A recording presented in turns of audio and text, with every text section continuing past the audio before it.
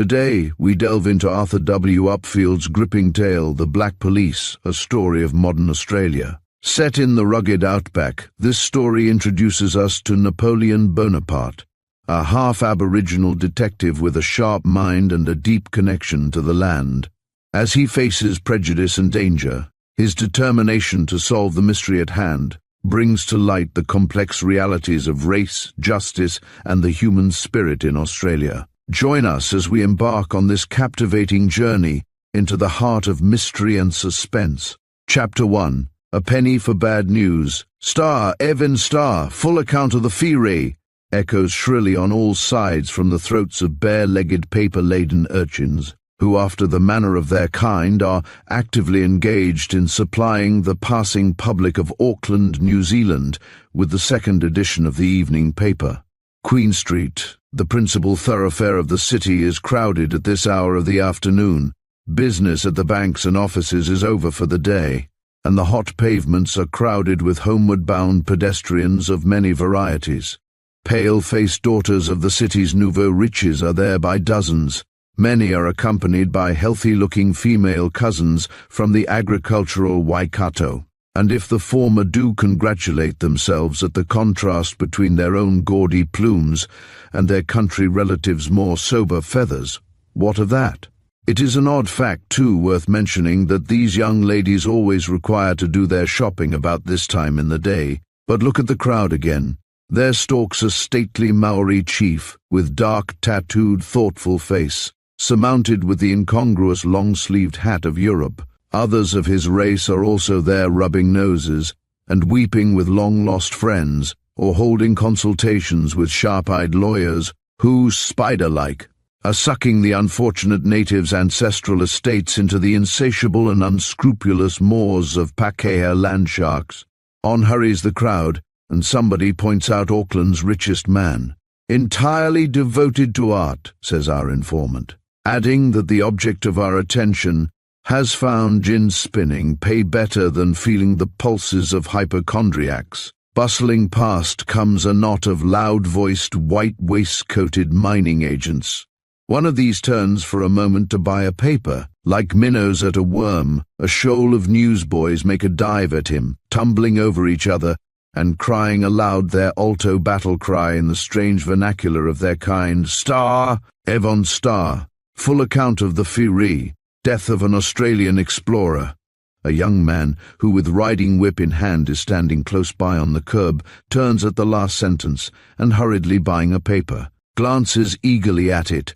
"So it is true after all," he murmurs half aloud, and remains for a moment or two in deep thought. As we want our readers to know him when they meet him again, here is a brief description of Mr. Claude Angland.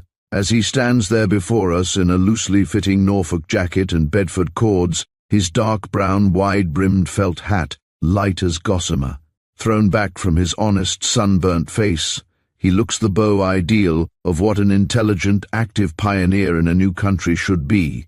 Old ladies would call him a fine young man to look at. Younger members of the female persuasion, although denying his right to be termed handsome, would naturally turn to him in trouble or in danger. In preference to many a more showy individual, our new friend does not stand long in thought. He suddenly glances again at the paper, and then at his watch, and turning on his heel is soon lost to view in the crowd. The news that has apparently so interested the young man is in the latest telegrams column of the evening paper, by Special Wire, Cairns, Queensland. News has just been received from Georgetown confirmatory of wire sent you last week respecting death of Dr. Dysart. Whilst exploring the country near the Mitchell River, he met with a severe fall and died 3 days afterwards. His sole companion, a black boy named Billy, who has accompanied him during all his later expeditions, reached Madaro Station with the news 10 days since. An attempt will be made to find the body when the boy, who was also badly hurt, is sufficiently recovered. In smaller type, below the telegram, a few brief editorial notes appeared eulogizing the deceased explorer and giving a short outline sketch of his life. Chapter 2. No more by thee my steps shall be for ever and for ever. In a long, ceilingless room, half kitchen and half parlor, two figures are seated near an enormous fireplace, in which a glowing heap of wood ashes illuminates that end of the otherwise somewhat gloomy chamber. One figure, that of an elderly lady, is reclining in an easy chair. Her brain is evidently busy with anxious and even painful thoughts, the object of which is made evident as she turns her moist eyes from gazing at the scintillating wonderland amongst the embers, to glance from time to time at the form opposite to her. The lady's vis-a-vis at the fireside is a well-built, athletic young man to whom we have already been introduced. In the rough garments of a working farmer, he lies sleeping there in his chair, just as he came in from ploughing 20 minutes before. The sleepy god, however, has apparently less power over the youth's brain than his body. The twitching mouth and hands, the murmured words show that the anima is busy, if the body is not. The sudden barking of a sharp-voiced collie outside the house presently causes the sleeper to open his eyes. They turn immediately to meet the smile of the lady opposite. "Well, you have not had a very good sleep after all, Claude," murmured the latter. "I think Dick is back. It was Bob's barking awakened you." "Ah," returned the still dozy young man, "that's all right. The old chap's rather late, isn't he? D'you know," he added slowly, "I've been dreaming about my trip to Queensland." Here Claude rose, and taking both the lady's hands in his, continued, "I've made up my mind, Mother, to run over to Queensland and find out the particulars of Uncle Sam's death. I'm not superstitious, but I'm sure there's something odd about it. I've dreamed a dozen times since we saw that horrible telegram in the paper that poor uncle was calling me to come to him." "Nonsense, my boy, nonsense," gently returned the lady. "You know we can't spare you. It's right you should wish to go, Claude, but we can't spare you. It's a fearful place, that Queensland." "Oh, Molly wouldn't be alone. Would you, Molly?" Claude remarked in a louder voice, as a pretty young girl tripped into the room bearing a lighted lamp in her hands. "Don't be silly, Claude," answered the fair one, smoothing down a spotless white cloth upon a table standing in the center of the room. "Dick is back, and he'll be so famished. Do run away and get ready for tea."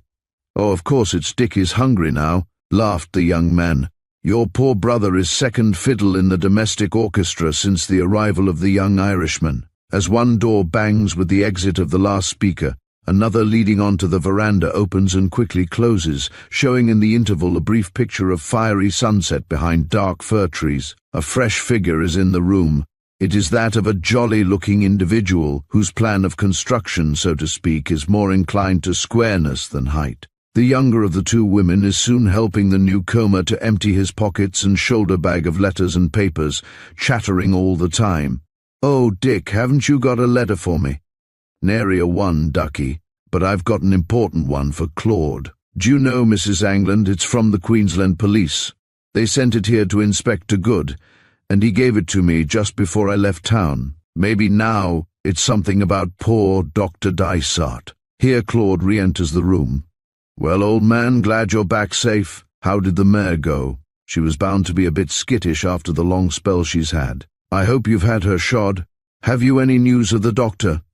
"Tie her—" "Wait a bit, old chap," interrupts Dick, with his fingers to his ears to illustrate histrionically the pain such rapid questioning is giving him.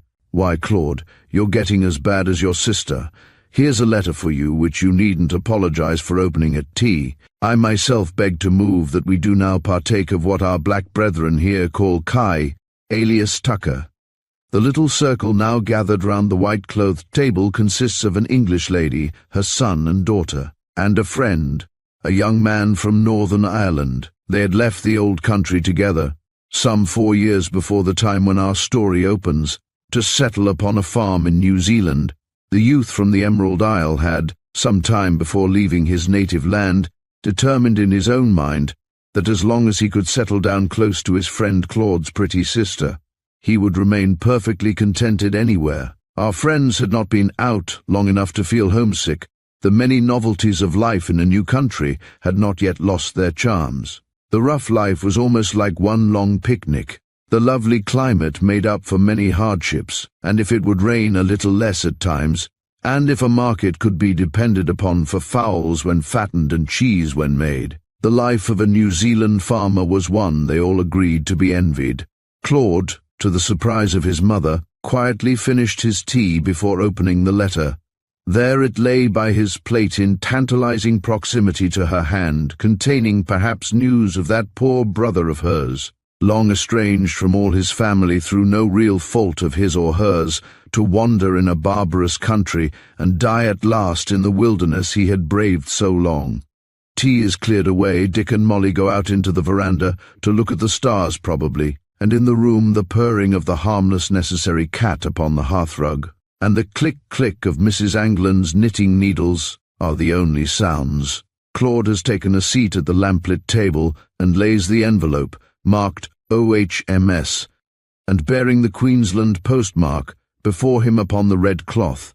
He feels instinctively his uncle's presence in that letter. There is no particular sign by which an ordinary observer could tell it from a letter of ordinary importance. Yet Claude knows, and it puzzles him to think how he knows it, that an answer to his dreams is before him. The truth of the theory of animism never appeared clearer to him than at present. The envelope is addressed to Claude Angland, care of the Superintendent of Police, Auckland, NZ. Below this direction is a note to the effect that the writer will be glad if the aforesaid Claude Angland can be found without delay, and handed the enclosed letter and packet. Inside the envelope is a brief note from some official at Cairns, informing Claude that a small packet enclosed, having been brought to the station of a Mr. Giles by the late explorer's black boy. That gentleman had forwarded it to the writer, who took the present means of sending it to Mr. Angland, hoping the simple address, as copied from the packet, would find him. A few words expressive of the regret. The writer, in common with all colonists, felt at the loss of such an able explorer as Dr. Dysart closed the letter. The packet referred to by the unknown correspondent at Cairns, whose hieroglyphic signature looked more like the shadow of a delirious spider than the name of a human being, now attracted Claude's attention. It was about the size of a large walnut, and its outer covering consisted of a piece of soiled linen rag, tightly bound with fine fishing line. In irregular and almost illegible blue-black characters, the same address as that upon the envelope had been scrawled upon it by aid of an indelible ink pencil. The covering removed, Claude saw at once it had at one time formed part of the lining of a coat. An empty revolver cartridge was discovered, tightly plugged at one end with wood, the joints and cap end being smeared over with a kind of resinous, dark-coloured gum. Claude's strong but trembling fingers are not long in removing the wooden stopper, and in his hands is a carefully folded piece of paper, which he recognizes on opening it as a leaf from a sketching block. The same handwriting that had attracted the young man's attention upon the linen wrapper of the packet has covered one side of the opened paper before him. With head on hand, Claude sits without moving aught, save his eyes poring over the letters. At last, half turning in his chair, his voice pitched in a slightly higher key than usual, he speaks. "Mother, here is my summons. I knew I should get one. Come and see poor Uncle's letter." Mrs. Angland rises quickly, and stooping over the table, her right hand on her son's broad shoulder, gazes with filling eyes at the well-known writing on that crumpled paper lying there. The writing is small and somewhat obliterated, and from the varying character and style of the different sentences, the same have evidently been written at intervals. One could easily imagine that a wounded man, who required to rest often from his task, would write such a letter. "Read it to me, my son, I cannot." He reads as follows: "To my nephew Claude Angland of Auckland, New Zealand. I am dying before my work is completed. It rests with you to allow me to rest in peace after my death. I wish to make reparation to those I have neglected too long. I have tried to bury the past in science and in work. Your mother will explain all to you at the proper time. Come to where I now lie. You can trust Billy, whom you will remember with me in England. I believe he will get out of this. Come here alone with him, and at once. Goodbye to all. I hope you keep up your chemistry. Beware of squatters and police." This note will be hard to read, but read the whole of it. Samuel D. Dysart. What does he mean? Muses Claude out loud after a pause. inadvertently speaking as if the writer was still alive. So difficult was it to believe that the hand that had guided the pencil that traced those shaky letters was fast turning into its original dust. Mrs. Angland comes of a practical stock and sees the letter only as it is. "I suppose, poor fellow," she says, speaking slowly and softly, "he liked to think that someone he had loved in life would visit his lonely grave out there in those fearful wastes. He was very fond of you, Claude, even from the time he first saw you, a mere baby. But don't go, Claude," she adds beseechingly. "That horrible Queensland that has cost me a brother shall not take my son." "Mother," interrupts Claude at this point, "you don't understand what I mean. Let me read the letter to you again." The letter is reread. Presently Mrs. Angland breaks the silence. "Perhaps he wants you to finish his work, his horrid exploring. God forgive me if I am wicked when I think it was wrong of your uncle to tempt you away from me. But perhaps he was wandering in his mind, rather.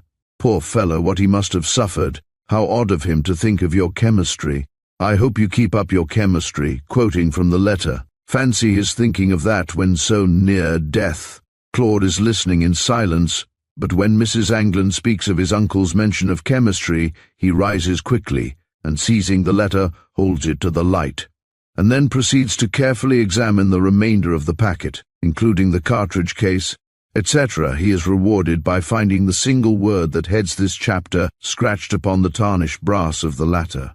"Hidden," he murmurs, for luckily he knew a little Greek. "Hidden, what is hidden?" and falls to poring over the letter once more. Chapter 3. Eureka. "I had a vision when the night was late.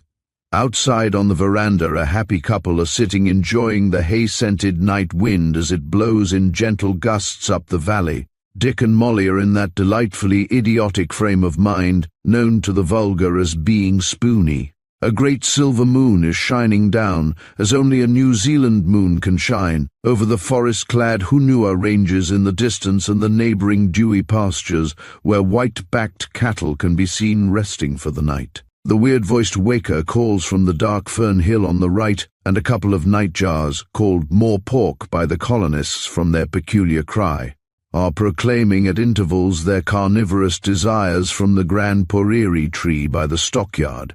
The youth and his betrothed are thinking of anything but the letter that is engaging the attention of the people indoors, and Claude's voice calling loudly upon Dick is by no means a welcome sound.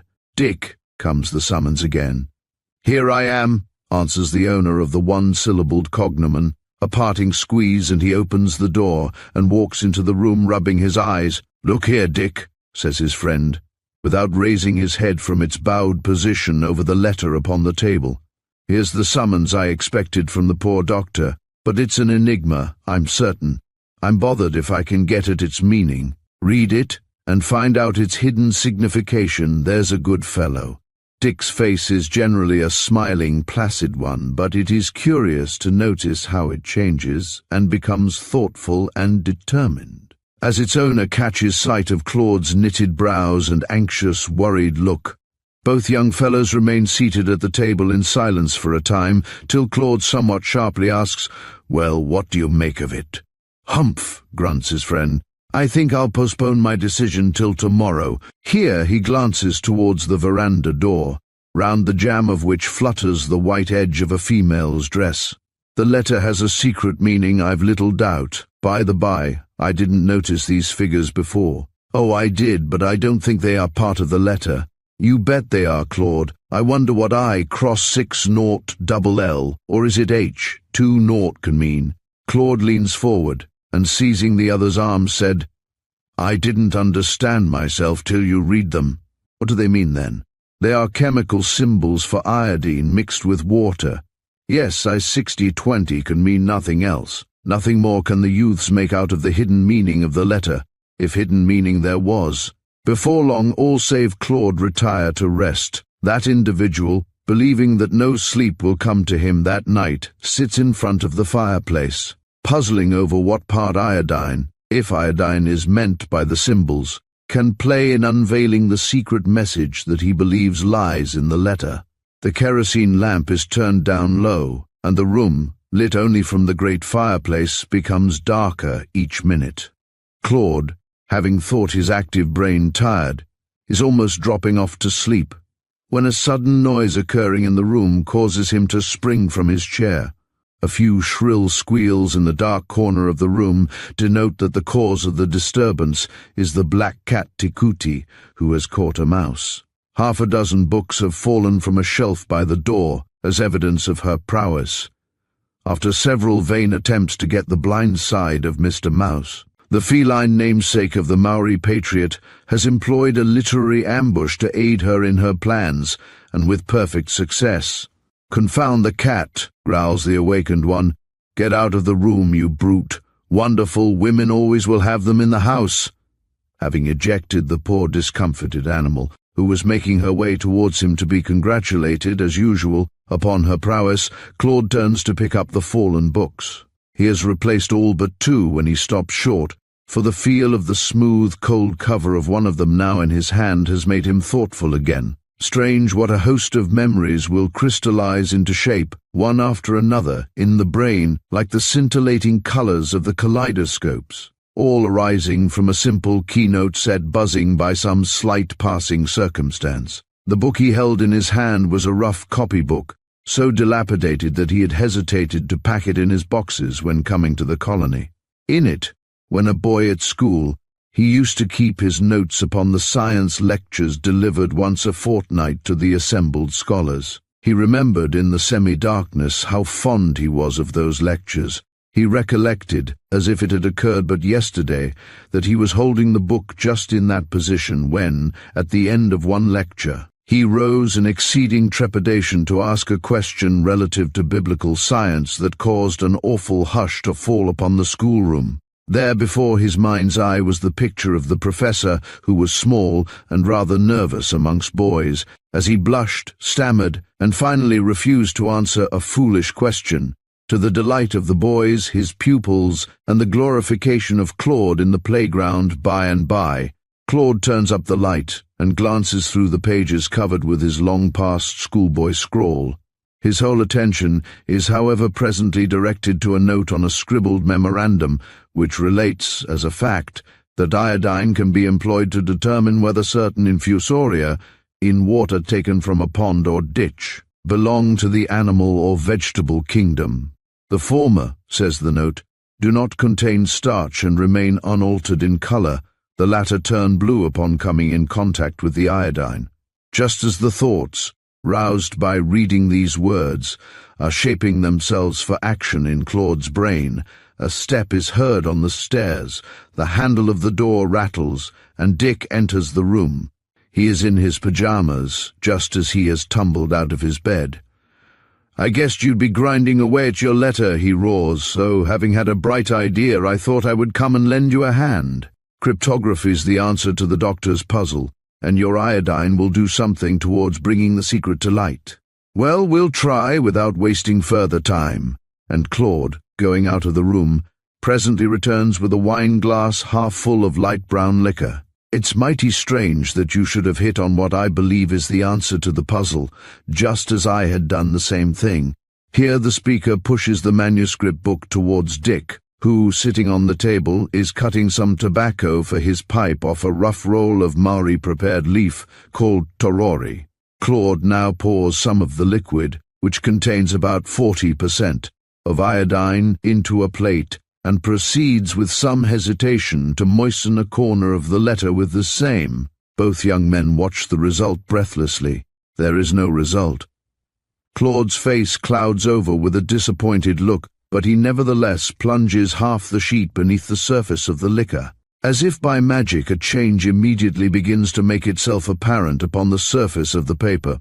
At right angles to the pencil writing there gradually appears, after the manner of a photographic negative that is being developed, a series of parallel lines of disjointed dots and dashes, of a faint blue color. These markings grow stronger each minute.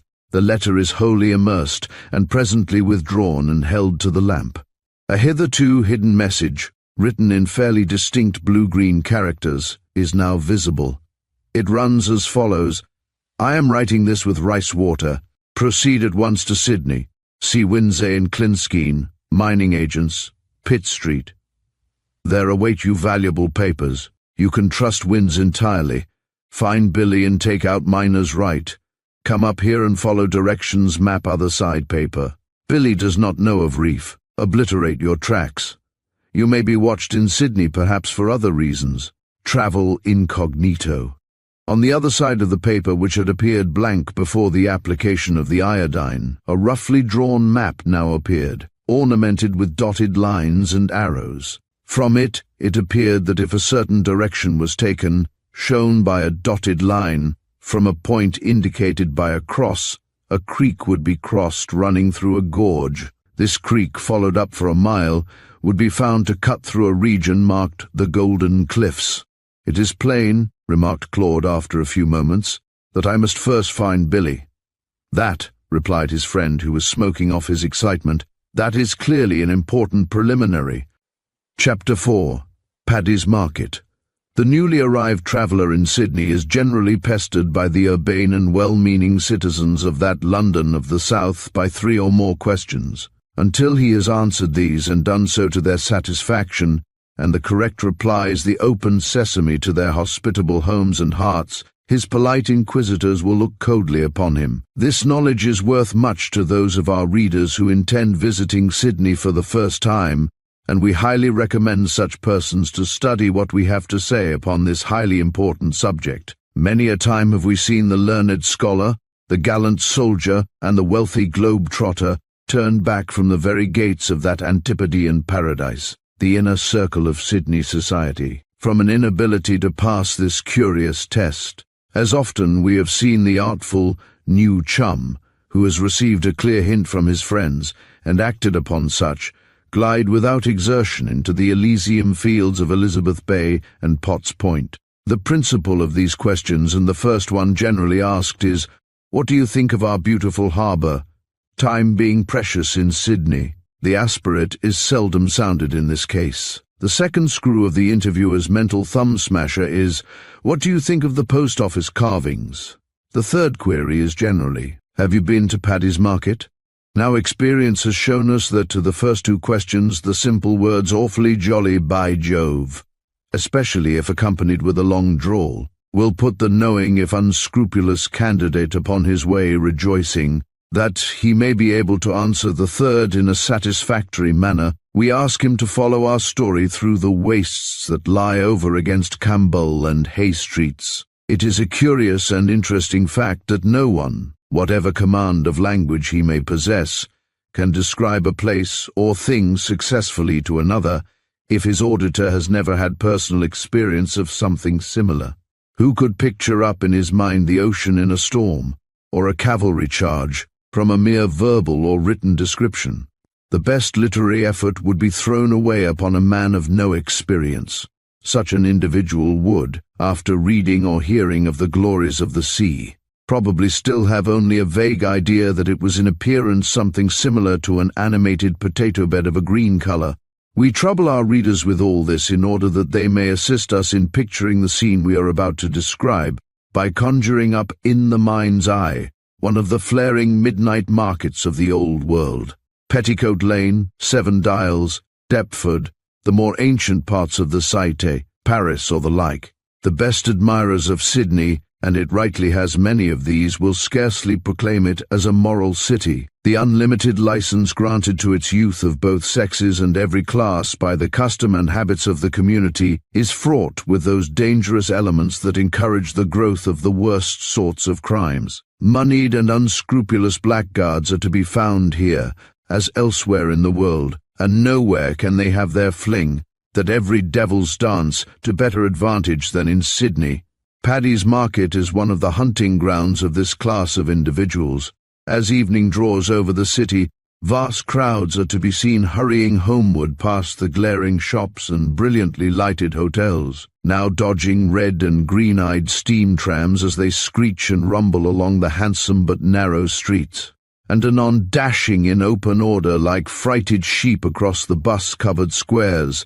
The migratory sojourners of the city flock nightly outwards from the business centres. Let us allow ourselves to be carried down George Street in the human stream southward till Campbell Street is reached. Here in the slack water of the comparatively deserted footpath of a side street we can look around us. A vacant space of ground surrounded by a white railing is on the opposite side of the way, and we become aware of a Chinese quarter being at hand from the acrid stench that reaches us from up the street. The open square in front of us is being appropriated for the night by a noisy crowd of itinerant ragamuffin entertainers of the public, of various callings. There are the usual try-your-weight, balm of Gilead, and try-a-for-you by rascals, and others of like kidney. These, with the dirty evangelists of kings of pain and quack doctors, are busy erecting various machines and tables for the night's work. The place is busy with moving figures and the Norse alphabetical wrappings of 20 hammers, and gay with the crowd-attracting glories of red paint and bright brass work. The gloaming gradually sinks into night, and flaring lamps appear in all directions, and 4 long buildings, that during the week have formed the Covent Garden of Sydney, begin to light up as the numerous stall holders within commence business. Most of these are Jews of the lower classes, but here and there the childlike smile of a quarantine flag-coloured follower of Confucius, or the merry, black, oily face of an African breaks the monotony.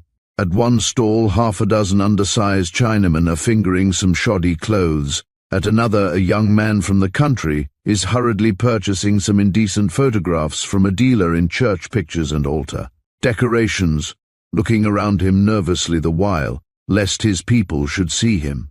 Close by, a lump of human flesh in black oily ringlets and an astoundingly ample dress of vivid green is showing off the glories of a ruby-coloured velvet skirt to 2 fragile daughters of the public by holding it against her majestic base. Near this last group, seated upon the only empty show bench within sight, are 2 men. One, enveloped in a long light dust coat and wearing a fashionable light felt hat, looks to the casual observer like what he once was, namely, a gentleman. His companion is a short, thick-set fellow with the ever-restless eyes of a detective or a criminal. His otherwise stolid-looking features are those that mark him at once as a foreigner, probably a Württemberger. As far as can be made out, as he sits in the shadow, he is more anxious to avoid notice than is his companion, and is dressed in a suit of dark-coloured tweed. Both are apparently watching for somebody they expect in the column of men, women, and children, as with the orderly manner characteristic of a Sydney crowd, it dawdles its long length past. "I know he left the hotel, and I know he's not been able to see the firm today," whispers the man in the dust coat, rising and striking a match upon his pants and proceeding to light a cigarette. "I slung him a moral yarn or 2 about Paddy's Market that'll fetch him along." "Why you not bring him mit you?" growls his companion. "Because, my dear sir, if anything should happen to the young man, and I had been seen in his company, I might find it awkward. D'ye see, Gross?" The last speaker continues, after knocking the ashes off his cigarette with a delicate little cane he held in his gloved hands. "When I see him, I'll touch your arm. Clear out then at once, and when you see us again, at you know where, don't attempt to act if you don't hear me whistling Killaloo." Here he of the cigarette whistled a bar of that melody for the benefit of his accomplice. The 2 men continue for some time, sitting moodily watching the faces of the crowd, till the one in the tweed clothes abruptly rises and, pulling his hat well over his eyes, slouches off. His companion shortly after leaves his seat and, settling his collar, strolls off in the opposite direction. His walk is slow and deliberate, and as his lack-lustre eyes gaze alternately right and left upon the busy stalls, more than one remark about swell attire reaches his ear. His face, however, remains a perfect blank, until he meets the eye of a gentleman going the other way, when it becomes suffused with the smiles and beams of gratified pleasure. A few words of recognition pass between the 2, and they join company, and pushing onward are lost to our view. The latest arrival, as our readers have no doubt guessed, is the hero of this story. Regardful of all his uncle's instructions save that clause concerning the risk he ran by using his own name in Sydney, he has just met a casual but delightful acquaintance who is stopping at the same hotel that he has put up at. But before we follow the pair, let us try and learn a lesson from or rather philosophize over, the human panorama before us. One of the first things that would strike a thoughtful observer of the habitués of Paddy's Market are the number of young people to be seen there, that is, persons under 21 years of age. Of course, anywhere in the Australian colonies, save perhaps in some parts of Tasmania, the balance of population will be found to be in favour of youth rather than age. But here there are far more than one would expect to meet at such a place and at such an hour, for it is past 11 o'clock. Numbers of these young people are pale-faced girls of tender age, who, earning their own livelihood at the big warehouses or millinery establishments of the city, laugh at the discipline of home, too often far away up-country, and are rapidly following that easy path that, with ever-increasing declivity, will likely land them ultimately amongst the unfortunates of the pavements. The pals of these young damsels are also there by scores. Most of these have been turned out after one general pattern, and to use another mechanic's term, are chiefly wasters. The same disgusting, unnatural and unhealthy mannequin appearance surrounds all of them. There is hardly any sight more pitiful to behold than these youthful bodies, that have never known the youth which Coleridge describes as the body and spirit in unity.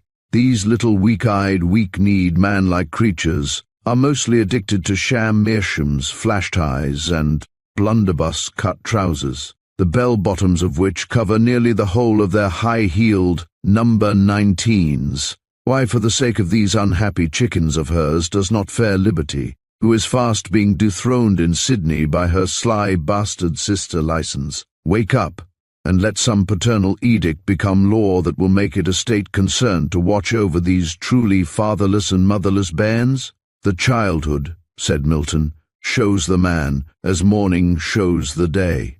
What will Australia's day be like with all this wealth of youth that should one day form the voting and the thinking power of the rising Republic of the South, wasting its sweetness upon the tobacco and gin-stained wilderness of vice and idleness in all her cities? Who that knows Sydney is not also aware of the fact that these merry, overdressed companions of these miserable little market toffs fall an easy prey before the devilish machinations of the foul prowler and her clients, slaves of appetence? Each girl, womanlike, vies with her workfellows in extravagance of dress, destroying the beautiful architectural lines of nature's divine building, with her uneducated idea of a perfect vestis forensis. If her legitimate exertions and the pocket money of her pal is insufficient for her purpose, other persons whose business it is to do so come forward to show her other means of obtaining the necessary funds, and the mischief is done. The colony of New South Wales is badly in want of wives and mothers, and cries out ceaselessly to the older countries that she cannot give to every man a wife. Yet here are her own flesh and blood, female forms of which she need not be ashamed, all hurrying down the sewer of crime like drowning butterflies to rot in the foul slums and gutters of the capital. As democracy grows used to her newborn powers, perhaps the people will cease to toy with the bright but keen-edged weapons of responsibility and turn to guard their boys and girls. At present, however, and that is what concerns the object of this book, Sydney is a gigantic bait pond where the wealthy debauchee can luxuriously roll in sin and feed, shark-like and unchecked, upon the daughters of the colony. But to return to Claude and the delightful acquaintance he has made. Our hero, having discovered that he must wait a few days in Sydney before starting northwards to prosecute the object of his journey, has become fidgety and impatient. It is so annoying that he cannot begin his work at once, and he is only too glad to find any means of passing the intervening time. As the two men stroll along, Claude's companion discourses eloquently to him upon the scenes around them, and Claude, walking silent and thoughtful at his side, feels grateful to him for doing all the talking. "You have no idea, my dear fellow," rattles on the young man in the grey coat. "You can't have the slightest idea of the growing tendency which the unlimited freedom of the youth of this colony encourages towards the doctrine of free love. We see the lower orders here, gracefully waving his cane. And mind you, The lower orders is not a synonymous term with that of poorer classes as in the older countries, and which of the young people here tonight looks forward to marriage as more or less of a certainty, as people do in the older countries? Even in the parent land the new doctrine is growing in strength. Here, I assure you, the girls dread marriage, and simply because it curtails that freedom of life, of following their own inclination, that passion that is bred in their bones, and was the holiest creed of their parents. Only a wealthy husband, who is not likely to be too uxorious or too particular, will be endured in a few years. Do we not see it already in some of the states of America? Steady fellows like you may call the new doctrine simply open sin. But after all, what is sin? What but the breaking of certain unstable laws that change and give way to others, as the nations that made them clamber painfully upwards towards the attractive light of freedom? Divorce is becoming every day more common and easier to obtain.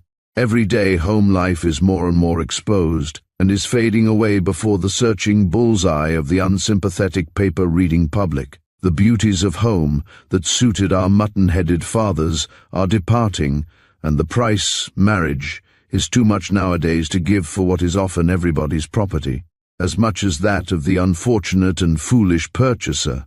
But, as I said, you can see here the lower orders of the people. If you can judge the mind from the exterior body, you will acknowledge I am right in my deductions. And now, if you have no objection, we will visit another place I want you to see, where we can study those human fowls that roost upon the second perch from the ground. Are you agreeable? Oh, I'm in your hands entirely, replies Claude. His companion smiles grimly, turning his head away, for they are passing under a lamp. It's only too good of you to take the trouble of entertaining a dull country fellow like myself. Where do you propose taking me to next? Oh, it isn't far, and I'll take you a short cut. I want you to see a skating rink. You'll see lots of human moths there, and very pretty specimens of Lepidoptera. Some of them are fluttering, or rather rolling, round the lamp of sin. These rinks are little more or less than places of assignation. The young men have left the whirring, noisy, lamplit crowds of Paddy's Market during this conversation, and are making their way westward to George Street. The air is hot and steamy with the butyric odors of a Saturday night crowd, crossing the wide, rattling thoroughfare just mentioned, with its thousands of lights and busy streams of thundering omnibuses and cabs. Claude and his companion push their way across the pavement, crowded with purchasing humanity, and find themselves suddenly in a new world. It is in this locality that one of the few nests of ancient rookeries that still remain in Sydney exists, a menace breathing the foul odors of vice and sickness upon the rest of the city. Stately warehouses are, bit by bit, pushing these plague spots out of existence, and in a few more years they will happily be swept away. Here is before us an example of Dr. Johnson's saying that men are seldom better employed than when making money. Commerce successfully waging a war of extermination against those fortresses of the city's criminal population. A few gas lamps here and there at long intervals make the dark dreariness of the blank wall and lightless broken windows of the tumble-down houses more complete. Black, suspicious-looking alleys and lanes slink off to nowhere in particular, from unexpected corners to right and left of the midnight passer-by, as if fearful of being noticed. At the end of the dark, silent street, by the flickering light of a solitary broken lamp, Claude reads, upon the dirty wall of a house, a notice to the effect that a collar-maker had once lived there. That he or anyone else existed there now, and was within call, was hardly to be imagined. So lonely did the spot appear to be. No lights at the windows, no sign of life, and no sound save the lessening roar of the great hot artery of traffic fast being left behind.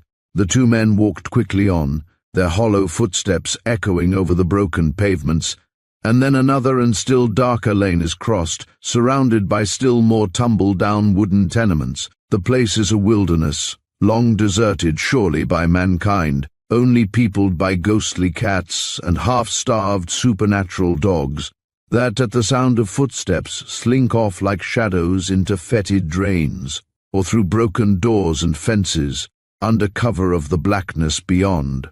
"Where the dickens are you taking me to?" presently asked Claude, the sound of his voice making quite a pleasant relief to the dead silence around. "Oh, we're quite near to Liverpool Street now," replies his companion. "It's a dreary neighbourhood, this, is not it? By Jupiter, it's warm walking too. I'll take my coat off." The speaker stops for a moment, and divesting himself of his dust coat, hangs it doubled over his left arm. "There," he cries, a few steps further on, pointing with his cane. "There are the lights of the rink." At this moment the two men left the shadowy lane and felt under their feet the surface of a well-kept street, a pleasant change after the broken ways they had just traversed. Above where they stand, and about a quarter of a mile off, the blue-white radiance of several electric lights show the location of the famous Cosmopolitan rink. The street they are in terminates as such some 20 feet from where they stand, and changing to a well-paved road, rises upwards on a wide serpentine viaduct built upon arches, to the dim building-clad hill before them. A low wall has been built on either side to prevent passengers from falling off upon the pavement below.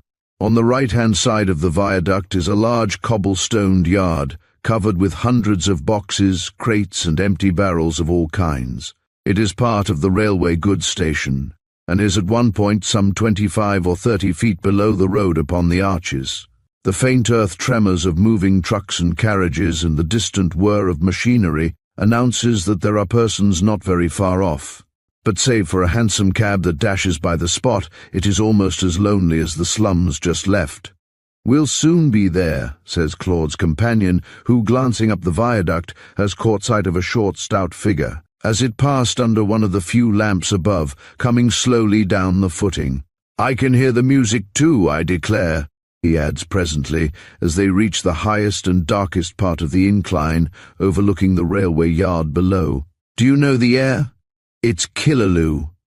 Claude's friend ceases speaking, and whistles a bar or two of the well-known song. Just then, a short, lame man is seen hobbling out of the darkness towards them, leaning upon a stick.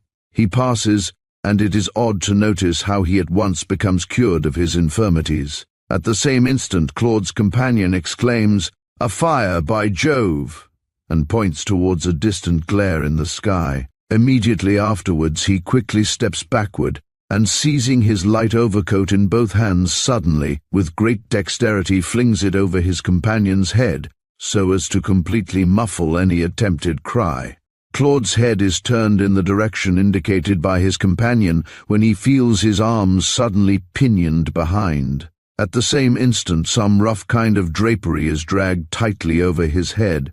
He gasps for breath, and with the sudden anger of a surprised and wounded tiger dashes himself backward on his unseen foes. His frantic efforts are unavailing, and before his half-dazed senses have properly taken in his terrible situation, he feels himself raised by 4 strong arms upon the parapet of the viaduct. The fearful truth flashes through his reeling brain. His whole body breaks out into suddenly alternating hot and icy sweats. He vainly tries with struggling feet and back-bound hands to save himself. It is but for an instant. The next moment he feels his back upon the sharp edge of the coping stones. The hot blood surges through his brain in a red, wild, lurid, ever-increasing rush. Then he suddenly turns cold. His back overhangs the wall. He is resting upon nothing. He is falling. Chapter 5. The Selvage Edge of Civilization. Our next act in the drama before us begins with the footlights still turned down low, for another night scene is to be enacted. It is the new township of Ulysses. Some 6,000 or 7,000 miners are crowding into the one long, irregular street of a new Queensland gold rush township, for it is the night of the week, payday night, with Sunday for an idle tomorrow on which to get sober. The new field of Ulysses, some 60 miles from the famous copper mines of Reed's Creek, is, like many of the later Queensland goldfields which have been within an easy distance of railway communication with the coast, quite a different affair to the old rushes of an earlier date, or even the modern Croydons and Kimberleys of the far north. As such it is worth sketching, Rapid means of transportation, cheap fares, and double-leaded notices in the daily Southern papers have brought hosts of town-bred men and boys to compete with the professional miner. The difference between these two classes of workers is immense. Now the reader can take it as a gospel truth that of the various classes of men who earn their bread with the sweat of their brow, those who follow the profession of the practical miner are amongst the noblest specimens of humanity. Mind you, we do not mean the labourers who by hundreds earn their 6s to 10s per day in the great Wyndham Stopes or upon the hot benches of Mount Morgan. Nor do I intend you to mistake for the real article the half-digger, half-speculator who haunts the grog shanties at night and spies for chances to make some unearned increment from the whiskey-wagging tongues of the true workers on the field. The professional jumper of claims, too, who figures more often in the warden's court than the M-drives and cross-cuts of the field, is another individual that no one experienced in mining camps would long mistake for a bona fide Queensland miner. Watch the latter at his work. Look at him toiling over perhaps hundreds of miles of semi-desert to the dreary flat waste, covered with stunted box or quinine trees, where the white quartz glares back at the red-hot sun, across the dusty plain, burnt by the scorching heat all day, watching midst the dangers of desperate, starving natives, poisonous snakes, and unguardable fever all night, thankful if he can fill and boil his pint pot 3 times a day with the foul drink that goes by the name of water in the interior, he toils on to the golden goal. Once there, his active brain and stalwart arms send the stunted forest reeling with flashing axe strokes. The mushroom village of blue gum bark and branches springs up in a purple-brown crop around the red and yellow trenches, and whips and poppet heads rise in due course. Geologist, mineralogist, carpenter, blacksmith, hunter, surgeon and cook, the true prospecting and working miner, who has followed the diggings since the Canoona rush or the Palmer field excited the mining world, is a veritable admirable Crichton. He is a true iron-bound walking edition of practical receipts, open-handed when on a patch, frugal and level-headed when a slide or fault has taken his golden leader out of sight, quick to take offence at an intentional insult, and as quick to put your hand there, pard, if in the wrong. This character may be summed up in the expressive words used by a miner to us when describing a brother of the pick. He'd lend you a fiver if you asked him, and he'd fight you for a bob if he thought it belonged to him. The townies, as I have hinted, muster very strong at Ulysses, and as a consequence the rowdy element swamps the steady miners, such as we have just described, right out of sight. The warden of the new field has only just arrived, and is toiling night and day to arrange affairs into workable form out of the chaos of matters before him. He is underhanded, to use a nautical expression, as is always the case, and is powerless to act, as he could and would act were he not. Besides being police magistrate, warden, senior constable surveyor, clerk of petty sessions, etc., etc., also general adviser to the field upon every conceivable subject, let me draw you a rough outline sketch, in black and white, of a payday Saturday night at Ulysses, the long, straggling collection of dwellings that has not yet crystallized into a town proper, and which is now emerging from the bark humpy to the Iron Age, begins to look more lively than ever, as evening with its lighted windows and moving lanterns shows that business is commencing with the influx of miners from the surrounding claims. Troops of larrikins who think because they wear muddy clothes and get drunk they must be rough and ready miners begin to perambulate the muddy street in a state of body more or less bordering upon intoxication. Crowds of picturesquely rough characters now collect round the gaming tables, shooting tables, and other attractions, over and around which flare great oil lamps minus shade or glass. Every shot, every throw of the dice, every action of every actor upon the busy scene gives rise to strings of filthy oaths, so profane, so disgusting, that to anyone but a man long acclimatized to them a feeling of extreme nausea would result. Darker grows the evening and larger the crowd, oaths, blasphemy, and yells that would make a red Indian blush with envy hurtle through the hot, close night air.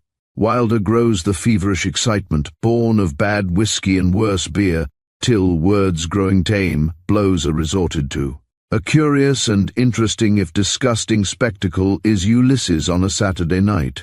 All around are wretched creatures wallowing in the much-trampled mud, like so many spirit-preserved beings, half hog, half man. From the open door and windows of the foul-smelling, brilliantly lighted shanty just at hand, a babble of filthy and excited language roars and roars, as if an opening to the murky pit were close by, and the voices of the damned had reached our ears.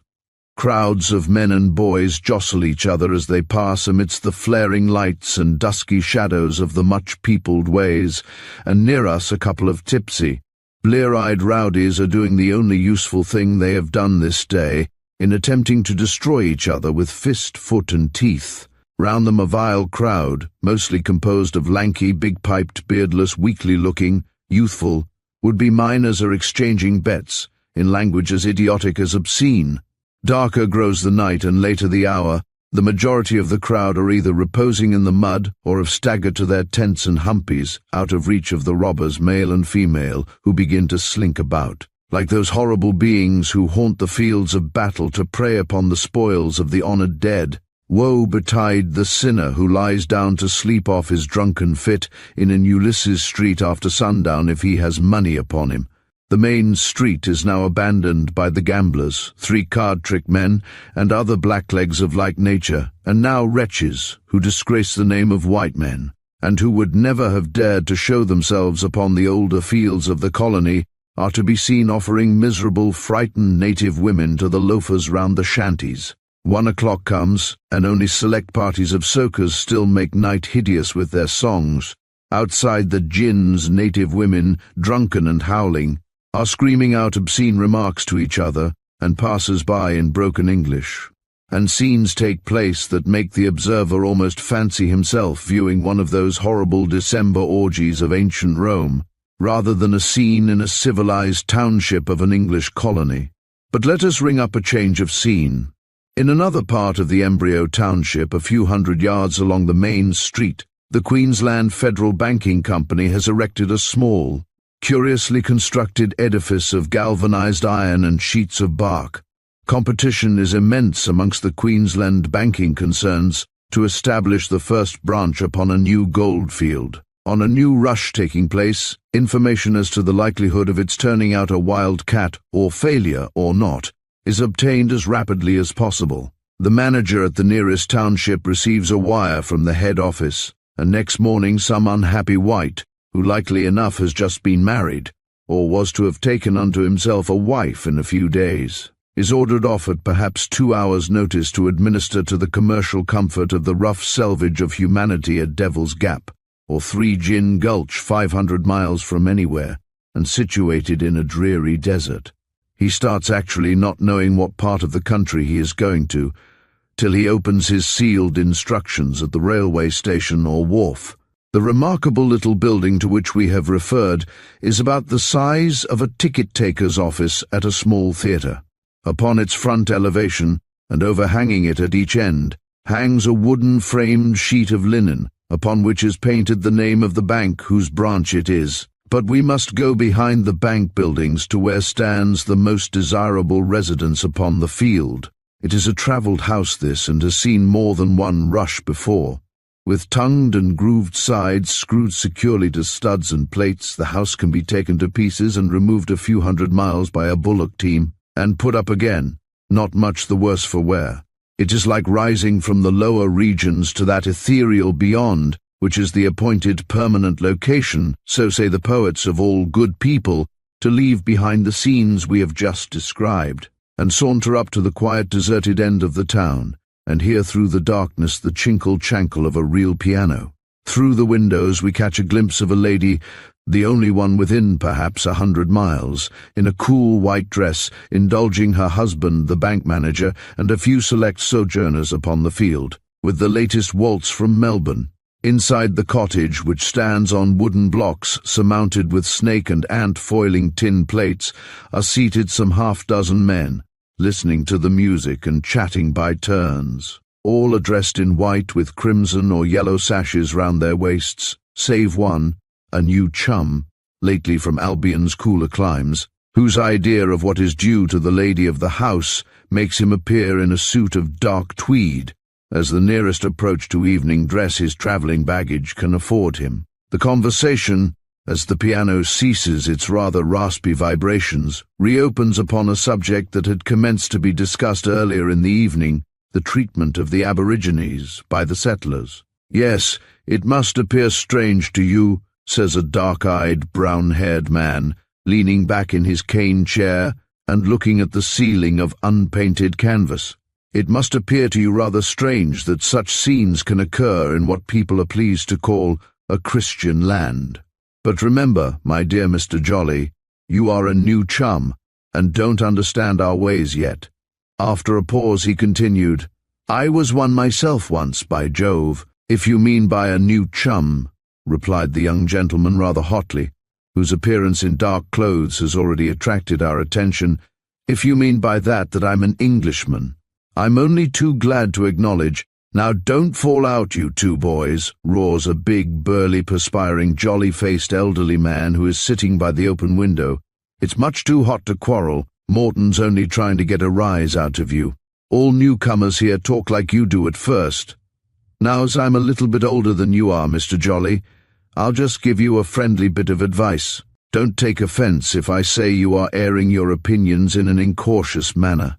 You ought to allow that we old chums know more about the way to treat the people than you can. You raise," continued the speaker, who is the pushing proprietor-editor of the newborn local gazette, ladling an ant out of his glass of lager beer, "you raise the old indictment of wholesale slaughter of the black population by the white Christians who have seized upon their lands.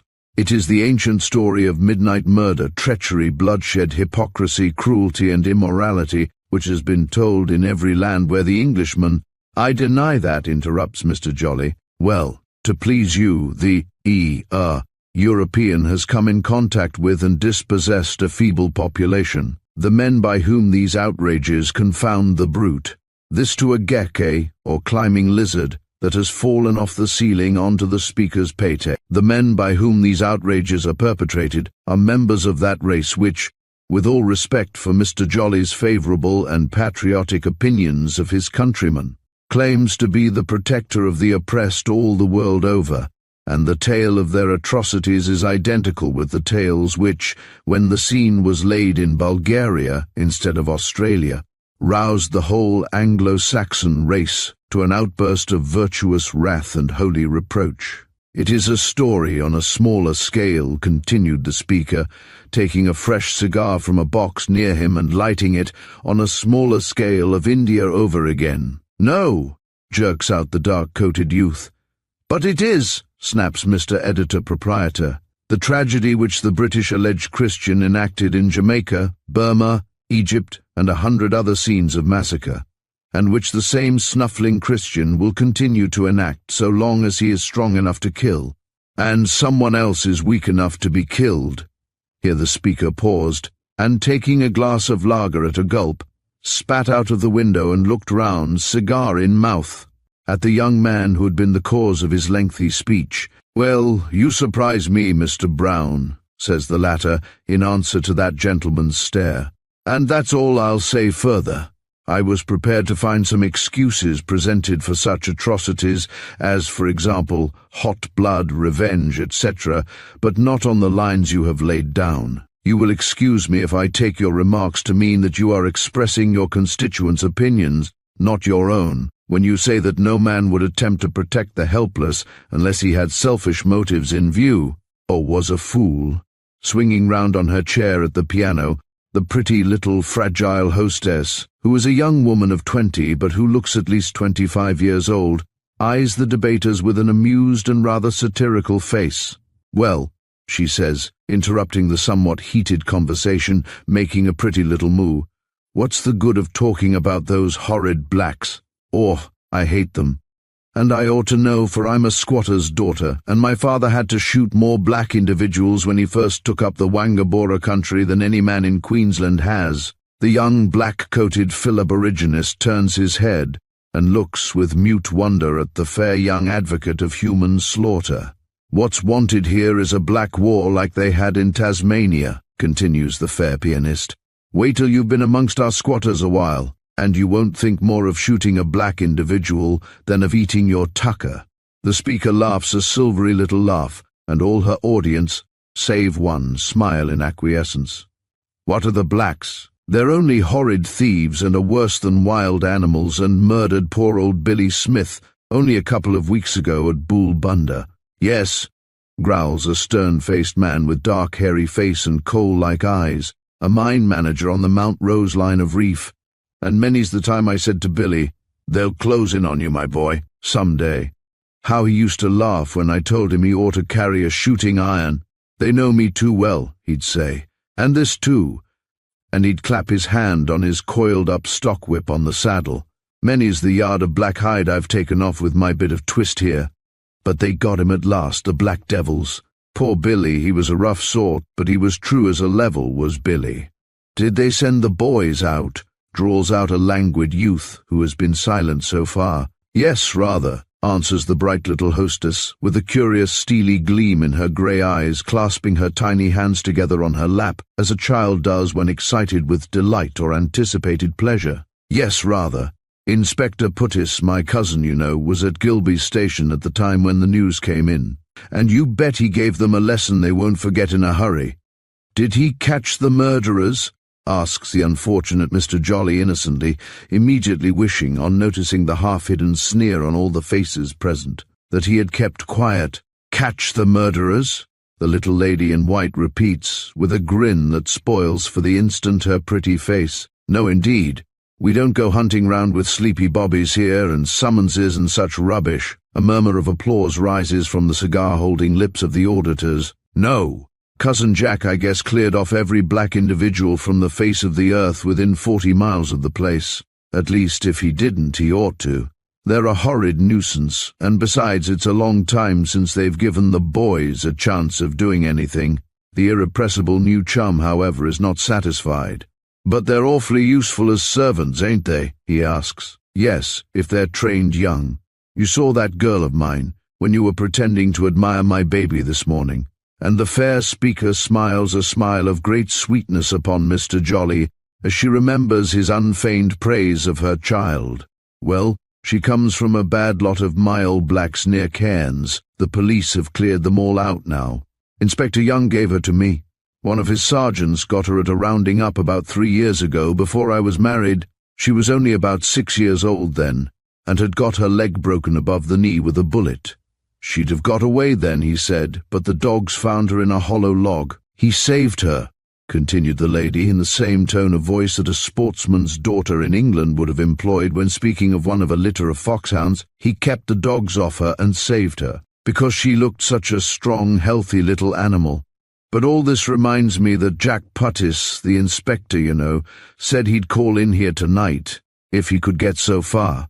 So I'll just go in and see about supper." Rising, the active, fragile speaker trips away, leaving the rather stolid brain of the young Englishman slowly recovering from the shock it has received. His preconceived notions, young man notions, if you like, of woman as a gentler, diviner creature than man, and worthy of the worship of the ruder sex as the citadel of mercy and holiness of thought and action, have received a blow that they will never quite recover from. His thoughts flash back to a line in The Civilization of Emerson, where the position of the white woman is injuriously affected by the outlawry of the black woman, and he feels sick and disgusted. A grave-looking young man who has sat in silence watching the face of the heretical new chum expounder of the doctrine of mercy now leans forward and touches his shoulder. "It won't do, Jolly," he says in a half-whisper. "You really mustn't express your ideas upon this subject. It isn't businesslike to speak of your opinion against that expressed by a possible customer. You'll have to get case-hardened like I had to. We ain't in England now, and you'll have to close your eyes and ears to much out here." A new chum is especially the object of suspicion and dislike to many of the older colonists. He's come out to reap the harvests we have sown in labor and danger, they say, and consequently the figurative new chum is hated.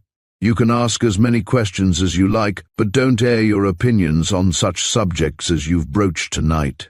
You'll find the colonists hospitable if you wink at their pet vices and sins, but act otherwise and they're the very devil. Now I've told you the square facts, and don't you forget it."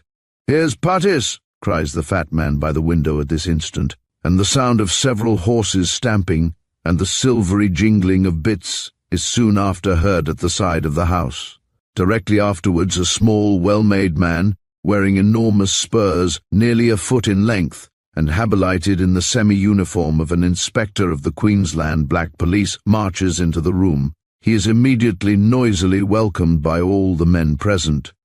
Mr. Jolly is, in due course, introduced to the newcomer, of whom he has heard all kinds of terrible tales since his arrival at the new township, and he cannot overcome his repugnance to the man who, he has reason to believe, is a paid butcher of defenceless women and children. He feels unable to stretch forward his hands to meet the slender white fingers extended towards him, and, pretending not to see them, bows stiffly and turns away.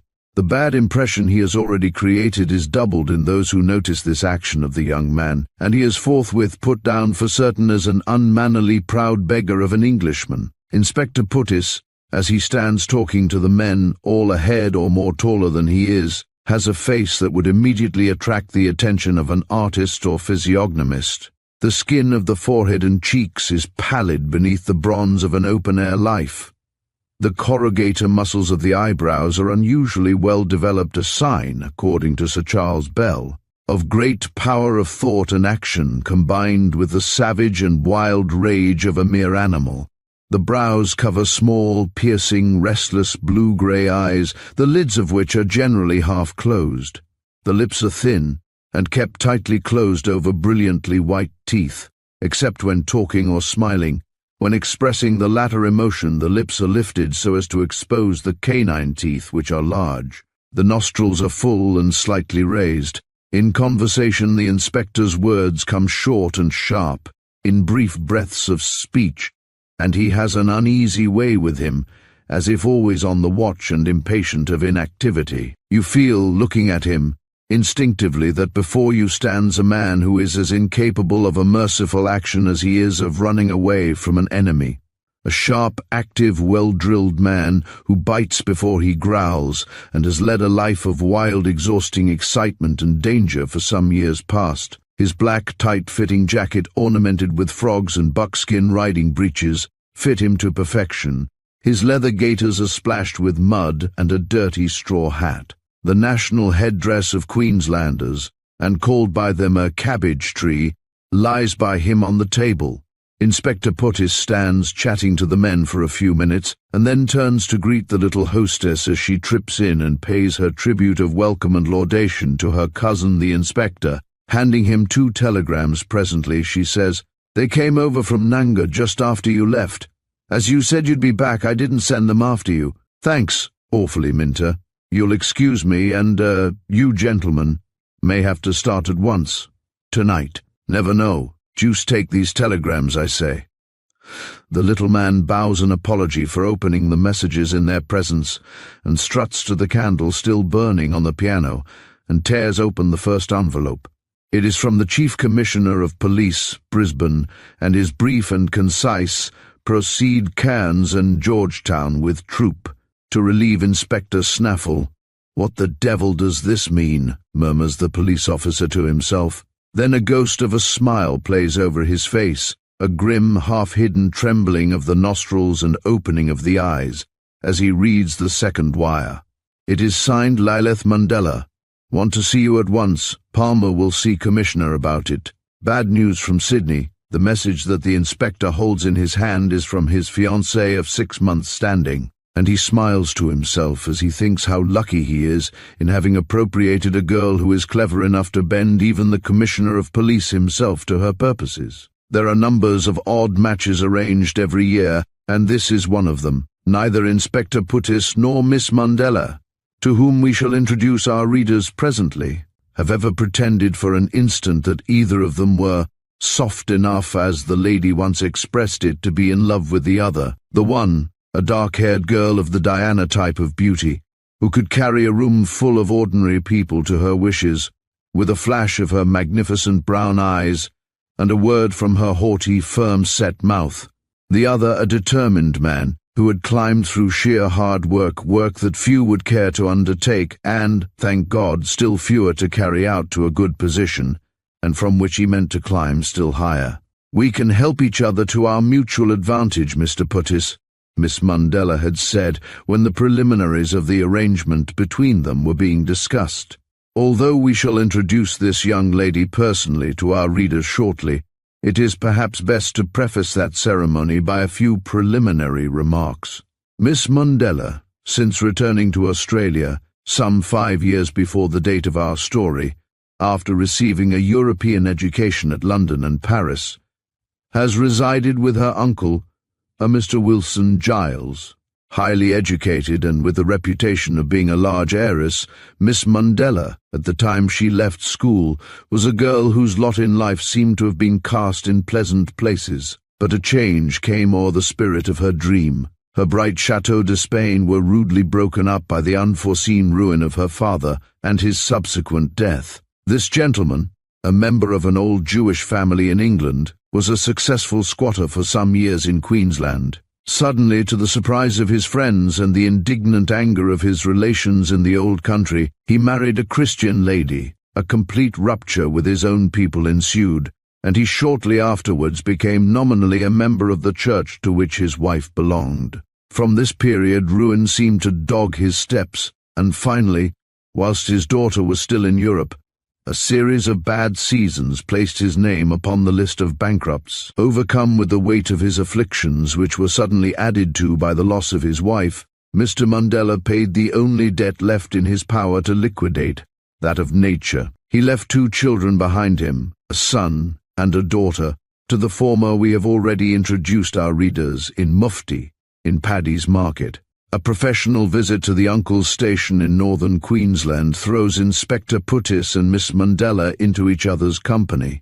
The 2 individuals both find in the other those strongly ambitious views for the future that is their own bosom's god. One meeting leads to others, and the arrival of Billy at the station with the deceased explorer's letter gives Miss Mundella the opportunity of indulging in a scheme for placing herself, by means of her fiancé, in as enviable a position as that occupied by herself when she left school, as the wealthy young heiress. But we have left our friends waiting for supper, and the inspector to finish his telegrams too long, and must hurry back. The well-drilled little man offers his arm to his fair cousin, and the pair lead the way to the next room.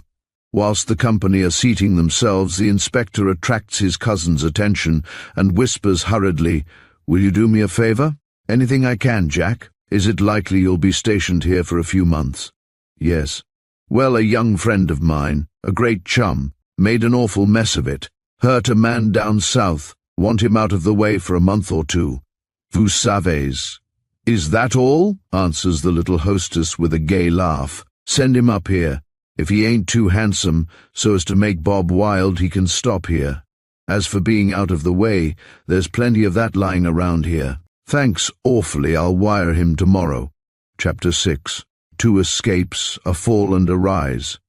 Sweet Puck, you do their work and they shall have good luck. Our 4th chapter left our hero, like Mahomes' coffin, twixt earth and heaven. Luckily, however, for our story, if not for Claude, Providence dipped her umpire's flag, after merely a momentary hesitation, to the first named of the opposing attractive forces, with the result that marvellously little harm happened to the chief actor in the tragedy.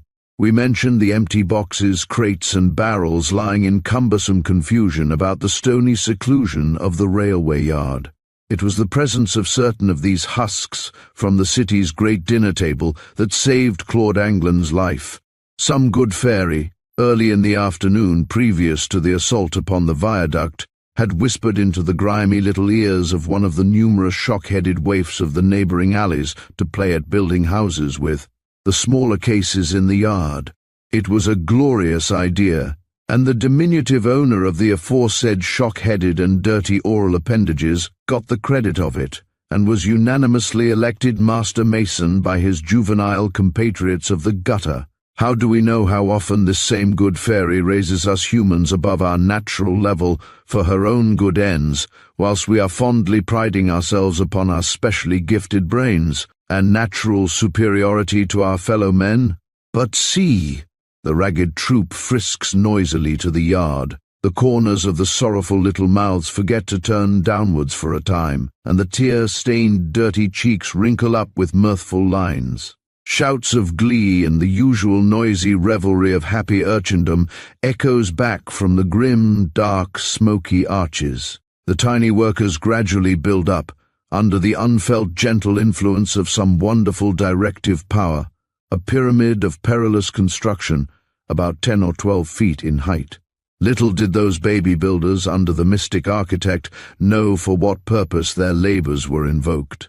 The work is completed, and the little tools of Providence, tired with their game, move and pass out of our story, leaving their structure to fulfill its appointed duty. Now the would-be murderers come into view and commit their crime, as described in Chapter 4, as far as their power will permit them, and decamp forthwith, so much the more soul-soiled than they were before.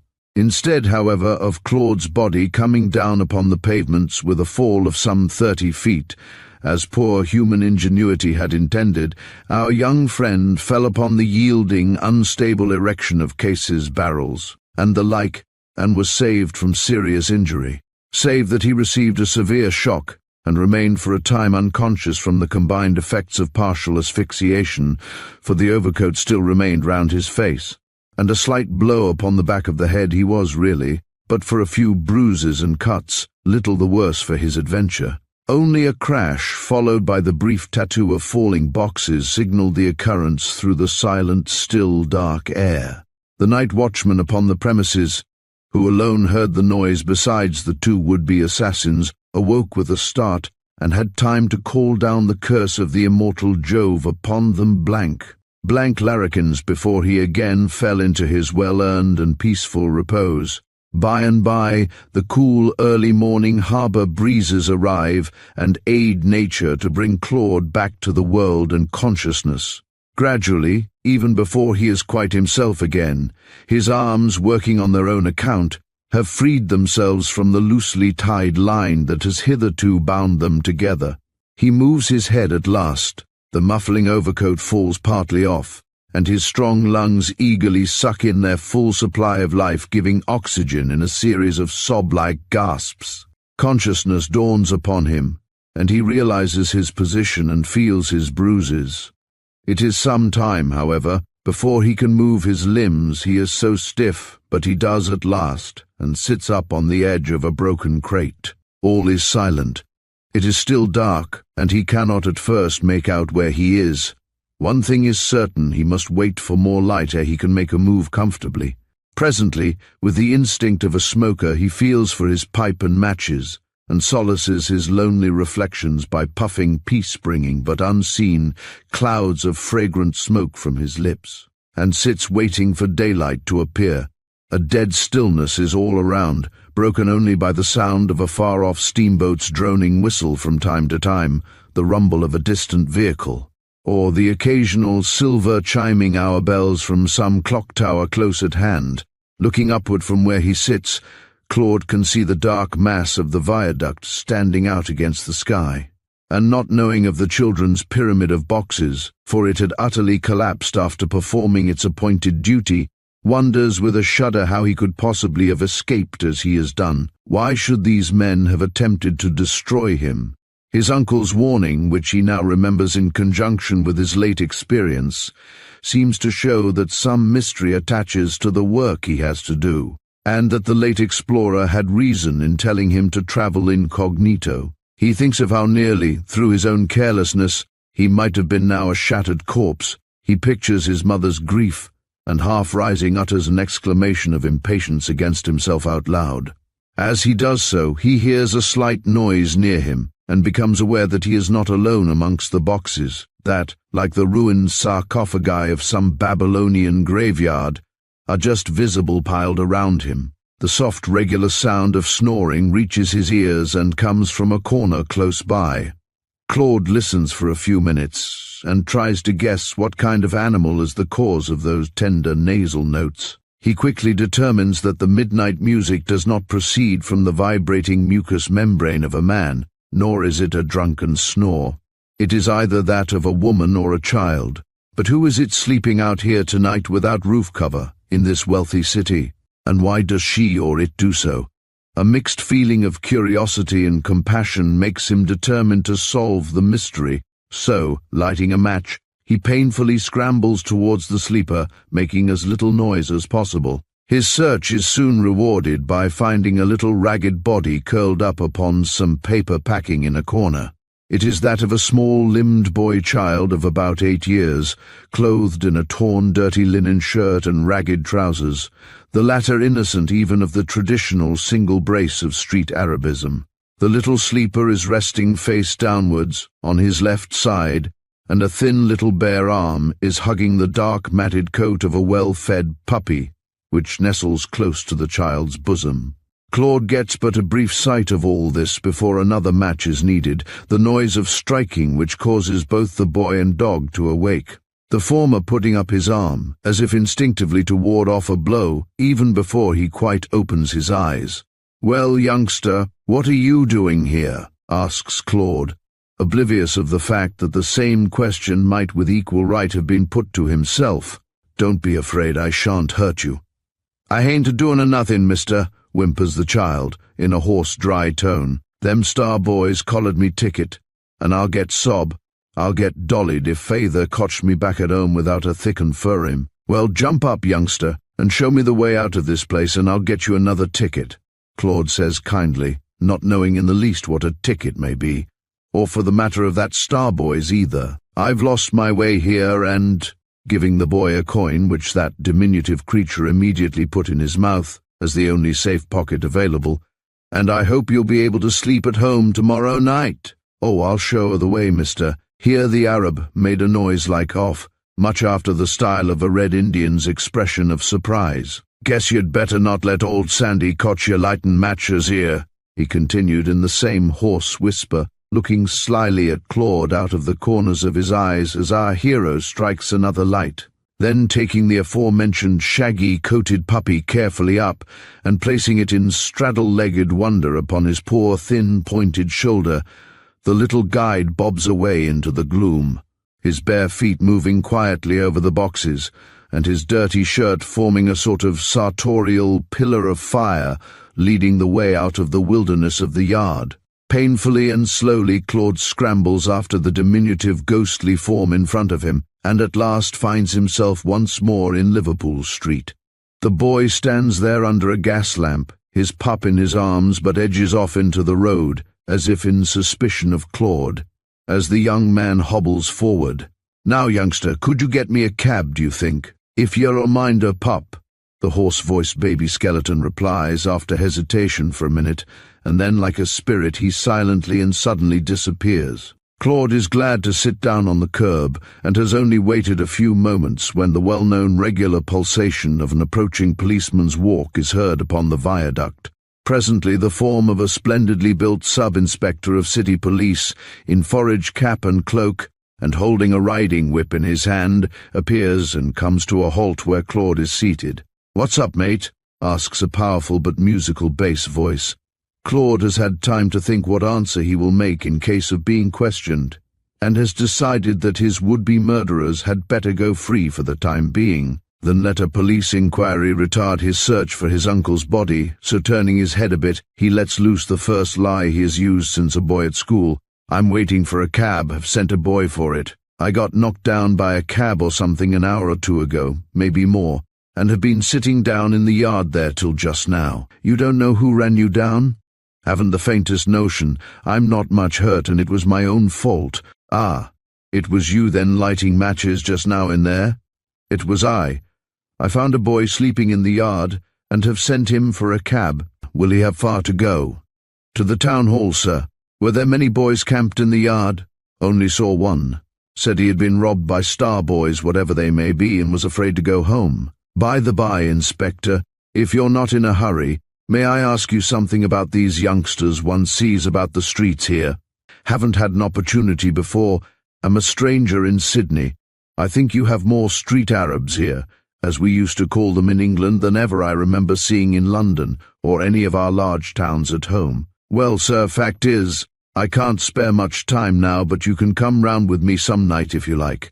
I'm a Londoner, and can tell you that you'll see all the old familiar scenes in Sydney of houseless beggars and starving children driven out into the streets by drunken parents and such like, camping around where they can find the softest pavements. But you've hit it when you notice the number of larrikins, we call them. We've got a larger percentage of youthful criminals amongst our bad classes than at home, and it's a growing percentage, more's the pity. Well, observes Claude, I've always been interested in these subjects, and I guess what you've just confirmed, namely that parental supervision is almost a dead letter here, isn't it? Yes, answered the inspector, stroking his splendid flaxen beard and glancing up and down the road, that was now lightening up with approaching sunrise. Yes, it's a fact, youthful crime is increasing here faster than it used to do in past years. It is my opinion that the government will have to look after the children altogether before long, just as it schools them now. The parents wouldn't or couldn't see to the schooling business, and the state had to step in and do it. The government will have to look after the young people altogether pretty soon, if we are not to have a nation of criminals growing up around us. Well, Inspector, from a professional point of view, you don't object to a decent sprinkling of criminals amongst the population, I suppose? Laughed Claude. But he continued gravely, I'm very glad to have met you and sincerely hope to have a chat with you again. The subject Angland has broached is a favourite one of the sub-inspectors. Moreover, he is anxious to know who Claude is, so he determines to wait a few minutes longer. Thank you, sir, he goes on, acknowledging Claude's compliment. One word more. The parents here, if they can spare threepence a week for schooling their children, pack them off there to get them out of the way. And Sunday schools are in favour chiefly as a means of getting a quiet afternoon. The kids are bundled off to school, whether they go there or not is another thing. Now that boy I found amongst the barrels, how does he get a living? Does he go to school? Oh, he's a newspaper boy, likely enough, replies the police officer. He told you about his ticket, didn't he? The boys get a dozen papers for and on. Handing over that sum to the publisher, they receive a ticket, which, when presented at another part of the paper office, brings them the required number of evening newses, or stars, as the case may be. These boys, well, they're a class really worth study, sir. That is, if you're fond of such things. They're a wild, untamable herd of freelances, that's what they are. I suppose there's a large army of them. Yes, and I suppose nearly half of them are on their own hook, and many of them combine the professions of loafer, thief, and larrikin with their legitimate calling. They're bright lads, have to be, with any amount of courage, and hard as nails. They're worth protecting, and they should be, by the newspaper proprietors or the government. But here's your cab, sir, I think. Any time you like, you'll find me at the Central, or my whereabouts if I'm away. My name? Sub-Inspector Chime, at your service, sir. Good night. The cab rattles up. Claude bids adieu to his small guide and leaves him with more silver in his mouth than it has ever held before. Then our hero gets back to his hotel and finds himself so far recovered next day as to be able to set forth for a stroll in the evening. It is not long before the genus newsboy forces itself upon his notice, and he sets to work to study them carefully. Who that has done so has not been amply repaid. A new class established in the community by the necessities of an advancing civilization, a class composed for the most part of neglected youth, whose useful services to the needs of the public are recompensed by starvation wages and ill usage. Of course there are many bad ones amongst these newsboys, these poor little ragged, dirty-faced, barefooted Arabs of our colonial streets, but on the whole they are wonderfully honest, hard-working little souls. Amongst the best of them are the paid boys in the employ of someone who has purchased the sole right of street sale of certain thoroughfares or parts of thoroughfares. Let the unattached newspaper boy, who, finding trade slack amongst the idlers at his own particular corner, come poaching upon a preserve. In such a case, the reception of a yellow ant which has fallen upon a black ant camp or the welcome of a stranger dog in a country town by the local canines of the place, is tepid, compared with the fever heat of combined patriotism shown by the regular boys in driving off the intruder. Throwing papers and petty jealousy to the winds, the unwary invader is soon hurried over the frontier. Near the bookstall at the corner of King Street, Claude finds 6 or 7 very small newsboys. Amongst them is a little bare-legged fairy-like girl-child in a dirty red frock, also engaged in disposing of mental food from one of the great Fourth Estate mills of the city. The girl dodges in and out amongst the crowd that is waiting for the trams, selling her papers, quite heedless of the boys' angry voices which follow her with abuse. But as Claude comes upon the scene, one youthful protectionist has caught the diminutive object of his wrath and gives her several blows in the face with his open hand. No one interferes. A newsgirl getting a beating for cutting into the trade of the regular boys is to be seen any night in Sydney, and consequently is not worth interfering about. In this case, however, the boy goes off howling instead of the girl, the result of a cut from Claude's cane. England is immediately surrounded by a contingent of youthful regulars, and a little hubbub of flat-toned voices reigns upon him. "What are you a-hittin' of him fur? The gent's mad 'cause his girl hain't met him. Yeah, you with the stick. It a man your hound size." Claude, of course, does not heed the abuse, but firmly impresses upon the erring lad he had chastened that if he touches the girl again he will thrash him soundly. "Hain't he got a right to," shrieks a catfish-mouthed mannequin, resting his head against an adjacent veranda post, as street curs sometimes do when they howl. "Hain't he got a right to it, she's his sister." This evidence in favor of the accused is hailed with a cackling chorus of approval by the remainder of the boys, amidst which Claude takes the girl aside to question her a bit. She informs him, in better English than the boys employ, that she must sell 24 stars and nooses before she can go home. "How long will that take you to do?" 10 o'clock, perhaps a bit later, perhaps a bit earlier." "Have you any parents?" "Dunno, mister. Mother hired me out to Mrs. Bowen a year ago. I live at Woolloomooloo Bay. Buy a noose, sir. And if you don't sell all your papers, what then?" "Guess I'd get a licking, or perhaps have to sleep in yard. Was that your brother hit you?" "Dunno, sir. He's got to look after me, that's all I know. Buy a star, sir. Mother Bowen has 3 girls as sells papers." "Star, sir. Hear your hair. Jack, he's got to look arter 2 girls, and Johnny, that's he looks arter another down the Royal Arcade." "How old are you?" "'Bout 10, sir." "Do you go to school? Can you read?" "No, sir, I hain't swell enough. I used ter when Hunkle sended me, but the missus at the school, she said, 'You're a dirty little gal, yer are.' That what she said. 'You're a dirty little gal, and you must get a tidy gown afore you come agin.' I hain't been since, sir."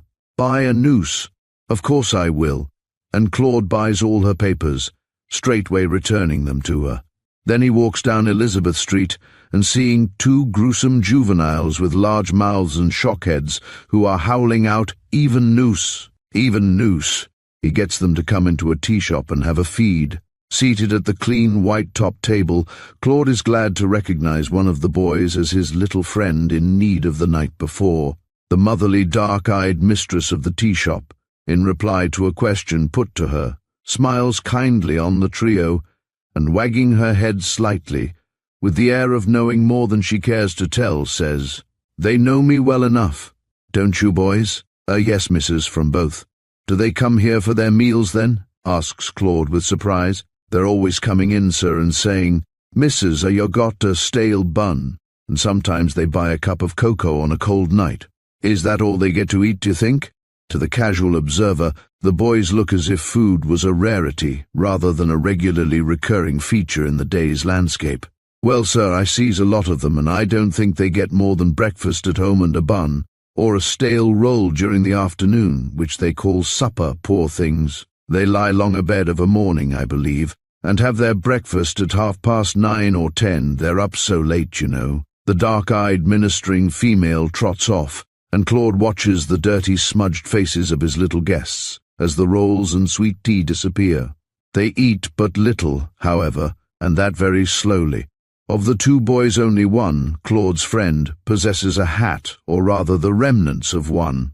The happy possessor of this ghastly semblance of a chapeau has carefully removed it on coming into the shop, and our hero notes his well-formed head and falls to musing over the probable future of the owner. Neither of the little craniums before him is that of a weak or poor intellect, and the faces would be beautiful if the shadows of sorrow, hunger, and neglect were but removed. The dirty, unkempt elfin locks are growing vigorously around a brain clearly worth cultivating, an active brain that will expend a vast amount of energy in the world, for weal or for woe, as its budding inclinations are directed. The boys answer Claude's questions promptly, and to the point. They are little businessmen with no time to waste. One tells how he sells 3 dozen papers a day, "Fermi brother." The other is working on his own account. Says the hatless youth, "I sells nooses, sir, and I have to give one to me mother, and one to me sister." He continues, "I sells more Sunday times nor nooses. I gets 12 times fur a thick and a narf, and I sells 'em fur 3 shillin'. And if you don't sell your papers, I'll get a hidin', that's all." "Does your father whack you?" "No, mother does the lickin'." "Does your father do any work?" "Mostly no, mister. He ain't much out of the 'ouse. He's a wool packer and he's mostly out of work." "How old are you and your friend there?" "I'm 10, Don's 'bout 9. It is the same old story which one can get repeated from hundreds of children in the busy Sydney streets. Another phase of the utter neglect to which the parents of the poorer classes consign their children, to the danger and trouble of the state. Grim old London cannot show in proportion so many unhappy human fledglings slaving and starving through the dusty streets, driven out to work for their parents' gin money, or hired out to slave drivers with the same end in view. Claude listens with a tear of sympathy in his eyes as the boy aged 10 tells how he has runned himself 2 years, and mostly sleeps out nights by the circular quay, and how he would like to go to school but has not a coat to go in, nor a 3pence a week to spare to invest in education. Then the children get fidgety, and the dark-eyed, kind-hearted shopwoman, with true feminine intuitiveness, whispers to Claude that they want to join their mates. And so off they go, each gravely saying, "Thank you, sir," and each pocketing his shilling in his capacious mouth, but neither showing any capability of pleasure nor of gratification. Claude wishes them good night, and finishes up the evening with a visit to the circular quay at 12 o'clock, and there finds a solitary policeman standing under one of the wonderful electric lights, who shows him where to look for the newsboys sleeping out.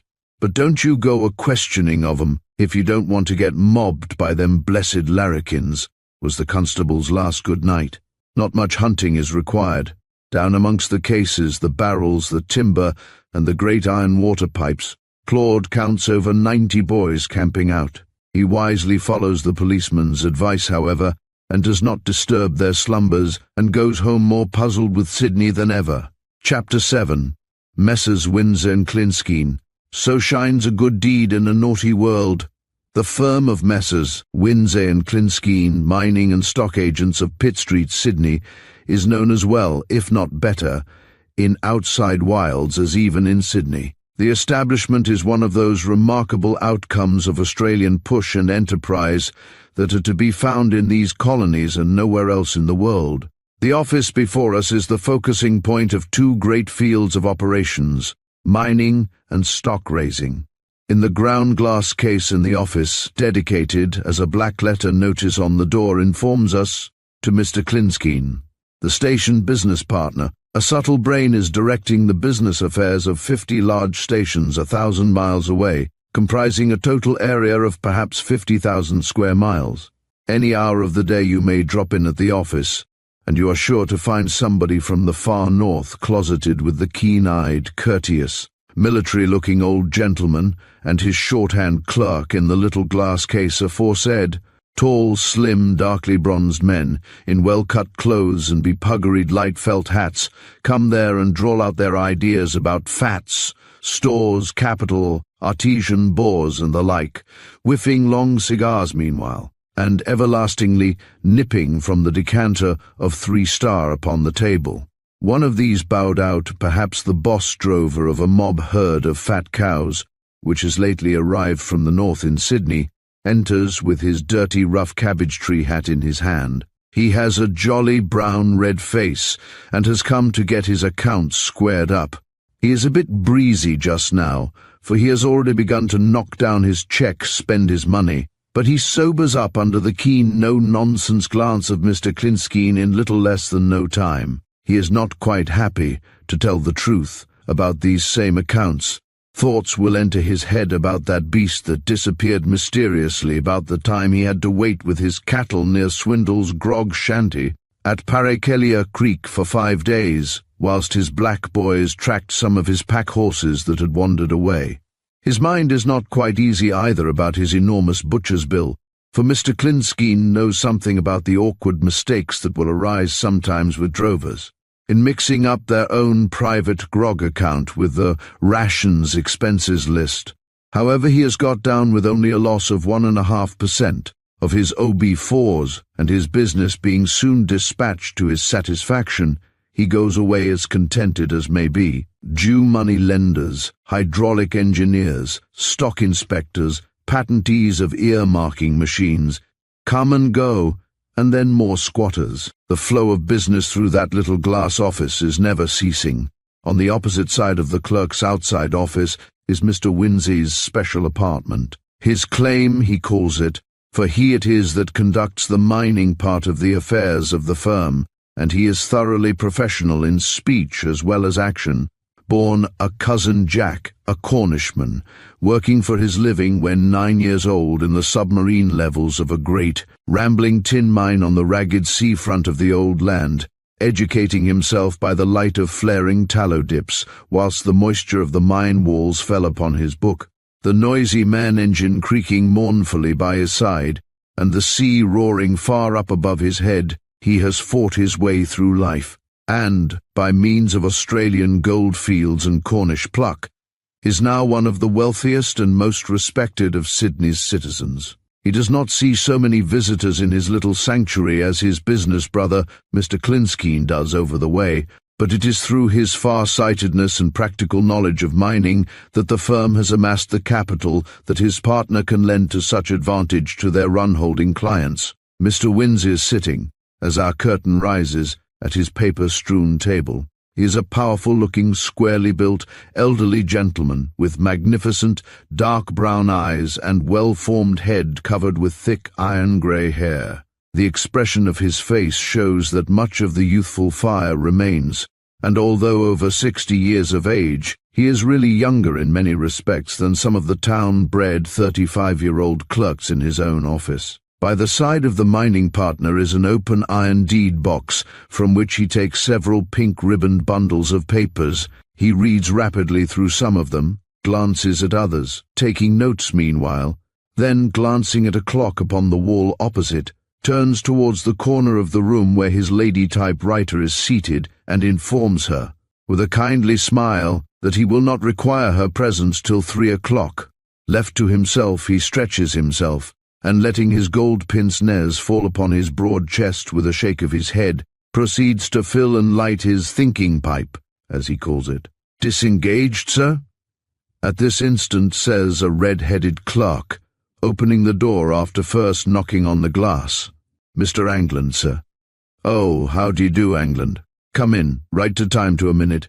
Easy to see your heart's in the work you've undertaken. Sit down over there, that chair's more comfortable. This other one is an old mate of mine, let me tell you. It has a history. I made it myself from the sets that gave way in the O'Donoghue when what we thought was the hanging wall caved in and showed us the true reef again. And a nice little fortune, too, on the other side of a horse. Can I offer, no? You're almost an abstainer, so much the better. Well, I've thought out your matters, and when I say that, knowing, as you do, that your uncle was the nearest approach to a brother I ever had, and that his wishes are sacred to me, I think you'll believe me." Pointing to the table with a paper knife made from a piece of silver kaolin from Broken Hill, he continued after a pause, "I've just been going through his papers again, so as to be well posted up against your coming.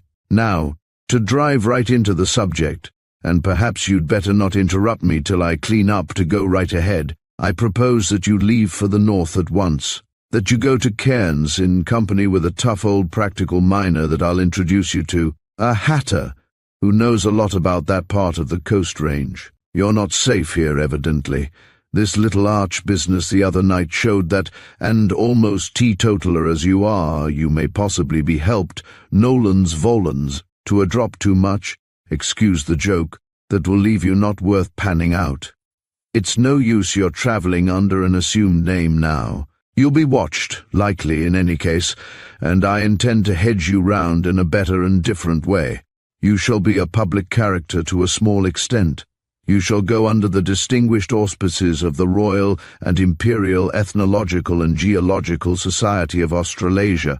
Plain Mr. Brown, or John James Esquire, may disappear, and it's too late to look for traces of either when missed. It's very different, let me tell you, with an accredited explorer of the Royal and Imperial. Excuse the rest. He is under the eyes of the public wherever he goes, and there is much protecting virtue in the words Royal and Imperial, and this is especially the case here in Republican Australia. Odd, ain't it? Now you have trusted me because poor old Sam, your uncle, told you to do so, and you mustn't object to my old miner friend going with you. If the poor old boy has kept something good up there, in the mining way for you, you wouldn't be able to do things properly without an old hand to teach you the ropes and dodges. If you went by yourself, you'd be shadowed and tracked down, safe as a Cornishman's set. How about money? Ah, that's all right. But if you do want any, draw on me to any amount. Claude murmured an expression of thanks. Not at all, continued Mr. Winsey, rising. And now you'll come and take lunch with me, and afterwards we'll interview the scientists. After lunch, seated in a corner of the splendidly appointed smoking room of the only club in Sydney, Claude's new friend and ally discloses to him the past history of the late explorer. Now, all you know about your uncle, you say, is that you thought him the grandest fellow you ever met, that you saw little of him when he visited London in 1878 with his native boy Billy, whom you are to find, that his time was much taken up with lecturing and seeing old friends, and that the late Dr. Angland, your father, and he did not quite hit it altogether. Both seemed to respect each other, but they didn't combine well. You'll see the same sort of thing every day. First-class fellows who respect each other's good qualities, but haven't enough in common in thoughts or prejudices to become friendly.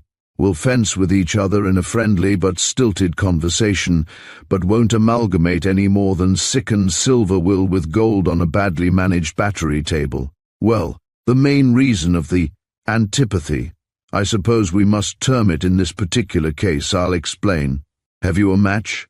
Have used all mine. Burn more matches than tobacco, I verily believe. Your uncle and your mother were the only children of a wealthy London merchant of the old school, a man whose word was as safe as a Bank of England note, punctilious to a fault, and who, from what Sam used to tell me, would have died of horror, I verily believe, if he had lived to see the modern way of conducting business affairs.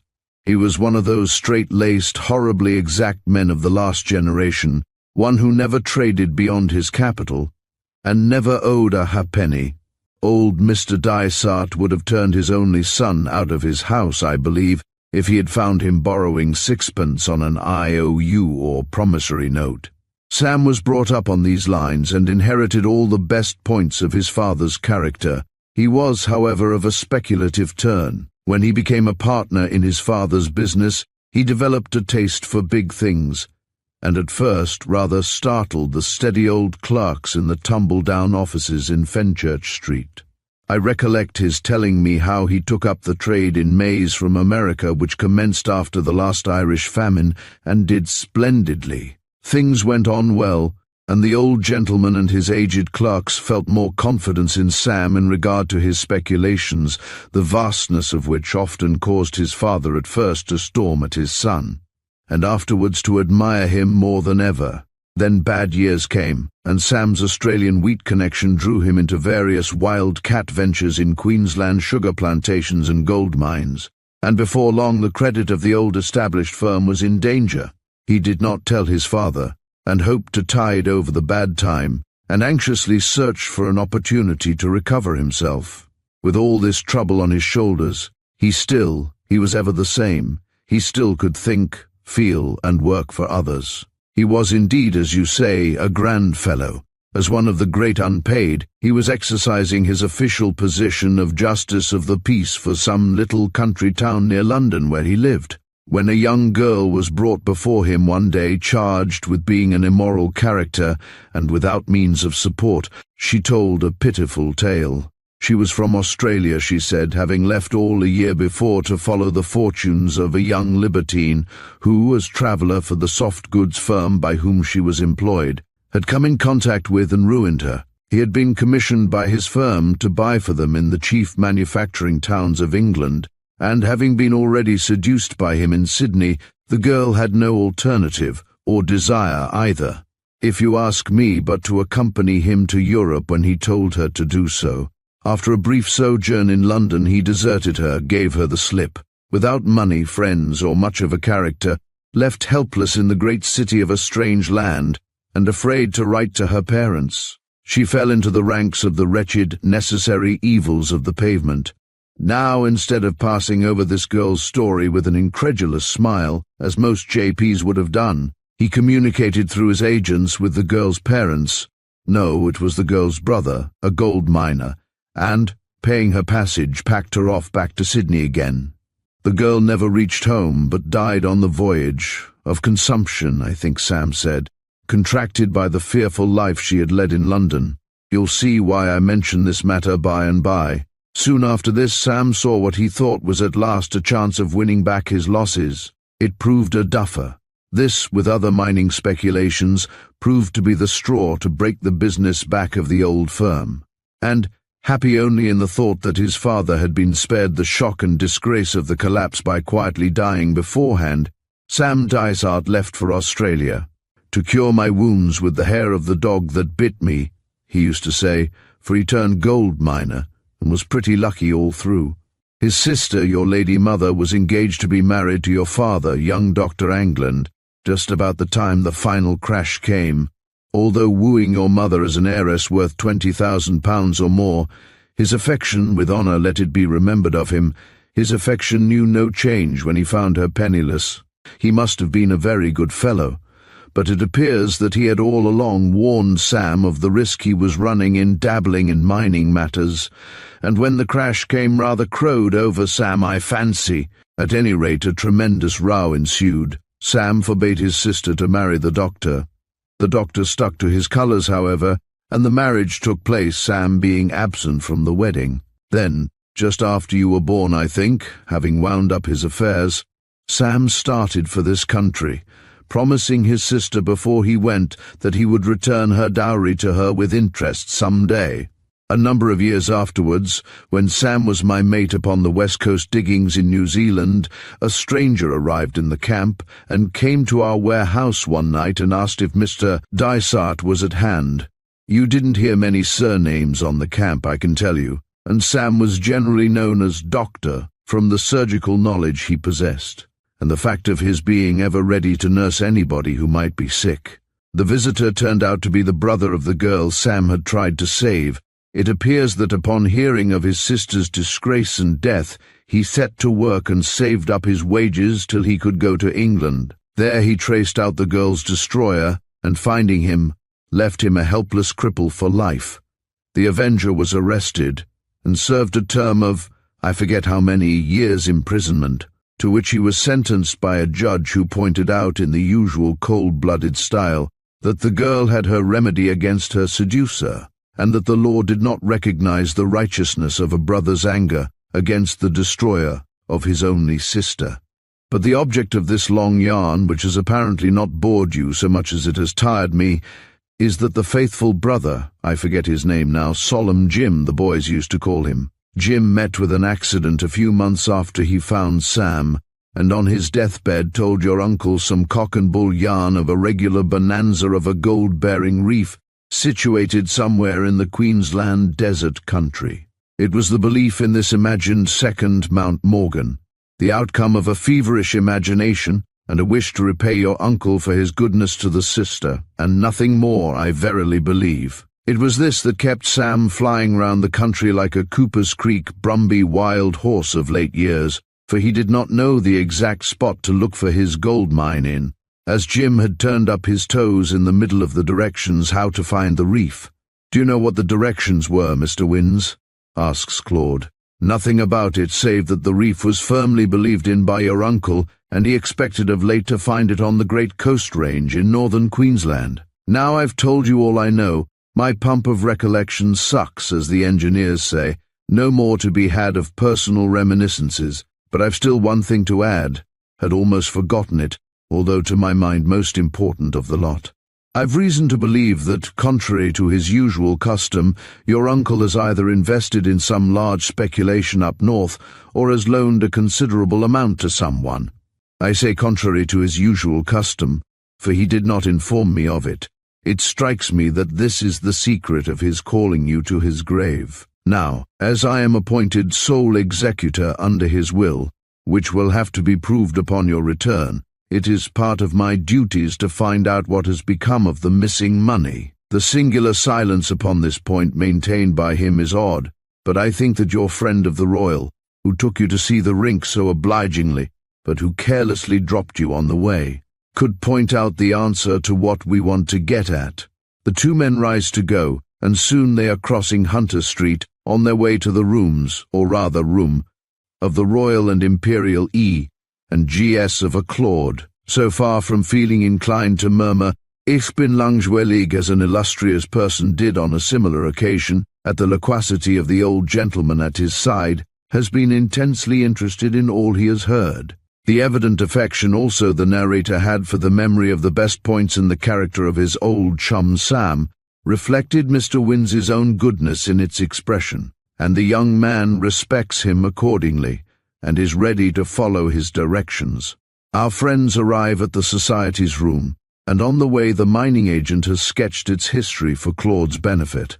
This august body, like many of the institutions of New South Wales, is unique in its way.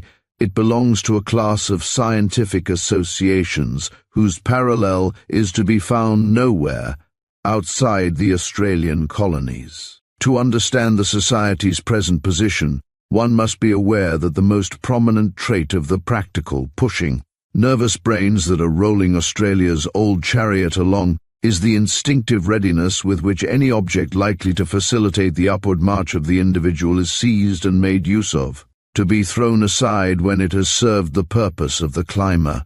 "Advance, Australia!" yells Mr. Cornstalk and S. Wales, John Chinese Man, Crow-Eater Esquire, "South Australia or hot-headed Master Banana Boy Queensland," but really they mean "Advance Australian," which Australian is the particular ego of each individual shouter of the national motto. Let a thing be untried or unknown, then America or Europe must test it.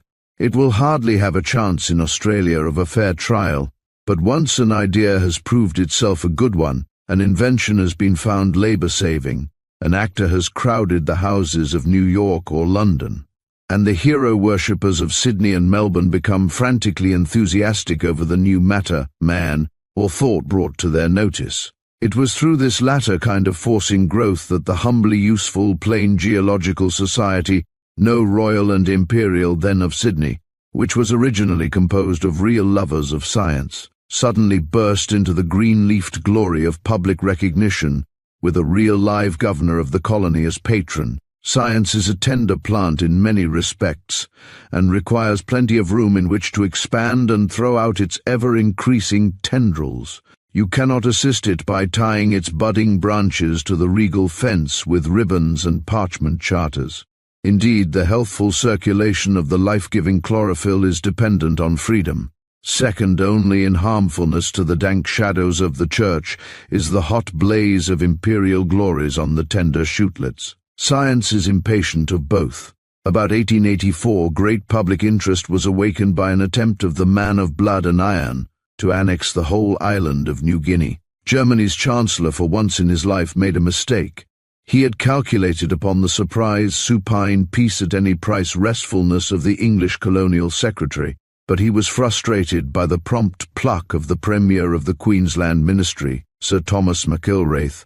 Some of the businessmen subscribers of the Society, who had joined to oblige their scientific friends, wives, or sons, saw in the excitement caused by the New Guinea question the tide in their affairs that, taken at the flood, was to lead them on to promotion in their business and social worlds. They got elected on the executive of the association, worked upon the feelings of the newspaper proprietors, till copious notices of the society appeared in our columns, got anybody and everybody who knew or pretended to know anything of New Guinea to read papers before the members, and, after judiciously waiting till the public were well advertised of the existence of the society, suddenly proclaimed that an expedition would be dispatched to the Dark Island, and proceeded to obtain contributions towards the same. Dinners and conferences follow, with the governor himself yawning at the end of the committee room table. And then, as a finishing touch of the picture, came the gilding of Her Majesty's gracious permission to add the prefix Royal and Imperial to the little society's scientific cognomen. The energetic councillors soon received the rewards of their energy, their plan to robe themselves in the reflected glories of the English scientific societies. By building a dazzling looking-glass association on the lowly foundation of an already established body of thinkers, met with perfect success. Plain Mr. Auctioneer became John Auctioneer Esquire, FRGS, and Honourable Treasurer Royal and Imperial Ethnological and Geological Society of Australasia, and found himself rubbing shoulders at conversaciones and soirees, with a far better crowd in which to enlarge his clientage than he could have dared to show himself in heretofore, and Mr. Lionel E. Gentlydon, the gay and handsome, but alas, briefless barrister, met 16 solicitors' daughters at one scientific garden party, where he spread his peacock's tail of newborn glories as Honourable SEC of the RIEGSA. He has never since regretted his far-sighted policy in climbing up by the scientific ladder, which he had helped to ruin on his way up. The original and true naturalist members of the society are, as is generally the case, quiet men who dislike all this tinsel and glitter, and they retire more and more into the shade.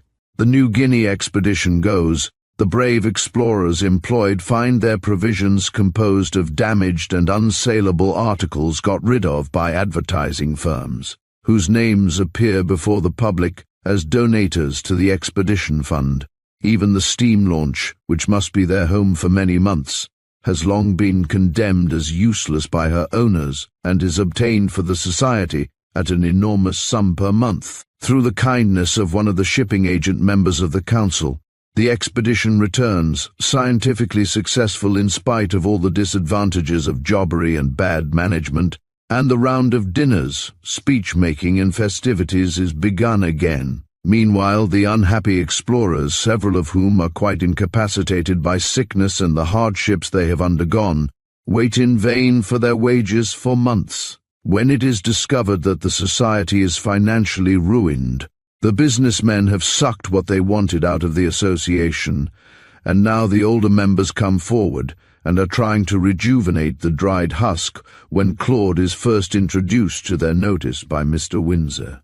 We have perhaps trespassed too long already upon the subject of the society, or we would indulge in a sketch of the Executive Council, as the members thereof sit round the little table in the shady room with the map-covered walls.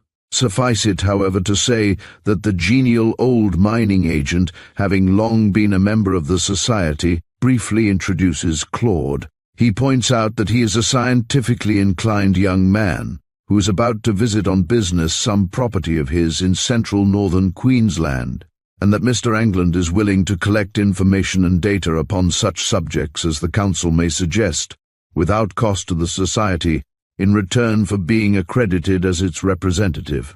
The President welcomes and thanks Claude, and half an hour afterwards he says goodbye to Mr. Windsor, having successfully accomplished the first item in the programme laid out for him by his new friend.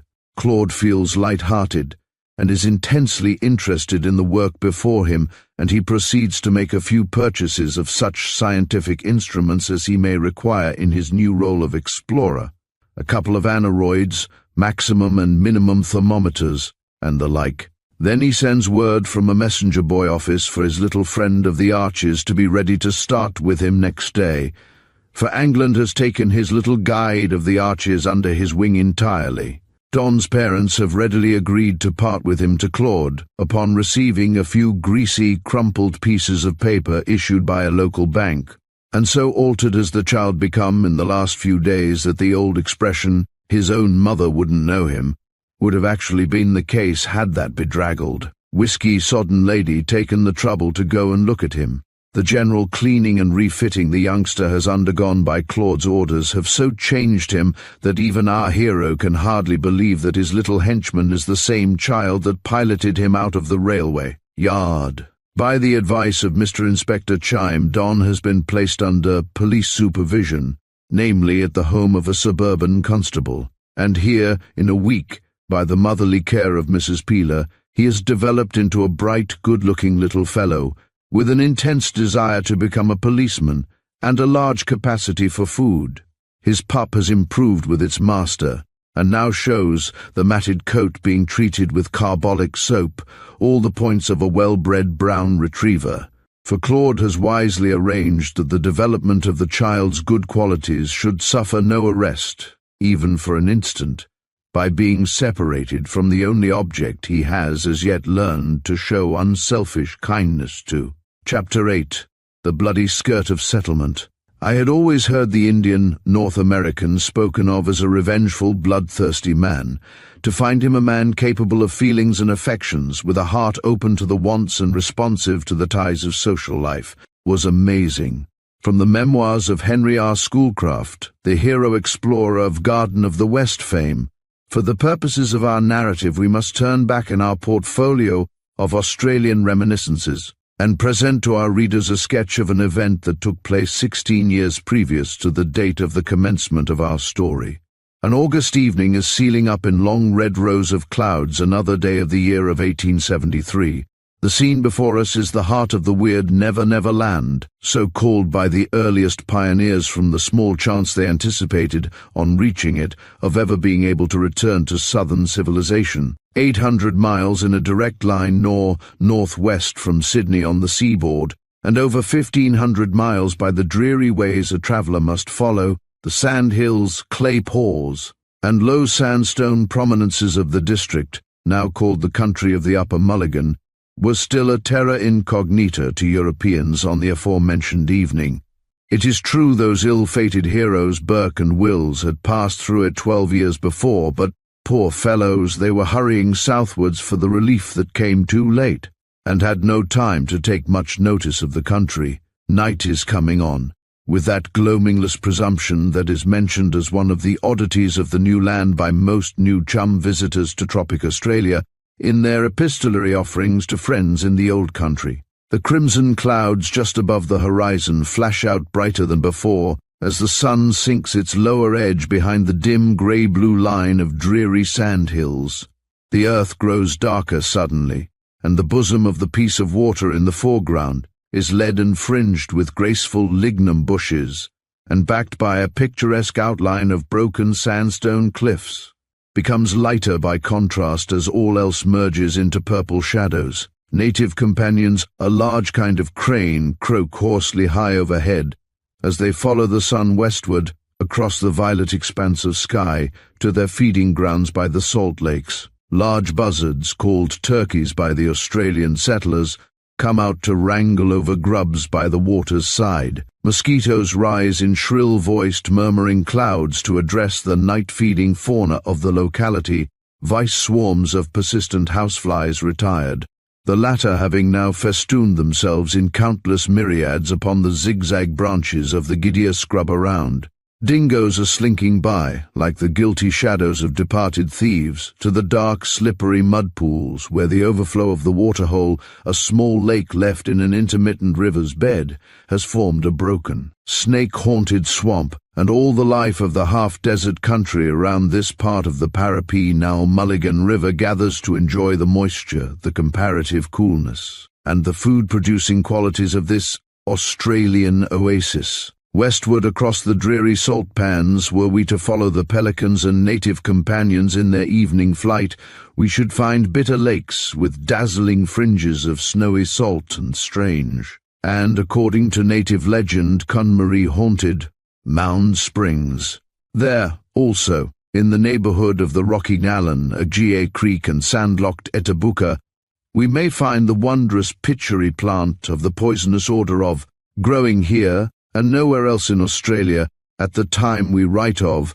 The location of this valuable native drug, with its lanceolate leaves and white flowers, that fires the warrior, soothes the sufferer, and inspires the orator, was shrouded by the cunning protectionist inhabitants of the wilds with the grimiest, most mysterious surroundings their medicine men could possibly invent. Black boiling lakes, Cerberus like portiers, half man, half emu, and devils of the most uncivil type were supposed by the natives of other districts to guard this sole source of revenue, in the shape of boomerangs and red ochre of the Pari and Mudlow country. Eastward, a matter of 20 miles from the waterhole, are the castellated spires and steeples of a long range of flint-crowned sandstone hills, whose debris has covered the intervening country with an almost unbroken dressing of glaring yellow and red-brown stones, or gibbers. If we were to follow the riverbed southwards, we should come upon magnificently grassed flats, now covered with the shorthorns of various squatter kings. On the sandy summit of a mass of brittle, broken sandstone, overlooking the waterhole, is the chief camp of the aboriginal inhabitants of the district. The father of this little hamlet, if we can honor the collection of beehive-like, mud-coiffured gunyahs by that name, belongs to the strong class family, or totem, of the Morku ignana lizards, and, food being plentiful, enemies scarce, and no death-avenging troubles on hand, the little community is happy and contented on this winter evening as the sun goes down. The smoke from the campfires curls up fearlessly from the tree-studded flat below the village, setting the Morpork's nightjars of Australasia coughing in the branches, and the peaceful though monotonous chants of infant suckling mothers come with a soft lullaby murmur upon the ear.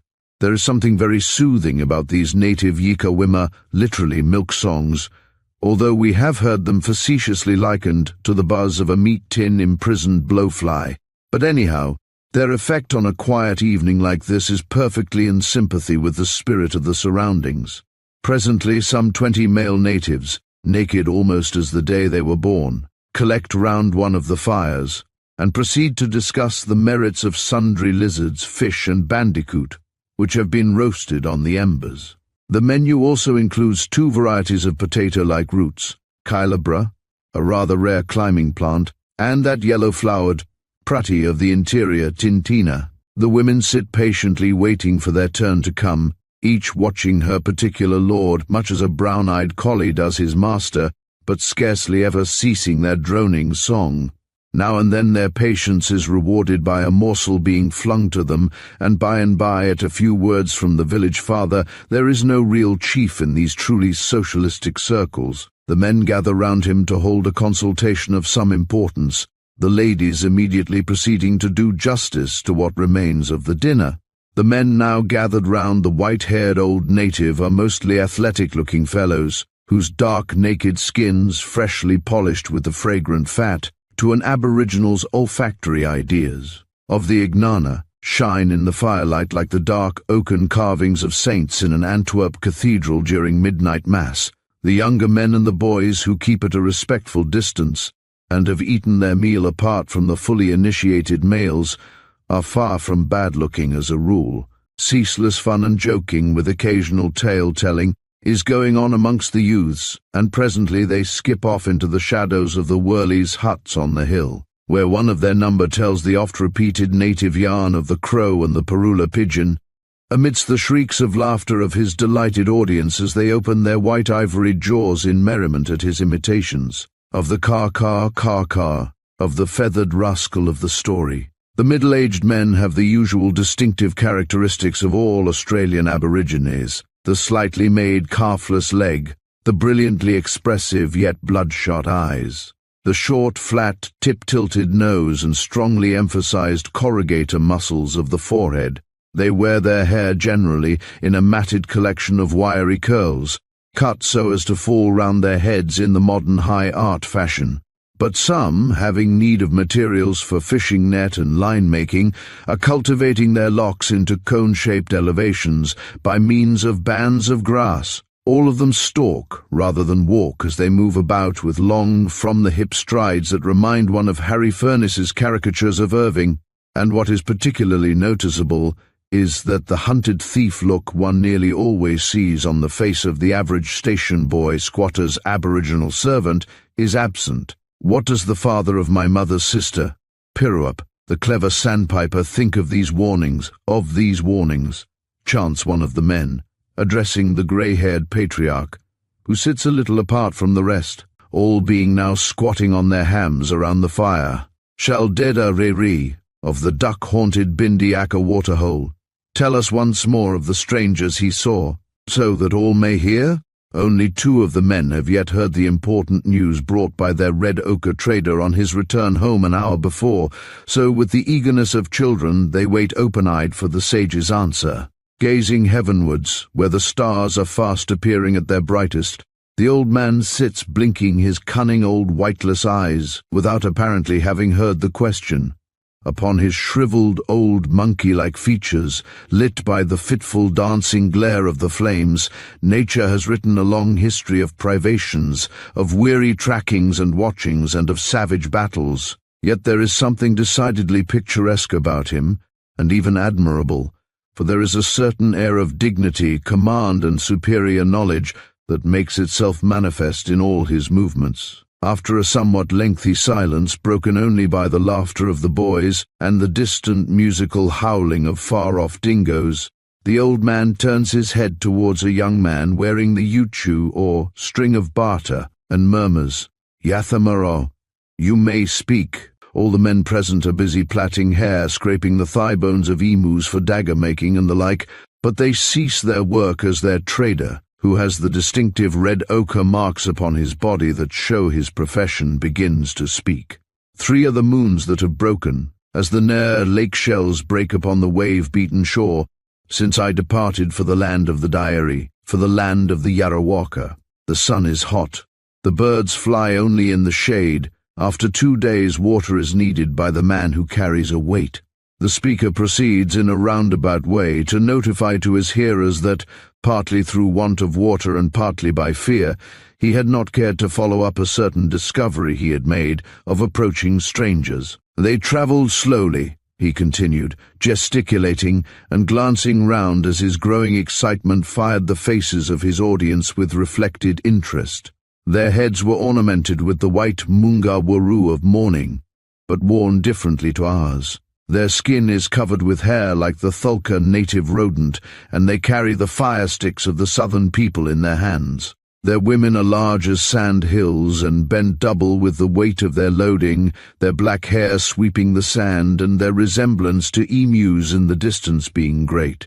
We are bound to pause again, to explain that the natives of the interior have often told us they mistook the first comers' horses for their women, as they carried the packs. The females of a native party on the march always taking the part of porters.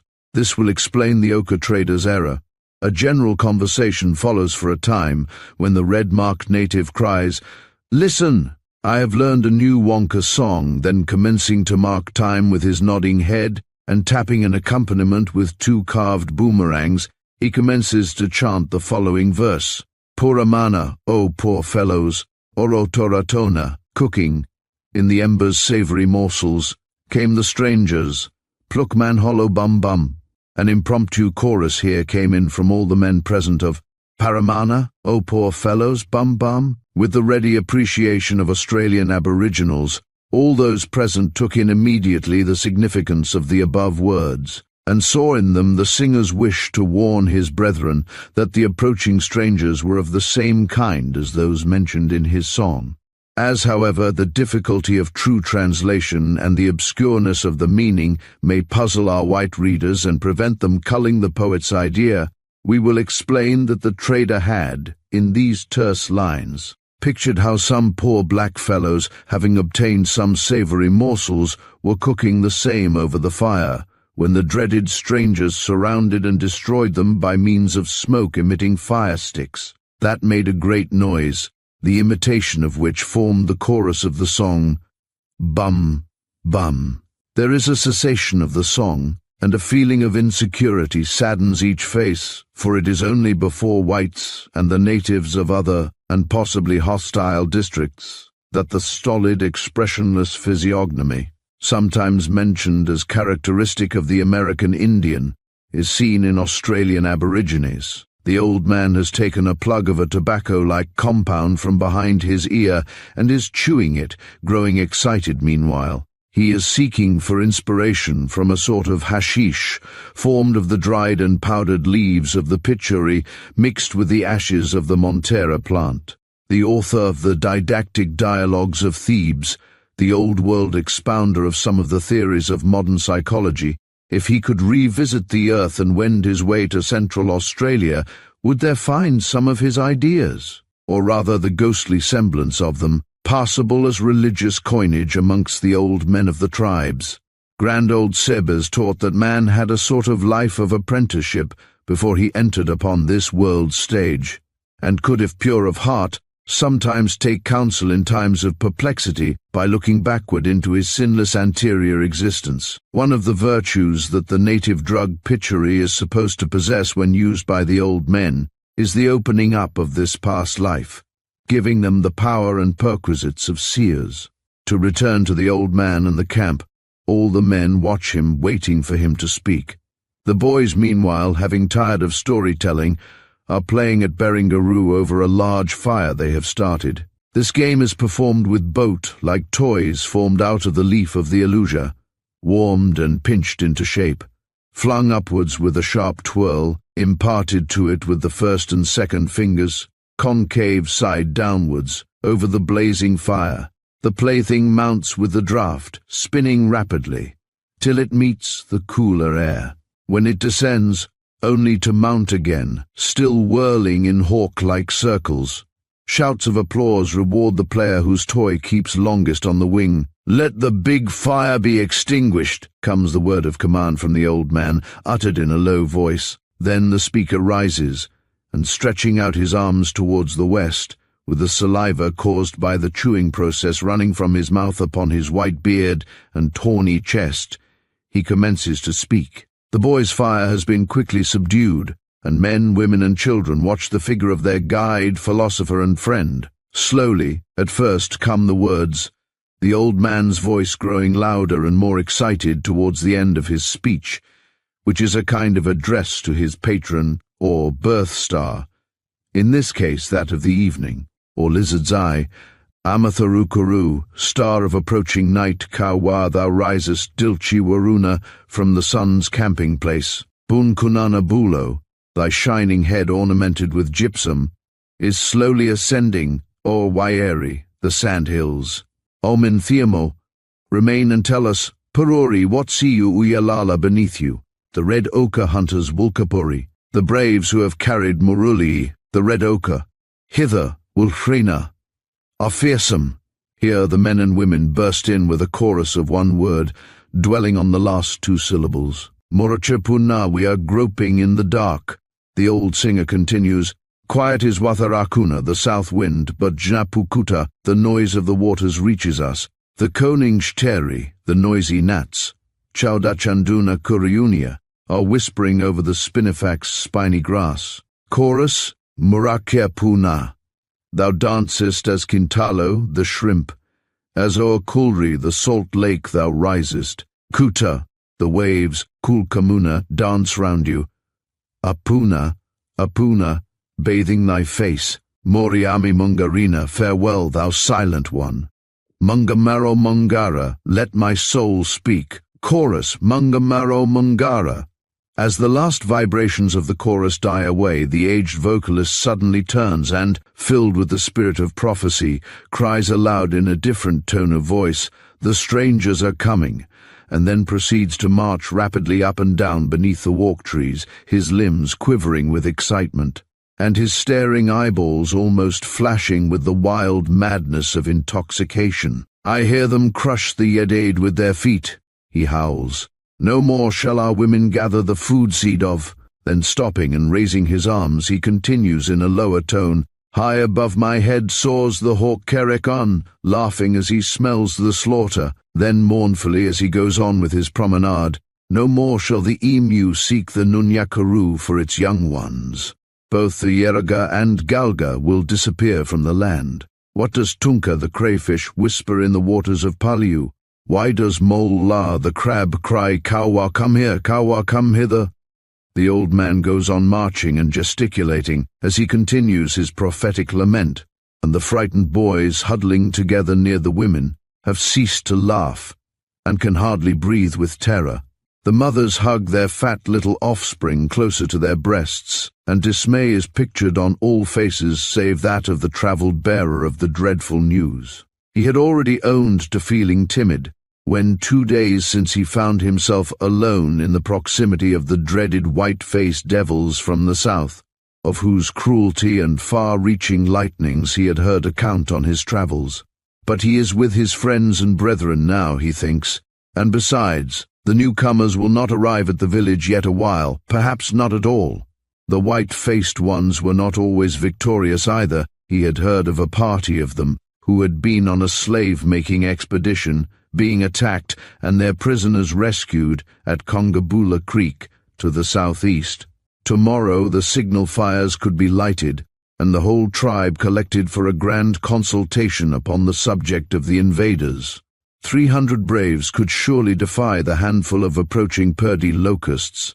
The Pulara women who collect the braves and hunters together should start at daybreak. Just as the thinker's meditations gave birth to a more hopeful view of things, the old prophet of evil ends his harangue from sheer exhaustion and sinks theatrically upon the sandy soil, lying there motionless in a state of coma.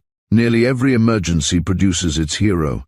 Stepping forward into the open space before the other natives, bold-hearted Deda Ray of the Red Stripes expresses aloud his hopes and plans, and winds up with a kind of nasal chant that only a few of his audience, wonderful linguists as most of them are, can understand, as it is of southern origin, and in the language of the Warringjesda tribe of New South Wales. The words have, as in most native songs, a hidden meaning, a double entendre, and in this case they are intended to illustrate the fact that a tribe is safest when its members are collected or rolled together, much after the manner of the fable of the bundle of sticks.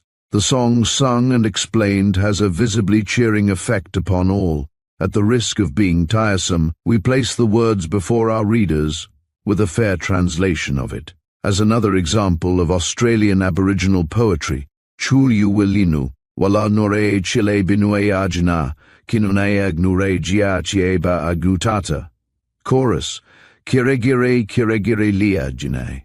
Translation, the porcupine has fiery spikes burning like the fire stick. Surely someone is pinching me, softly, as a sister pinches her brother.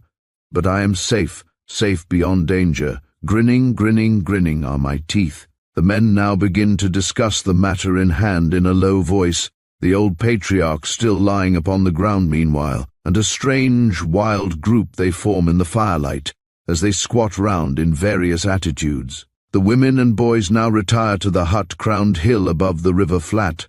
The heavenly peacefulness of the night scene, with the star-spangled sheet of water lying silent in its dark fringe of verdure.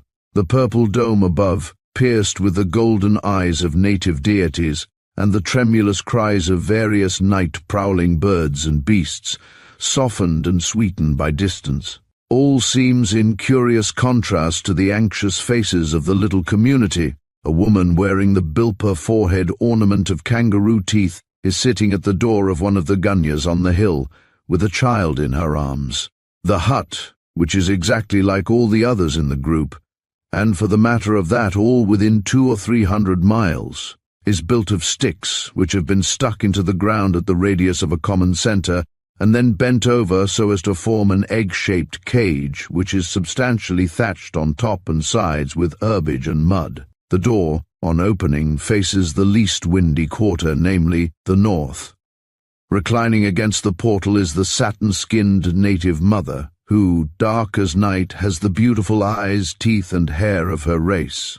She is gazing at the fat little man-animal on her lap by the light of an anti-mosquito fire stick which she gracefully holds above her, and the group would form as beautiful a model as any artist could wish for to illustrate that affectionate adoration for their offspring which is the pleasing attribute of most mothers, civilized or uncivilized. All over the world, a slenderly formed boy of about 8 years of age kneels by her side, amusing his baby brother with a toy boomerang that he has that day won as a prize in the throwing game of whodunits with his fellows. The woman is singing the chorus of the chant with which the villagers have that day welcomed the returning ochre trader, her husband.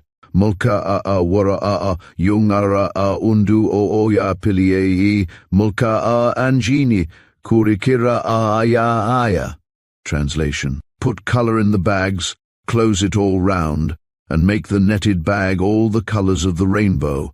But leaving the peaceful village for a time, let us turn our mental night glass towards a point 4 miles down the river's course.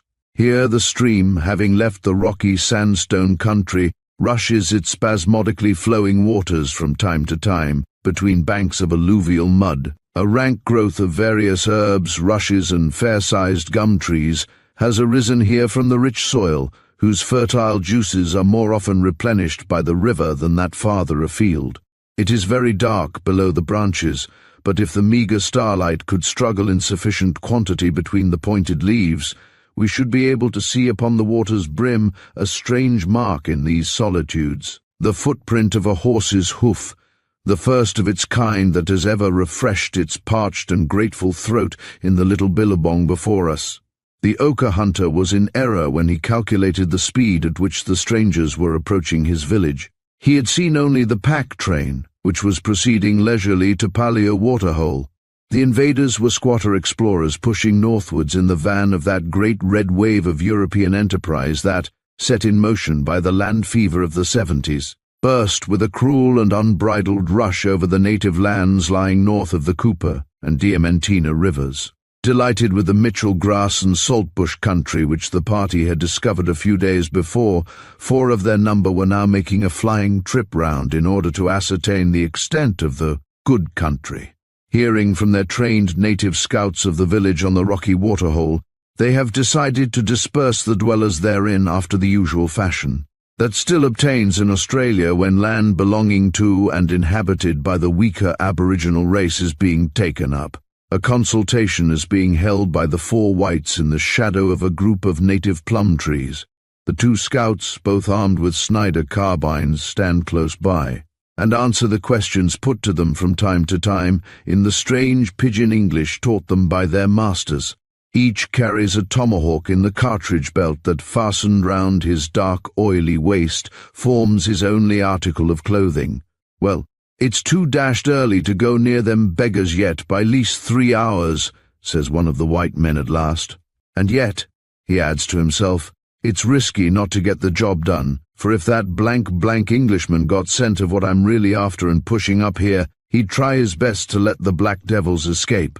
We'll go back, he adds aloud with a curse, to the old man's sandhills by the clay pan where I sent Jackie back with the pack horses. It won't do to stop here, or the black devils, curse 'em, will drop on us, you bet, so we'll retire and doss down for a couple of hours' camp, say till 1 o'clock. Take us an hour to reach the beggars, 2:30's the time to catch 'em sleeping. Turning to one of his boys, he asks, how many black beggars sit down a longer camp, Binjari? Binjari, who has been close to the village that our readers have just left, and on business not altogether unconnected, as country newspapers would say, with the proposed slaughter of its inhabitants, murmurs huskily in reply, Mine bin think him plenty black fellow sit down longer camp, big fellow mob, plenty little beggar, plenty pickaninny all about Gunya. The speaker's black face wrinkles up into a cruel, Satan-like grin as he touches the tomahawk in his belt. The 2 actions boding no good for the said pickaninnies if he gets them in his clutches. Then glancing with cunning, obsequious eyes at his master's face, to try and catch through the darkness a facial expression of approval, he continues, Mine see plenty gin, Plenty little beggar gin, little women, i.e., girls, mine catch 'em by. The white men laugh at this, and the boss, flinging a stick of station twist to the black imp before them, gives him some directions. Well, Bingery, you black devil, there's some baxi for you. Now you see that fellow star point to that part of the heavens where the constellation of Orion's belt was looking down from the calm Australian sky upon the group of explorers. You see 1, 2, 3 fellow star, all the same star longer brandy bottle. Me know, murmurs the black boy, with a smile of pleasant recollections crossing his attentive features for an instant.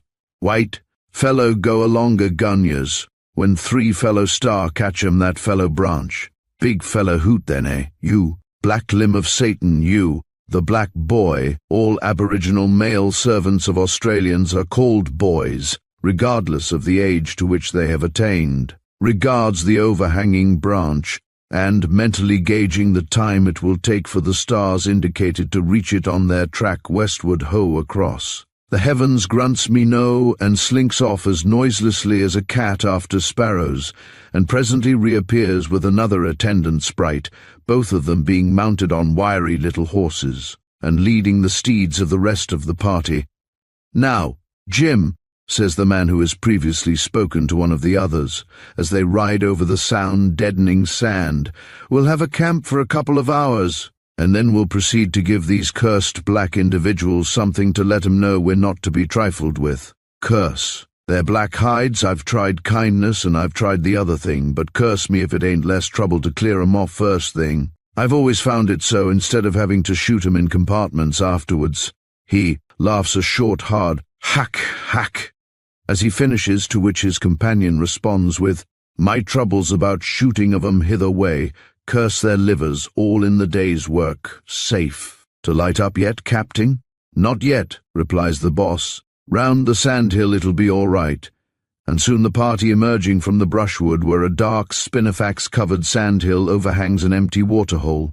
Pipes are lit and the horses given in charge of the boys, the whites lying down for a spell, for they have ridden many weary miles that day. Let us return to the village. Whilst we have been away, 2 braves have arrived at the waterhole with a message stick for the head man of the village from the Etabuka branch of the tribe.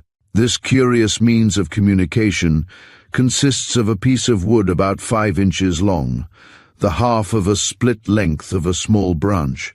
On the flat side, a number of transverse notches have been cut with some rather blunt tool, probably a flint knife. The larger cuts denote the names of men and places, the smaller are symbols of sentences.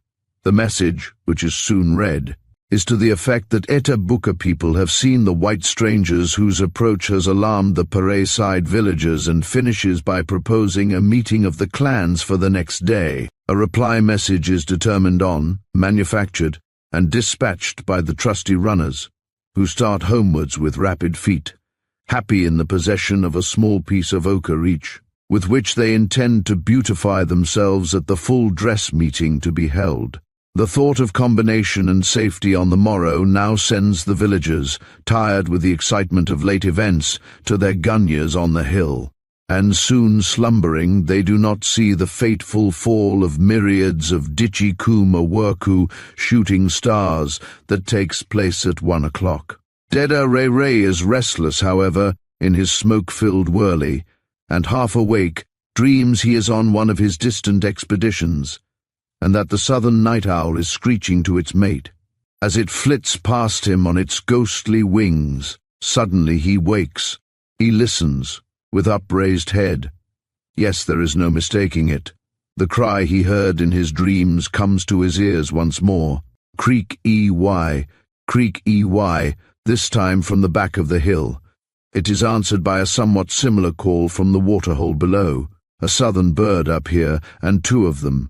Trained hunter-warrior that he is, Deda Ray Ray takes in the situation in an instant. Foes are at hand, probably the dreaded white devils, and are surrounding the camp, signaling their position to each other before the final attack, by imitating the cries of a night bird. Smiling to himself at the foolish mistake of the enemy in using the note of a bird foreign to the district, he prepares for action.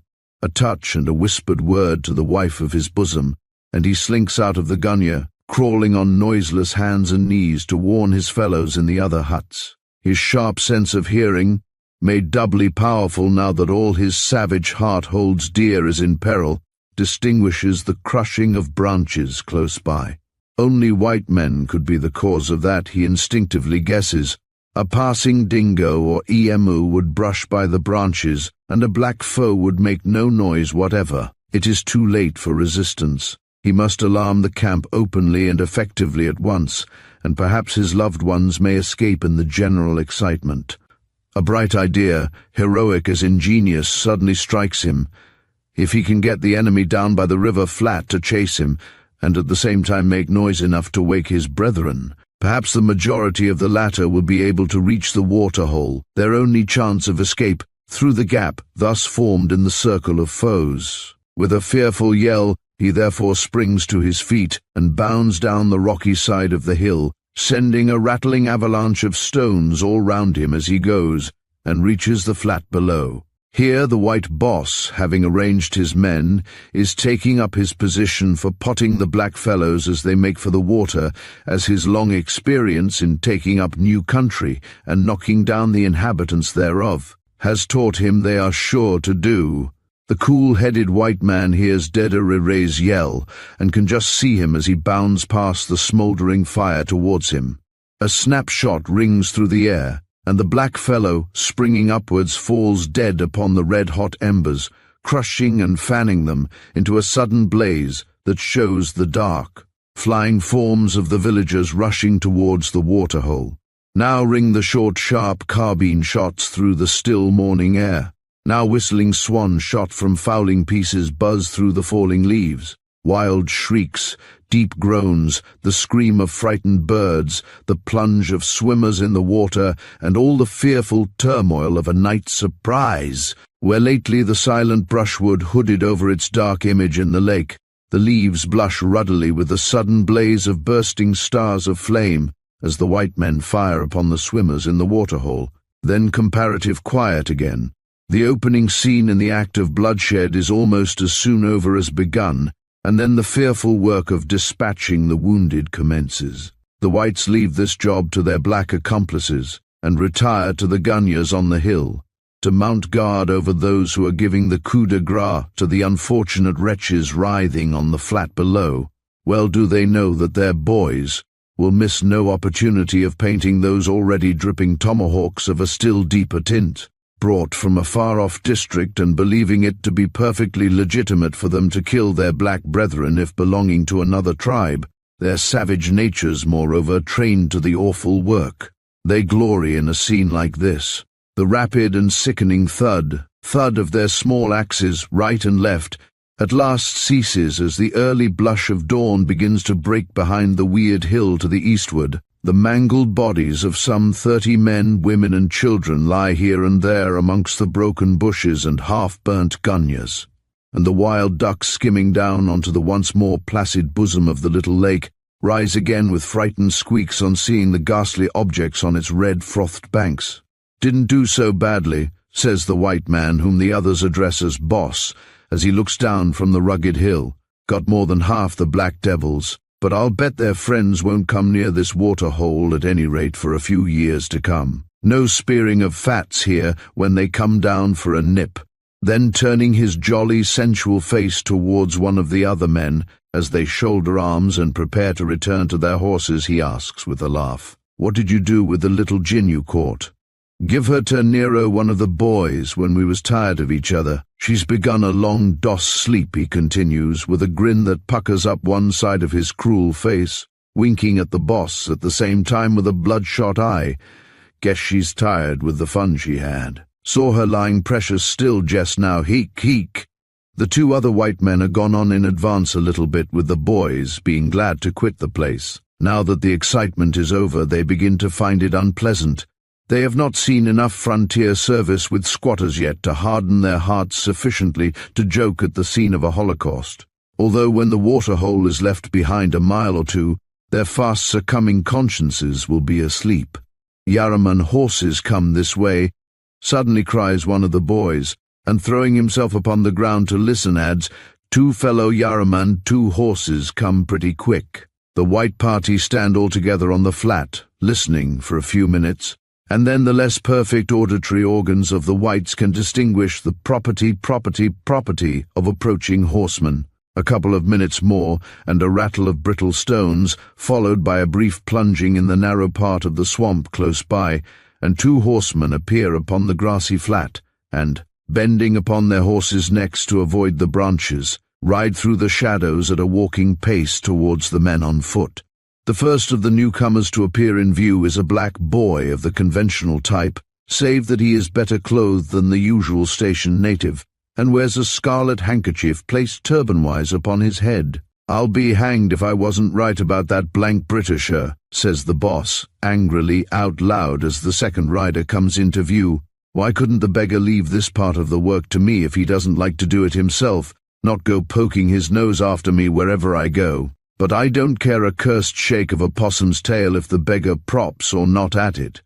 He openly affirms his feeling of nonchalance, but in his heart he feels very uncomfortable, which, seeing that the newcomer is his partner, who is to supply the necessary funds for stocking the new run with cattle, and for wages, rations, and fencing wire, and, moreover, since an important contract between them has just been broken by himself, his irritation is natural.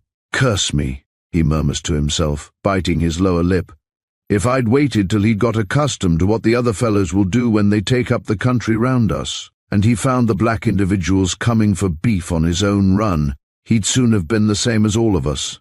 The white rider comes up to the group, the broad brim of his dirty white felt hat, turned up in front so as not to obscure his view, shows the stern and severe face of a man of about 45. He holds a revolver in his sword hand, is spare of form and sinewy, and wears a thick brown beard. The bosom of his grey shirt flaps opens as he moves, and the long stirrup leathers he uses show at once that he has learned riding elsewhere than in Australia. "Morning, Sam," says the boss as the horseman pulls up. "Anything wrong at Bindiaka?" The other men look on curiously as if they expected a wordy warfare and were waiting for the first shot. "Have not come from the camp," answers Dysart, for it is our hero's uncle that is eyeing his partner keenly as he replies to the latter's question. "I had a look round the big flat to the eastward after I left you yesterday. Came across a friendly lot of natives at a place," pointing to his boy. "Saul says they call Narabella. Coming back cut your tracks. Lost them on the Gibbers stones last night. What have you been doing up here? No row with the natives, I hope? Heard rifle shots early this morning." "We camped here last night," replies the last speaker's partner, turning to avoid the keen eyes fixed upon him. "Black individuals attacked us, if you want to know." "You camped here, leaving your horses and tucker food behind," sneers Dysart, disgusted with the palpable lie. He continues after a moment, "Well, I'll find out for myself what's been your game. I'm afraid I can guess what has happened." He rides past without another word into the arena of death, where a few crows are already at work upon the bodies. Dysart has seen many awful sights in his time and is expecting one now, but the scene overpowers him for a minute with mingled feelings of horror, pity, and indignation. Speaking a few words to Saul, who is an educated boy he had obtained from the good missionaries of Rilal-Penina on his way up from Adelaide, he fastens the horses to a tree and proceeds on foot to examine the wounds and positions of the corpses. "A night surprise," he says to himself. "I thought as much. The third of the sort I have seen in 2 years, and yet those smiling squatters one meets down south swear through thick and thin these things occur only in the imagination of the missionaries. What cowardly devils," he adds aloud, as he stands before the body of the pretty young mother of dead Rere's children. One dark, shapely arm still clasps the baby form. The other, crushed and mangled with attempting to ward off the blows of some weapon, rests upon the gory, horror-stricken face. Both the woman's skull and that of her child have been smashed in with axe blows. Over each body in turn the sinewy form of Dr. Dysart bends, as he searches for any wounded that may still be alive for him to succor, but the work has been too well done. 30 yards away the boss's black boys are peering over the rocks, wondering what he is doing. Dysart is so different to the other white men that have come within their ken. On the road up, his curiosity with regard to rocks and stones, and his perennial kindness to them and all the other boys, has often much amused them. Presently one of these boys spies out a body amongst the rocks he has not noticed before. It is that of a young boy, the one that played with his baby brother, as it lay in its mother's arms last night. The child's thigh bone has been broken by a Snider bullet, which has torn a frightful hole in the limb's tender flesh. He is alive and conscious, but with the firm nerves that he has inherited from his hardy ancestors, he lies motionless, feigning death, though his soul is racked with agony and fear, and his mouth is dry and burning with a feverish thirst. Saul is helping his master in the search, and sees the movements of the other boys as they proceed to dispatch the victim they have hitherto overlooked. A hurried sign to Massa Sam, and the long barrel of a Colt rests for an instant on a steady left arm. Then the combined noise of a yell and a revolver shot breaks the silence, followed by the ping of a bullet and the whir of rising crows. Dysart has shown his wonderful skill with small arms on many a gold field, but he never felt more satisfied with his shooting powers than on this occasion. The bullet, hitting the black boy's uplifted tomahawk, hurls it from his half-dislocated wrist, and poor dead Arare's son still breathes. The wounded boy is attended to, and then the question of what to do with him arises. He can scarcely be left behind, for his friends will hardly venture back to the waterhole for many days. In the meantime, the horrible dingoes, crows, and ants would leave little of the original youth. Dysart too wants a boy, as his nephew did long afterwards, as he must return Saul to the little mission station before long. So, after fastening a long branch to the child's side, and injured limb as a splint, and fixing it securely with well-trained fingers by means of strips torn from his saddlecloth and Saul's gaudy headgear, Dysart makes the little black body look like a newly set-up skin in a taxidermist's laboratory. Little Deda Ray Jr., who will figure in future in these pages as Dysart's boy Billy, is then placed upon the saddle in front of Saul, and the water bags being filled and suspended from the horses' necks, the two riders proceed across the dreary sand hills towards the junction of two wet-season creeks, where the explorers' camp and station preliminaries have been established. It is late in the evening when the two horsemen, having been delayed by their wounded burden, reach the white tents, where the boss and his subordinates have previously arrived, and after a silent meal of damper and duck, Dysart says a few words to his partner as the whites sit round the fire smoking.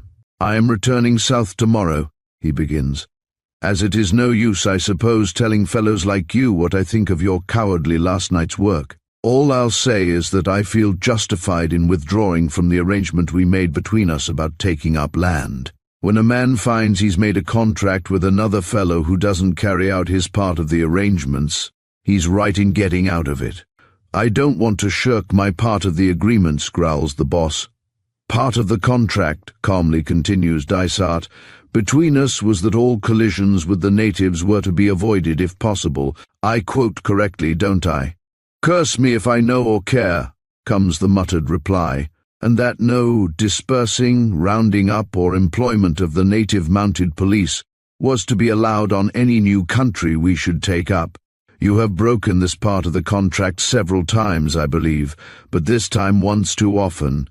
I return south immediately, and if you try to hold me to my agreements with you, but no, I don't think you'll be such a fool as that. Yon fellows have made me more orthodox than I was, at any rate," he says, rising. "I never believed really in a material hell till today, but now I'm sure there must be one for such cowardly devils as you are." Next day Dysart leaves with his boys and horses without bidding farewell to the others of the party who, though they wouldn't confess it for the world, are sorry to lose him with his jolly songs and genial temperament. And this was how Dysart obtained his faithful henchman Billy. He had the little savage educated with white children in New Zealand, where the natives have equal rights with the Europeans, and he flourished into a bright, trustworthy young scholar, like one of those that any of the half-dozen struggling mission stations of Australia can produce, in refutation of the popular Australian saying that the Aborigines are mere animals and should be treated as such. Billy accompanies his preserver on all his later wanderings through the Australian wilds, and lastly, after laying the remains of his beloved master beneath the soil, he starts off across the desert with the treasured message, which when delivered in safety to the nearest white man, he sinks unconscious and exhausted upon the ground. Billy thus becomes one of the main instruments of Providence whereby our hero is set upon his journey, and these pages written. We close this chapter with a saying of the late explorers that expresses his views on a somewhat mooted point. The true definition of civilization, it seems to me, is a state of social unselfishness combined with useful learning. Knowledge and works that are antagonistic to this state of society I do not believe to be properly designated as civilized. Chapter 9. Murder, Madness and Melody. On him attends the blue-eyed martial maid, Homer's Odyssey. On board the swift coastal steamer Idamere, as she cuts through the tepid waters of the Mull Passage with her knife-like stem, on her way to the northern Queensland ports. The coral reef-sheltered expanse of waters is quite oily in appearance. Perfectly calm is its mother-of-pearl surface, which, crimson, blue and yellow with evening tints, reflects a perfect topsy-turvy picture of the purple. Pine-covered, pointed islets and grand shadowy hills of the mainland that make this spot the most charming point upon the Australian coast. There is really no excuse for even the most susceptible sufferer from mal de mer on board to remain below. Consequently, the whole contingent of passengers, saloon and steerage, are lolling about on deck in various easy attitudes, enjoying the ever-changing beauties of the glorious sunset picture before them, and reveling in the comparative coolness of the hour. On the raised first-class end of the vessel, the usual specimens of humanity one always sees on board a passenger steamer in whatever part of the world you travel are present. The overdressed, noisy bagmen of wine and spirit houses are there, the quiet, canny representative of a pushing, glassy soft goods manufacturer, 2 or 3 Jewish mine owners, a sprinkling of Scotch storekeepers, an Irish doctor, a German innkeeper, and a select circle of long-limbed members of those upper circles who belong to the genus termed in Australian parlance silver-tailed, in distinction to the copper-tailed democratic classes. Here a thin-faced clergyman, on the way to his missionary labours amongst the Papuans, stands by his fresh, young Victorian wife, pointing out to her the various outward and visible signs that they have at last entered the tropics, as the trembling screw hurries them past lazy-looking turtles, long rows of algae seed, and occasional broken branches of mangrove and pandanus. Over there the courteous captain of the ship, dressed in spotless linen suit, is pointing out to a lady passenger the identical spot on that particular island, my dear madam, on the dark red rocks that lift themselves out of the deep water, where Captain Cook landed in 1770. The gallant skipper, who is a well-known antiquary and geologist, proceeds to promise he will some day show his fair friend, who, by the by, does not appear very interested, the cairn erected by the same wonderful navigator near Cooktown and lately discovered by himself. Down near the forecabin, a few greasy-looking stewards are dawdling over the job of emptying overboard sundry trifles of debris from the saloon tea-table, enjoying meanwhile the fresh air, ere the boss shall call them back into the stuffy atmosphere of their principal sphere of labours. "Golly," says a small boy to one of these marine waiters, as the former stands on tiptoe to look over the bulwarks. "Golly, but them kiddies round the news office, guess they'd give Alpha their papers for that lot of grub you chucks away, mister." Without waiting to see if his remark is understood or even noticed, Don, for it is Claude's little friend, dives down, and seizing a fat brown puppy that is lolling against his legs, lifts it up to see them gooses that are skimming past the ship. Above the group on the saloon deck is Claude, leaning against one of the boats and trying to listen to a dark elderly man dressed in a slop-made grey suit and soft felt hat, as he spins him a yarn of the Palmer diggings, commencing, Suppose you've heard of poor Jack Straw, who was killed by the natives under his wagon, etc. Claude, to tell the truth, is neither interested in the tale nor the scenery, and when the former is finished, and the historian has been dragged off to take a hand at cutthroat euchre, our young friend relapses into a reverie. Eager as he was to follow out the instructions of his dead uncle until the steamer reached Brisbane, he cannot disguise from himself the fact that since that day his enthusiasm has greatly cooled. Something happened during the few hours he spent on shore in the capital of Queensland, which has disturbed his set purposes considerably. Struggle as he may, he feels a longing he can hardly understand to return to Morecambe Bay, a mysterious tugging at his heartstrings that grows stronger as the steamer rattles its way northwards. Any lady readers who may honour these pages with their perusal will already have guessed correctly that young England has been attacked with the same sort of complaint that caused sorrowful young Werther to make such an egregious stupid of himself in Goethe's marvellous Histoire.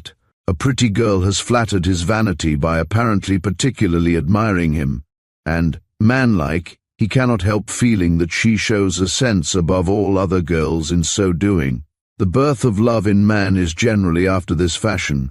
True admiration, whether signalled by word or smile, is the expression of adoration by an inferior to a superior being, and as man's hereditary instincts teach him unconsciously to wish to succour and protect the weaker of his immediate species.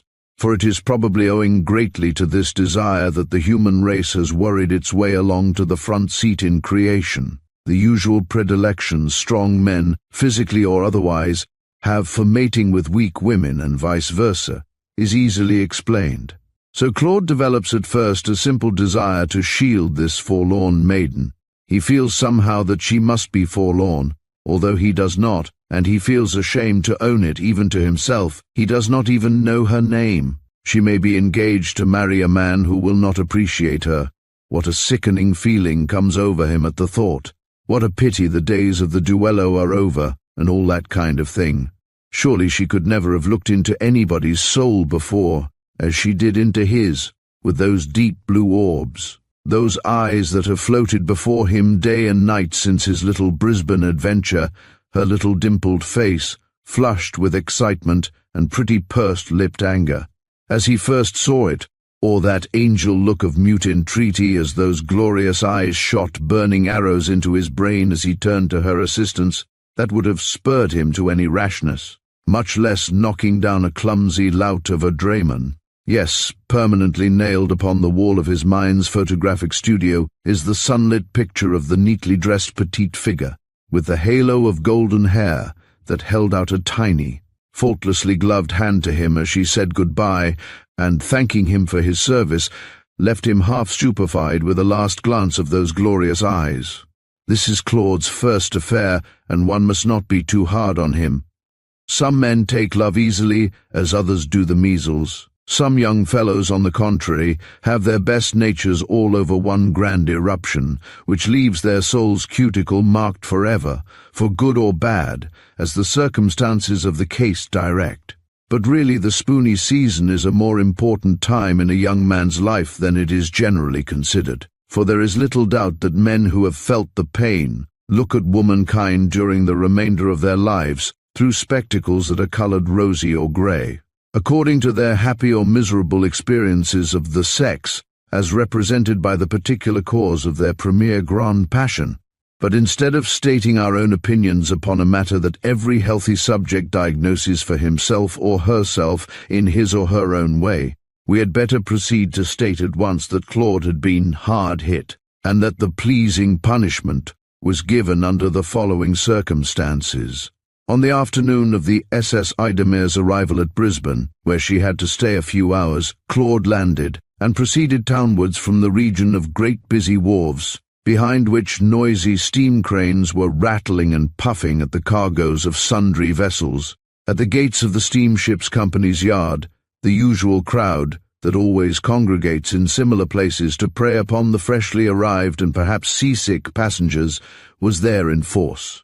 Porters, cabmen, van drivers, runners, and nondescript loafers of various sorts jostled each other and fought for the luggage of the travellers. Pushing his way through these, he soon found himself in the comparatively quiet neighbourhood of the public gardens, and was just about to enter them when he heard a great how-dee-do close at hand. This was occasioned by the dusty scuffling of two dogs, one of which was shrieking as only a small dog can shriek when in fear of immediate disintegration at the hands, or rather teeth, of a larger canine animal.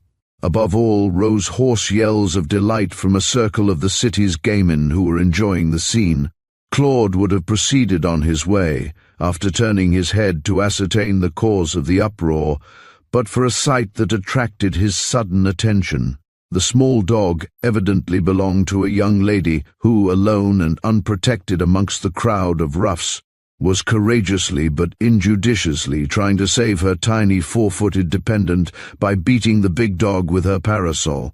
Hurrying up to her assistance, Anglin saw a burly, red-faced man, apparently the owner of the large animal, step forward and roughly snatch the fair one's weapon of attack from her vigorous little hands.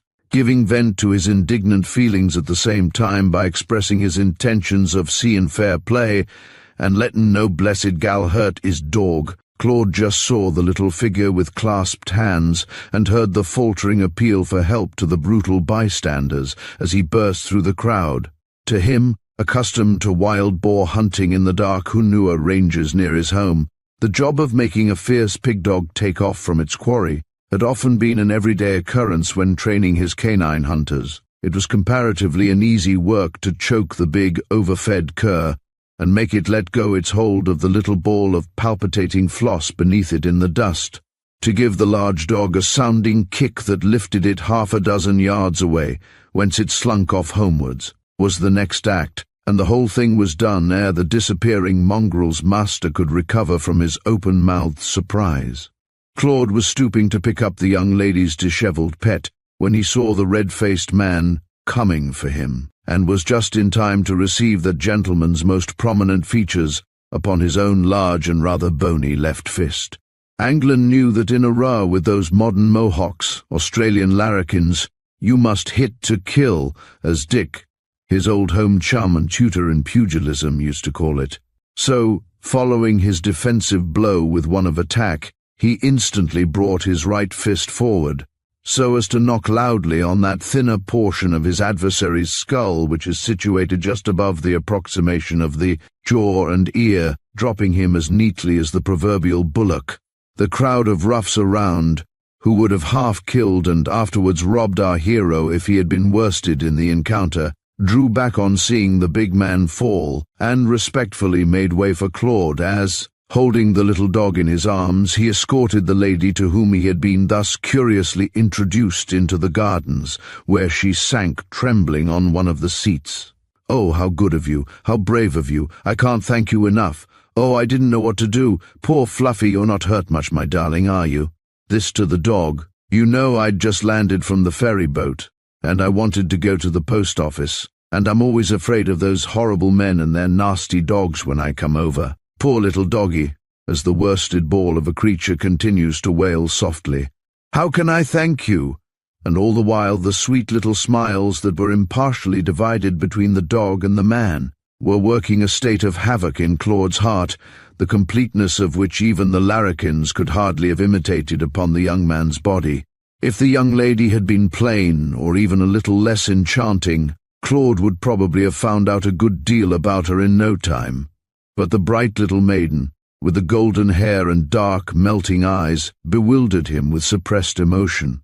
And when she prayed that he wouldn't think her ungrateful if she said he mustn't come with her further than the post office, and then when they arrived there tripped off, after giving his hand a timorous little pressure with her tiny fingers, he felt as if he had just learned what heaven was and had lost all chance of it forever. He was inclined to rush madly after her and ask sundry questions, but by the time his thoughts had arranged themselves for action, his goddess had disappeared, and a white shackled policeman was watching him suspiciously with gin and watery eyes as a possible slightly inebriated stranger whom he could drag to Durant's vial. So Claude walked vaguely about the town, noticing nothing of it, vainly hoping all the while to see her once more, and barely catching his boat, became surly for the rest of the evening. Turning in early, he dreamed a lot of kaleidoscopic nonsense about fighting red-faced men with small gloved hands, who changed into laughing-eyed girls and scraggy clogs by turns, and finally burst into pieces, looking like minute larrikins, with a noise resembling the rattling of the rudder chains, whose jangle overhead awoke him every morning. And this was how it came about that our young friend wasted his time and opportunities of learning about the wonderful land he was approaching from his fellow passengers, and remained for a few days in an almost perpetual state of reverie, consisting of alternate pleasing remembrances and self-objurgations at not having ascertained her name. His maiden meditations, however, daily became fewer and farther between, and the particular one that cost him the loss of his mate's yarn and most of the lovely scenery that lies between Whitsunday Island and the mainland, was abruptly brought to a close by the Irish doctor aforesaid, who, having been a quondam associate of Claude in New Zealand, came to reopen a subject of conversation between them that had interested our hero considerably before the Brisbane catastrophe. "Well, me boy, is it brooding over the memory of the dusky daughters of Pharaoh Hinamuri you've left far behind you in far Zealandia, you are, or has some Australian rose put your ring on her finger and hers through your nose?" And the gay dapper little Dublin licentiate winds up his bit of good-natured banter with a piece of impromptu verse as he seats himself by Claude's side.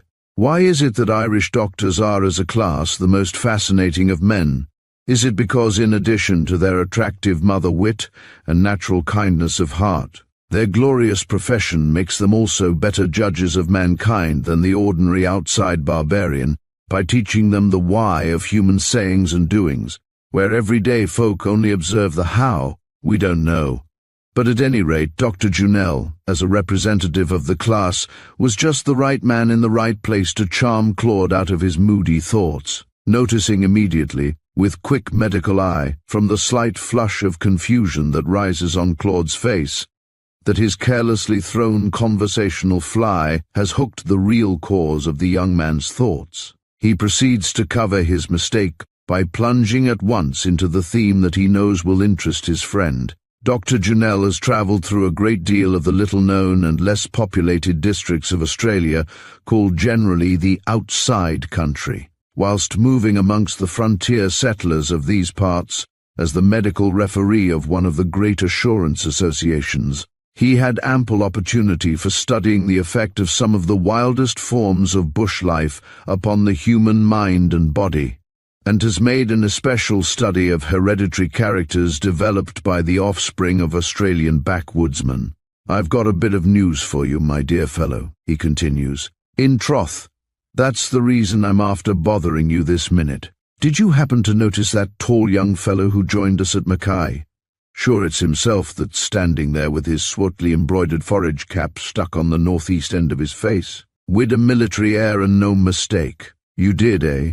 Well, and he's an officer in the corps I was telling you about. I'll introduce you by and by, if it's to your liking.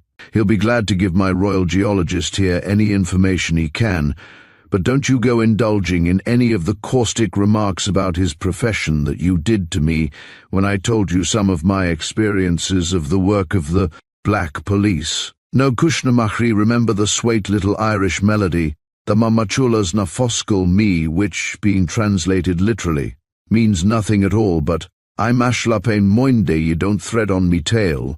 For it's myself that knows what power and influence these same gentlemen have in the north, and our friend over there would pay any grudge he had against you on your humble servant, that's me. Now it's live and let live, say I, although I am a doctor, and I'm after making a fortune as soon as ever I can, me boy, and then, hey, for the bosky dells of scrumptious New Zealand and divil a bit, I'll pine any longer in this confounded tropical climate. Well, doctor, answered Claude, laughing, I'll be just real glad, as our American friends say, to have a chat with the hero of 100 fights over there, and I'll promise I won't offend him. I don't expect all these inspectors are the savage, Nero-like demons you and Williams make out. He looks quiet enough in all conscience. By the by, do you really mean to settle down in our tight little island of the south some day or other? You can lay your last dime on that, me boy, and sure I won't be long before I'm there. If the spalpeens don't spoil me honest fields of labour for a year or two by going in for those cursed Saxon innovations that no medical man with an honest pride in the rights of his profession likes to see about him. Drainage and temperance. But nonsense aside, just to show you that it's the truth I'm telling you when I say the officers of the Black Police, or Native Mounted Police as the Corps is officially termed, that these fellows hold a good deal of social power up north. I'll spin you a yarn if you'll promise you'll not go off to sleep. It's all about a quandary a friend of mine, a Dublin man, was put in, and how he had to knock under to the powerfully persuasive police of his district. At a mining township not far from that rocky road to Dublin, you will have to follow, I expect, on your way up country. There used to be a lot of natives employed about the houses of the miners. There were batteries, or something of the kind, in the place that employed a lot of men, and some 20 natives used to come into town every morning and work as hewers of wood and drawers of water for the miners' wives. These black individuals were as quiet and well-behaved as any in the colony, barring one I've got at home myself, who's always up to some devilment, and they were all as well known as the bodder on me father's own estate, which botheration was left to me uncle instead when me grandfather died. Now one day, all this happened about 5 years ago, an inspector of black police rides up to the town, all alone but for his regiment of black boys, who came up some time after and, showing a warrant for the arrest of certain blacks for murder of a stockman, asked, as politely as you please, of the townsfolk if they could inform him where these unauthorized vivisectionists were at present to be found. Divil or one of them was known in the place, but the good gentleman wasn't going to be beaten, and with the admirable zeal that had made an inspector of him, determined not to return home with hands full of nothing. So my noble sends his boys round the township, and they catch all the aboriginals who haven't run away the moment they saw the red and blue uniforms, and these were 3 or 4 buck black individuals, a very old chap, some native women, and a child or two. All these, mind you, England, were as well known and better than the Maoris that help you with your maize at home. Didn't the miners object? Yes, they did, but only a few men were about, the rest being at work. Those whites about the place showed the inspector that the natives he'd collared were working in the township at the time of the murder, but it was no good. Unfortunately, the local JP, who was the owner of the batteries and mines in the vicinity, and had made himself objectionable to the police of the district by doing his best to preserve the natives of the place, was absent, and no one liked to take the responsibility of making a stand against the law in the matter. So the black individuals were hauled off. This was bad enough, sure, but the bitter part was to follow. I must stop for a moment to go on to tell you that it's a divil of a bother to bring home a conviction of murder against an aboriginal, through some of the judges having decided that it is illegal to try a man in a language of which he doesn't know a single decent word, barring a few swear words he's heard used by bullockies and drovers and the like. So, finding this lion in the path of justice, the artful protectors of the public have hit upon another plan for arriving at the same desired end. What is that? Asks Claude. Sure, the idea is just grand, as my Scotch gardener says, and as easy to carry out as falling off a greasy log, and that's as nate as it's convenient. The plan is to let the prisoner have a chance of escaping when taking him to jail, and promptly perforate him with bullets if he takes it or not. But that wouldn't work long. Too many witnesses, Doctor, sure to leak out someday. Not at all, me boy. The gentleman in charge, who is so anxious to save the crown the expense of the trial, is just himself that knows what he's about. His squad of boys is composed of black fellows from various parts of Australia who belong to different tribes or factions, to tip it a real Irish simile, on the top of a downright lovely natural animosity for each other, which is only restrained by discipline. These savages wearing the government livery have been trained to commit every sort of atrocity at a word from their marmy, as they call the boss. Should a boy misbehave himself, turn rusty because he receives a flogging, or otherwise fail to please his master, that gentleman doesn't trouble to reason with him. He has only to wink, as you may say, and it's a case of off with his head, for his black comrades are only too glad to be allowed to steal behind the bocorn of a boy and leave him pulseless. all alone with himself behind a bush. These boys are the only witnesses, but to come home to me story. The prisoners were marched off in an elegant line or tied to a line, it don't much matter, and 3 miles outside the town they were neatly dispatched, and left to amuse the crows and ants. But what did the townsfolk do? Oh, they waited till the boss of the place came back, the JP I've been telling of, and that was the same afternoon. They told him all about it. Holy poker, there was the divil to pay and no mistake. Dripping mother, he cried, I've never had a single instance of trouble with the darkies of the place. And then he went on to say, and he was telling the truth, mind ye, that he had been there, off and on, ever since he came, the first white man, to the district. And he told the miners how he feared the retaliation of the friends of the murdered creatures and the consequent vendetta warfare that would ensue. And then the whole township, headed by the JP, went out together by themselves and found the place where the murderers had left their victims.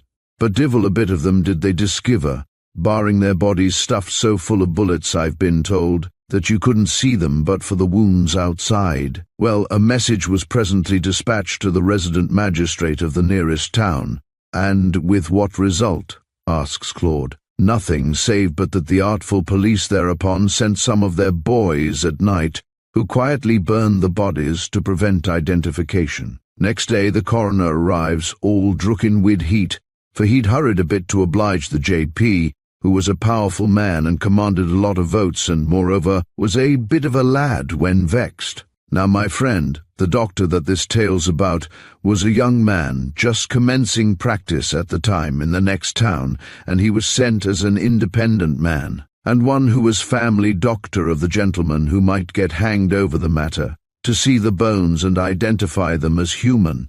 Before he left home, however, the black police officials got at him. You're a young man in this same district, they said, and you're not the gentleman to be after taking the part of the black devils against your old friends you've just come to live amongst, let alone the fact that you're our district surgeon, and the same for the city police. And isn't your bread and butter dependent on the squatters and settlers round, who call us to do their dirty work for them and clean off the natives? Divil are one of the same, but would shut you out if you interfered with one of us. So, Dr. Astor, they said in conclusion, see what you can do to help poor Dash out of the mess, for it's yourself will be called as a truthful witness at the inquest.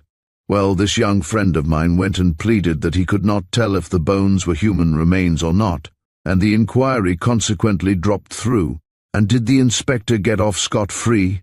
Well, not quite, though very like it, as Mr. Pecksniff used to say. The JP, as I said, was an influential man, and did his best to get the murderers punished. The inspector got sacked till the elections were over, just to keep our JP. And the newspaper folk quiet. The black boys, too, were brought to trial, but were released on the ground that they could not understand English, although they'd been years in the force, and English was the only medium employed in their conversations with each other, and their instructions and commands were always given in that language. Well, Doctor, that incident rather reflects on the judges of the colony, but although I confess I can't altogether believe that such cruelty and gross miscarriage of justice does often happen in Queensland, yet what you say just bears out what Williams, my mining friend, says. He was on the Palmer goldfield, before it was the Palmer, you know, and he tells me that the blacks were safe enough to travel amongst till the settlers began to drive them from their waterholes and steal their women. Why, two fellows and himself travelled from Rockhampton to where Cooktown is now without any trouble from the natives, 3 years before the Palmer broke out. Yes, that's through for ye, but the older school of diggers were a mighty different lot to the rough lads that followed them. Many's the yarn I've had with the old boys in the accident ward, for it's there they open their hearts, as well as their mouths, for their medical attendant to pry into. But the species is growing scarce, me boy. And one may ask with the sweet poet, why is this glorious creature found, one only in 10,000?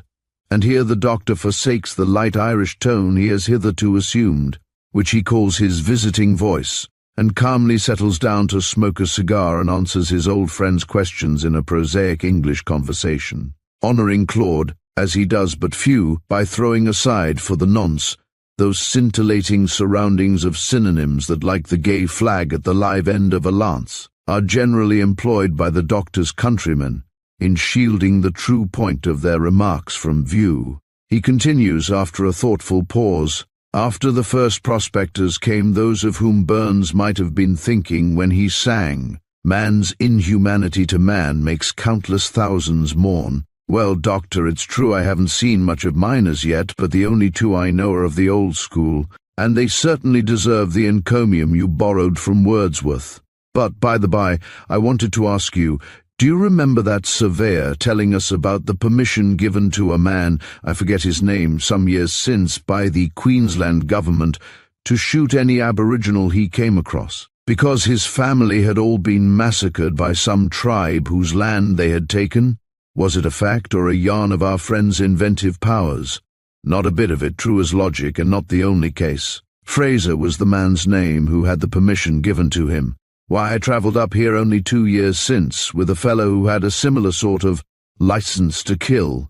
He was going to some part of the Gulf of Carpentaria to revenge his brother's death by killing all the blacks he might come across. This Fraser went about for years shooting all and every native he could see, station boys, warragals, or town blacks. He was not very particular. It became a kind of mania with him. And at last, having killed a favourite boy of some influential squatter, there was a bit of trouble over it, and he had to leave off further sacrificing to the manes of his people, except out of the way of newspaper folk. I once knew an inspector of police, who's dead now, who asked my advice professionally about himself. He said that after some years of this man hunting, he found himself suffering from a growing morbid desire to kill everything alive he saw. He was distracted with an idea that haunted him, that he might be unable to restrain himself some day, run amok amongst the townsfolk or his own family, become a new kind of Helene Egado, in fact. That's an admirable peg, Doctor, to hang a sensational tale on. A man haunted by the spectre of murder that he has raised himself, and which he fears will some day make him turn his assassin's knife against his own beloved. Oh, the disease is well known. A phase of that called cerebral hyperemia, continued the doctor, but it is rarer in the more civilized countries than elsewhere. I consider the mere fact of an educated, civilized man being able to continue to act the part of wholesale exterminator of human beings at so much a month is a prima facie sign of insanity of the type Sir Henry Parkes mentioned the other day to a deputation that waited upon him. Wonderful man, Sir Henry knows everything. Have you seen him? Yes, but what did he say to the deputation? He didn't call them lunatics to their faces, did he? Not exactly, though he did so in a roundabout way. No, the deputation was composed of a number of good, soft-hearted but also soft-headed old fogies who wanted to obtain a reprieve for the late lamented murderer Hewitt. Sir Henry, as the bulletin calls him, received them kindly, but sensibly refused to accede to their request, saying, "There are few persons save scientific inquirers who are aware of the number of people who take delight in acts of deliberate cruelty. I think it is Dr. Marshall Hall, no, it's Andrew Winter, on insanity, says, it is the sustained departure from the normal condition of mind and mode of life which should suggest a grave suspicion of impending insanity. When we find a modest man become boastful, a lover of truth transmitted into an habitual liar, a humane individual suddenly become cruel, etc., we may be sure there is mental disturbance of a very severe character. Well, how about our friend over there, Doctor? It's too dark now to look at him, but our young inspector doesn't seem to me either particularly mad or cruel. No, not yet, Anglin, but I'd bet a trifle if I had it that he hates his work. At present he's only a sub, and if he's wise he'll not stick to it. No, he's not got the cruel facial lines yet on his boyish front. Whilst you're on the subject of hatred, murder, and all uncharitableness, will you tell me about the hereditary part of the business? Does a child always inherit the bloodthirsty proclivities of its parents, say in the case of the father having been forced by circumstances to become a member of the Black Corps? No, not always. It would be rough on the coming race of young bush-reared Australians if that was the case. But as the history of an animal is the history, to a great degree, of the race to which it belongs, as Darwin says, only he puts it in rather a better way, young humans have generally more or less savage instincts. Dr. Hammond, the great authority upon neurology, declares in a paper upon the Whitechapel murders that a desire to kill exists, to a greater or lesser extent, in the mind of every human being without exception. Now civilization is the counteracting force. Parents living in the backwoods of Australia, and accustomed to few of the restraints of civilization and plenty of scenes of slavery and slaughter, are hardly likely to train their offspring in the paths of gentleness and peace. You think there is more in a child's associations and home training in determining its character than in its parentage. My experience of children I have seen grow into men certainly points to that conclusion, but it is a somewhat difficult subject on which to gather reliable data, for in 9 cases out of 10, the child's parents are inculcating their own ideas of right and wrong into their youngster during the years it's expanding. Brain is most sensitive to permanent impressions. What an ordinary observer might put down to hereditary characteristics of the individual may thus merely be due to tuition and example. You think the guardians of youngsters, then, more responsible for their children's sins than is generally supposed? Well, the young of well-bred men and animals, I mean by that of parents whose ancestors have long been trained in, and for certain purposes and habits, have possibly less inclination to revert to the original or wild type. But what a lady friend of mine in Auckland said to me once upon a case in point very well expresses my opinions. This lady told me that the mother of Hall called upon her once, bringing the afterward notorious poisoner with her, he being then a child. The youngster was a very spoiled child, and made a great disturbance at first, but by and by he became quiet, and left the room where the ladies were seated, to the great relief of both of them. Presently, on Mrs. Hall leaving, the 2 ladies went to look for the boy, and found him sitting on the lawn, quietly watching the agonies of my friend's harmless necessary cat, all of whose paws he had carefully disarticulated with a small axe. My lady friend, in telling me the incident, said, "I was very shocked, of course, but I can't say I was very surprised, for he was a thoroughly spoilt boy, and allowed to follow his own inclinations entirely. Any child almost would become bad and cruel under those circumstances."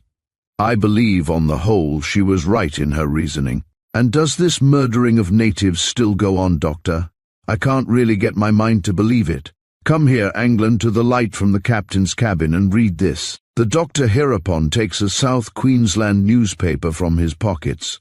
Claude reads as follows in the Thargomindah Herald, of date May 30th, 1889, from our correspondence. The recent murder by blacks. In connection with the recent murder of Edmund Watson, and the attempted murder of James Evans, by blacks at Pine Tree Station, in the Cook District, it has been ascertained that the weapons used were a knife and axe, which were supplied by a station black boy. The perpetrators were caught next day. Every station on the peninsula is contributing men to give the blacks a lesson. The perpetrators, who were station hands, were caught next day, as the telegram says, but I suppose the excuse for the slaughter of the whole tribe will not be missed. Well, they don't believe in Buddha's assurance that, with mercy and forbearance shalt thou disarm every foe up here, evidently, says Claude, as the 2 men descend the companion ladder on their way to turn in. Down below, an impromptu concert is being given by a cluster of young men round the piano at the end of the saloon, and the performers, who are mostly smoking, turn round constantly for refreshments to the interesting collection of bottles and glasses on the table behind them. A grand finale chorus, composed of a conglomeration of Ballyhooly and Finnegan's Wake, is just coming to a close, and the gifted accompanist, being only 6 bars behind the leading tenor, is hurrying up to be in at the death when Dr. Junell's entrance is noticed. A shout of recognition hails his appearance, and he is forthwith hauled off to the piano, where a dozen voices press him to name his pison. Having refreshed himself with a foaming glass of Irish lemonade, he protestingly complies with the loudly expressed desires of the company, and throwing himself into the spirit of the fun around him, as only an Irishman can do at a moment's notice, forthwith bursts into melody. And mind you handle your tongues at the chorus, boys, for I'm after thinking it's me own will want breathing time between the verses, The K's are that sticky with lime juice and tobacco. Striking a few preliminary chords to silence the boys who are all shouting for different songs, the doctor forthwith traits the company to the following thoroughly up-country song, well known in northern Queensland, which goes to the ancient air of "The King of the Cannibal Islands, the Queer Ways of Australia." Dick Briggs, a wealthy farmer's son to England, lately took a run to see his friends and have some fun, for he'd been 10 years in Australia. Arrived in England, off he went to his native village down in Kent. 'Twas there his father drew his rent, and many happy days he'd spent. No splendid fine clothes on, had he, but jumper and boots up to the knee, with dirty Sydney cabbage tree, the costume of Australia. Chorus. Now, when a fellow takes a run to England for a bit of fun, he's sure to astonish everyone with the queer ways of Australia. Now Dick went home in this array. His sister came out and did say, "No, we don't want anything today," to her brother from Australia. Cried he, "Oh, don't you know poor Dick?" They recognized him precious quick. The old man hugged him like a brick, and there was feasting there that night, for Richard was a welcome sight. For each one hailed with great delight the wanderer from Australia. Chorus. The blessed cattle on the farm regarded Dick with great alarm. His swearing acted like a charm when he gave them a touch of Australia. He could talk bullock and no flies, and when he blessed poor Strawberry's eyes, she looked at him with great surprise as out of her he took a rise. "Fie, fie," his mother said one day, "what naughty, wicked words you say." "Bless you, mother, that's the way we wake 'em up in Australia." Chorus.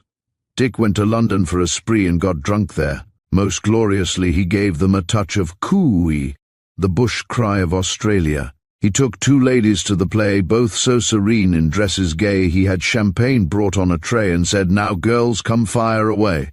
They drank till they could drink no more, and then they both fell on the floor.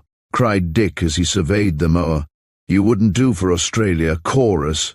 Several other songs followed, and during the interval Claude makes the acquaintance of the young sub-inspector of police. He appears to be a particularly obliging kind of individual, although a little stand-offish till Angland explains his present position, when, as the doctor and Mr. Windsor had both predicted, the words "royal" and "imperial" once more assisted him in his project. How to get the young officer to speak about his awful profession was the next question.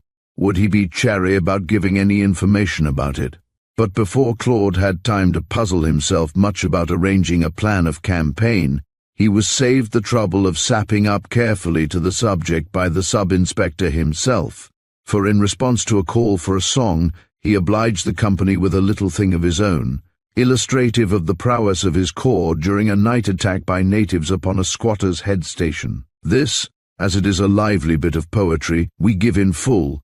It was sung to the air of that best of White Melville's hunting songs, "A Day's Ride," having been written in the same metre with that object in view, "A Night's Ride."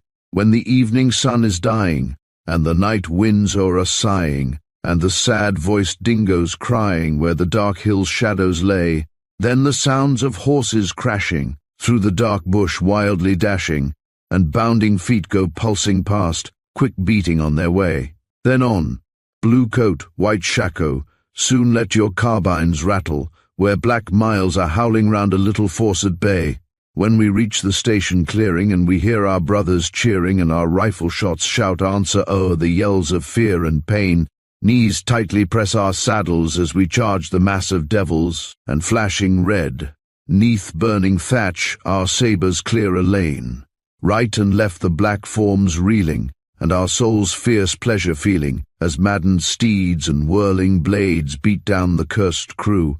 Every foe has fled, and quicker than he came, and in the glitter of half-burned sheds we gather by the dark pool's gloomy side. And we pledge the panting horses that are standing midst the corpses of the white-ribbed grinning devils that have caused our midnight ride. This song ended, and the vocalist dispersing, Claude ventures to ask the singer, as a stranger in a strange land, what the corps may be and what its duties. He finds that so far from the young officer being ashamed of his profession, he evidently feels proud of his position in the Black Police. The conversation is continued next day, and before Claude says goodbye, he discovers that the doctor was right in his surmise.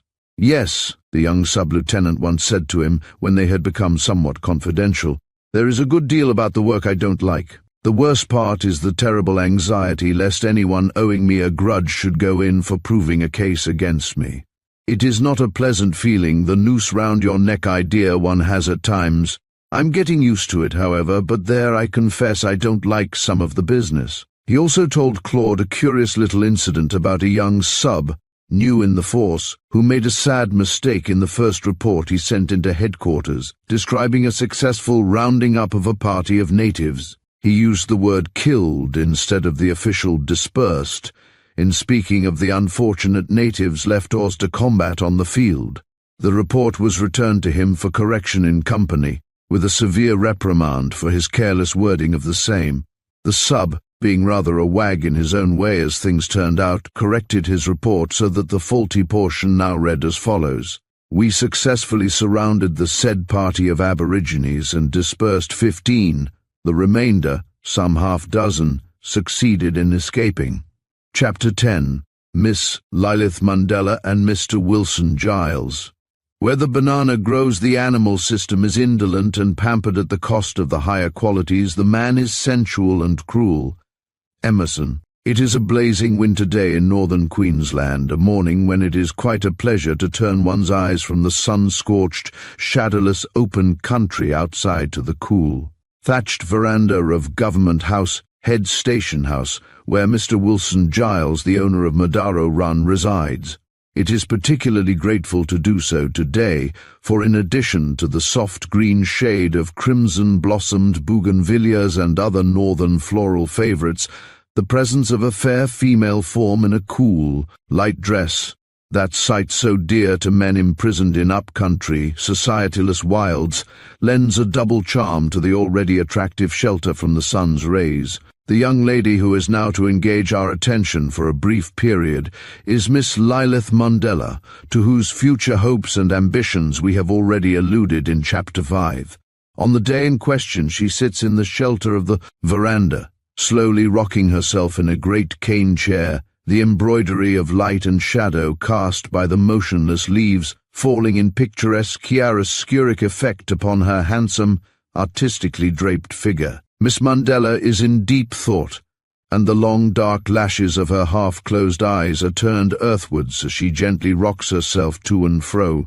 In front of the low-eaved station house, on a withered grass plot, a futile attempt at a tennis lawn. Two of the house cats are bounding in turns over a small brown snake, trying to get an opportunity of breaking the angry reptile's back with their sharp teeth.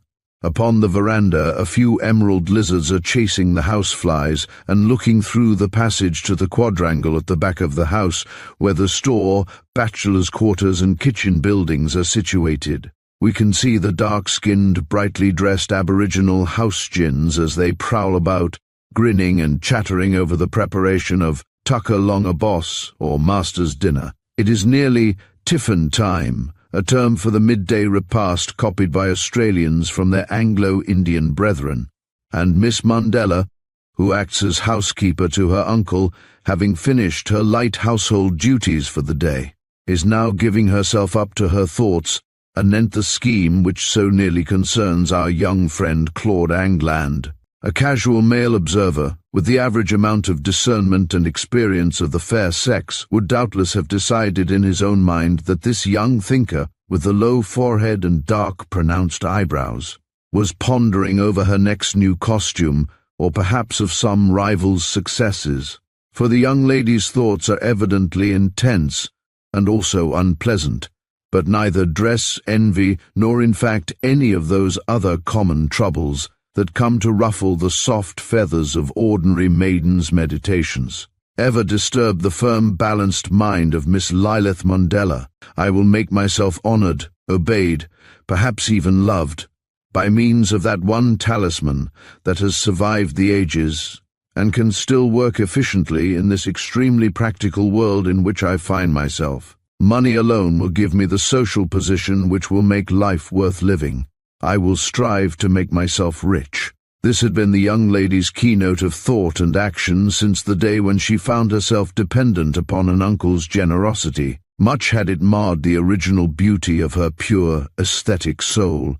In addition to her duties as hostess and commander-in-chief over the native contingent of her widower uncle's household, Lilith was also his secretary. The ladies of an up-country squatter's family very often act in this capacity, for they are generally better educated than the boss, and moreover have plenty of leisure time. Miss Mandela was glad to find herself in this position of trust, for it afforded her the means she sought of strengthening her hands for the ambitious coup d'etat that she intended to put into practice someday.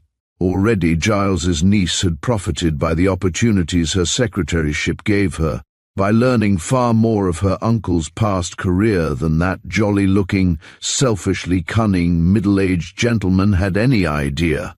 Wilson Giles was afraid of his niece. A fast youth had enervated his mental powers considerably, and without knowing it, he fell by degrees nearly entirely under the almost mesmeric influence of Lilith's dark eyes and powerful will, whilst yet he fondly half-flattered himself that he was only acting the part of the generous relation. The two had only had one serious struggle for supremacy. It was in reference to Miss Mandela's brother. This young man had held a position in a southern bank for some years, but being discovered in running a nice little private discount and loan business over the teller's counter at which he presided, he was forced to seek fresh fields of labor.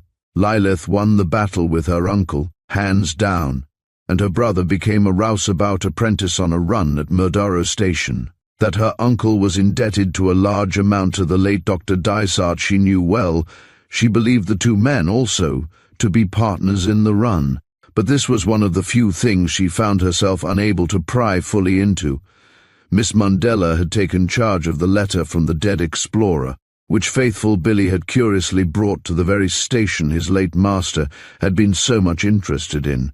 She had, moreover, carefully opened the packet which contained the message from the dead, not from idle curiosity, but with the idea that it probably contained something that would assist her in her plans.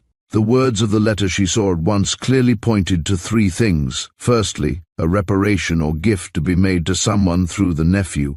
Secondly, a command to this nephew to visit the grave of the writer. Thirdly, a suspicion of the honesty of squatters, possibly a concealed distrust of her Uncle Wilson Giles himself. Miss Mandela's first thoughts were to destroy the letter, but upon consideration she thought she saw in it a means of obtaining further command over her uncle, and so sent it on its road to New Zealand. She must act, and act quickly, for her brother had informed her from Sydney of young Anglin's departure for the north.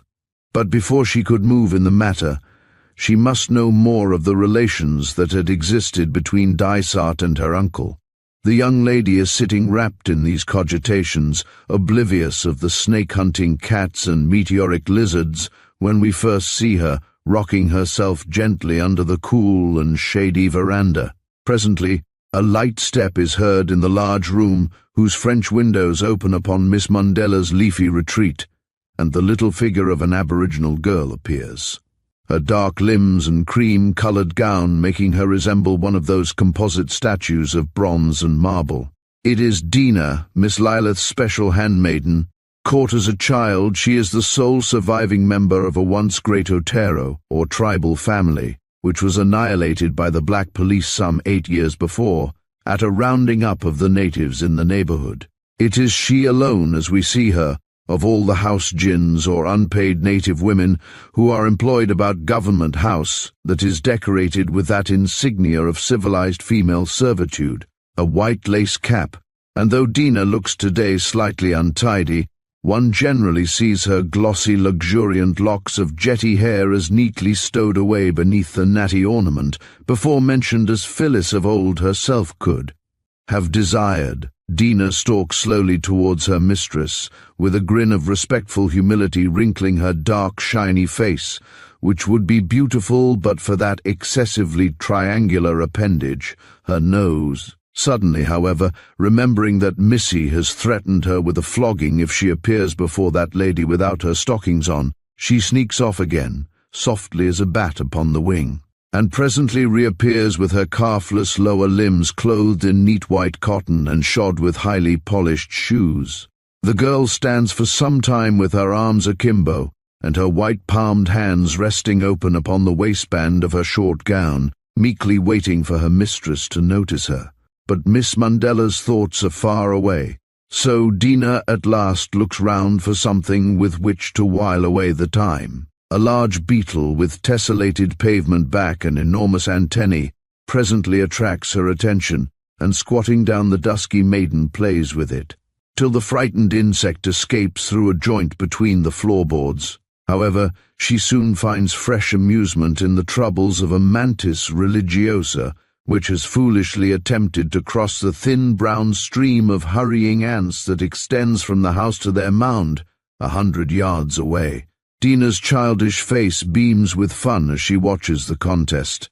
She is not cruel. Few Australian natives delight in seeing pain in any form, but she is, like many of her sex, white and black, indifferent, that is all, content to be amused, and forgetful of the suffering anything may feel, so long as it pleasantly tickles her sense of the humorous. The mantis on the path by the veranda is invulnerable to the ant's attack, save at 2 points, its soft tail and long, facile neck. On the other hand, the mode of warfare employed by those tiny insect bulldogs, the emmets, is simplicity itself. Laying hold of whatever part of the intruder's awkward body happens to come near them, they freeze on, their hind legs being used as drag brakes to impede the mantis's forward march. The mantis, although covered with busy foes, marches on, with that prayerful aspect, the beseeching upturned head and pious folded hand-like front legs that has earned it its name. Ever and anon some enterprising ant ventures to attack the weak points already alluded to of this insect Achilles. Then are the lately folded mandible claws deliberately brought into play, and the enemy is crushed, even as a nut is broken in a pair of nutcrackers. The solemn, preoccupied air of the bigger insect, and the plucky onslaught of its tiny foes, at last cause Dina to forget her state of bondage, also the august presence of her mistress, and she bursts into a merry fit of laughter. Her hilarity, however, ceases as suddenly as it commences. "Dina, what are you doing there?" comes the clear, contralto voice of Miss Mandela. The culprit stands before Missy with downcast eyes and trembling figure. "Your cap is half off your head, and your stockings are coming down. You have forgotten to tie your shoelaces, and why have you not an apron on? Don't you remember the flogging you received for forgetting what I told you about your coming to me in an untidy state? Be off and get yourself straight at once, and hurry that lazy Sophie with tiffin. Marmy Master will soon be back." Miss Lilith always refrains from employing that foolish pidgin English that generally obtains amongst Australian settlers in their conversations with aborigines, and she has found herself perfectly understood and implicitly obeyed since she first arrived at the station, and established her authority by having the house gins flogged for the slightest misbehaviour, till they were thoroughly broken into her ways, as she pleasantly termed it. Dina, who had come to ask her mistress for leave of absence for the next day, is afraid to do so now, and instead bursts into a theatrical cry. With her knuckles rubbing her eyes and tears rolling down her ludicrously wrinkled face and dusky bosom. The moment the girl thinks herself out of sight, however, she is transformed into a laughing little black individual once more. She stands in the passage giggling with all her might at the sight of the youngest house gin, Lucy, 10 summers, who out in the quadrangle at the back is up to one of her favourite tricks. This consists of imitating the ungraceful waddle of that head of the culinary department, Terrible Billy, the old man cook. Poor little large-mouthed, wriggling Lucy loves to get behind the spare, hardship-twisted little old man as he crosses the yard, and burlesque his every action, to the delight of the black heads that appear at the doors and windows, and grin white-teethed plaudits at the little actress's histrionic powers. Every action of Lucy's lithe little body, every gleam of her cunning little black eyes, was wicked to a degree. Needless to say, her powers of mimicry were perfect. Nothing escaped her active examination. to see the suddenness with which she could flash from merriment to passive stupidity when discovered in her pranks, or when terrible Billy, a harmless old periodical drunkard retainer of Mr. Giles, whose awkward, stumbling gait she imitated exactly, turned round, was worth a good deal. Her bended little body shaking with bubbling merriment in her single garment of an old gown, the thin, ugly little face, against which her tiny black hands are pressed, as if to stifle the sound of her giggles, whilst she hobbles after the dilapidated old model, and then when he turns, flash! Lucy has changed as quickly into a dull, sad-looking child, who has apparently never known what laughter means, and has thoughts for nothing evidently but her work, to which she is sullenly creeping when the Terrible changes his position and looks suspiciously at her with his bleared old eyes. Dina is looking at and enjoying the fun, and quick as both she and Lucy are, they are caught by Miss Mundella, who has followed her untidy handmaid to the door. Lilith says nothing, but rebukes the laggard Dina with a look so fraught with cruel meaning that the black girl melts into real tears this time, as her mistress returns to her seat on the veranda. The sound of wheels is now heard approaching, and a buckboard buggy, a kind of light chaise, appears, driven by an elderly gentleman, with a very red face and very white linen suit and hat. The trap is pulled up near the house, and the driver, taking a boatswain's whistle from his pocket, blows a couple of shrill notes thereon when two native boys, in dirty moleskin trousers turned up to the knee and grey flannel shirts, hasten up and take their station at the horses' heads. The occupant of the buggy, however, does not release the reins, but, calling up first one boy and then the other, hits each a couple of stinging cuts with his driving whip round their bare legs, and makes the recipients roar with agony. "I'll teach you to keep me waiting, you black beggars," the red-faced man roars. "Couldn't you hear me coming? Now, Tarbrush, you'd better look out for swelp me, but if I have any more of your derned laziness I'll flay you alive like I did your cursed brother Bingo. Now look alive and take the mare and water her," the speaker continues in a calmer voice, "and mind you put a soft pair of hobbles on her. You can let Joe go in the horse paddock. It's your turn, Dandy, to get the horses tomorrow, and if you keep me a minute after 7 o'clock, I'll loosen some of your black hides. Swelp me if I don't." The speaker, who is Mr. Wilson Giles, now gets out of the trap, and taking his whip in one hand and a revolver that he always has with him in the buggy in the other, he toddles with the usual short steps of a bushman to the house, just nodding a brief good morning to his niece as he crosses the veranda. Mr. Giles is, as we have said, an elderly man, but he has rather grown old through his kind of life than the number of his years. A somewhat corpulent man, too, is he, with a heavy, sensual countenance on the sides of which, in pale contrast to his scarlet face, are ragged light red whiskers. The expression upon this gentleman's face before strangers is generally either a look of suspicious cunning or an affected one of jolly frankness, the latter having once formed an ample cloak for many a mean action, but, being now worn threadbare, is less useful than its owner still fondly imagines it to be. After copious nips of whiskey and soda water, Mr. Giles presently throws himself into a chair before the elegantly provisioned table, where his niece and a middle-aged gentleman have already taken their places, and immediately betrays the fact by the impartial way in which he thrusts his knife into meat, butter, cheese, and preserves, that he is either an eccentric or an ill-educated man. "Come outside, I want to speak to you," he grunts to his niece, when he has finished a very rapid repast, quite ignoring throughout the presence of the third person at the table. This is Mr. Cummercropper, the store and bookkeeper of the run, who, being a new arrival in the wilds, has not yet been able to obtain that point of rapid consumption of diet at which most station folk are adepts. "I will be with you shortly, Uncle," Miss Mundella replies, and proceeds to enter into a conversation upon music and art with the polished storekeeper, who is the very opposite of his highly inflamed boss. Mr. Cummercropper is hopelessly in love with Lilith. Like most of the men, this young lady thinks it worthwhile to be civil to. It is a curious feature about Lilith's male acquaintances that they soon become hot admirers or warm haters of the dark-eyed, haughty young lady. Oh, "You've come at last, have you?" Mr. Giles says, as his niece sweeps to her chair on the veranda, and she knows by experience that his bullying air is the result of something having annoyed or puzzled him, and that probably he will end what he has to say by asking her advice. But her uncle must blow off his steam, as he sometimes calls it, on somebody, and a scapegoat must be found before he will become quiet enough to talk sensibly. So Lilith's first act is to pacify her uncle in the following way. "Before you begin," she says, "I want you to have Dina and Lucy beaten. You had better have it done at once, because the Reverend Mr. Harley may be here this afternoon. He said he would try and do his circuit in 1 month this time." "Oh, you needn't mind Harley," replies Mr. Giles. "He knows better than to interfere with our ways, Lilith. Besides, he used to dress his wife's little gin down proper at Croydon last year. Even the squatters at the hotel he was stopping at kicked up a row about it.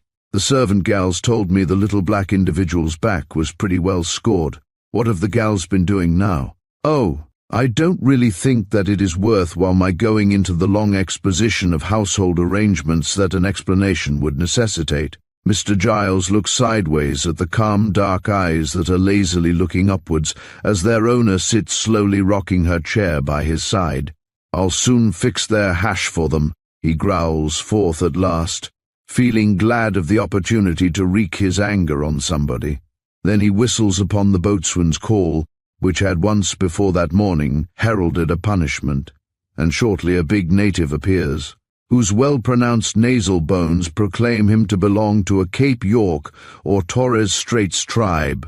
The black's oily face is surmounted by an old cabbage-tree hat, and he wears trousers and shirt like the other boys, but he also rejoices in a pair of blucher boots, of which he is inordinately proud. "Here, Carlo," says Mr. Giles in the curious pidgin English already referred to. "You know that fellow Waddy, that stick. Him sit down a longer office, it is in the office. Mine beat it blackfellow, my blackfellow beater. You fetch along." The oily face lights up with a smile of anticipation, for he it is that generally acts the part of executioner, and combs down the gals by Marmy's orders when it is needed in the cause of discipline. As a member of an alien tribe, Carlo returns the hatred of the station blacks with interest. The waddy, a long-handled cat of 6 tails made of leather, is brought to Mr. Giles. "Go and catch Lucy and Dina," says that gentleman. Both uncle and niece sit in silence till the girls arrive, the 2 miserable creatures having been found at the collection of huts close by, known as the native camp, where they had run to hide on seeing Carlo take the whip to the boss. "Don't move till I come back." "Won't be long," murmurs the squatter, rising, and presently the yells and screams of the 2 girls are heard down by the stockyard, where the boss is standing admiring their graceful, naked bodies as they writhe beneath the lash wielded by the brawny Carlo. Mr. Giles returns quite an altered man. Either the enjoyable sight he has just witnessed, or a couple of pegs of whiskey he swallowed medicinally afterwards, has sweetened his soul for the time being. "Well, niece," he said, sitting down, "I've done your little job, and now I want you to listen to what I'm going to tell you and tell me what you think of it." Miss Mundella's handsome white-draped figure rocks a little faster than before, but her eyes remain still fixed on the leaves above her head. "You know, Lilith, I think, no, I'm pretty sure you do, that I'd have gone a broker." The black eyes flash a rebuke at him for the slang he presumes to use before her. "Oh, you know what I mean. I'd have had to have filed in '85 if it hadn't been for Dr. Dysart turning up trumps and lending me some of the ready. Well, when the doctor died he held promissory notes of mine for nearly £20,000. Do you know, niece, why he lent me the money?" After a short pause the speaker continued, "But I don't know why I should tell you. Likely enough I'll be sorry for it tomorrow.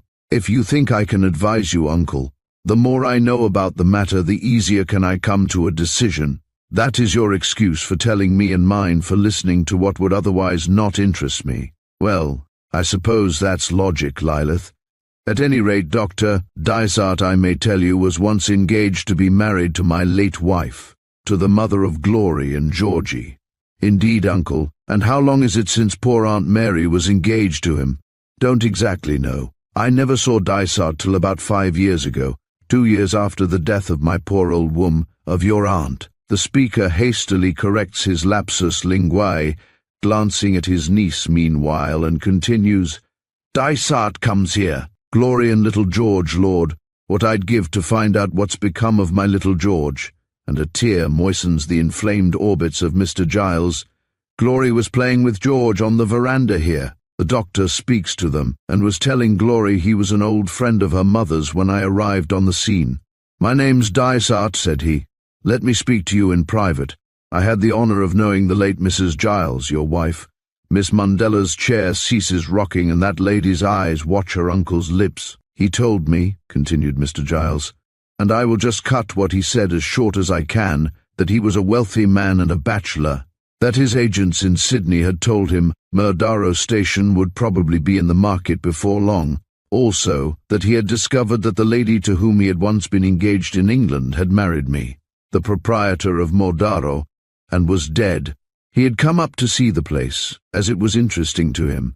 Well, the doctor went into a rapture over Glory, who's neat enough, I believe, but wasn't a patch on little Georgie. She's like your late missus, he said, and then before I knew it he offered me money on loan without interest, enough to put me on my feet again. It was he that gave Glory her money then, asks Miss Mundella, showing for the first time her interest in her uncle's narrative.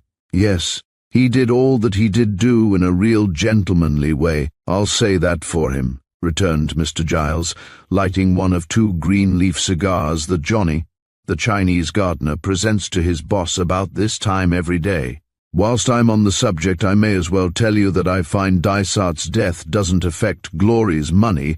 I've got a satisfactory letter from my Brisbane lawyers about that. Now I have told you pretty well all, Lilith. Is there anything else you'd like to know?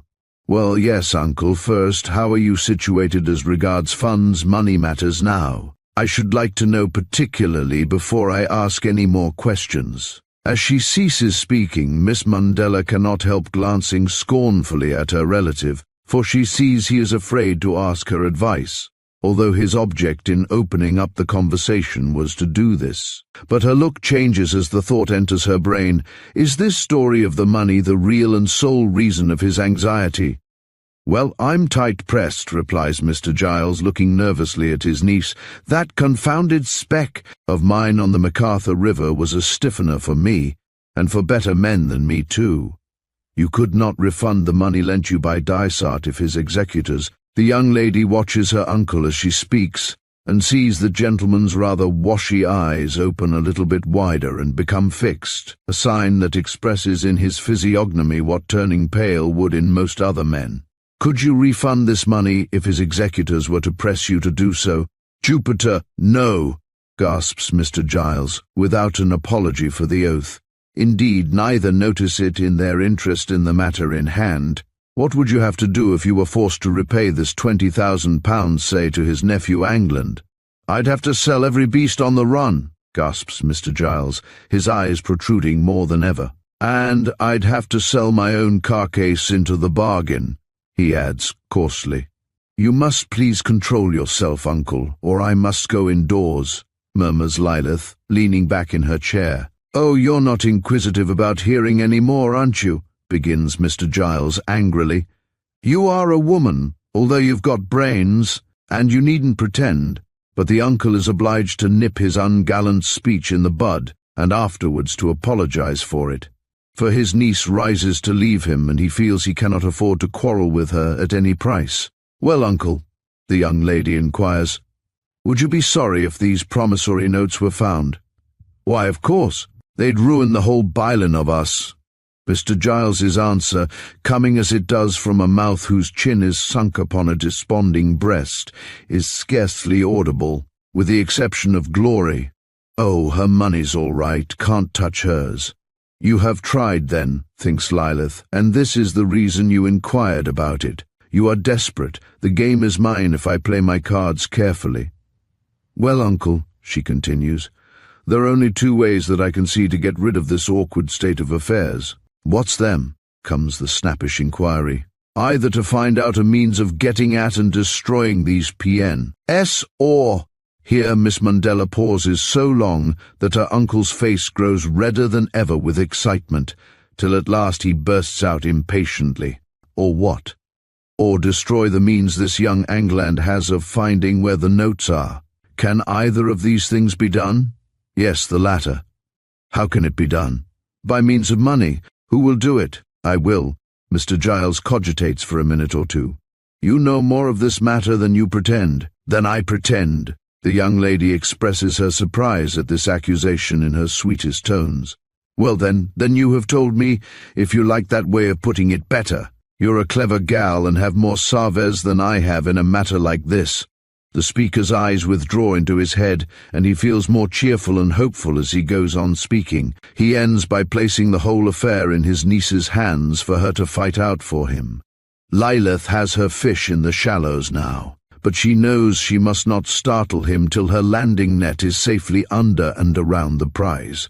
So putting a little softer intonation into her voice, and rising from her seat, she goes to her uncle's side. Uncle, I am only a poor orphan, she begins, looking almost through Mr. Giles's downcast eyelids. Mr. Giles can feel the power of his niece's glance and fairly trembles, for he is always most afraid of her when she speaks thus softly. You have given my brother and myself a home, goes on the young lady. We owe you everything. I can help you, and I will. Mr. Giles breathes more freely, but he would hardly have done so if he had known that Miss Mandela only wanted to make him easier for a moment in order to ensure his feeling shy of having the whole trouble back on his own shoulders again. But uncle, I have my good name to think of. I must risk that and a good deal more besides in forwarding these interests of yours. I owe it to Mr. Pottis as well as to myself to ask you if you will make me some token of regard, of appreciation, if I clear this trouble out of your way. Anything you like, Mr. Giles murmurs sleepily, almost as if the words were somebody else's and he was simply repeating them. I have thought out a plan of releasing you entirely from your indebtedness, but both myself and my future husband will have to risk everything in doing it. Will you promise to give me a quarter share in the run if I succeed? Mr. Wilson Giles's tenderest point is touched at this request, and the pain wakes up his courage for a moment or two. You're not afraid of opening your mouth to ask, he says, fighting his ground as he retreats. You know I've never given up all hopes of finding little George someday. I don't believe the black individuals that stole him killed him, or I'd have heard of it. I'd look nice if I gave away what's to be his someday if he turned up afterwards, wouldn't I? If you make me a partner in the run, I'll help you. If not, I'll marry Mr. Pottis at once, as he wishes me to do, and go to Brisbane. I don't mind, adds Lilith, pausing for a moment, agreeing to give up to poor Georgie half my share if he ever returns to you. I shall want a written and signed agreement, uncle, she observes, as she leaves him to enter the house, before I commence work. Then at the doorway she turns and remarks in a careless tone of voice, You may like to know that England, Dysart's nephew, has already left Sydney and may be here any day. This last bit of news was just what was wanted to complete the subjugation of Mr. Giles to his niece's will. How did she know of this news about England? Why, of course, from that young devil of a nephew of his, whom he had bribed to intercept the dead explorer's approaching relative. His own rough and ready plan had failed. Perhaps his niece's scheme would succeed. Anyhow, it was best to have her on his side, for otherwise she might consider it best for herself to make young England fall in love with her. She could do that if she liked, Giles felt certain.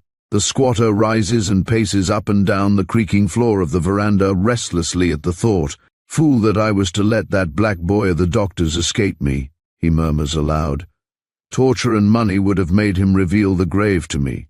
It is in that grave, or near it, where the secret that can blast and ruin me lies. If that girl knew that secret, she would kill me without compunction. I know it.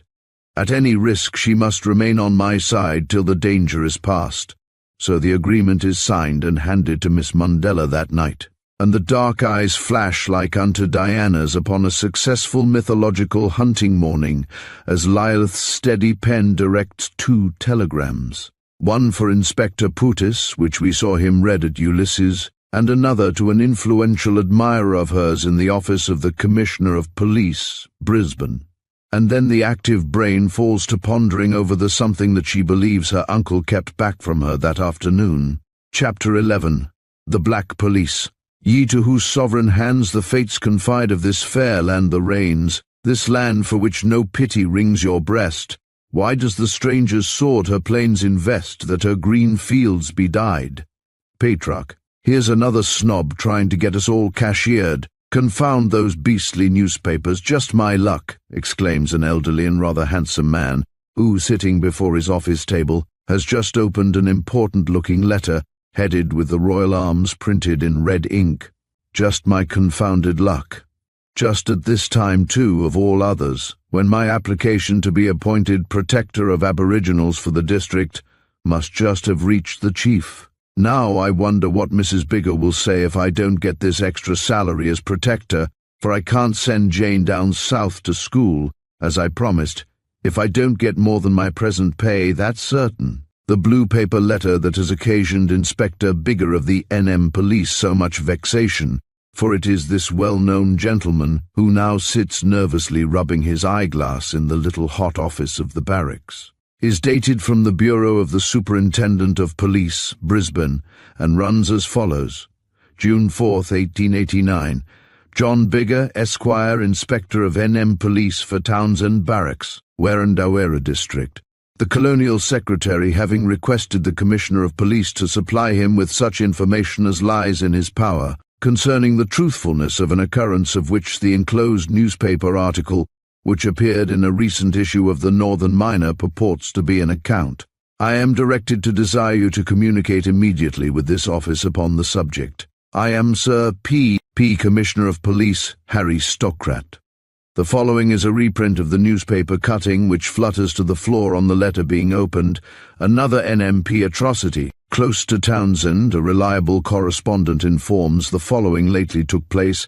At a mining camp where nothing had been stolen by the natives for months, 3 natives ran by a miner's tent one evening. Going into town next day, the said miner mentioned this, but did not ask for assistance. The neighbouring sergeant of black police with 4 boys, however, appears at the camp in a few days. As night falls, the light of a native campfire is sparkling away on a mountain range some 4 miles off. No one knows or cares if these particular natives had committed the crime of running by a miner's tent. Taking a boy by the shoulder, the sergeant points out the fire, and soon after the 4 troopers steal off into the gloom, armed to the teeth and naked save for their cartridge belts. The sergeant remains behind, and in about an hour and a half the sound of 9 shots coming rapidly one after another is heard. Presently the boys again appear with spears and dilly bags, and tell, amongst other horrid details, that they have dispatched plenty fellow pickaninny with their tomahawks. The inspector's little office occupies half of a small weatherboard erection, which is so crazy from the attacks of white ants, termites, that it can hardly support its hot galvanized iron roof. A rough wooden bookcase occupies one wall, standing on a rusty iron tray, which is generally kept supplied with water to defend this article of furniture from the same insect foes that are fast destroying the joints and studs of the building. On its dirty shelves a number of dusty law books, blue summons, papers, and the like, repose in picturesque disorder. On either side of the single window of the apartment hangs a cat-o'-nine tails, one for the use of the refractory boys of the corps, and manufactured of plain leather thongs, the other having the narrow lengths of hide decorated with swan shot artistically fastened to the cruel tongues with whipcord. This more complicated instrument is used for such cases as refractory native witnesses, when a murderer has to be discovered, and has also visited many of the stations round on loan to squatters who are anxious to instill the beauties of civilization into the bosoms and backs of those of their native slaves who are desirous of escaping from their bondage.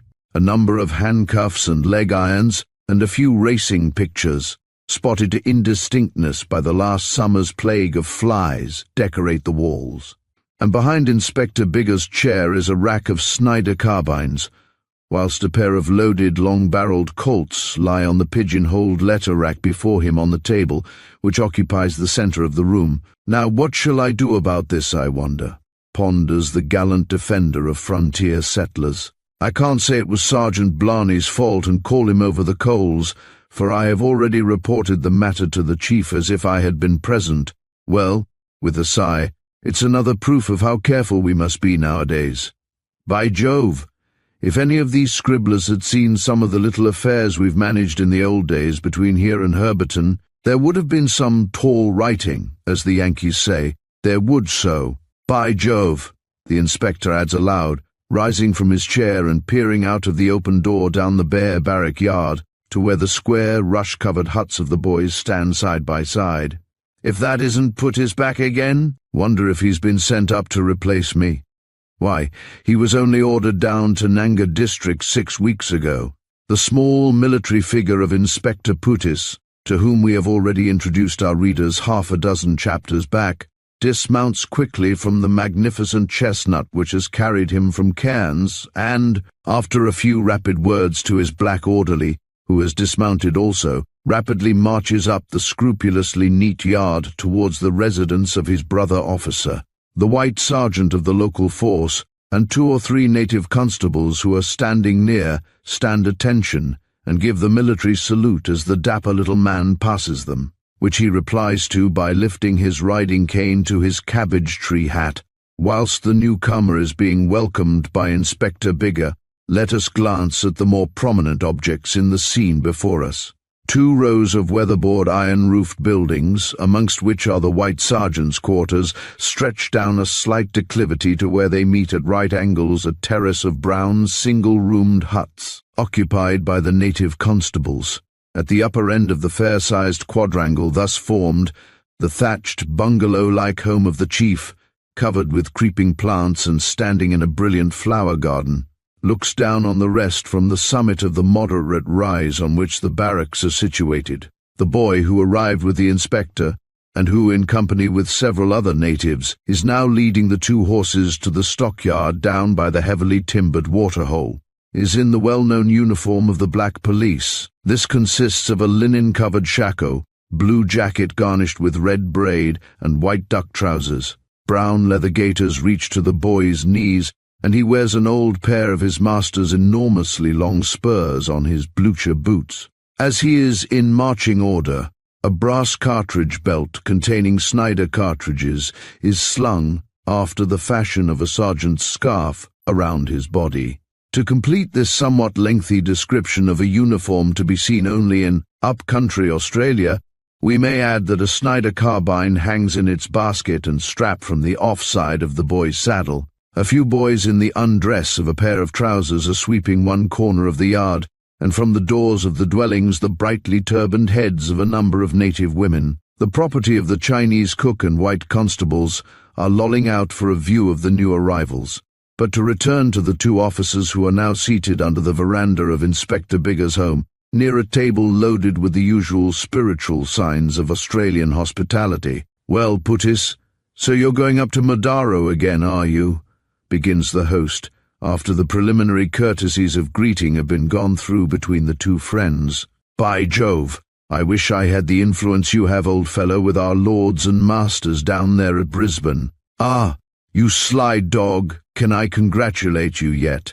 asks the smiling elder man. "There's not the slightest doubt but Miss Mundella's the handsomest, eh? And the smartest young lady this side of the Clarence. Did she ever tell you, by the by, old man, that I knew her father?" "Never," replies Putis with his customary brevity, just letting his jaws open and shut to emit the word, much like a fox terrier does when it snaps at a troublesome bluebottle. "Old Mr. Mundella, it was young Mundella then, was one of the first to take up country near where you've just come from.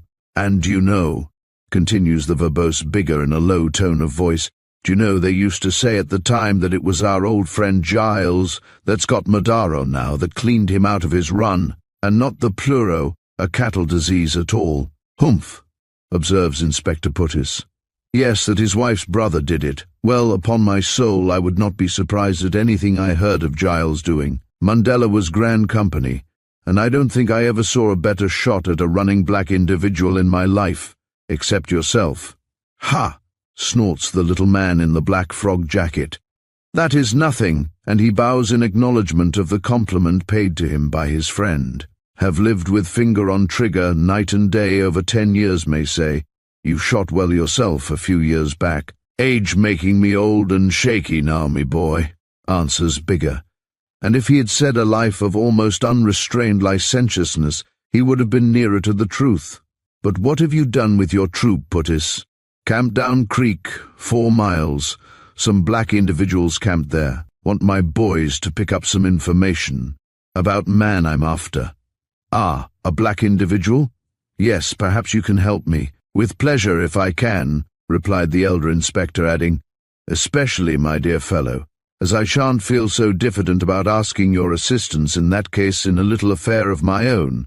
The host has by this time had 6 nips to his guest's abstemious one, so turning his head towards Puttis he rattles on, "But won't you alter your mind and have another? Or if you prefer it, I've some real genuine potheen.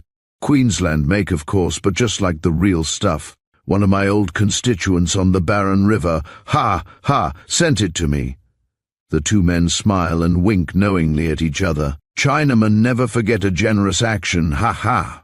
Laughing at the remembrance of how he obtained the potheen, and filling his glass from the decanter on the table with a very shaky hand, the jovial inspector continues. "In consequence of information received from one of my boys, I rode up to the Chinky's little scrub farm one day 2 years ago.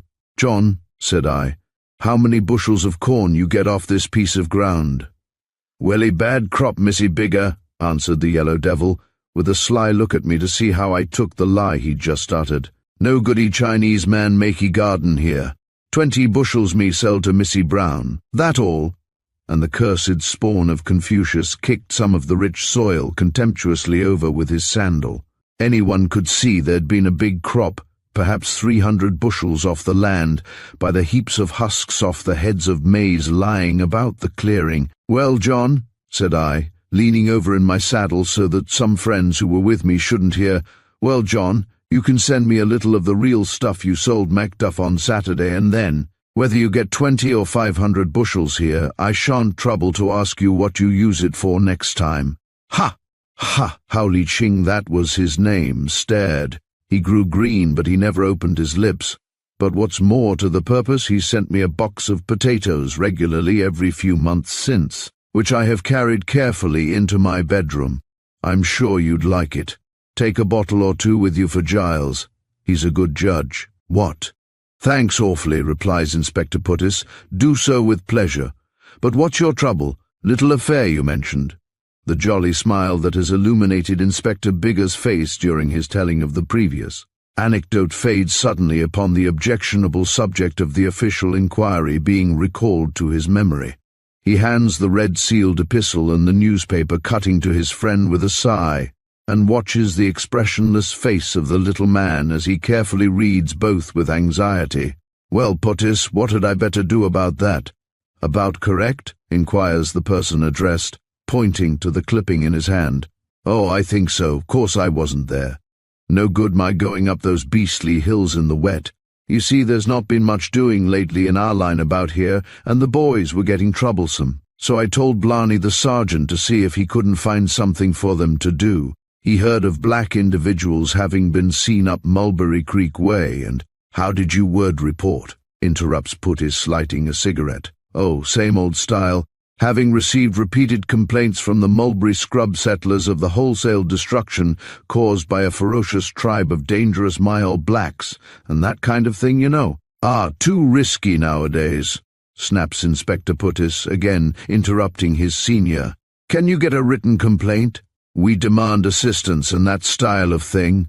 Oh, there's Thompson, and that old German Bauer. He wants to sell me a couple of cows. Either would do that for me, I think." "Umph," grunts Inspector Puttis. "I'd like to see Sergeant. Will think I'm up here about case." The white sergeant is summoned to the presence of the 2 superior officers through the medium of a native constable who is weeding the garden close by, and after a little word fencing, He settles down into an account of the occurrence which corresponds in most particulars with that of our trustworthy correspondent. In answer to a question put to him, he continues, "I heard of the camp, sir, from a young gentleman, your honours, who capes the Star at Riversley, and he tells me, sir, that one of them minor chaps up at High Cliff had told him as how 2 murthering thaves of women was in the creek by their camp lately. Divil tax 'em, sir, he said, but the varmints they got away before the miner could get his mates to help catch 'em. Were the miners glad to see you and the boys, demands Puttis. Sure, sir, it's yourself has guessed the right words they spake, sir. They was sulky as bandicoots, and never said a word till I amused 'em with me artful stories, the boys having started after the fire on the hill. We're not afraid of the people, said one, who I'll keep me eyes on when he's in town for a bit of a spree. We ain't afraid of people, let 'em bide. Wait a bit, Sergeant. How do miners get tucker provisions up there? It's Thompson, sir, the only settler, your honours, on that side of the cliffs. He kills for 'em. Is that Thompson who trained the bloodhounds for Inspector Versley? The same, sir. That'll do, Sergeant. The energetic non-commissioned officer salutes and withdraws, and Puttis turns towards the local chief. Say, Bigger, have you got that western boy you lent me once? What was his name? Oh, Tomahawk, got him still? No, accidentally shot. Very sorry to lose him, for he was a good boy. He knew every black individual's tracks for 50 miles round. No, I lent him to Versley, and you know what Versley is. Tomahawk gave him a piece of cheek, and he was accidentally shot. Ah, that's a pity. Fact is, I want a boy who knows the western lingo. Also knows Scrub. Got one? Yes, Teapot's a good boy. I want to get hold of that educated black individual that Dysart had with him when he died. Giles heard him telling other people, had killed Dysart, have got warrant to arrest him. Served Dysart right, though, educating a cursed black individual. Oh, you mean that fellow Billy? Why, I thought he brought a letter or something to Madaro from Dysart. Should not be surprised if the black individual wrote it himself, though. Those civilized blacks are up to anything. He was at Murdaro, remarks Inspector Puttis, but he made himself scarce. He might have added, for he knew it to be a fact, that Billy had only made himself scarce because he had very good reasons for believing that Mr. Wilson Giles intended to make him altogether extinct. The reason for that worthy gentleman's inhospitable behavior being explained and set forth hereafter for the benefit of our readers. Shouldn't be surprised if he was at the mission station, observes Inspector Bigger after a short pause for reflection. If so, I can get him for you.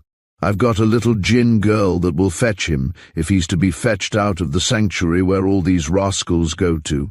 After another pause and a peg at the volatile fluid on the table, the speaker continues musingly, If these missionary fellows did any good, I wouldn't object, but they don't. They just teach those black devils of theirs to think themselves better than a white man. Why, one beggar they've reared they sent over here, in a black coat, if you please, who had the impudence, curse him, to give a sermon in the Wesleyan's gospel mill down there. Ha, ha, laughs Puttis grimly, looking straight in front of him, his left hand unconsciously fingering the revolver pouch on his hip. These mission stations, good preserves for us sometimes. Besides, missionaries prevent squatters doing our work themselves. No missionaries, no black police very soon. A black war, like they had in Tasmania, would soon result. No more black individuals for us to disperse. Taking a Sydney paper from his breast pocket, the little man points to it, asking if his friend has seen this. Inspector Bigger adjusts his eyeglass after some nervous, blundering attempts, and with some trouble, for he has nipped himself into a happy, sleepy mood by this time, makes out the following paragraph in the Sydney Telegraph. Depredations by blacks. Sweeping charges against the missions. By telegraph. Adelaide, Wednesday. A deputation of Northern Territory pastoralists today asked the government to send more mounted police to the territory in order to deal with depredatory blacks who killed large numbers of stock. The majority of these natives belonged to the mission stations. The Minister for Education, in reply, said it seemed to him that the mission stations did more harm than good. He had official information that all the black outlaws in the territory made for the missions when hard-pressed and the missionaries protected them, and that the worst cattle killers were the mission aboriginals. He was sorry, however, that owing to the bad state of the finances of the Northern Territory, additional police protection could not be granted. "Yes," murmurs the inspector when he has got the gist of the article fairly into his slightly muddled brain. "That's comforting. Right man in right place. Education's the thing. He knows what he's talking about. As long as we've squatters in the ministry and on the bench, we're all right, eh? Yes, and when Western Australia is out of home government's interference. Ha ha! Something to do for squatters there, I fancy." "Ozzy Thompson," Putis adds, rising. "About your affair. He knows me. Never allow nonsense from Cockatoo's settlers. He will send evidence you want. Double quick time. And Inspector Putis knows what he is talking about, and is not bragging when he declares himself superior to the irritations occasioned willfully at times by settlers. There were not wanting instances where imprudent scrub farmers and others had suddenly lost horses and cattle, had found their cottages burned to the ground on a temporary absence in the bush, had left their crops safe overnight, to wake cornless and hayless next morning, and yet no trace of the ravagers and thieves was to be found when the aid of the black police trackers had been called in to help to discover the aggressors, and as such invisible pirates, it was noticed, apparently only attacked the holdings of the few persons who were publicly at enmity with the black police. Ugly stories got about that pointed to the NM boys as having played the role of midnight marauding Miles' wild aborigines at the special request of the officers of their troop. Inspector Putis now proceeds to bid his host adieu, and before he goes arranges for the neighbouring mission station to be watched for the arrival of Billy. It is growing dark when Miss Mundella's fiancé leaves the barracks, and he rides with loose rein at an easy canter towards his camp. The black boy, Inspector Putis's aide-de-camp, follows some 100 yards behind, after a couple of miles along the red clay banks of a dried-up mountain torrent. The track leads up a small ridge into an outlying portion of the dense scrub or jungle that covers the high ranges on either hand. Here the way becomes far more difficult to travel, and the riders allow their clever steeds to slowly pick their own path. The clay surface of the treacherous road, worn into wave-like corrugations, a foot or more in depth, from the passing trains of pack mules from the distant tin mines, and ever moist with the dews of the dense tropical growth on either hand, is quite dark with the overhanging branches of buttress fig trees of gigantic growth, of graceful palms and pendant ferns and creepers, whilst dangerous stinging trees and lawyer vines to right and left render caution necessary. But the other side of the patch of scrub is safely reached, and the inspector is just about to urge his horse into another canter, when that animal suddenly snorts and bounds to the other side of the track. This impromptu action probably saved its rider's life, for as it does so, phut! And a long kangaroo spear flies harmlessly past the inspector's body, and goes clattering down upon the stony bottom of the watercourse in front. Putis, although a perfectly fearless man, is one of those persons who never throws a chance away, and knowing what good cause the aborigines of the district have to wish for his destruction, always carries a revolver in his hand when out late in the scrub. Almost before the spear has touched the ground, certainly before it is motionless, the active little man has swung round in his saddle and fired a snapshot at his cowardly assailant, whose dusky form can just be seen, as he stands, paralyzed for an instant at the escape of his victim, upon a fallen tree trunk by the wayside. A sparkling burst of flame, a crashing echo, half drowned with a yell of agony, and the inspector's horse becomes unmanageable and bolts with him down the track into the open land beyond. When Putis can prevail on his horse to return into the scrub, he finds his attendant native constable standing by the side of the prostrate body of the would-be murderer, examining him by the light of a wax match he has just struck. The wounded savage, who is desperately hurt in the region of the right lung, scowls up at his enemies as they lean over him. He is quite naked, and lies on the road on his left side. The necklace of joints of yellow grass that he wears shows him to be in mourning for a relative. "What name this beggar Yegeri?" inquires Putis of his constable, meaning, "Who is this?" "Mala beggar, marmy. Him bin long a station, mine think it bad fellow master has been a station hand, I think," pointing to some half-healed scars on the man's shoulder blades that demonstrate to the experienced eyes looking down on him that he has recently received a flogging. "Any more black fellows about?" "No more black beggar, marmy. This one sit down long hisself," replies the trained black, in whose wonderful powers of hearing, seeing, and deduction his officer has perfect confidence. "What station you belong to?" continues Yegeri, kicking the wounded man with the toe of his boot. "R," growls the wounded savage, with such angry fierceness that Inspector Putis's revolver drops into position, ready to give the sufferer his coup de grace should he attempt any mischief. "Montakaran, curse you," hisses the feeble voice, "you white devil. You kill Lubra wife. You kill Pickaninny, you." He pauses to gasp for breath. "You kill all about blackfellow. No more brudder long a me. Ah, no more brudder long a me. Montakaran."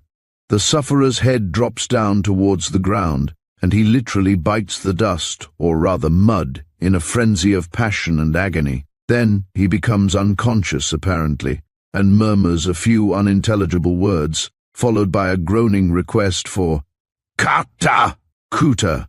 Water, water." "Ah," muses Putis to himself, knowing by experience that a dying man speaks his last words in the language of his childhood, however much he may have forgotten it a little while before, when in full health. "Ah, Kuta is a Western word. He's a runaway black individual and has been living with some tribe about here. He will be very well out of the way." And nodding to his black aide-de-camp, who thereupon begins to drag the wounded savage off the track into the scrub, the inspector mounts and rides off. As he reaches the other side of the dried-up riverbed once more, his chestnut starts at the sound of a single carbine shot that rings out with weird, muffled suddenness from the dark glades he has just left. It is the requiem of another departed member of the fast-fading Aboriginal race of Australia. Chapter 12. Billy and the Hatter. He traced with dying hand remorse, and perished in the tracing. J.J.G. Whittier. 60 miles in a southerly direction from the place where Inspector Putis met with the adventure related in our last chapter, the figure of a man is reposing beside a silent rocky pool in the heart of a dense jungle. The tropic vegetation around him is part of the same straggling line of scrub country that covers the great, rugged shoulders of the coast range of northern Queensland, with a soft green mantle of indescribable grandeur and beauty. Enormous fig trees with gigantic buttress stems tower on all sides into the hanging gardens of climbing ferns, orchids, and creepers that swing above in mid-air and provide the dark, moist soil beneath with a perennial shelter from the sun's rays, save where a brawling brooklet has cut a rugged pathway for itself through the dense undergrowth, or a hoary monarch of the forest has succumbed to age and insect foes and fallen to the ground. No road through the matted growths around seems passable but for the smallest animals. Yet it is in these gloomy wilds that some of the tribes of Queensland Aboriginals find their only safe sanctuary today, from the white settlers who have driven them from their old homes in the open country at the foot of the mountain chain. It is midday, but the green shadows of the leafy canopy overhead would render the reading of a newspaper difficult work. But although so dark, the forest is not silent. Its great pulses throb and murmur with the pleonastic signs of tropic life. There comes upon the ear the thousand tiny voices of insects and of birds, swelling and dying in a soft-toned lullaby chorus which, like the murmur of the coast waves 10 miles to the eastward, is never ceasing. It does not require a second glance at the lonely figure at the little rocky pool to ascertain that it is that of an Aboriginal. He is dressed in the ragged remains of a coarse woolen shirt and trousers, both of which garments are so torn with the thousand thorns of the thickets their wearer has just traversed, that the wonder is that they still cling to his thin and emaciated body. Presently the black raises himself from the ground, where he has been reposing at full length upon his back, with his arms extended at right angles to his body, after the fashion of aboriginals who have undergone excessive fatigue, and totters towards the little water-hole. First examining the sand upon its banks for footmarks, he next proceeds to bathe his bruised and bleeding limbs. The man before us is Billy, the late Dr. Dysart's boy, and he is almost in as bad a plight as when we saw him on the eventful morning by Parry River's side, when the explorer saved the wounded child from the uplifted axe of the squatter's tracker. Billy is now a young man of 24 years of age, well-built, active and handsome for an aboriginal.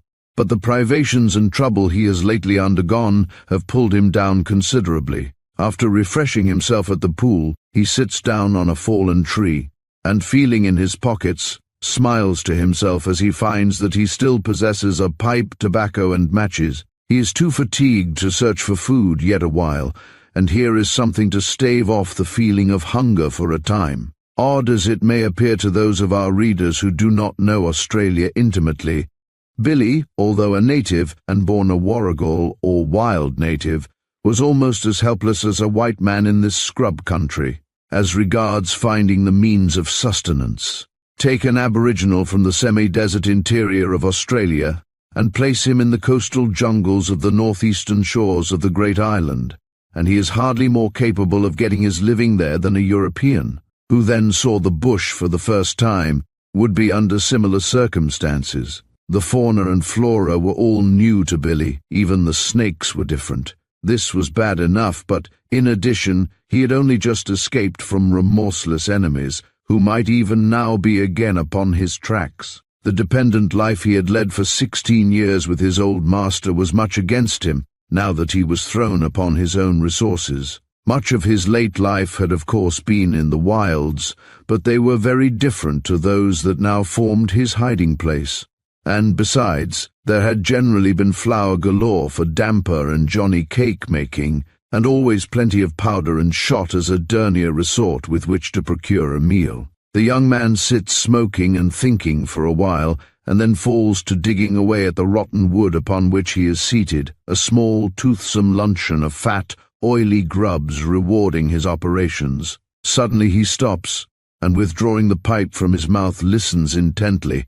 His marvelous powers of hearing have detected a distant sound that, falling on the tympanum of a European's ear, would have become jumbled up and lost amidst the confusing buzz of flies and other myriads of tiny noises around him. What the sound is caused by Billy cannot tell, but it is a stationary one, and in a different direction from that by which any of his pursuers are likely to approach. It may be natives chopping down a tree for honey, but it is almost too sharp in tone for that. After listening a while, the young man rises, and, having determined to ascertain the cause of the phenomenon, begins to crawl down the bed of the little rocky creek nearby, in the direction of the curious sounds.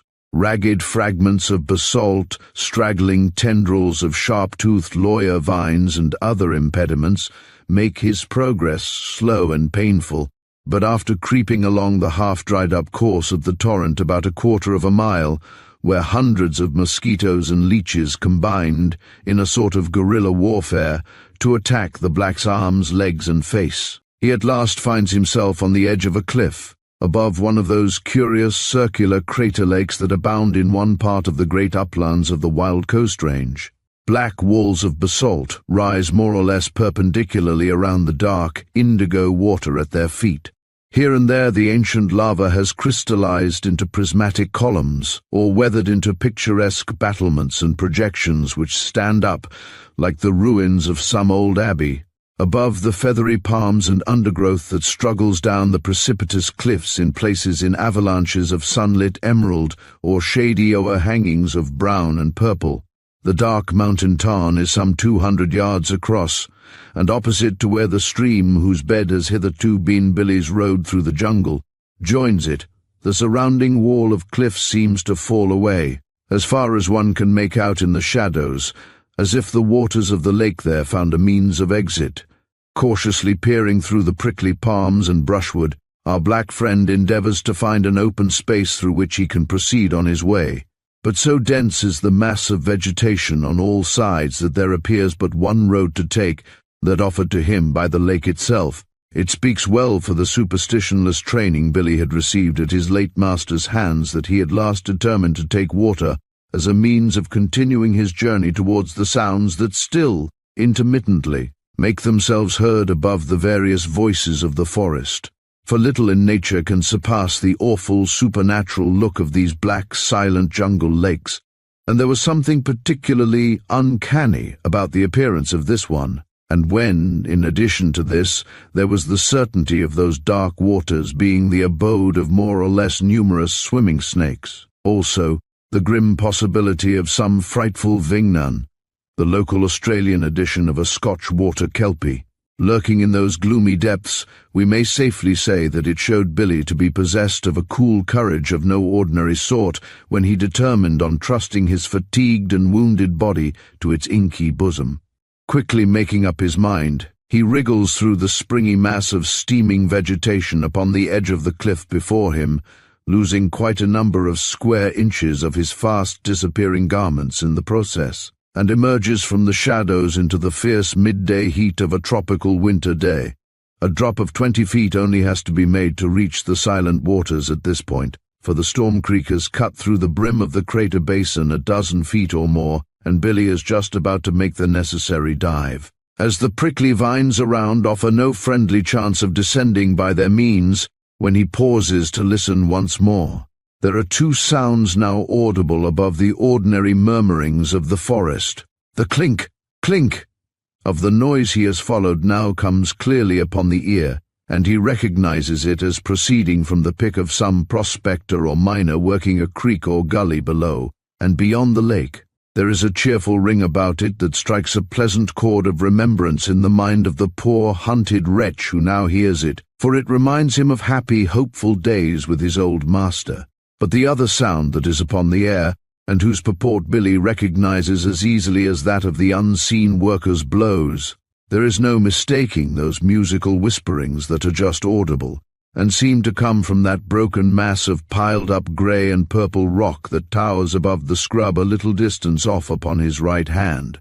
The banked-up fires of Billy's savage nature burst up into an energetic blaze as he hears the voices of a party of natives arranging themselves into a half-circle, with the intention of surrounding and capturing some prey they have discovered. Billy correctly guesses the purport of these signals, but does not understand the exact meaning of the words, for he knows little or nothing of the coastal languages. What the natives on the rocky hill have in view is evident. It is the busy worker in the gully beyond. Billy forgets his fatigue as he glances round and satisfies himself that he has the start of the hunters, and then plunging into the water with marvelously little noise considering the height from which he has descended, swims after the manner of a dog rapidly round the lake, keeping close to the cliffs on the side nearest to the approaching blacks.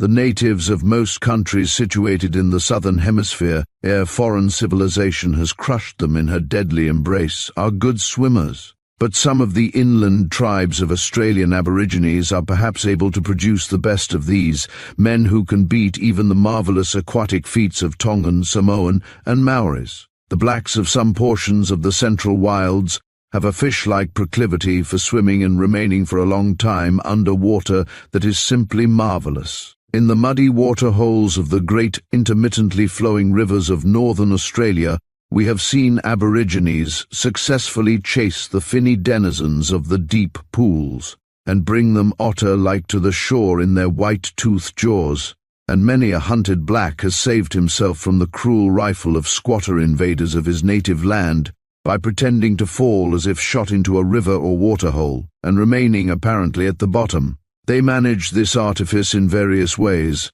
sometimes by swimming an incredible distance under water to a sheltering weedy patch or bed of rushes, where they can remain hidden, but more often by plastering their heads and faces with mud, and remaining, sometimes for hours, with only their nose above water, in some corner where floating leaves, grass, or the like, afford a temporary blind to baffle their relentless foes. Billy, although by no means as perfect a swimmer as some of his countrymen, showed great skill in the way in which he noiselessly moved through the water to the opposite side of the Black Lake, and hardly a ripple disturbed its placid surface, above which his dark, glistening head only thrice briefly appeared during his swim. Arrived at the point he had started for, the young man slowly raises his face again into the hot sunshine behind the leafy cover of a fallen mass of enormous stag's horn ferns, and carefully reconnoiters the summit of the opposite cliffs for any enemies who may be watching him. None are in sight, so Billy leaves the water and proceeds to climb the rough side of the old volcano crater, and as the rocks are lower and less precipitous than at the place where he dived into the lake, he soon reaches the shelter of the scrub once more, a kind of rugged giant staircase which the overflow from the lake has cut in the ancient lava covering of the mountain, now leads Billy down into a wide, wild-looking gorge, about 200 feet below the surface of the dark tarn above. Through the center of this deep gully, and flanked with a dense growth of gracefully festooned trees, runs a clear silver stream with a cool, refreshing, rushing voice amongst the smooth, rounded bounders in its course. Taking its rise in some limestone formation in the unknown depths of the jungles beyond, it has painted its rocky bed of a pine white with a calcareous deposit that stands out in strong relief to the somber hues of the overhanging cliffs that here and there jut out boldly from the verdure on either side. Each recurring wet season sees the whitened boulders swept off towards the sea coast by the angry brown waters of the flushed river, in company with the like that has collected during the interval since the previous rains, and then the fierce torrent, gradually settling down once more into the bubbling little stream as we now have it, sets to work again to paint a fresh strip of white through the twilight forest glades. Kneeling by the side of one of the chain of snowy pools that stretches into the misty vista of graceful palms and dark-leaved trees beneath the afternoon shadows of the gorge, is a strange-looking figure. Quite in keeping with the wild surroundings, a thin, elderly man, with a ragged, unkempt beard and deeply bronzed and furrowed face, shaded by the most dilapidated of soft felt hats. The spare figure that Billy is now watching is covered with clothes so old, patched and repatched, that one would hesitate to pronounce an opinion as to which of the frowsy fragments formed part of the original garments. A certain yellow tone of color, something between that of a nicely browned loaf and the lighter tints of a cheddar cheese, pervades the altogether of the old man, for the iron rust and clay stains of years of lonely toil amongst the mountains have dyed both skin and rags of one common color. A thin but muscular left hand holds the outer rim of a brown circular iron pan, called by miners a prospecting dish, and presses its other edge against the ancient's open-bosomed shirt so as to keep the vessel firmly in position, as the keen old eyes examine its contents for the cheering yellow specks with a small pocket lens. Billy stands looking at the old prospector for a minute, and rightly guesses that he is one of those mining recluses called hatters in Australia, some specimens of which class our dark friend has met before. In fact, Billy's curiosity as a miner himself makes him nearly forget the approaching natives in his eagerness to ascertain if the dish now being panned off shows the presence of the precious metal in the locality. But this hesitation on his part is not for long. Billy has retained his European raiment at some considerable inconvenience in his flight through the scrub, for the same reason that chiefly prompts Australian Aboriginals to put such value upon the sartorial signs of civilization, and now he is to reap the fruits of his forethought. Many an Australian bushman will shoot a native at sight without compunction, if in puris naturalibus, and it is a fact that many make it a rule to do so when meeting a black individual alone in the bush. But the same individuals would hesitate to pay this attention to a black sheltered in that badge of servitude, an old shirt or ragged pair of inexpressibles whose wearer may possibly belong to a neighboring squatter or police inspector. Billy trusts now implicitly to his torn clothes to serve as a flag of truce till he can get a hearing from the man whose life he is probably about to save, and careless of the fact that the old miner has a revolver hanging in the open pouch at his belt, and that a fowling piece lies by the pick within a yard of the thin, hairy right arm. He girds up his tatters and commences to whistle loudly as he makes his way over the hot boulders towards the curious, propensic figure by the stream side. The old prospector turns suddenly as the shrill notes of Billy's musical trilling echo along the rocky sides of the glen, and dropping his dish, snatches up the brown old manton by his side. "Hold on, boss!" shouts Billy, thinking for the instant that perhaps he had been too rash after all, in leaving his shelter amongst the rocks before holding a parley with the stranger. "Hold on, boss. You'll want your powder for Warrigal blacks directly, and better not waste it on good fellow like me. Who the devil are you? Move a step and I blow your brains out," responds the old man, lowering the piece, however, from his shoulder. "I'm Whitefellow's boy," explains Billy, sitting down on a boulder in order to show his faith in the miner's good sense, and also to give that dangerously excited old individual a chance to examine him and cool down. "I'm Whitefellow's boy, and I see Blackfellow coming after you. They make a circle to catch you. See, I have swum the lake to bring to you this news. I was hidden when I saw them first. They will try to get me now as well as you. You must let me go with you." "Where's your boss?" asks the old miner, glancing round on all sides for any signs of approaching foes. "My boss is dead. His name was Dr. Dysart the explorer. Perhaps you've heard of him. But you had better clear before the Curra vermin reach us." The old hatter's eyes gleam suspiciously at Billy as he speaks again. "You may be a good black individual, but you're too derned well-spoken for a black individual for my thinking. I knew Dysart once, and I'll soon find out if you're trying to fool me. But here, take the pick and dish, and go on ahead of me down past the rock there." Billy picks up the utensils mentioned and, summoning up all the remainder of his strength, totters along the bed of the stream in the direction indicated by the skinny finger of the dirty old solitary, who comes shuffling along after him. The part of the ravine the two men are now entering is even wilder than that where they first became acquainted with each other. The ground sinks rapidly, as the increasing noisiness of the brawling streamlet indicates, as it leaps from rock to rock on its way, as if rejoicing upon its approach to freedom and the sea. Some way down the gorge, the steamy haze of a cataract climbs up the cliffsides and blots out further view in that direction, and the soft thunderings of falling waters come up the gully at intervals, as the evening breeze begins to stir the topmost branches of the stately trees. Great black cliffs tower skywards on the left-hand side, and their grim fronts yawn with numerous caves. The cold husks of what were once enormous air bubbles in that awful flood of molten rock that in the far-off past poured down these mountain slopes from the Belland and Kerr group of ancient volcanoes. A few more words have passed between Billy and the ancient hatter, which have apparently fairly satisfied the latter as to the goodness of the dark-skinned younger man, when the clamour of shouting voices behind them makes both turn round.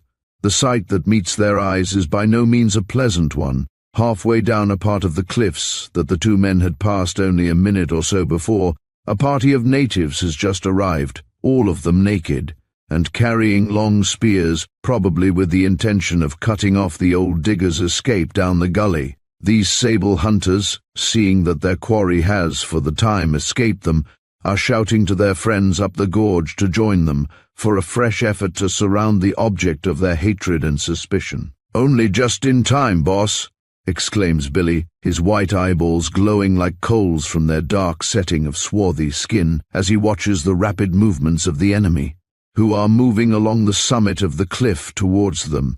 "Those devils got you safe enough. S'pose they'd kept you up there till dark," pointing to the open part of the gorge.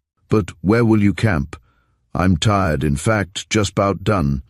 I have walked many miles today and have eaten little since 3 days. This is my camp," answers the hatter, climbing up to one of the aforementioned caves with an agility that a far younger man might have envied. "We can keep out of the black individual's way here," and the old man coolly began to collect some sticks and leaves that lay about the entrance to the cavern in order to start a fire, just as if 2 or 3 score of howling savages, all thirsting for his destruction, within a couple of 100 yards of him, was a matter of everyday occurrence to him. and therefore one of no importance. Night falls quickly, and outside the cave the darkening forest begins its night chorus of many voices, day choristers retiring one by one. The mountain teal whistle and burr in answer to each other. Owls and nightjars scream and gurgle in the trees. Boongaries, tree kangaroos, squeak and bark to their mates as they leave the branches for a night stroll in the scrub. And every crevice of the caves gives forth its dark legions of flitting bats, some of enormous size, who vociferate shrilly with ear-piercing notes, as if thousands of ghostly slate pencils were squeaking in mid-air on an equal number of spectre slates. Inside the cave, which is much larger than its small, porthole-like entrance might lead one to imagine, the two men speedily make themselves as comfortable as they can under the circumstances. There is ample room for the fire that soon lights up the concave roof of the cavern with a cheerful, ruddy glow, and the smoke rolling out of the doorway keeps the place clear of mosquitoes, who are getting pretty lively outside already.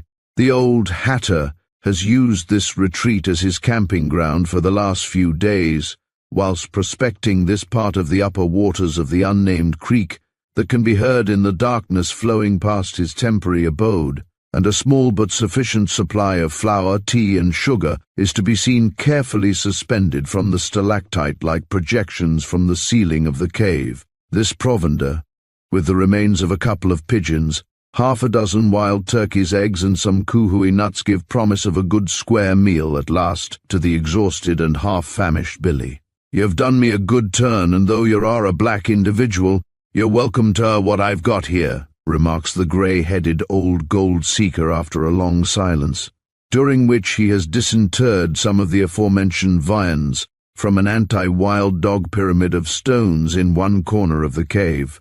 "Them blamed devils outside hain't seen a white face up here afore I'm thinking, and I guess they'll not bother us till morning. What do you think, Charlie, or Jackie, or whatever your name is?" "My name's Billy, boss," replies our dark friend, who is endeavouring to keep himself awake by frantically chewing some of the sodden tobacco he has discovered in his pocket. "I think these fellows throw spear into cave by and by, perhaps. I think best keep up here," pointing to a buttress of rock that, projecting from the walls of the cavern, provides a substantial shield against any missiles flung in at the cave entrance. "But I know little of these fellow blacks. I come from the flat country this time, out by the Ainsley River way." "Ugh," grunts the old man in reply, and telling Billy to have a doss sleep whilst his namesake, the Billy, is boiling. The hatter proceeds to cut up a pipe full of very foul-smelling tobacco, looking thoughtfully at the fire meanwhile. Billy, on his part, is not slow to avail himself of his host's invitation, and sinking down upon the cold rock floor goes immediately to sleep.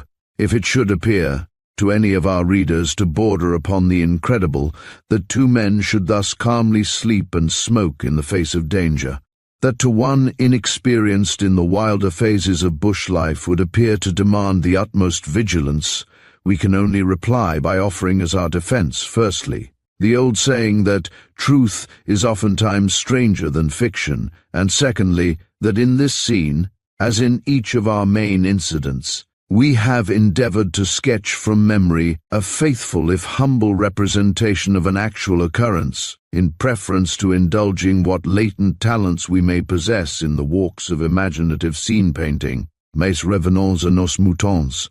The old hatter sits silently smoking, sometimes glancing upwards towards the roof of the cave, where the almost obliterated representations of white and red hands, the work of previous aboriginal occupants of the retreat, are still discernible, and at others fixing his ferret-like bloodshot eyes upon the dark, hardship-lined face of the slumbering Billy as the firelight dances upon its swarthy surface.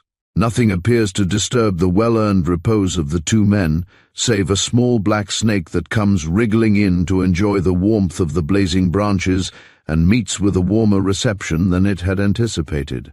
Then the Billy at last splutters out its welcome signal, and the old digger and his companion proceed to indulge that taste that has made Australians the greatest consumers of tea per head in the world. "Them Miles wild natives don't seem to mean business tonight," observes Billy's host when the silent meal is finished. as he hands our black friend a piece of nail rod with which to charge his evening pipe.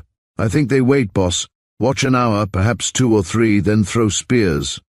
Billy leans forward as he speaks to heat a piece of tobacco in the embers in order to soften the flinty morsel, and thereby facilitate the operation of cutting it into shreds. "I think those beggars," jerking his black thumb towards the darkness outside the cave entrance, "I think those beggars come by and by. Or Aruna, take care, I think they come presently."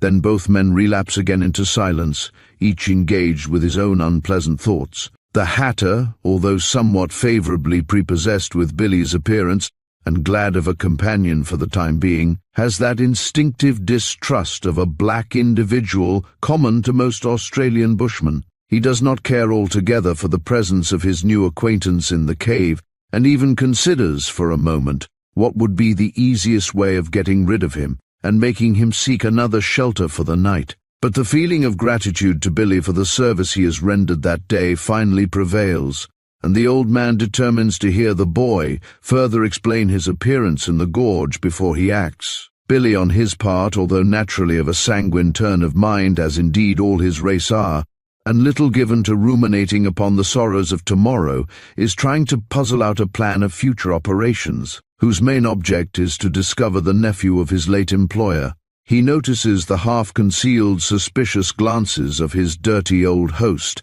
and is almost tempted to offer to seek other lodgings when the latter breaks the silence once more. "Suppose you're a runaway black individual, station or police?" "Yes, boss, I'm a runaway, but I've never worked on station, always with the doctor, all my time mining and cooking for the old man." "Thought you was," grunts the old prospector, taking his pipe from between his yellow teeth for an instant. "Noticed the way you carried the pick, and guessed you knew something about breaking down a face." "Yes, I can do that much anyhow," remarks Billy quietly. "Well, that being so, lad, I ain't the man as would turn dog on a poor beggar, let alone a miner, be he black or white. I ain't built that way." The old man stops speaking to listen to a slight noise outside the cave for a moment, and then continues, "If you like to camp here longer me till I've done this gully, you can. But just sling me a yarn about how you came to this hole in the ranges."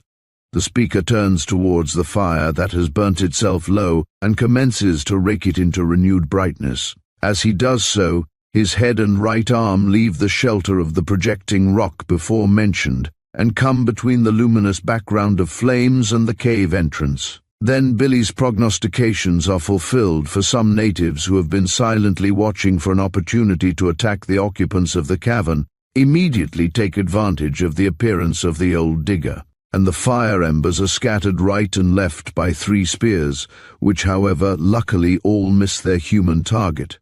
The 2 men leap to their feet, and Billy, snatching up the old Hatter's shotgun, without waiting a moment to ask the permission of its owner, glides noiselessly into the darkness, and is lost to the view of his startled host.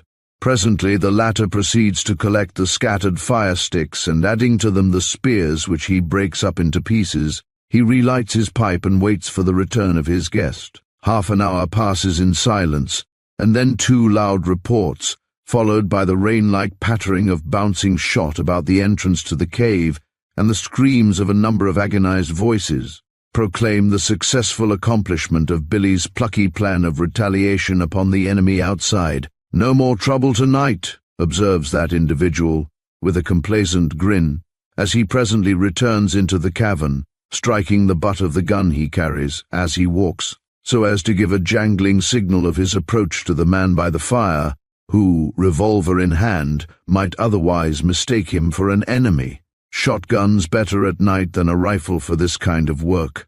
The beggars have all cleared. None killed, I think. All the better, lad. All the days I've knocked about the bush, I've never shot a black yet, though I've seen a many bowled over. But they weren't bad in the old days as they are now. These beggars here, though, are a bit coolly fierce, and I don't blame them. They don't like to see a white face. The old man's countenance was about the tone of color of a new pigskin saddle. They don't like to see a white face hereabouts, for the scrub's the only place in this part of Queensland where the poor beggars ain't hunted. The night passes without further cause for alarm, and next day, and the one after, and for several weeks Billy remains with the old prospector, and the latter, being a sensible man and finding himself thus brought into contact with a mind in no ways inferior to his own, albeit housed in corporal surroundings of that dark tint that has hitherto placed the unfortunate Aborigines beyond the pale of civilized law in Australia, soon makes a companion and partner of Billy instead of treating him as a mere animal, as has hitherto been his custom with those black boys he has had occasion to employ. Moreover, in our dark friend the ancient hatter finds his ideal of what a model mate should be: strong, cheerful, plucky, frugal, and above all lucky. And sometimes, as the strange pair smoke their evening pipes together in the firelit cave, and the thoughts of the boss go flying back into the dim vistas of memory, and the cruel swindles perpetrated upon him by this and that white partner of his younger days are reenacted in his mind's eye, he cannot help contrasting them unfavorably with his present mate, whose coming departure. Although he is only a black individual, the old man begins to dread with a fear that surprises himself. "Swelp me," the poor old solitary soul sometimes ejaculates to himself, as the chilling thought of once more being a lonely hatter in these awful wilds goes like an egg shiver through his spare and bended form. "I suppose I'm getting too old for this kind of work, and if I had had a mate like Billy when I was young, I would have been doing the toff in Sydney by this time, like that rascal Canoona Bill that swindled me on the Crocodile, and not have had to work up to my knees in water with the pan and shovel at my time of life." But it is not approaching age or failing bodily strength that is the cause of this change in the old miner's feelings, as he tries to persuade himself it is, for he cannot find it in his mind to confess he feels any attachment or affection for a black individual. It is something very different that begins to make him feel disgusted with the idea of a return to his solitary mode of life. Billy's new friend, like most of his class of old hatters, became disgusted with the world owing to having been unfortunate in his choice of partners, and now that he at last finds one to suit him, his view of life becomes correspondingly fairer than heretofore. "Billy," one evening said the old man, who has lately informed our black friend that he is known at Geraldtown and Herberton by his patronymic of Weevil, "Billy, you ain't told me yet how you come to clear out from the station where you left the doctor's letter. What station was it?" Billy, who is shaping a new pick handle by the light of the fire, does not reply for a minute or two. When he does look up at the lean figure on the other side of the flames, he betrays a little of that sulky, spoilt child demeanor generally exhibited by members of his race when recounting any occurrence that has been a source of annoyance to them. "I ran away, boss, because they try and get me to show them the way back to where I planted the doctor. Mr. Giles, who owns the station." "Who?" Old Weevil leans across the smoke towards Billy. "It warn't Wilson Giles, were it?" he asks in a low, hoarse voice, looking at the black with ill-concealed anxiety. "Yes, Wilson was his front name." "Do you know him?" The old man withdraws into the semi-obscurity of a shadowy pile of firewood against which he is standing at the question. Much like a sea anemone shrinks into its rock cleft before an obtrusive human finger. "Yes, I know him," growls the old man in the darkness, exhibiting an amount of hatred in the tone of his voice that makes Billy look in the direction of the woodstack with open eyes and mouth. Weevil, however, does not appear likely to be communicative, so Billy presently continues. "The doctor's last words almost were, 'Don't let anyone know where you left me save my nephew,' and so it wasn't likely I was going to tell the first man as asked me. Was it likely?" "Burn him, no," ejaculated Mr. Weevil in parenthesis.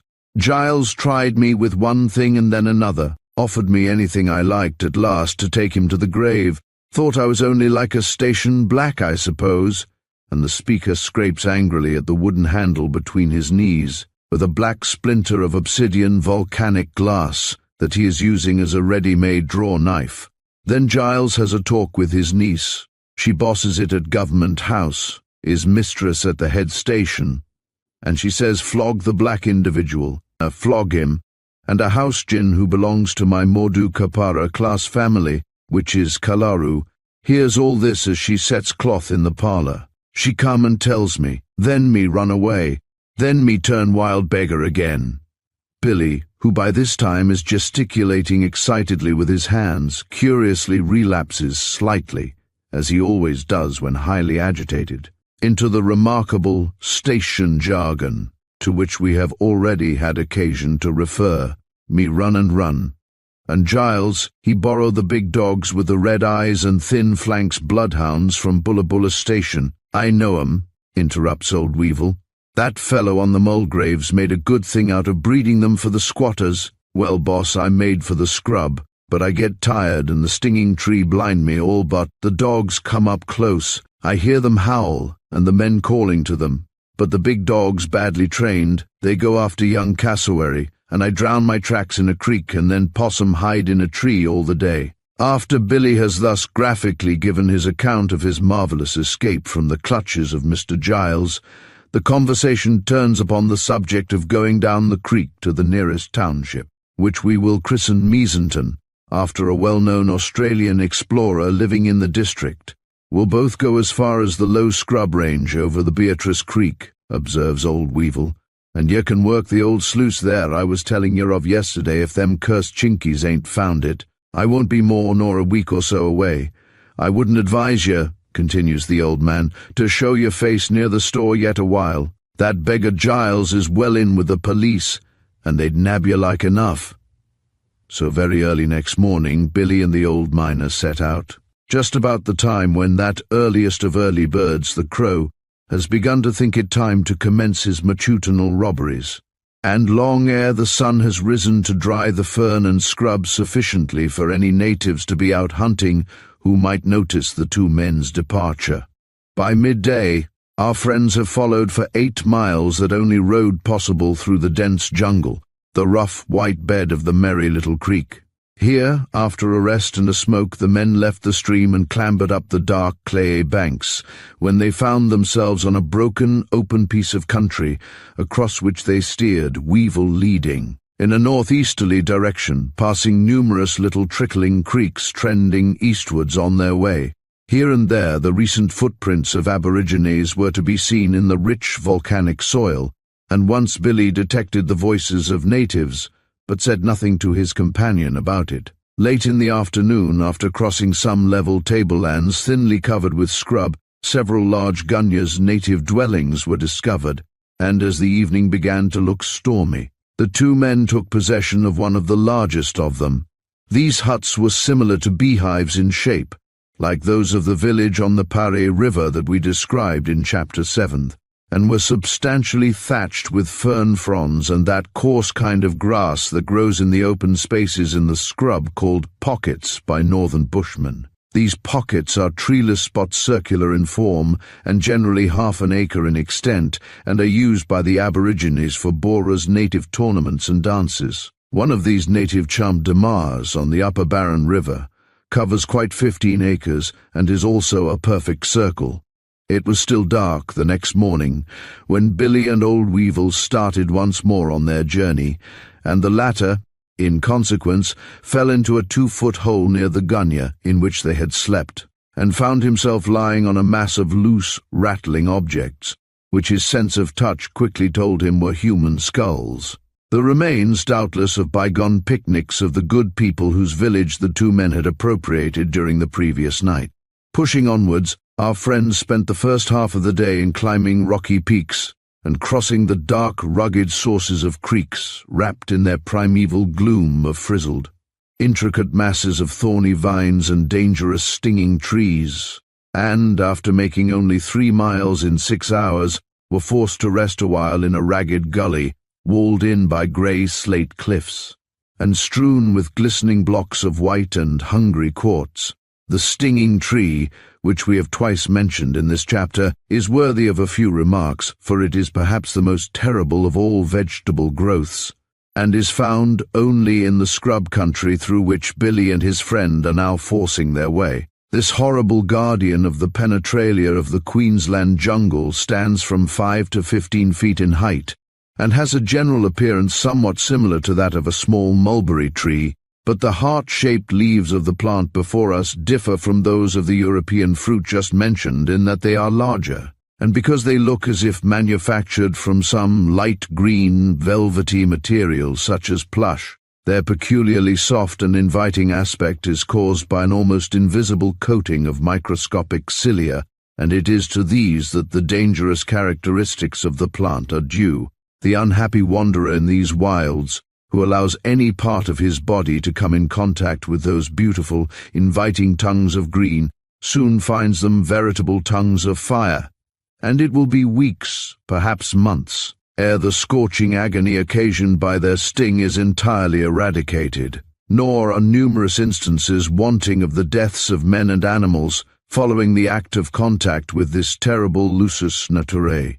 Billy and Weevil make more progress during the afternoon, the country being more level and the scrub less thick. But, although both men are inured to fatigue and discomfort of all sorts, they are forced to camp early, after doing another 6 miles, ragged, weary, and barefooted, for even the most imaginative mind could hardly recognize the flabby pieces of water-logged leather that still adhere to the men's feet as boots. The two travelers fling themselves down on the dry, sandy bed of a mountain torrent and scrape the clusters of swollen leeches from their ankles, which are covered with clotted blood, and pick the bush ticks and scrub-itch insects from their flesh with the point of the long scrub knife the old digger carries. As our friends are engaged in this painful but necessary toilet of a voyager through the Queensland scrub, a wild turkey comes blundering by in all the glories of her glossy, blue-black feathers and brilliant red and yellow head, not the Otis australasianus, which is known to southern settlers as a wild turkey and is in reality a bustard, but a true scrub turkey. Billy is not long in tracking the footprints of the bird back to its enormous mound nest, for this ingenious feathered biped, like her smaller contemporary the scrub hen Megapodius tumulus, saves herself from the monotonous duty of sitting on her eggs by depositing them in a capital natural incubator, formed of rotting and heated leaves which she collects into a pile, and arranges so as to do the hatching part of the business for her. A meal of turkey eggs and roasted cozzon berries, whose red clusters are to be seen hanging from parasitic vines upon the great stems around in plentiful profusion, and then the men retire to rest upon their wet blankets. Beneath a great ledge of granite, upon whose surface some aboriginal artist has delineated in different colors the admirable representations of immense frogs in various attitudes. But trouble commences with the morrow, and when old Weevil raises his stiff and patchwork form from the hard couch upon which he has passed the night, he finds Billy, gun in hand, watching something on the dim summit of the cliffs opposite their camp. "Shh," observes that individual without turning his head. "Plenty black fellow all about here. Do you see that beggar's head?" "Bust 'em," yawns the old digger, stretching. "They won't interfere with us. Let's have tucker and break camp as soon as we can." The frugal repast is soon silently completed, but half a mile down the creek, where the aborigines have constructed an ingenious weir, armed with conical baskets in which to catch what fish may pass that way, Billy and his companion find a small army of copper-colored natives collected on the opposite side of the stream, who wave and beckon to the two travelers to return whence they came. Their gesticulations and fierce yells not having the desired effect, a series of signals are given by them to other natives in ambush on the jungle-fringed precipices that rise with lycopodium-tasseled ledges above the heads of the intruders. "We're in for it now," grunts the older man, who has done some prospecting in New Guinea, amongst other places. "Them yellow-black individuals is Calcadoonies, and as like Papuans as may be, and they're devils to fight. Keep close under the cliff." Billy guesses the mode of attack which the old digger's experience teaches him to anticipate, and which prompts his advice to his mate to seek the shelter of the rocks as much as possible. The wiseness of this precaution is soon seen, for when our friends are fairly started on their way past the rapids in the gloomy gorge, the natives commence hurling down great boulders of conglomerate. These would speedily have crushed the adventurous twain below, had they not been sheltered by the overhanging base of the precipice, which was worn concave by the river's action during floods. As it was, many of the rocks bounded horribly close to the men's heads, "I can't use my gun here, that's certain," presently observes the old man, as he puts fresh caps upon his old companion of many years. "We'll have to clear them beggars off before we go any further." Then, springing from his shelter with his rags and tangled grey locks flying in the air, Weevil makes for a rocky reef that juts out into the river, which is deep at this place, with the idea of peppering the enemy from this point of vantage. But the fates are against him, and Sable Sister Atropos snaps her weird scissors on poor old Weevil's thread of existence. A shower of stones descends upon the wild-looking figure as it hurries towards the river, and the old miner falls an uncouth, bleeding object upon the strand, groaning heavily. Happily the gun has escaped destruction, and by its aid Billy, who rushes forward to defend his friend, performs prodigies of valor that on a field of civilized warfare would certainly have gained him some such coveted distinction as the Victoria Cross. A hurried shot at the yelling figures that are clinging to the trees overhanging the edge of the cliff in an appalling manner, and one of them comes spinning down with a sickening thud upon the rocks below. A second wire cartridge sent in the same direction is equally successful, and another of the enemy tumbles forward onto a jagged rock that projects from the precipice, while his friends, horrified at the sudden illness that has thus overtaken two of their number, stop short in the middle of a diabolical yell of triumph, and clearing off are seen no more. Billy bathes the crushed features of the old man, whose stentorious breathing shows how badly he is injured, and the cold water revives him somewhat. "I'm busted in my inside, lad," he murmurs raspily. "Gimme me pipe. I can't see to how blind I'm gettin'." After a pause, during which he has tried to smoke in vain, he asks to be raised in a sitting posture. "Billy," he says when this is effected, "you're a good boy. I'm going fast. Listen to me afore I chuck it up altogether. Me legs is dead already." The dying man has a crime upon his soul, and dreads to take the secret of it with him into the unknown which he is about to enter. So he fights gamely against the dissolution that is fast approaching till he has told it to Billy. "Remember what I tell ye, lad. 'Twas I as stole Wilson Giles's only son. Giles had ruined my life, and gasp, I tuck revenge. I marked the boy Blue Star and WG on near shoulder. Then I cleared out and tuck him gasp to Sydney." Silence for a time follows, after which the expiring flame of life flickers up, and the last words Weevil speaks on earth are gasped out. "God forgive me. Intended to return boy after a bit. Lost him in Sydney. God forgive me. Gasp. Goodbye, old man. Let's have 'nother. Gasp. Oh God, Jane, Jane, come back to me." The old man stretches out his wounded hands as he wails the last sentence in tone of wild entreaty, and Billy feels, by the suddenly increased weight in his arms, that he is holding a corpse. Chapter 13. Claude's Letter to Dick. We have at various times had stories told us of the treatment the blacks are subjected to in the bush, and it behoves the government to make strict inquiry into the whole question. By the way, where is the protector of aborigines, and what has he got to say in the matter? "Oh, it's only a black individual, you know, it's only a black individual, you know. A black individual to wallop, a black individual to slave, to treat with a word and a blow. It's only a black individual, you know, a black individual whose feelings are slow, a black individual to chain up, a black individual to treat to a kick and a curse and a blow. It's only a black individual, you know, it's only a black individual, you know. But he's also a brother, a man like the rest, though his skin may be black as a crow." Barker, from The Lantern, South Australia, 1889. Mount Silver, August 8, 1889, Mr. Richard Shaw, Tarenga, Drury, New Zealand. Dear Dick, in my letter to the mater I have set forth all those of my experiences up to date that I consider of most interest to the gentle female mind, and have omitted certain others of a more painful character. For you, old man, I preserve the honor of participating in the noble indignation which at present suffuses the soul of yours regardfully, the outcome of my present surroundings of many most UN English institutions. For my pericardiac region is sickened and disgusted with certain goings-on in this fair colony of the British Crown, and I would fain burst into poetry, after the wittier style, only that I am well aware that my knowledge of the properties of the hexameter is considerably less than my acquaintance with those of the lactometer.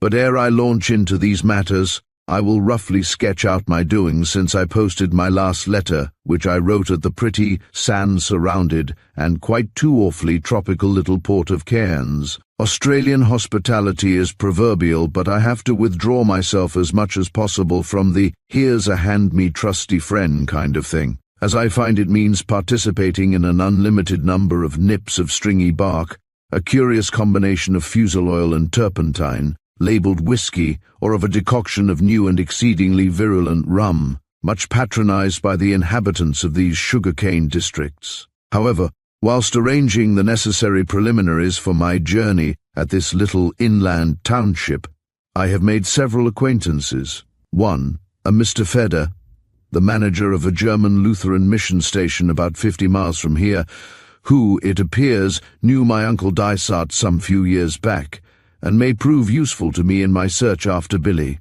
I have also come across an inspector of police, by name John Bigger, who, although I have certainly not returned his advances with much warmth, for I think him a silly old swiper, is everlastingly thrusting his companionship upon me, and although he is apparently doing his best to make my stay here agreeable, one can have too much of a good thing, especially when the said good thing suffers rather from furor loquendi, in other words, is a confounded old bore. This inspector introduced himself to me as a friend of one Inspector Puttis, whom he says was a friend of Uncle's. This Puttis sends word that Billy has disappeared from Madaro Station, but, as I never mentioned the fact that I wanted to find Billy to anyone here till after I received this message, I am rather at a loss to understand it altogether.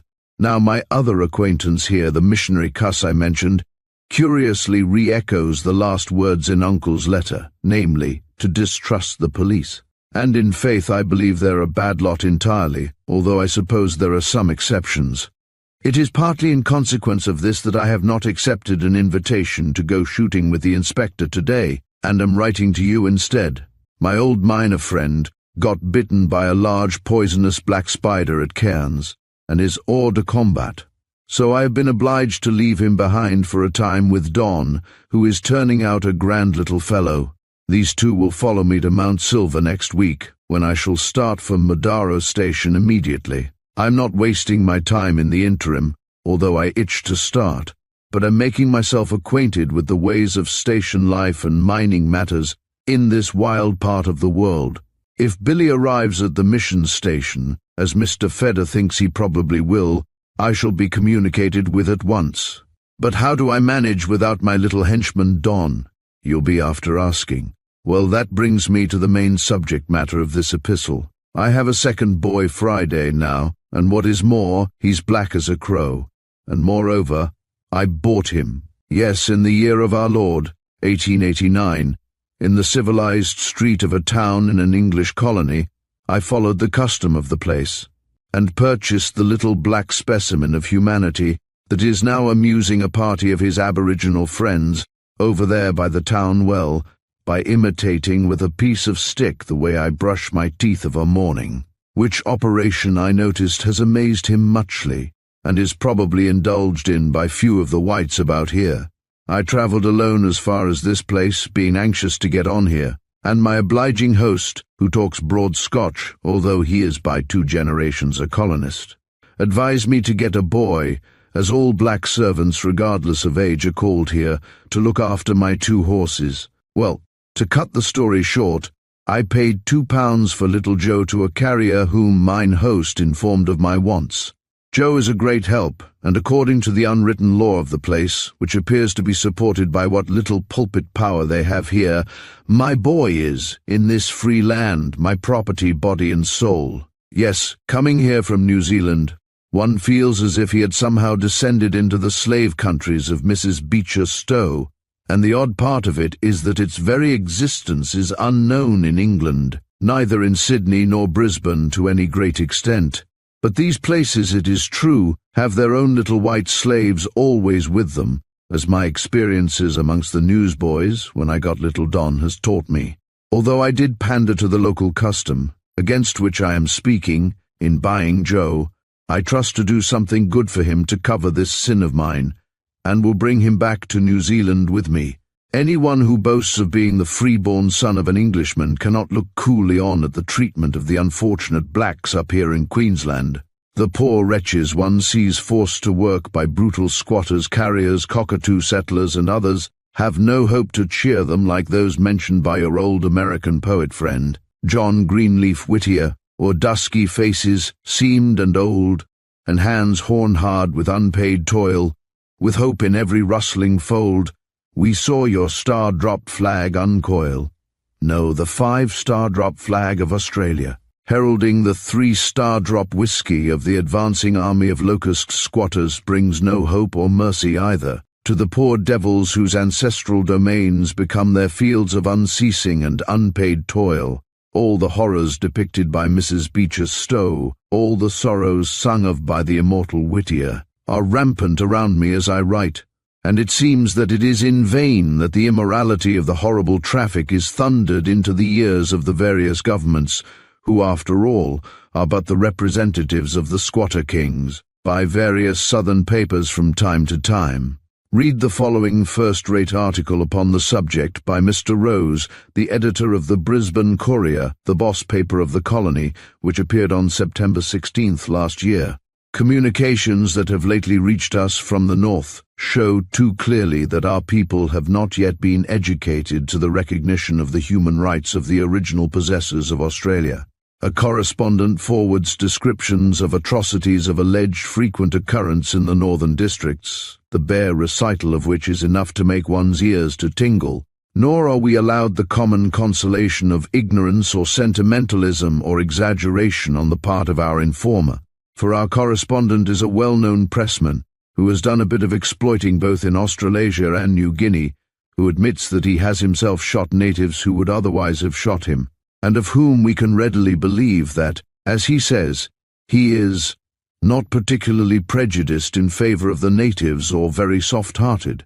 He even tells us that he is not himself a religious man, and yet declares that he would not think the future commonly assigned to the wicked by religious people as too condign a punishment for atrocities that have come within his knowledge. His indictment touches mainly the districts lying between Cairns and Georgetown, where, he says, the blacks are being decimated, and by government servants in the shape of black troopers and their masters, whose dispersion of the aboriginals in particular localities has simply come to mean their slaughter. He speaks of men being kept for the sole purpose of hunting and killing the aborigines. He gives instances of their camps being surrounded, and men, women and children massacred for killing cattle when, through the white man's presence, they could no longer find game, and he tells in detail one story of the extermination of a camp simply because some blacks had been seen passing a mining station where nothing had been, stolen for months. Roundly he charges the grass dukes and their subordinates with murdering, abducting children for immoral purposes, and stockwhipping defenseless girls, and he condemns each government that comes into power for winking at the slaughter of our black fellow subjects of the Queen as an easy way of getting rid of the native question. The Northern Miner asserts that this picture is not overdrawn, and that the atrocities mentioned have even been exceeded. It refers to squatters branding blacks, keeping harems of black gins, and finding their slaughtering record no bar to advancement to high office in the state. The black trooper system is, in the view of this paper, legalized murder, which reckons the life of a bullock of more account than that of a score of black fellows. We do not vouch for the truth of these serious charges, but if true, the horrible demoralization of such a system on blacks and whites alike it is difficult to overestimate. And cry exaggeration as we may, it is clear that enough remains to call for the immediate and earnest attention of the government. Sir Thomas McIlwraith will earn the gratitude of the colony to all time, if he will but exert himself for the aborigines of Australia, whose country, after all, we have simply taken from them by force, as Sir Samuel Griffith exerted himself for the Kanakas. Surely there is as much call for a commission of inquiry in the one case as in the other. The recently inaugurated Society for the Protection of the Aborigines has its work cut out for it, and has not been formed a moment too soon.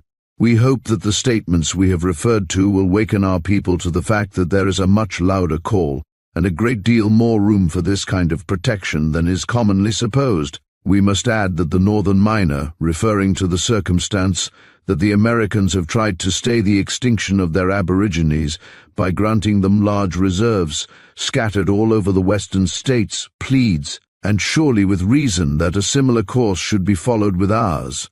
We can do it more easily now than it can be done in future generations.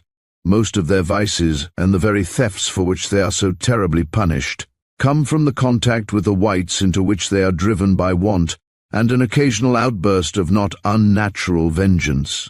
If the Aborigines Protection Association will add this to the otherwise admirable program of their operations, if indeed it is not already practically included, published by us the other day, and set themselves vigorously to carry their plans into effect, they will earn the gratitude alike of whites and blacks, and aid in removing a stain which will otherwise blot and burn into our future history. Mr. Feder, my missionary friend, who gave me this newspaper clipping, says that Thaddeus O'Kane, the proprietor-editor of another influential paper, the Northern Miner, has taken up the subject warmly at various times, but with little or no good resulting therefrom. But although I know that the age is dull and mean, men creep, not walk, with blood too pale and tame to pay the debt they owe to shame, and that this community is too much enfeebled by its tropic habitat to make an energetic move against the shocking system that its landholders have introduced, even if it wished to do so. Yet, I am at a loss to understand why that spirit of the age, trade unionism, has not risen against this slave business. Surely labor, whose power, at any rate in the southern parts of Australia, is immense, must be aware of the benefit that must accrue to white workmen if the unpaid labor of the blacks, now forced to work by squatters and others, were made illegal. Chinamen and Kanakas are hounded down by the Australian working man with a certain amount of reason, for beastly immorality combined with oriental diseases are things to be avoided in a young colony, where all men should be healthy voters and thinkers. But why should the horny-handed keep silent when the paths of labor are clogged by the slave system, which obtains, I believe, over a large and growing portion of Australia, and yet shriek wildly when colored labor of another sort competes with them at a wage only a little less than that demanded by whites? Before I close with some of my personal experiences, I want you to note the missionary side of this question.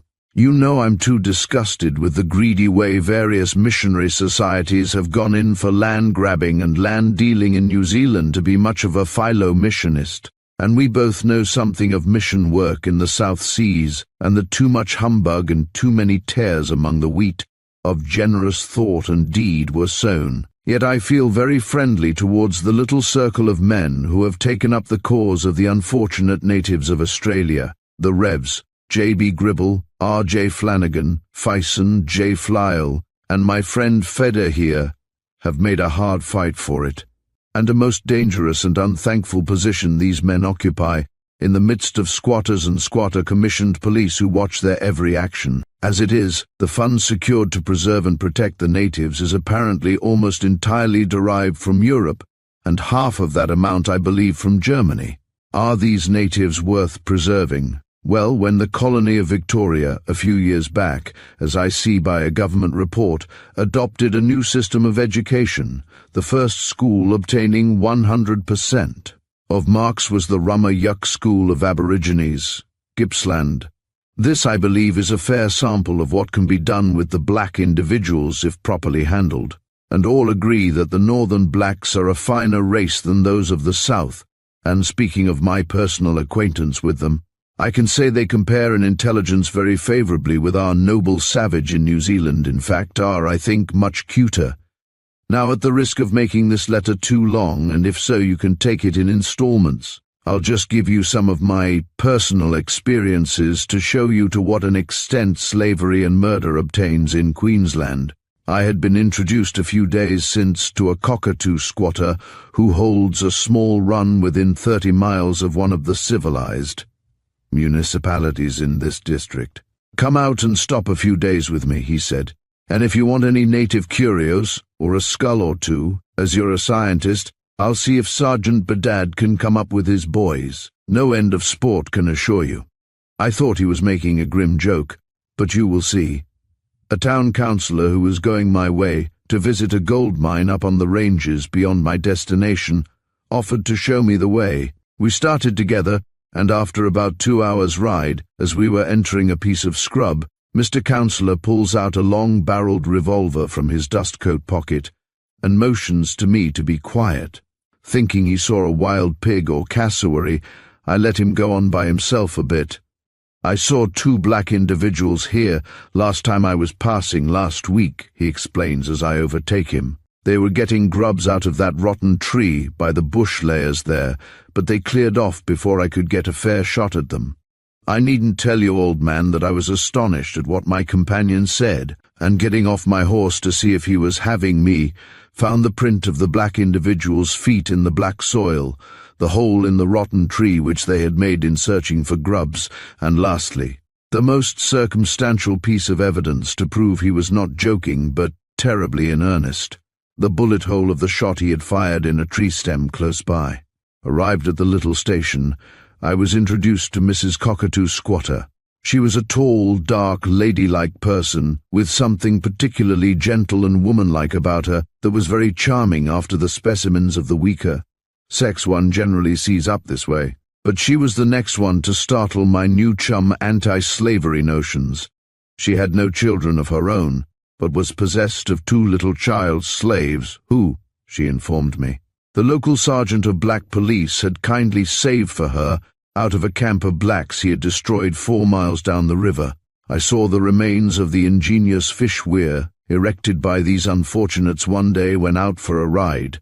These blacks had apparently never injured anyone, but, as Mrs. Cockatoo informed me with a gentle smile, they were always singing or making a noise of some sort and disturbed the cattle, which liked to stand in the shallows near the camp, in preference to merely taking a drink at the steep banks of the other parts of the river frontage.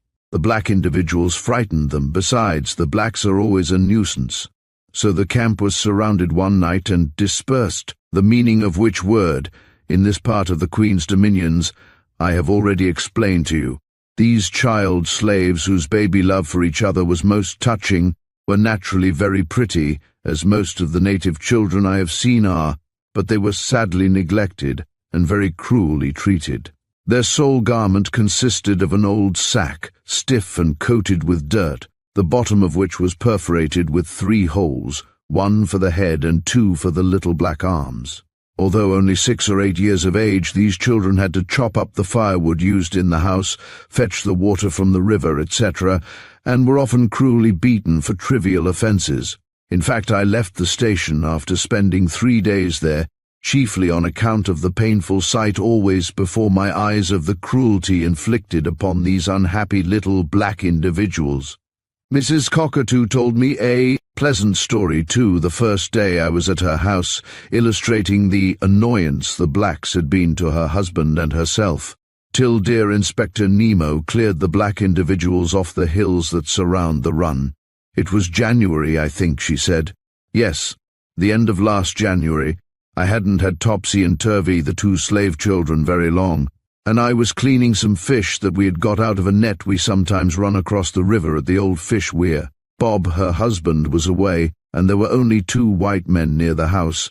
They were fencing round the dog kennel there. Bob hadn't got the dogs then, my fair hostess added, turning her gentle eyes towards the 2 magnificent bloodhounds which were sunning themselves by the lean-to, and whose use I was afterwards to learn. Well, I was at work just as I am now, she went on, when I chanced to look up, and I saw 2 old black individuals coming up from the river and walking across the paddock towards the house. Bob had told me not to allow any black individuals to cross the run or come and work as slaves to the station, so when they came near I told them to go or I'd shoot them. They, at least one of them did, kept on saying, "Me very good boy, and me velly hungry," and they wouldn't go away. So I got the gun, that one with the broken stock.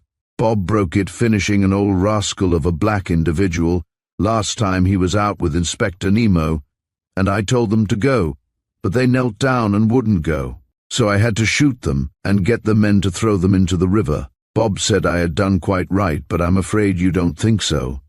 This amiable couple, for they were really amiable and good-hearted in every other respect, and their treatment of black individuals and animals had destroyed by poison, shooting, and hunting with the dogs, whose score was only 4 at present.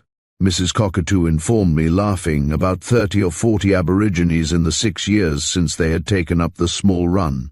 Mr. Cockatoo reminded me in his conversation much of that old Periander, the tyrant of Corinth, we used to read about at school, who, you will remember, although as cruel and devilish an individual perhaps as ever sat on a throne, yet patronized the arts, was fond of peace, and said that not only crime but every wicked and corrupt thought ought to be punished. He was one of the 7 wise men too, I think. Both my friend the cockatoo squatter and Periander of old evidently are examples of sufferers from that horrible disease, cerebral hyperemia, that Dr. Junel, whom I met on board the boat coming up the coast, and whom perhaps you recollect at Mercer told me of.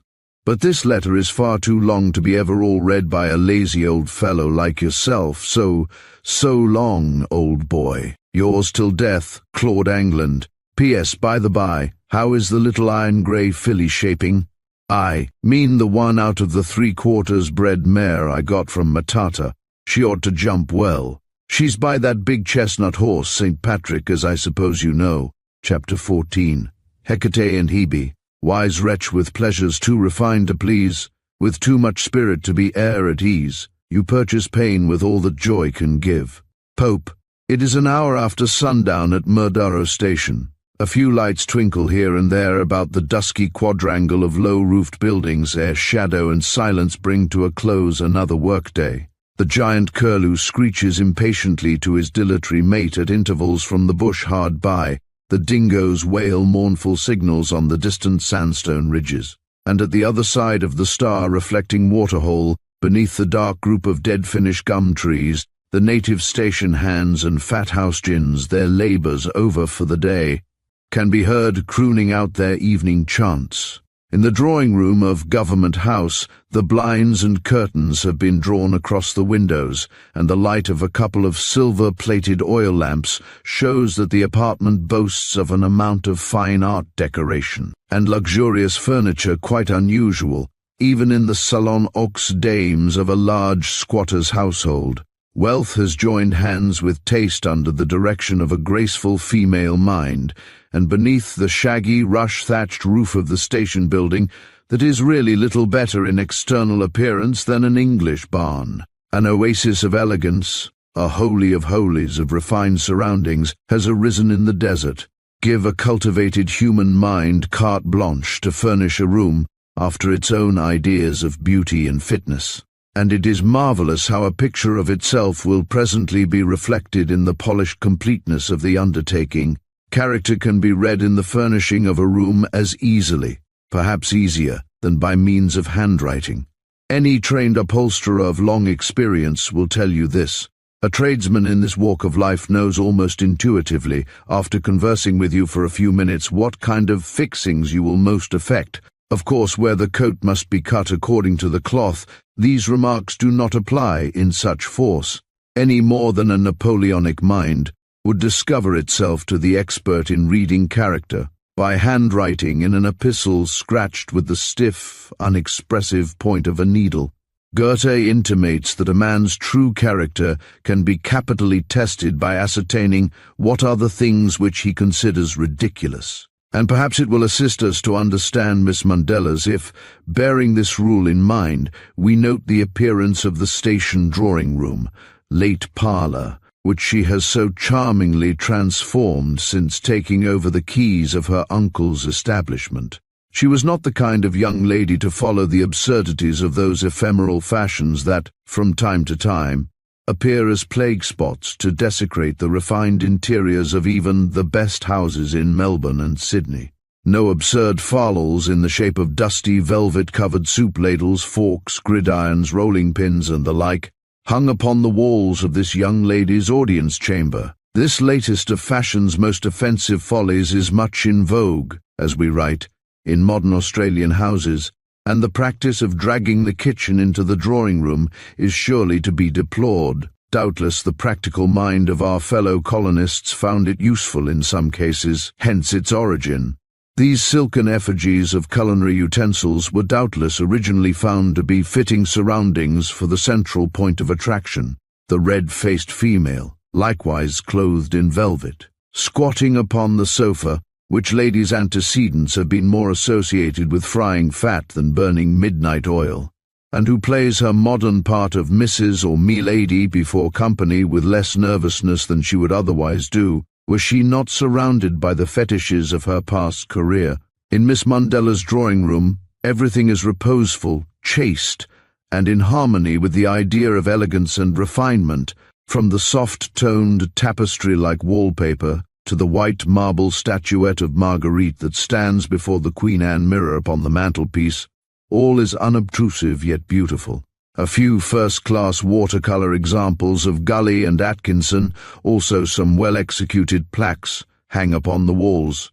A graceful palm hangs its fronds over a rare Etruscan vase in one corner, and numerous little gems of Dresden china and Venetian glassware, the gifts of various admirers, assist towards forming a picture whose altogether is delightful, whose every detail is a work of art. Miss Mundella, dressed in a directoire gown, of some soft silken material of an amber color, fringed with black lace, which costume admirably suits her dark complexion, is seated at a little rosewood secretaire, and the soft pink light from the ornamental shades of the lamps upon the center table casts a glorifying touch of color upon her calm and handsome features. On the other side of the big table her uncle, Mr. Wilson Giles, is sitting awkwardly upon a low-seated chair, twirling his thumbs, and thinking regretfully of the good old days when he was allowed to enjoy an after-dinner cigar in this very room, a ruthless edict against which proceeding has gone forth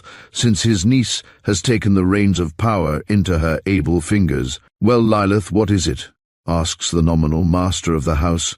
"What is it you have got to say? Whatever it is, let's have it over quick so as I can have a smoke on the veranda." "Have your smoke first, uncle, if you like, but please change your coat before you come in here afterwards. You know I don't object to tobacco, but you know those English girls who are coming over from Simon's tomorrow night, and I want to have one room in the house, at any rate, that doesn't smell like a tap room." Mr. Giles is not an adept at repartee, but it occurs to him to remark in retaliation that, unless his niece smokes herself upon the sly, there must be several rooms in the house free from the odor of the fragrant weed. He also means to ask that lady how she knows what are the true characteristics of a taproom, but his cutting sarcasms do not arrange themselves with sufficient facility for him to give them vocal form ere Miss Mundella again speaks. "You asked me, uncle, to consider 2 or 3 schemes you mentioned to me for getting rid of the monetary responsibility that rests upon your shoulders with regard to the PNs.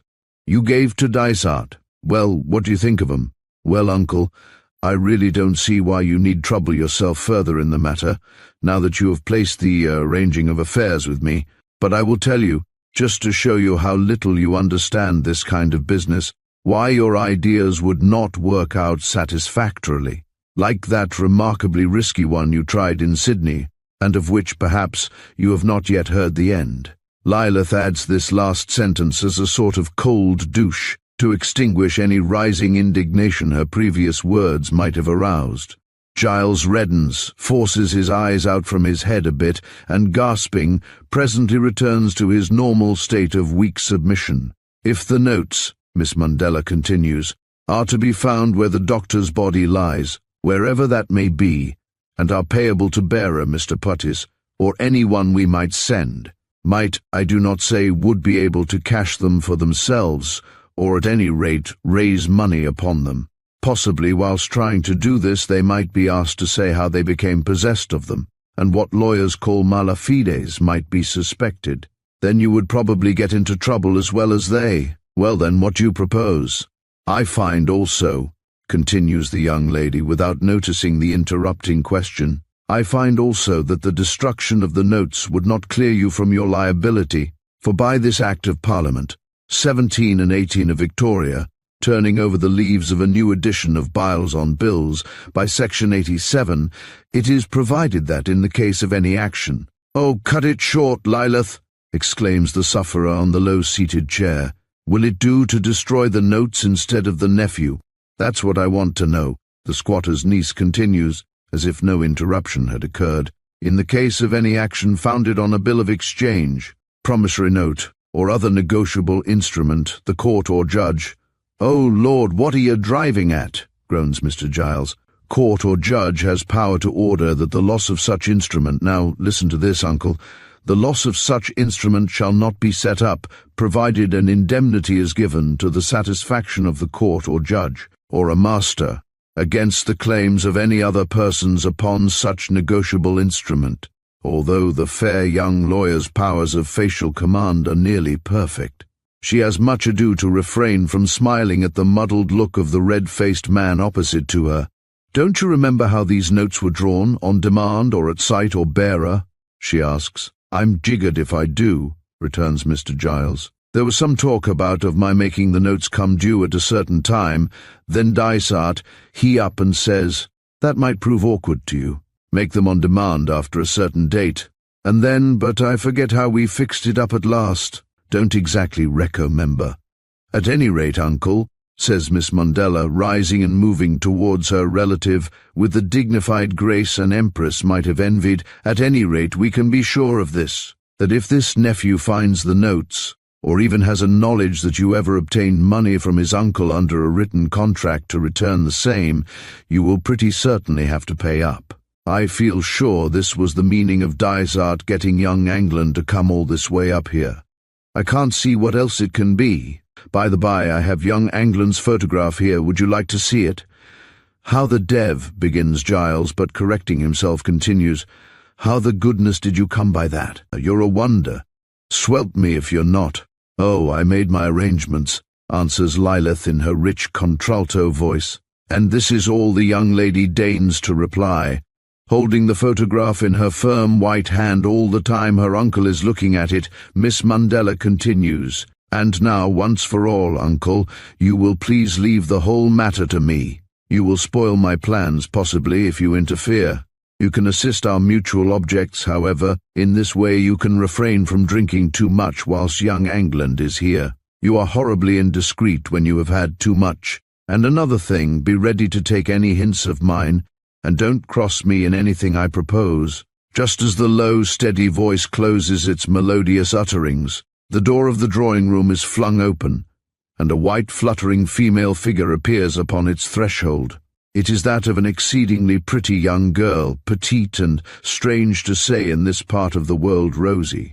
A wondrous mane of golden yellow hair falls about her dimpled cheeks and symmetrical neck and shoulders in such profusion that she has the appearance, as the lamps in the room shine upon her, of being surrounded with an aureole of silken rays of light. In fact, as she stands in the framework of the doorway, before the dark background of the passage, hesitating whether to disturb the two people in the room, her figure for all the world might be that of a miraculous picture of an angel of light, about to come to life and interrupt the machinations of those evil-minded plotters before her, who glance up anxiously at this interruption to their interview. "Oh, Papa, I'm afraid you're busy. I didn't mean truly to interrupt you. Shall I run away?" "No, my dear, not at all," responds Mr. Giles, rising, and evidently glad to thus close the tete-a-tete with his dark-browed niece. "Come onto the veranda, Glory, and talk to me whilst I have a cigar. There's nothing more to say, I suppose, Lilith? I leave all to you." "No, uncle, nothing more," replies Miss Mundella, adding, "Don't keep dear Glory out too long in the cold.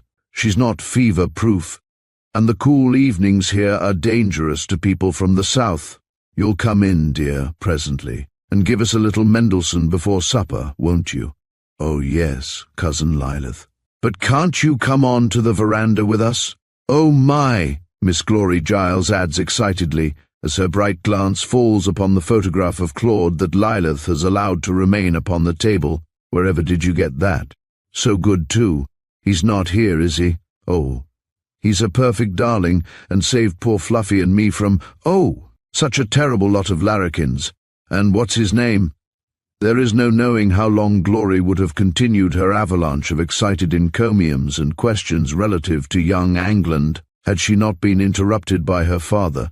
For the young lady before us is the damsel whose blue eyes created such havoc in our hero's breast during his short stay in Brisbane, and she is now pleasurably regarding the sun picture of her own hero, as she always calls Claude when relating the story of his prowess to her schoolgirl friends, not knowing his real name. And what better name would young England have desired had he only known the honour thus done to his memory?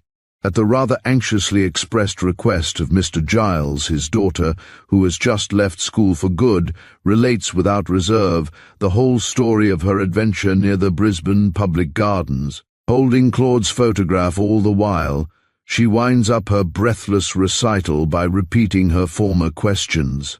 Miss Mandela, knowing that her uncle will expect her to take the initiative and smooth down this awkward discovery of Glory's that bids fair to prove a complication of the conspirators' scheme against Claude, has quickly determined what course to pursue, and immediately marches her wits forward against the new danger.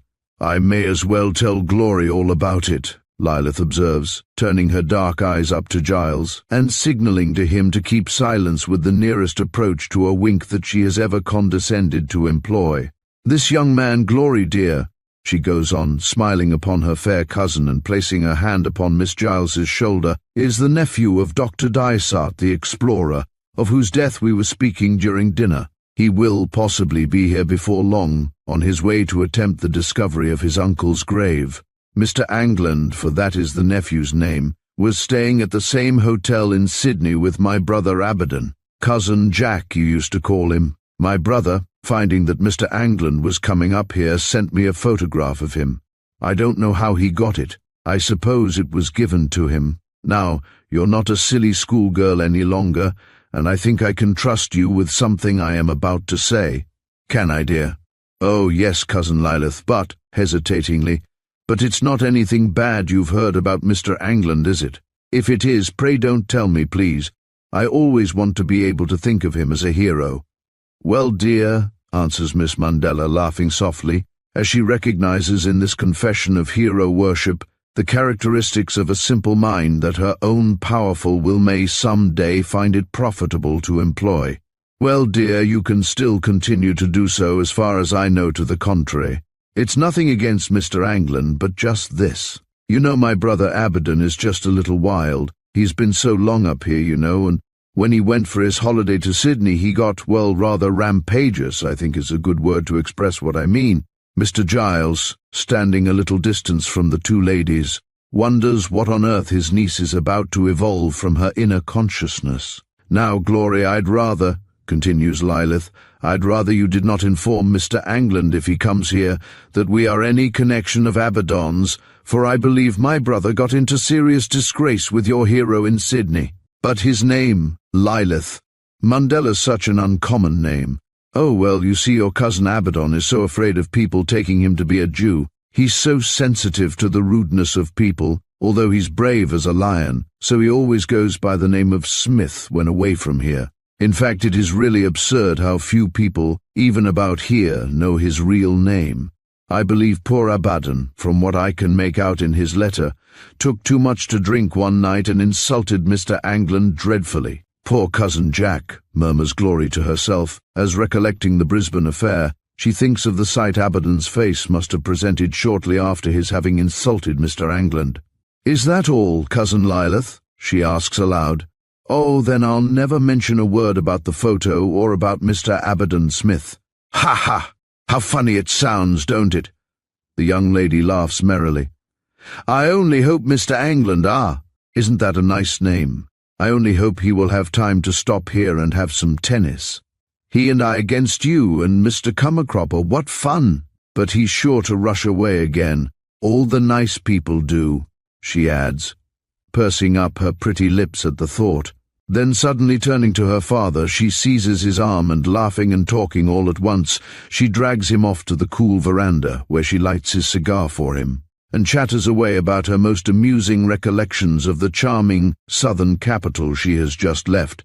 Mr. Giles and his fair daughter have not long been seated in the cane chairs on the veranda when the tattoo of an approaching horseman comes to interrupt their conversation. The fox terrier, Spot, who has been sitting silently in the darkness by his master's chair, sleepily watching the red cigar end as it pulses alternately bright and dull, rushes out to investigate matters, and presently all 10 of the canine dependents of the station folk join in a vari-toned vocal notice of the advent of the equestrian. At this moment, Miss Mundella joins her relatives. "That's Jim back from the muster at Bulla Bulla, I expect," remarks Mr. Giles. "No, uncle," says Lilith in a low, strange voice. "It is Mr. Claude Angland." Mr. Giles starts in his cane chair as its creaking back testifies in the shadows. "Now how can you possibly tell? You can't know that much at any rate." "I can't tell how I know, but it is he," answers his niece in the same tones. Glory does not say anything, but stands up ready to catch a first glimpse of the stranger, whoever it may be. A few minutes more and Miss Mundella's predictions are fulfilled, and ere a quarter of an hour has elapsed our young friend Claude is sitting down to supper with the station folk, after being formally introduced to all present, including Mr. Cummercropper, the high-toned and lovesick station storekeeper, by Miss Glory Giles as my hero, a title which Angland in vain attempts to show he does not deserve, but one that enamored youth intensely enjoys all the same. Claude had felt his heart beat quicker as he saw the station roofs, the place from which his uncle's last letter had reached him. 1,000 emotions poured through his soul. Anxious thoughts were amongst them. He was about to meet people of whom somehow he had vague suspicions. Would he be welcome? Would he be even safe? But now, as he sits next his fair-haired young goddess, a very Juventus of youth and vigour, amidst the pleasant and jovial conversation of his new friends, in a brilliantly lighted and elegantly furnished room, a new set of thoughts comes to oust his lately sombre ones. He finds himself the honoured and welcome guest of an hospitable and charming circle, and although Claude is not generally accustomed to wear his heart upon his sleeve, his happy revulsion of feelings is inclining him to a dangerous revelation of his private concerns when something occurs to sober him suddenly and put him once more upon his guard. Claude's conversation has been mainly with his host and that gentleman's charming daughter. Mr. Cummercropper spoke only when the arts were mentioned, and then rather incoherently. Lilith was silently watching and studying the newcomer, only putting in an odd word here and there where courtesy demanded it. Presently the subject of music is discussed, and Glory, amongst other new songs, speaks of Killaloo. As the name of this remarkable ballad is mentioned, Claude's thoughts rush to the midnight scene upon the viaduct with a sort of graveyard chilliness. The air whistled by the elegant desperado at his side, the blue-white electric lights upon the rink. Angland becomes serious at once. Miss Mundella here at last joins in the conversation and at some length condemns certain of the caprices of modern musical taste, which is a favourite theme of hers, going on to speak of certain newly published ballads that call forth her unfavourable criticisms. She mentions the crickets, which, according to Muffet, are objects of commerce in certain African tribes, and are sold about, as canary birds are amongst Europeans to the inhabitants, who like to hear their amorous chant. Their chirping would be irritable to the ears of persons trained to more melodious sounds, Lilith concludes by saying, but the caprice of those African blacks is not one whit stranger than that of those who enjoy some of the more modern drawing-room songs. Mr. Cummercropper gazes in weak-eyed rapture at his dark-eyed enchantress as she speaks, and inclines his large pink ears unto her. He's even about to second her remarks, but he gets no further than "Yas, by Joava," when he accidentally drops his eyeglass into his wine, which misfortune entirely upsets all his ideas, and renders him hopelessly nervous during the remainder of the evening. After glancing at the unhappy storekeeper, as he clumsily fishes for his glass eye in the ruby-coloured dellwood, Miss Mundella turns towards Claude, and finds him regarding her curiously. "Pardon me," he says, as he observes that Lilith is for the instant somewhat disconcerted by the look she has seen in his face. "Pardon me, but we have surely met before. I am nearly certain of it." Will you kindly assist my ungallant memory? I confess, I am puzzled to know how I could ever forget. It is hardly likely you will remember the circumstance of our meeting when Claude suddenly ceases to speak. His features become set and firm, and slightly paler than before. Memory has come to his aid, and the bridge scene in Sydney is enacted over again in his mind's eye. All but England and Miss Mandela are amusing themselves with Glory's little dog Fluffy, which is begging for cheese rind. Lilith leans forward and softly speaks. Your thoughts seem unpleasant ones, Mr. England. I trust that the memory of any previous meeting, if we have met, is not associated with them. Claude again regards the grand face turned towards him observantly as he replies, I thought I recognized your voice, but I made a foolish mistake, and to tell you the truth, the sound of your voice brought to my mind some very unpleasant recollections. I see I have aroused your interest. You will then pardon me if I explain under what circumstances it was that I last heard a voice so much resembling yours. I was assaulted in Sydney a month or so ago by two men who attempted my destruction. One of them, forgive my saying so, somewhat resembled you, but it was the tones of your voice, which are exactly like his, that at first puzzled me. You are certainly not very complimentary, Mr. England, responds Miss Mandela, smiling, without betraying in the least the agitation which almost renders her incapable of playing her part. But I forgive you, and you must tell me tomorrow all about your adventure with my badly behaved doppelganger in Sydney. Come, Glory, she adds gaily to her cousin as she rises to say good night. We shall have to be up early tomorrow if we are to meet the Miss Chesters at the Red Billabong, Schlaf Wohl. And the two ladies retire, leaving the men to wind up the evening with their cigars. Midnight. Of all the persons beneath the roof tree of Murdaro Head Station House during the first part of that night, Mr. Kammerkropper was the only one who was successful in wooing the gentle sleep, and it was not till early morning that slumber slid upon the souls of the remainder of the party.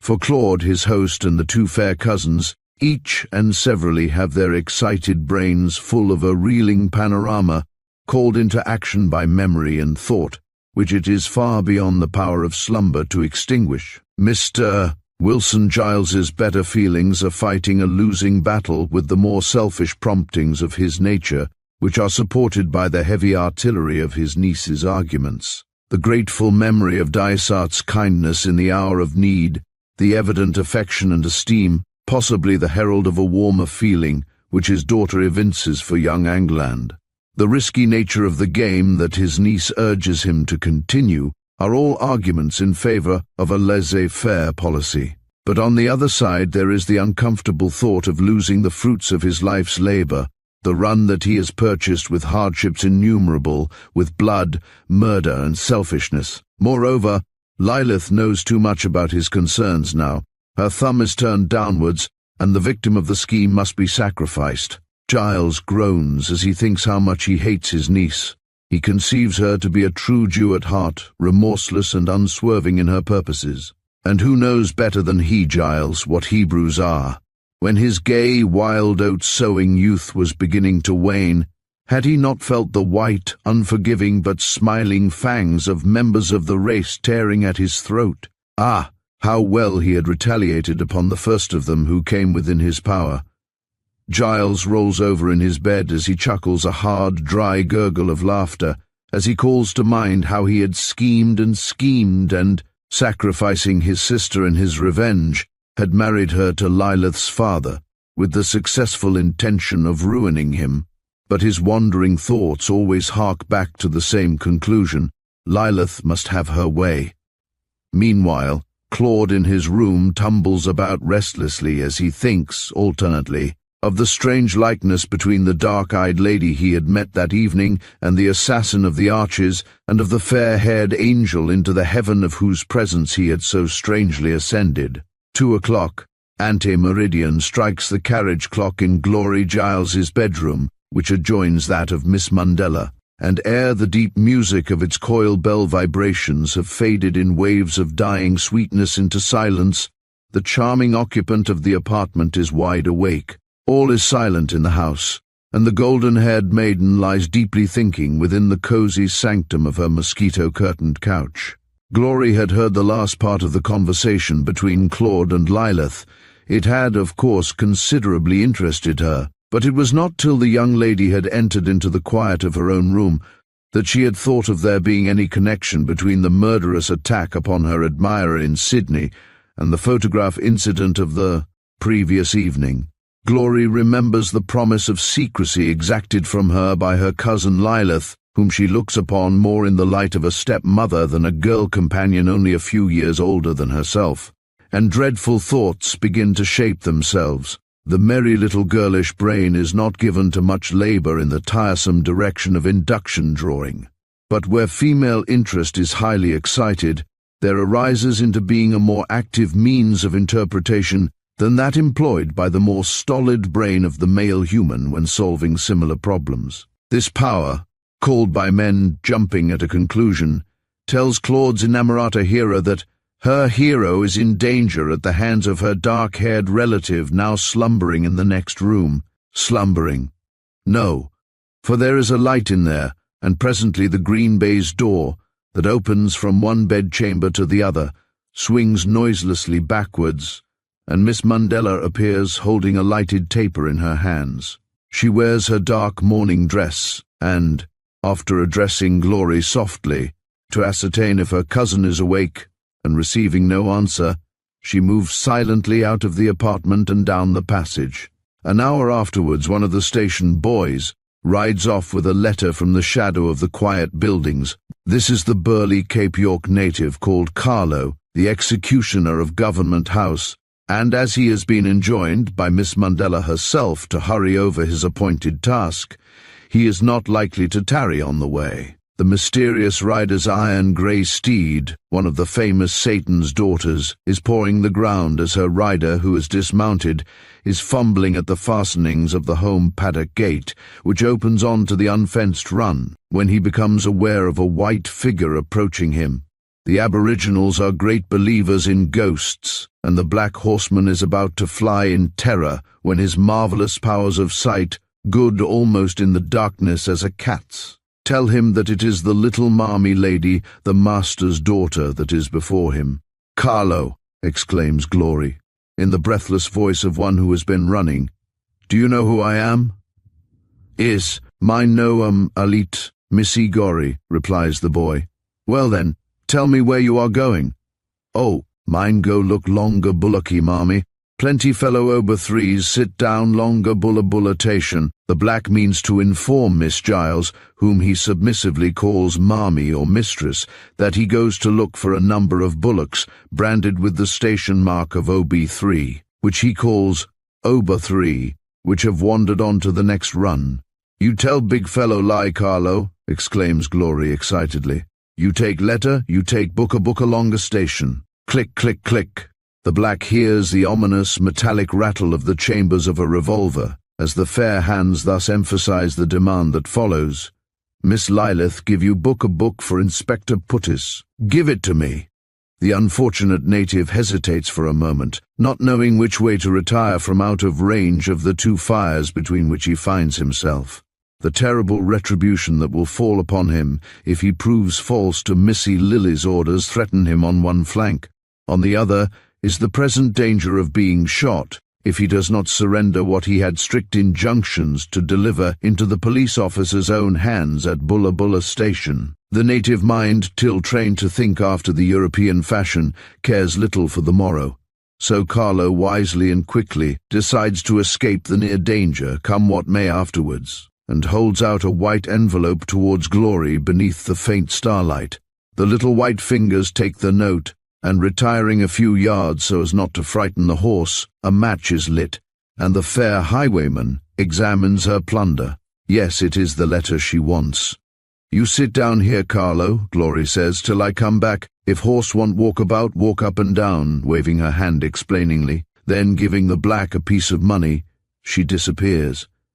10 minutes afterwards, Carlo has the letter returned to him by the little marmy, and is soon flying over the spear-grass plains in the direction of the next station. Glory returns to her room by means of the open window as she left it, and exhausted with her bold adventure soon falls asleep. If any sharp-eyed detective had, about this time, examined one of the dining-room windows near to which Miss Mundella had written her letter, he would have found a slightly greasy spot upon one of its panes, and, if worthy of his noble profession, he would have been led by a process of induction to surmise that this mark had been caused by the nasal organ of some smallish person who had been engaged not long before in what may be correctly termed as prying into the room. Chapter 15. The Ghost of Chambers Creek. Monk's 1,000 dangers and 10,000 magic mites. Fairy Queen. Next morning, when Claude wandered into the supper-room of the previous night, he found a couple of fat, comely young native women in short, light-coloured frocks, relaying the cloth upon the table for a second or late breakfast. One of these girls, on seeing Claude, toddles up to him and explains in the ridiculous jargon she has been taught to consider English that Mr. Giles and the young ladies have already partaken of breakfast and gone out. Marmy bin go out longer, Missy Lily. Missy Gory bin go longer, Marmy big fellow way. What name? She adds briefly, bringing her beautiful eyes and smiling features to bear upon Claude with awkward suddenness as she puts her question. In reply, Angland bashfully but carefully explains to the gins how his name is usually pronounced by himself and friends, but the girls only grin in return with their pearly rows of teeth, as if they are the victims of suppressed mirth. They are evidently highly amused, and even retail some joke to the diminutive Lucy, who, seeing that something out of the ordinary is going on, has popped her little black head in at the door to listen. What name, Marmy? The smiling lubras repeat in chorus, whilst Claude stands puzzling over the mystic meaning of the dark fair ones before him. Mr. Cummercropper enters the room, and nodding to our hero, and thereby losing his eyeglass for a few seconds, proceeds to tediously deliver the same message Angland has already received. Claude waits till the aesthetical station storekeeper has finished, and then begs him to enlighten him as to the meaning of the laughing girls. "Ha! Ha!" chuckles Mr. Cummercropper out of the depths of his high collar. "By Jove! Not bad by any means. They don't want to know your name. Picked that much up long ago. What name means in this part of the globe, which will you have, coffee, tea, or cocoa for breakfast? Don't it, Dina?" Dina grins a comprehensive smile, and nods her brilliantly beturbaned head in reply to the query, and, obtaining a satisfactory answer at last to her oft-repeated question, trots her buxom little figure away into the kitchen. After breakfast, Claude spends his morning in trying to learn something of Billy, but he is almost entirely unsuccessful, as the blacks about the station are strangely reticent. The disappearance of his late uncle's servant is very annoying to Angland, and our young friend is really puzzled to know what steps he had better take next. Claude has a lonely lunch, for none of the station folk are yet returned, and Mr. Cummercropper has descended from the art student to the rational storekeeper, and has started off in a buggy and pair with a load of rations for a far-off outstation, and then, getting a boy to fetch his horse in from the paddock, he canters over to an outstation, where he left his miner friend and the two boys the night before. "Well, lad, thou hast not been successful in thy work," says old Williams, Claude's digger companion, as he observes that young man's disappointed face, "and that I were right to camp here, I'll show ye. There's nowt save ourselves here, for they're out mustering weaners. So coom inside out of the sun, and I'll tell thee news of Billy." Claude watches his lively purchase, Joe, hobble the horse, and then follows Williams into the two-roomed shanty, which is honoured by the name of an outstation house. It is merely a roughly built hut, with walls of gum-tree slabs laid one upon another, and a roof formed of sheets of brown gum-tree bark. The studs of the building, also the rafters and purlieus, are ingeniously kept in position by neatly fastened strips of green hide raw leather, and the hard grey floor and colossal chimney place are composed of the remains of a number of ant-hills that have been pounded up for the purpose. The material of which these hills are built is a kind of papier-mâché consisting of wood fibre and clay, and is in much request amongst northern settlers for various structural purposes. The termites, or white ants, sometimes raise their many-coned mounds to a height of from 12 to 15 feet, and these spires and steeples, with the absence of dead tree stems upon the ground. Another sign of the presence of these insects are two of the most characteristic features of the open bush country of northern Queensland. William squats down on his hams bush fashion in front of the yawning fireplace, where a camp oven, suspended over the grey embers, is frizzling forth the vapoury flavour of salt junk, and after lighting his pipe, proceeds to tell Claude what he has found out from the stockman. This, to condense the lengthened yarn of the old miner, is just what Billy related of himself in our presence to the old hatter weevil in the lonely jungle cave. "He'll coom back here, I tell ye. For note ye, lad, he camped as long as he could at Madaro till they made him clear.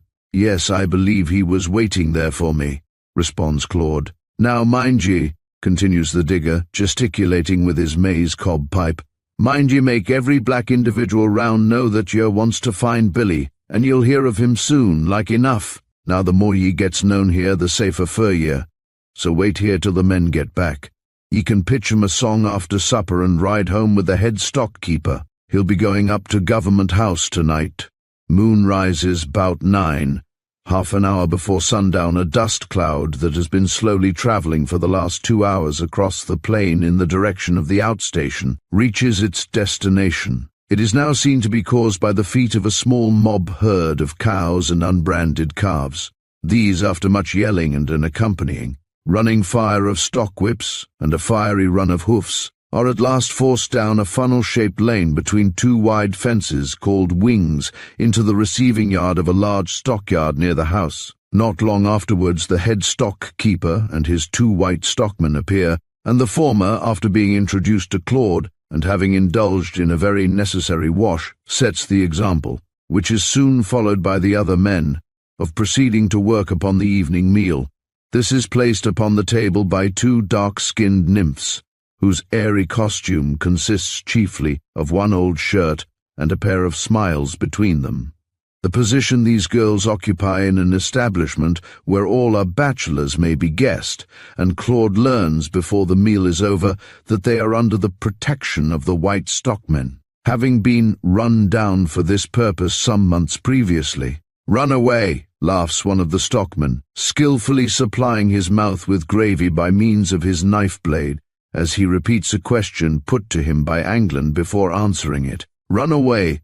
No, I rather think as 'ow Nancy was the last gal as will ever try that game again. The black beggars know what they'll get for trying the spieling racket here. Short and sharp's our motto on this here station," the speaker adds, as his savoury knife point disappears half down his gullet.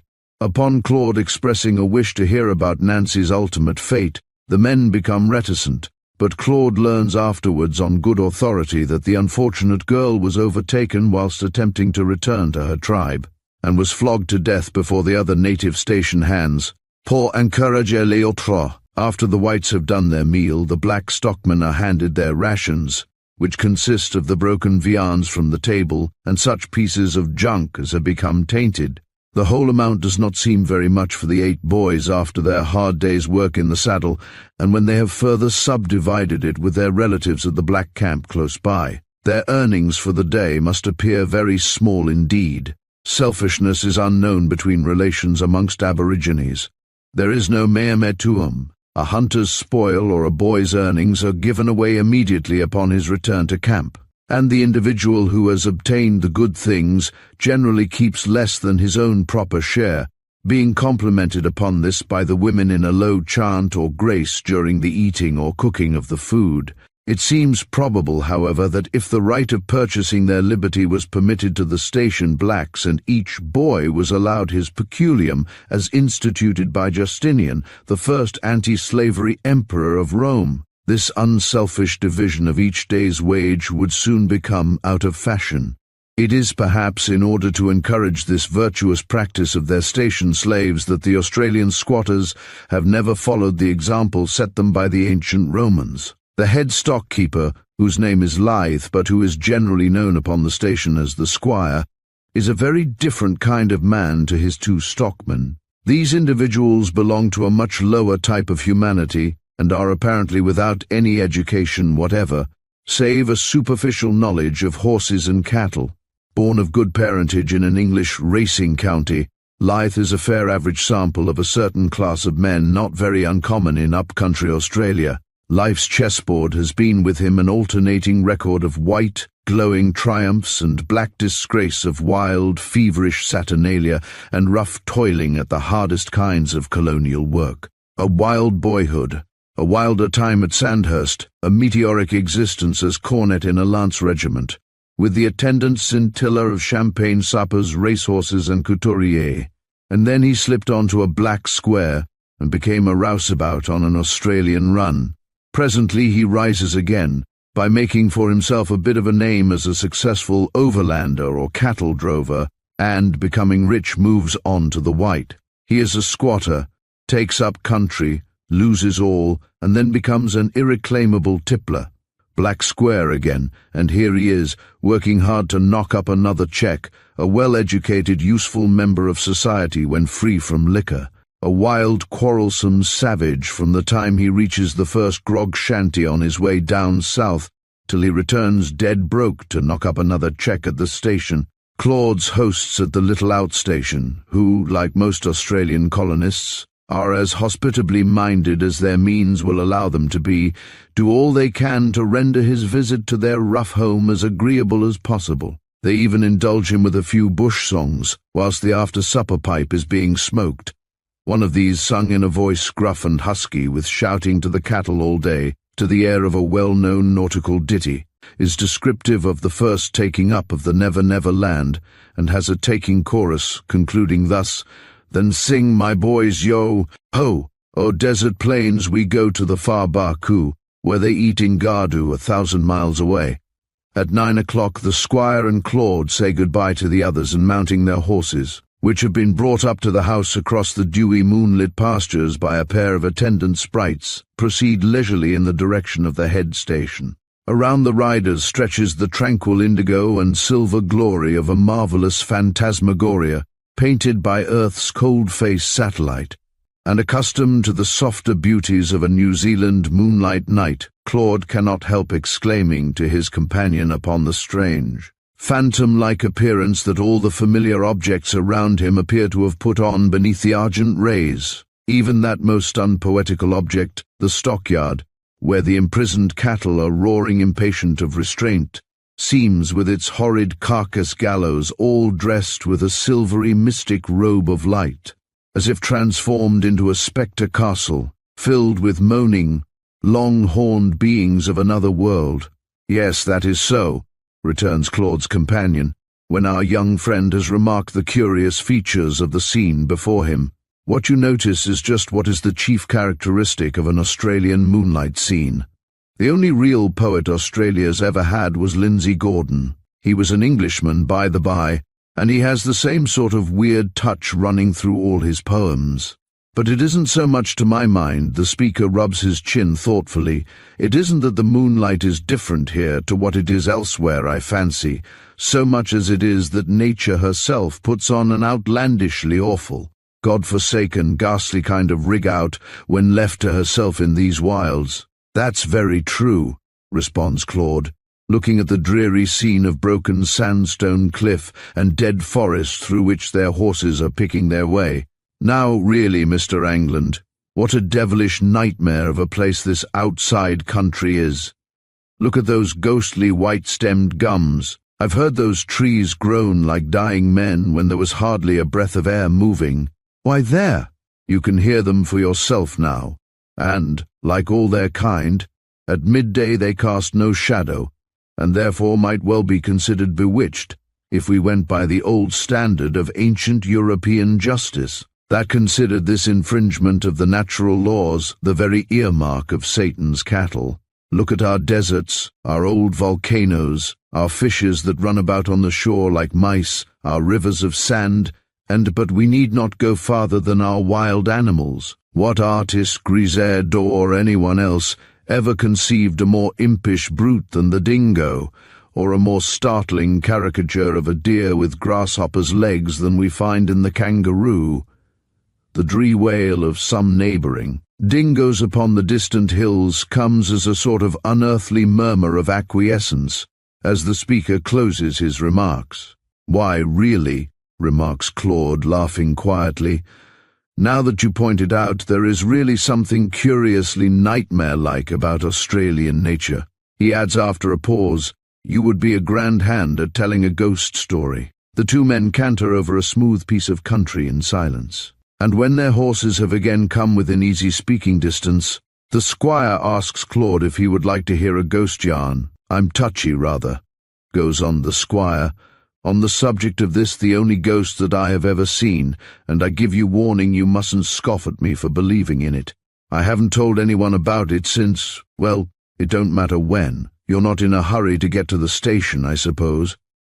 "Oh, the yarn, by all possible means," assents Claude, but his companion does not hear the reply to his question, for as he loosens the floodgates of his memory, there rushes vividly before his mind a long-forgotten scene, like a weird picture from a magic lantern, shutting out all external things, a scene of moonlit rock and dark, gloomy trees, of sleeping cattle, of wild and awful midnight terror.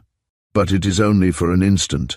Then he pulls himself together and half unconsciously lifts his hand to wipe away the cold dew that even the memory of that fearful night has called forth upon his brow. "You must know, then," commences the squire, after the manner of Master Tommy in Sandford and Merton, "that, like most new chums in Australia, I wandered about a good deal over this great, sunburnt island before ever I settled down as head stockkeeper at Madaro. During part of that time I followed the calling of an overlander. An overlander, Mr. Angland, for, as you haven't any of the breed in New Zealand, I'll explain what that is Queensland English for a long-distance drover, and a rough, hard life it generally is. Cattle have to be taken long distances to market sometimes from these up-country runs. I have taken several mobs of fat bullocks from the Never Never Land to Sydney, a distance of about 1,500 miles. Now when my story begins, I was boss of a road party taking fat cattle down to Sydney from Contalbin Station on the Lachlan. In fine weather, when there's plenty of grass or herbage and water every 20 miles or so, a drover has rather a jolly time of it, after he's trained the cattle to camp properly, take it all together. An open-air life, with just enough exercise to make him enjoy his tucker food. But like most lines of life, there are more bitters than sweets connected with the overlanding profession. Sometimes there's no water for 40, 50, perhaps 90 miles at a stretch, for instance, on the Birdsville and Copperamana track, and keeping awake for days and nights together, you must push on, with the sun at 120 degrees in the shade, sometimes taking your cattle at their own pace, along the Parakelia-covered sand hills till the next waterhole is reached. And at other times there is too much water, and it is a case of swimming rivers every few miles or else sitting down for a stream to run by for a few weeks, riding through mud, sleeping on mud, drinking mud and eating it too, for the matter of that, for weeks at a time. I've done that at the Wyndham crossing of the Cooper more than once, but on the particular trip I'm going to refer to, the weather was more what you, as an Englishman, will understand better than most Australians. For it had been snowing hard for several nights in succession upon the Swallowy Mountains, over which our road from Orange to Bathurst lay, and the air was almost as cold and chilly as it ever is in the old country. I never shall forget the sight that poor old Sanko, one of my native boys, was when he came off the middle watch the first night we reached the high country. Sanko was a white-haired boy when he came off watch to call me that morning, and no mistake about it, although his waving locks and beard had been as black as night the day before. No, Mr. Angland, he hadn't seen a ghost. You're a bit too fast. But he had seen something strange to him, and that was a fall of snow, and when he poked his head in at the door of the fly tent and called me, his good-humoured, hairy face was white with snow crystals. He really gave me a kind of skier, as our American cousins call it, for a moment. He looked like the apparition of someone I had known in life. I thought I was dreaming at first, and I had had fever a little while before, and was still rather weak from its effects. I mention this because the scare Sanko gave me may have made a more lasting impression upon me than I thought at the time, and had something to do with what happened the next night. All I did at the time, however, was to tell Sanko not to call the next watch, as the cattle would not shift in the snow. And rolling myself up in my blankets, I was soon asleep again. One of the greatest hardships of cattle droving is the watching necessary at night. All sorts of things may occur to frighten them, and when that does happen, off they rush, a resistless flood of mad animals, into the darkness, breaking each other's necks and legs, and the remainder getting lost. Cows that want to return to where they dropped a calf will sometimes start a mob.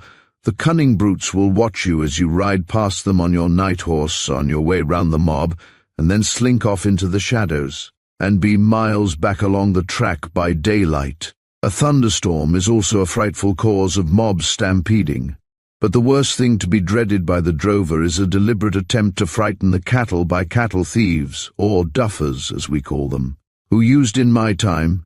There's little of it done now, I believe, sometimes to steal the larger part of a travelling herd by this means. Well, the plan of these midnight robbers is to watch till your horses have wandered a bit from the camp, and then, getting amongst them, slip their hobbles and drive them quietly away. Then, knowing you can do nothing to stop them, the rascals proceed to startle the cattle by shouting a gunshot or some such means, and you are lucky if you get half your horses, let alone half your cattle, back again. It is necessary to tell you all this in order that you may understand my ghost tale. These mountains we were coming to, as I knew, had been the scene of several exploits of this kind, and it made me anxious to get through by daylight. There was a very rough lot of Cornish miners working on the hills in the Isley gold mines, and, rightly or wrongly, we drovers mostly used to put these midnight stampedes down to these cousin Jacks. But some of the older cattlemen upon the road, and all the inhabitants of the then sparsely peopled district, declared that these occurrences were due to no human interference. They said that the gorge in the mountains that I should have to pass through tomorrow with my cattle was haunted by the spirit of a murdered man, whose corpse was planted where he had fallen many years since, with the knife of a treacherous mate still sticking in his ribs. It was this deceased gentleman's nightly constitutionals that were supposed to account for the various disastrous rushes of mobs of cattle in the mountain glen during past years.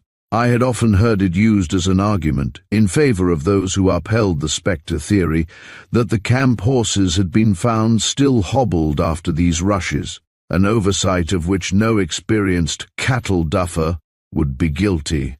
Well, I felt rather anxious about the matter, but, as I had arranged my stages so as to camp at the foot of the ranges that night, I thought I should be able to push on over the fatal pass before the next sun went down. You may imagine my annoyance then, on the morning when Sanko poked his frosty paw into my tent to discover that the snow would delay our progress for some hours. The creeks would be big till midday, and there were several reasons why I could not camp another night where I was. I determined, therefore, to push on and try my luck. The sun blazed out, and the white patchwork mantle on the blue-grey hills disappeared as if by magic. But the fates were against us. First, our horses did not turn up till late. Then the cows we had with us kept on getting bogged in the muddy billabongs, and had to be hauled out. And what with one delay and another, I saw the sunset redden the cliffs before us as we crossed Chambers Creek and entered the pass, and knew that I must camp my cattle there for the night, and no help for it. Leaving my men to bring on the cattle and horses, I pricked my spurs into my steed's sides and made him scramble up the stony track, and, after half an hour's search, found a good place to camp the cattle in a narrow part of the gorge, between two cliffs of gnarled and distorted rock. There was plenty of long grass, and the melting snow had left puddles of water all round amongst the rocks that in the evening light looked like so many pools of blood. Soon the cattle arrived, and I was glad to see that, tired with their scramble up the mountain side, they were evidently contented with their camp, and seemed likely to remain quiet all night. Not so bad after all, I said to myself, as I rode back to our campfire after seeing the cattle safely put on camp. But the words were hardly out of my mouth when I noticed, in the twilight, a little fence of rough split shingles up against the cliff, exactly opposite the cattle. It was the grave of the murdered man. I knew it from having had it so often described to me. We must be then located exactly on the spot where, 6 years before, a mob of cattle had suddenly been seized with maddening terror, and stampeding over the drovers' camp, killing 2 men in their wild rush, had been lost entirely from that day to this. Well, there was no help for it, so I turned my horse's head from the solitary corner in the rocks and rode on towards our fire. Was it fancy or what? I know not, but as I left the grave behind me, I heard a sound like a low moan. It was followed by a low plaintive cry overhead in the air. Well, this is a creepy kind of place, I thought to myself, but I won't tell the other fellows my fears, but just double the watches tonight. I saw at a glance, however, on reaching the camp, that my 4 white companions had evidently learned of the close proximity of the grave and knew the history connected with it, and the black boys had, contrary to custom, made their fire close to ours, a change that I thought it policy not to notice. "Now then, Sanko," said I to that worthy after supper, "you and merrily sit down alonger Yarraman horses till I come." The 2 boys went off unwillingly enough, another unusual thing that I, also, pretended not to observe. Then, knowing that no one would attempt to interfere with the cattle for an hour or 2, I lay down by the blazing mulga branches for a short nap, before sitting up for the rest of the night. I had not been asleep 10 minutes, I suppose, before I woke to find Sanko tumbling off his horse by my side in his hurry to speak to me, and could see he was in a great state of terror about something. "Mine no like it sit down longer horses," he grumbled gaspingly, his eyes rolling excitedly, as he turned his head right and left over his shoulders, as if in fear of something behind him. Too much the devil all about. Him yabba yabba, and make it the walk about longer minga grave longer white beggar. Mine no like I saw that it would be useless to try and get him to go back alone, and there was evidently something that required watching. I therefore sent all the whites and blacks off to guard the horses, keeping one of the former with me to mind the cattle. Telling the latter to follow me when he was girthed up, I left him by the fire and commenced to ride slowly round the cattle, who were mostly lying down and contentedly chewing their cud suppers. The silver light of a true Australian alpine starlit night made the bare cliffs above stand out on either hand, with an almost phosphorescent contrast to the dark indigo shadows at their feet. One could almost imagine that the rugged rocks had absorbed a certain amount of sunlight during the preceding day, and were now themselves light-giving in a small degree, after the fashion of those life buoys that I'm told they cover now with a sort of luminous paint. The light of our campfire warmed to colour a few projecting rocks and the trunks of the smooth, white-stemmed gums, and now and then the soft, purring sound of far-off falling water came up the glen, no other sound but from the chewing cattle, and all was quiet so far. Suddenly my horse stopped short, with outstretched neck and pricked ears, then suddenly wheeling round would have dashed into the middle of the cattle if I had not checked him in time. I could not see anything to frighten him, and the cattle were not alarmed. They happily, apparently saw nothing strange. Then I noticed that we were close to the grave. It was in deep shadow, but I could not look at it comfortably over my shoulder, and do what I could, my trembling night horse would not face in that direction. There was nothing for it, so, as I could not finish my patrol in that direction, I turned and rode round the cattle the other way. By the fire on my return to the camp, I found my fellow watcher Charlie. "Look here, boss," he said excitedly. "There's some beggar trying to duff the cattle and make them string this way, so I thought I'd wait here till you returned." "Did you see anyone?" I asked. "Well, I believe as how I did, but this moke got that skeered, and, well, I didn't know how many there might be, and—" It was no time to expostulate with Charlie for his cowardice and negligence, so simply saying, "Follow me," I turned and rode towards the grave. The place seemed awfully weird in the starlight, and you could make out little besides the white-backed cattle here and there amongst the shadowy trees, and the great pile of rocks towering upwards on either hand. The air was very cold, and my feet felt dead against the icy stirrup irons. As before, I could not get my horse to pass in front of the grave, that was now in such deep shadow that naught of it could be seen. Charlie's horse would not come so near as mine, and both of them trembled and snorted with terror, and every moment tried to wheel round and escape from the awful something that they were watching. We sat in our saddles and listened, but there were no sounds but from the reposing cattle and the squeaking, here and there, of the branches overhead, rubbing one upon another as a passing breeze swept sighing by. Presently the horses became less excited. Then, for the first time that night, I was able to get my animal past the grave. I rode round the cattle, followed by Charlie. "You're right, there are duffers about," I said, and telling him to keep a sharp lookout till I returned, I hurried off as fast as the darkness would allow, and, finding the men looking after the horses, presently returned with one of them. We all watched together for an hour, and then, hearing nothing, I turned in, telling the men to call me when the morning star rose. They did so, and fearfully cold it was when I turned out. I was very glad to hear the watchers report that nothing had happened to disturb the cattle. "Them blessed duffers have found us how we're too wide awake for 'em," said one of the men, who, I found out afterwards, had slept nearly all through his watch. I felt now that the risk of losing my cattle was over for that night at any rate, and mounting, rode down to them. Nothing disturbed the first part of my lonely watch, and I rode round the cattle more asleep than awake, I confess, for half an hour or so, when my steed, this time a very steady old night horse, suddenly showed signs of uneasiness, and I found we were by the grave again. I pulled up and, sitting firm with both hands on the reins and head thrust forward, listened intently. The pale light of the morning star was creeping over the face of the tall rocks. Its light would soon penetrate the shadows at their foot, and reveal the something in the darksome corner of the cliffs. All of a sudden there was a little rattle, as of tumbling pebbles in front of me, and then the sound as of a sack or heavy piece of drapery being dragged over the low split shingle fence that I knew was there, but could not see. A moment more, and a low hollow moan came from just where the grave was situated. I bit my lip to make sure I was awake, and then, straining my eyes into the darkness, I could just distinguish something, what I could not make out, moving slowly towards me from the shadows. My horse swerved round just at this moment, and when I got him back to his old position, naught could I see. I confess I was really alarmed now. Old stories of ghosts and wraiths, which I had been accustomed to consider so much childish rubbish, rushed through my brain, do what I would to keep calm. I pulled myself together, however, sufficiently to determine to wait and see the upshot of it all.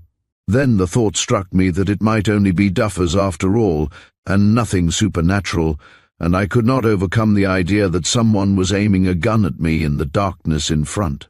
I rode back once more to the campfire, and by that time felt pluckier again, and was thoroughly ashamed of myself.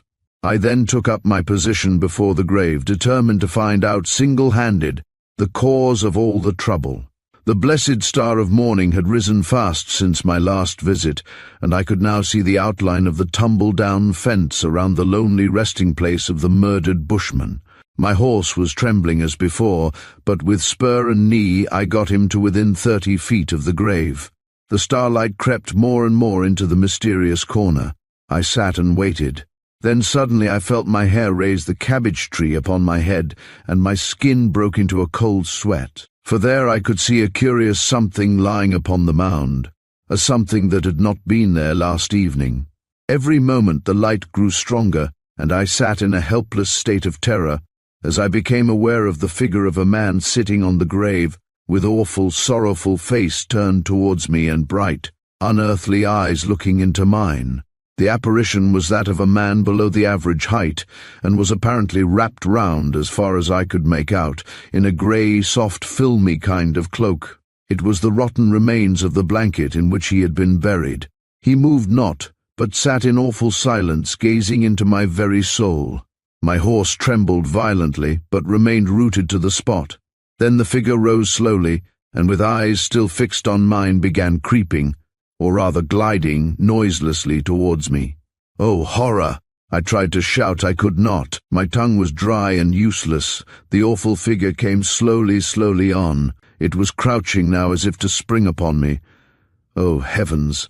Would nothing save me from that fearful, ghastly face, those awful eyes that came nearer mine? There I sat in a kind of trance, watching the thing as it silently approached. Then suddenly an awful cry of agony burst forth close by my side, and from the air above, and from the dark wood behind, moans, groans, and hysterical bursts of laughter, shrill and blood-curdling, came in thick and bewildering succession. I nearly fainted, and as the figure came on and reached a spot where the early morning light fell upon it, I saw that it was a little, harmless animal of the sloth species called a bear by Australian settlers. Others of its kind were barking and groaning their curious morning cries all round me upon the branches. The squire having terminated his story, Claude expressed his appreciation of its merits, and then the two men cantered their horses the remainder of the way to the station. Here, after bidding his companion good night, young Anglin discovers that it is long past 11 o'clock, and a black boy, who runs out to take his horse, informs him that the young ladies have retired to rest, also that Mr. Giles has not yet returned home. So, after partaking of some supper which lies waiting his appearance upon the dining-room table, Anglin goes out onto the veranda, feeling somehow more inclined for a thoughtful half-hour with a Manila, beneath the stars, than to go to bed at once. He sits there puffing, thinking first of Billy, then of Glory, and lastly of the squire's ghostly experiences. "Spot," he calls presently to the fox terrier who was sitting near him in the flood of light that streams forth from the hall door when he first lighted his cigar. "Spot, I wonder how you'd behave if you saw a ghost." Spot, however, instead of prancing up to be petted, as he usually does when strangers take any notice of him, pays no attention to Claude's remark. So the smoker lazily turns his head round to see if the dog is still there. There stands Spot, having been apparently disturbed by something, looking down towards the dark end of the veranda, with his knowing little head cocked on one side. "I wonder what he sees," thinks Claude. "The cat, I suppose." But turning his eyes in the direction of the dog's inquiring gaze, the young man becomes grimly aware of the fact that he and the dog are not alone upon the shadowy portico. Seated in one of the great cane chairs, his widely opening eyes descry a dimly visible figure. It remains silent and motionless. Claude has studied Professor Huxley's physiology and remembers the celebrated case of the plucky Mrs. A and her spectral annoyances. But notwithstanding all this, on seeing the unexpected apparition near him, the young man exhibits one of those interesting automatic actions, attributable to what scientists we believe call spontaneous activity. In other words, sits up with a start. But before Anglin has time to investigate matters, or even indulge, were he so minded, in any of those eyeball-pressing experiments recommended by dry-fact physiologists to all wraith-pestered persons, Spot had taken the initiative, and with perfect success. He runs forward, wagging his tail, and jumps up against the chair in which is seated the mysterious figure. "Oh my!" exclaims a musical girl's voice, the tones of which make Claude's heart beat as blithely as an excursion steamer's paddle wheel. "Wherever— oh, Spot, is that you? Why, you quite frightened me, I declare." Then the sound of a dear little yawn is heard in the darkness, and soon afterwards Miss Glory Giles makes her appearance, and on seeing Claude motions to him to be quiet and refrain from speaking. "Oh, Mr. Anglin, I've been waiting up to see you, and I really believe I've been asleep," whispers the young lady. "Here, come with me. Be as quiet as you can, for goodness sake, don't let her hear us." Claude rises obediently, and, overcome with surprise, is unresistingly led out into the darkness onto the dried-up lawn in front of the house by his charming escort. "Oh, hide that horrid light of your cigar, please," Glory suddenly exclaims in a low, excited voice. "Somebody might see us. It's too dreadful to think of." Then, with her warm, balmy breath fanning her admirer's cheek and her little hands clutching at his arm, she pants out to Claude the story of the intercepted letter. "I've never liked her," Glory exclaims with pretty anger, as she finishes her account of the discovery of her cousin's plot. "But she's dreadfully clever and strong-minded, and poor Papa couldn't get on without her, I do believe. But read this paper, it's a copy of the letter. She did not sign it, Ain't she cute? Meet me at the new stable before breakfast tomorrow. I go there every morning to see my mare Coryphée groomed. But I mustn't wait. Good night." The little figure flits away like a fairy ghost into the darkness, silently as a moth, and is gone. When Claude presently opens the paper that Miss Giles has given him in his own room, he finds the following words scratched upon it in pencil, in a schoolgirl's unformed hand. Copy of her letter. "Burn this directly you have read it. He is here, and is on the eve of discovering all. Send him the message we agreed upon at once. Tomorrow, if possible, to arrange matters so soon. Delay is dangerous. Burn this now." Chapter 16. Lilith's Disappointment. Le jour de gloire est arrivé. Marseillaise. It is much later than Claude's usual hour for rising when he opens his eyes upon the morning following his midnight interview with Miss Giles, and he remains in a sort of half-dormant condition, listening to the sound of a rich contralto voice singing a martial air, to the accompaniment of a piano at the other end of the house. The young man dreamily endeavors to make out the words of the song, but cannot, though when it draws to a conclusion he is surprised to hear, as he fancies, in the chorus or refrain a poetical reference to the Christian name of the young lady who has honored him with an appointment at the stables for that morning. Claude, thus curiously reminded of his engagement, is not long in making his toilet and finding his way to the trysting place. But discovering that Glory has not yet put in an appearance there, he returns to the house and looks in at the drawing-room door to discover who the fair singer may be. There he finds Miss Mandela seated at the piano. She looks up as she hears the intruder's footsteps, and seeing Claude, smiles ingenuously upon him, holding out to him a perfectly modelled hand, and apologizing for her absence the previous day. Lilith is really glad to see England, and, odd as it may appear, admires him considerably, although she intends to wipe him out of her way at the earliest opportunity. She feels quite sorry now as she looks up at him, not for his own sake, far from it, but because she thinks what a much more agreeable cavalier he would make than the flap-eared Mr. Cummercropper, who at present fetches and carries for her, and after the manner of the soldiers of opposing armies, who fraternize together during a temporary armistice ere they again fly at one another's throats. So Lilith is just as glad to enjoy a conversation with her intended victim as she would be with any other young man who came up to her standard of excellent parts, and these youths were very scarce visitors at Murdaro.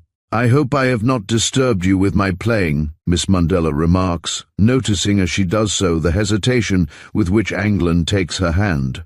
"I generally practice a little of a morning before breakfast. Are you fond of music?"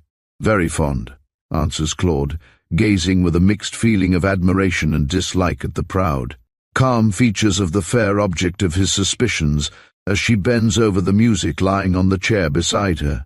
"Is it possible such a girl can be a heartless criminal, or at least an abettor?" he asks himself, "or are appearances against her only?" Then, to break the rather awkward silence, Claude speaks about the song he had heard when he awoke, and requests her to oblige him by singing it once more. Without any foolish affectation of hesitation, she immediately complies. "It is an almost forgotten piece of music nowadays, at least amongst English people," Lilith says. "I am rather fond of it, probably because it suits my voice."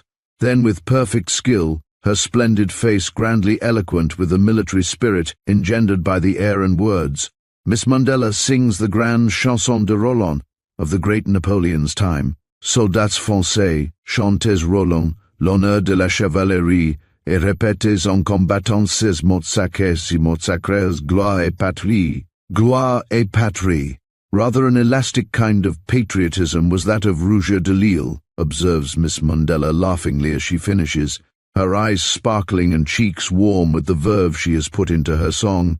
Most of his chansons are charmingly spirited, and he is credited with 50, I think, but there are some thoroughly imperialistic, others republican, and others again legitimist, all got up for the occasion. "Yes," answers Claude, as the inspiriting music, combined with the fascination of Miss Mandela's presence, renders that young man gradually oblivious of his suspicions. and he was rather fond of annexing other people's musical ideas, if the German critics are to be believed. You know, they say he got his Grand Marseillaise hymn from a Deutscher named Holzmann, sometime before he wrote his impromptu masterpiece Chez Baron Dietrich. I have never heard that sin laid to his charge before, remarks Lilith, striking some sonorous chords upon the keys as she speaks. Are you great on musical anecdotes? I dote on them. Oh no, I know little or nothing upon the subject. I'm really afraid I couldn't tell you even Mendelssohn's surname, if you asked it correctly. But I remember about Rouget because I saw the house when I was at Strasbourg, and more particularly because it was there I heard a very good story, that in my opinion eclipses anything in the way of French wit I've ever heard before or since. Oh, will you repeat it to me? Well, I'm rather a bad hand at a story, responds Claude, but I will try to give you a general idea of the joke, which was attributed either to Rouget de Lille himself or to some relative of his. I dare say it has been put in the mouths of many other notables as well. There was a grand wedding taking place at the parish church, and the charming bride, all blushes and lace veil, was tremblingly signing her name in the register when, horror of horrors, she upset the contents of the ink bottle over her wedding robes. All the vestry was in a commotion directly, and the little bridesmaids were like to faint when they saw the horrible black stains destroying the spotless purity of the bridal vestments. What a bad omen! Worse than spilling the salt at the breakfast. Everybody was about to rush forward to commiserate with the unhappy bride, but Delisle's relative, or somebody else's relative, as the case may be, stepped forward, and smiling on the woeful faces, took all the sting out of the accident. He even turned the mishap into the cause of much merriment. With a singularly happy bon mot, mais c'est tout naturel, he said, aussitôt que mademoiselle est arrivée au port, elle a jeté l'encre. When Claude ceases speaking, Lilith shows her appreciation of his anecdote with a low musical laugh. Then, taking advantage of the opportunity afforded her, she proceeds to give England a good dose of the kind of music that she observes has effect upon him, hoping that in the intervals of playing, by a skillfully conducted conversation, to worm a little useful information from him as to his plans. As he warms to her fascinations and becomes confidentially inclined, "Yes," she says, as England finishes a gay description of the little concert given in his honor by the stockman at the outstation the night before.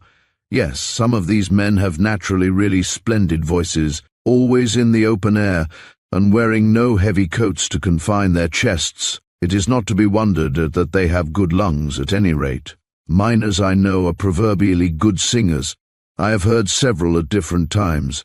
Your late uncle sang very well, I believe, for example. Have you heard, by the by, anything of his boy Billy yet?" "No," replies Claude, "and I am very anxious to get on with my uncle's, to find my uncle's grave. But as Billy is not here, and I can't very well get on without him, I suppose I can't do better than wait here for a time, as Mr. Giles so kindly pressed me to do, and see if the boy turns up." An independent observer, noticing the looks of admiration with which England was regarding the young lady by the piano, would hardly have imagined that an immediate withdrawal from her company was what he chiefly desired. "Oh, pray, Mr. England," says Lilith, turning towards Claude and concentrating upon him all the willpower that a rapid glance of her glorious eyes can convey, "do not desert us just yet. It is such a pleasure to have an agreeable, educated man to converse with again. Anyone who has travelled, and who knows about something besides horses and cattle, is quite a rara avis up here, I can assure you. I shall miss you very much when you have to go," adds Miss Mundella, with a sigh. Claude bows his acknowledgments of the compliments paid him, and the young lady continues speaking in a low voice, looking demurely downwards, and playing pianissimo meanwhile that bewitching cavatina love spell of Donizetti's. "Believe me, I somehow feel a very great deal of interest in your search. It is so brave, so honourable, of you to take all this trouble merely to visit the grave of your relative. I fancy few men would care to do that for an uncle nowadays. Now it is one of the strange things that no fellow can understand how most of the best men one meets in everyday life will hasten to repudiate any assertion, crediting them with an honourable or unselfish motive for any action they may have performed. It is just as if such a reason for a deed was something to be really ashamed of. It is an odd but undeniable fact that men often take considerable trouble to make themselves out to be worse than they really are. So Claude, following the general rule, immediately endeavors to prove that he is not so good-hearted, therefore, in a worldly sense, so foolish, an individual as Miss Mundella would imagine. In fact, he swallows the encomiastic bait held out to him by that young lady.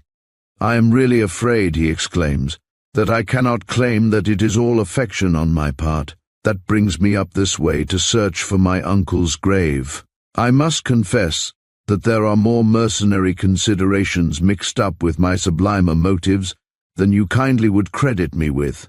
And here we have to record a serious mistake Lilith made, for, instead of keeping her quarry under the gentle thraldom of her music, and the attractive warmth of manner which was really more natural to her than her usual appearance of coldness, Miss Mundella began to excuse this mercenary motive of Claude's to him in her ordinary conversational tones. Instantly he awakes, as it were, from the sweet confidential mood into which he has drifted, for the peculiar notes timbre of Lilith's voice have again called up the viaduct scene to his memory. And Miss Mundella can tell by the altered manner in which he speaks, as he rises with some feeble excuse for quitting her side, that she has somehow scared him for the nonce. But she has gained one little piece of information, which is that Claude is aware that something advantageous to himself awaits the successful accomplishment of his expedition. It must be the PNs, she thinks, as she leans backward on the sofa after he has left her. And at breakfast, Lilith makes another and rather disconcerting discovery, namely, that Claude and Glory have some secret understanding between them.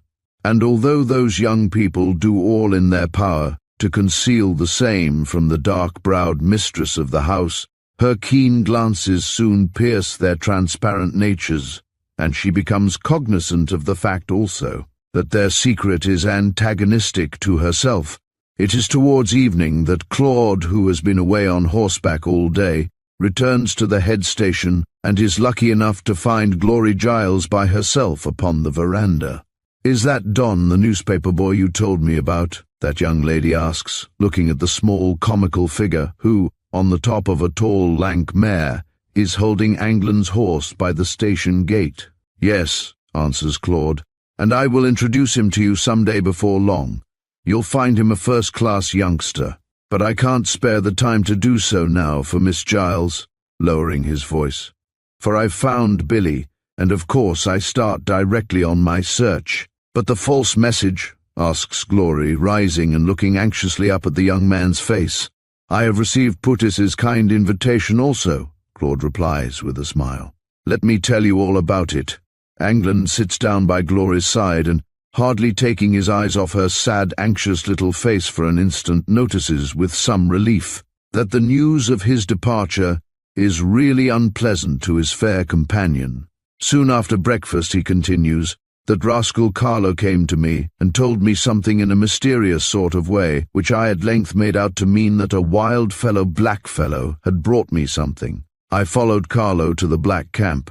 I guessed I could not come to grief only a couple of 100 yards from the station, and found a boy there who handed me a piece of crumpled paper, upon which was scrawled some words. They were these, as near as I remember: 'You can trust this boy, he bring you to me.'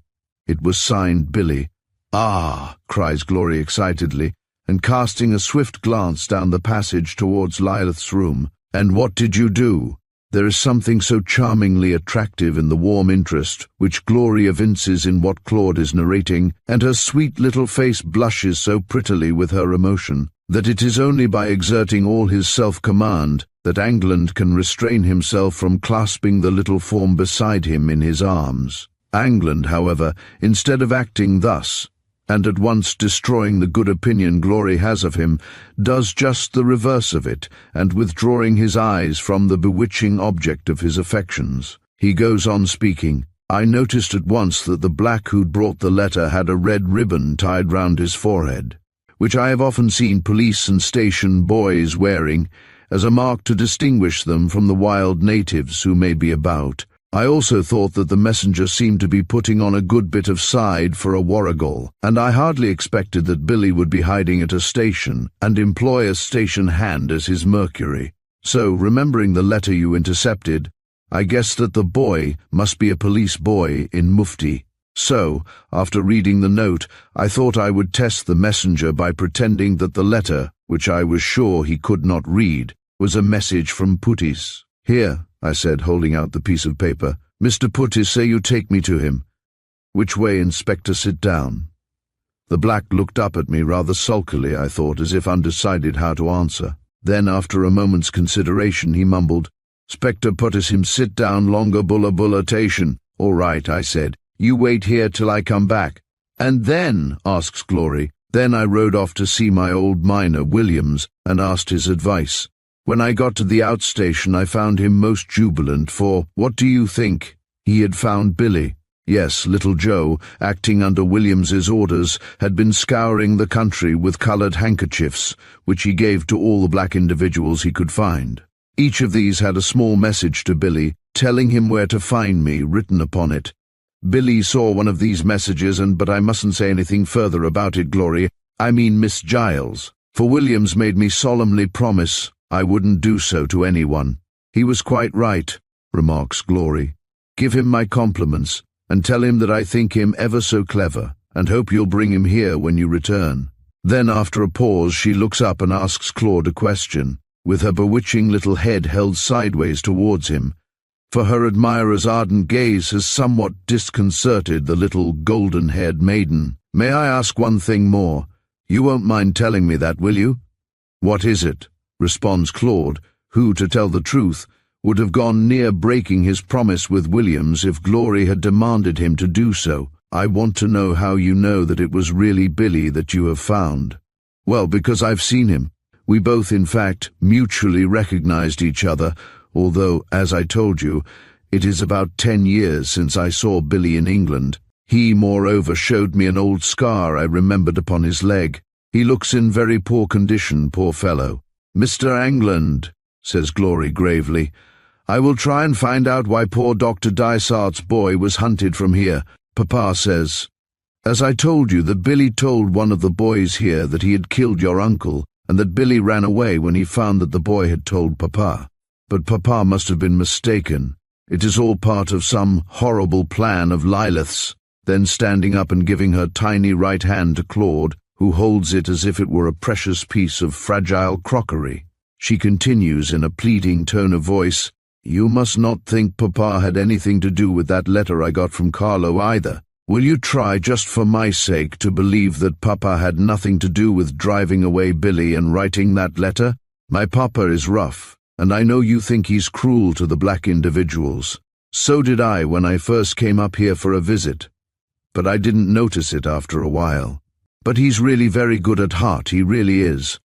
Glory speaks very earnestly, but suddenly, as she remembers that her father was present when Miss Mundella bound her to secrecy about the photograph, her voice falters, and she hesitates whether she ought to tell Claude all or not. But England interrupts her thoughts by speaking. "If your father was the worst fellow going and had kicked me out of the house instead of treating me very hospitably as he has done, I would forgive him, and vote him first class because of his being your father, and now goodbye till I return." Claude finds the dreaded moment of separation, now that it has at last arrived, harder even than he had anticipated. There is a curious lump in his throat that renders the farewell words difficult of expression. Glory, on her part, although she bravely endeavours to appear the cheerful, laughing creature as Claude knew her first, in order to ease his pain at parting, is not successful in carrying out this innocent piece of deception. And, to tell the truth, Claude, although grieved to see her sadness, which this affected cloak of gaiety does not conceal from the eyes of her lover, yet cannot help taking comfort to himself therefrom.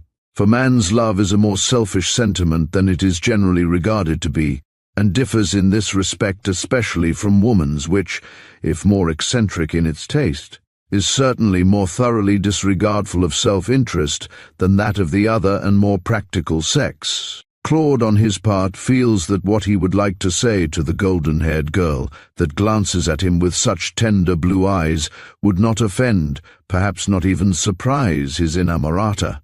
But England has a gentleman's strict notions of propriety and integrity, and having already decided in his own mind that he has no right to speak those words that hover on his lips till his present mission is fulfilled, he refrains from doing so.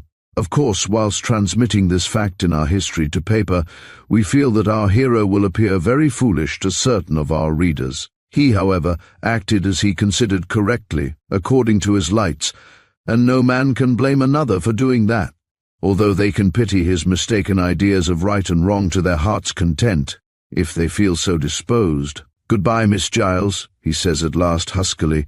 "For the service you did me the other night I can never repay you. There is only one thing I would like you to do, and that is, I have no time to write to my mother now before starting. If anything should stop us coming back again from the wilds, would you mind writing to her? It would comfort her to hear from someone whom I've spoken of already in my letters to her." Then he is gone, and Glory, returning to the house, enters her own room and breaks down. Lilith, hearing her cousin sobbing in the next room, and having been apprised of the arrival of the false messenger, smiles to herself as she guesses that Claude has started for his last appointment on earth, and mentally congratulates herself upon the successful beginning her scheme has made.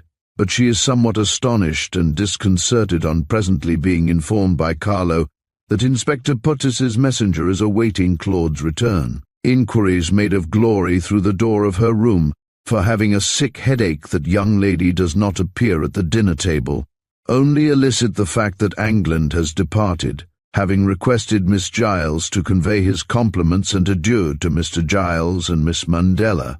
Before retiring to rest, Lilith indites a long letter to Inspector Puttis, of which the following is part. "Your letter plan has missed fire. The boy you sent was somehow suspected by A, and Carlo tells me that he heard your boy confess to A that you had sent the letter. You can do what you like with your boy, of course, but I hope you will remove all chance of his again denouncing you. I shall send Carlo to you next week, when I hope you will be able safely to dispose of him. Carlo and your boy are both too dangerous now to be about. A has started, and I had Carlo out after them, and he tracked them some miles towards the flat-top ranges. He believes that Billy is with them, as they are travelling on the track of some blacks who arrived on the run from the hill country yesterday. Come over here as soon as you finish your western patrol, but beware what you say before Glory Giles. She is not so foolish as she looks, and met A down south. The two are great compatriots." Chapter 17. En avant.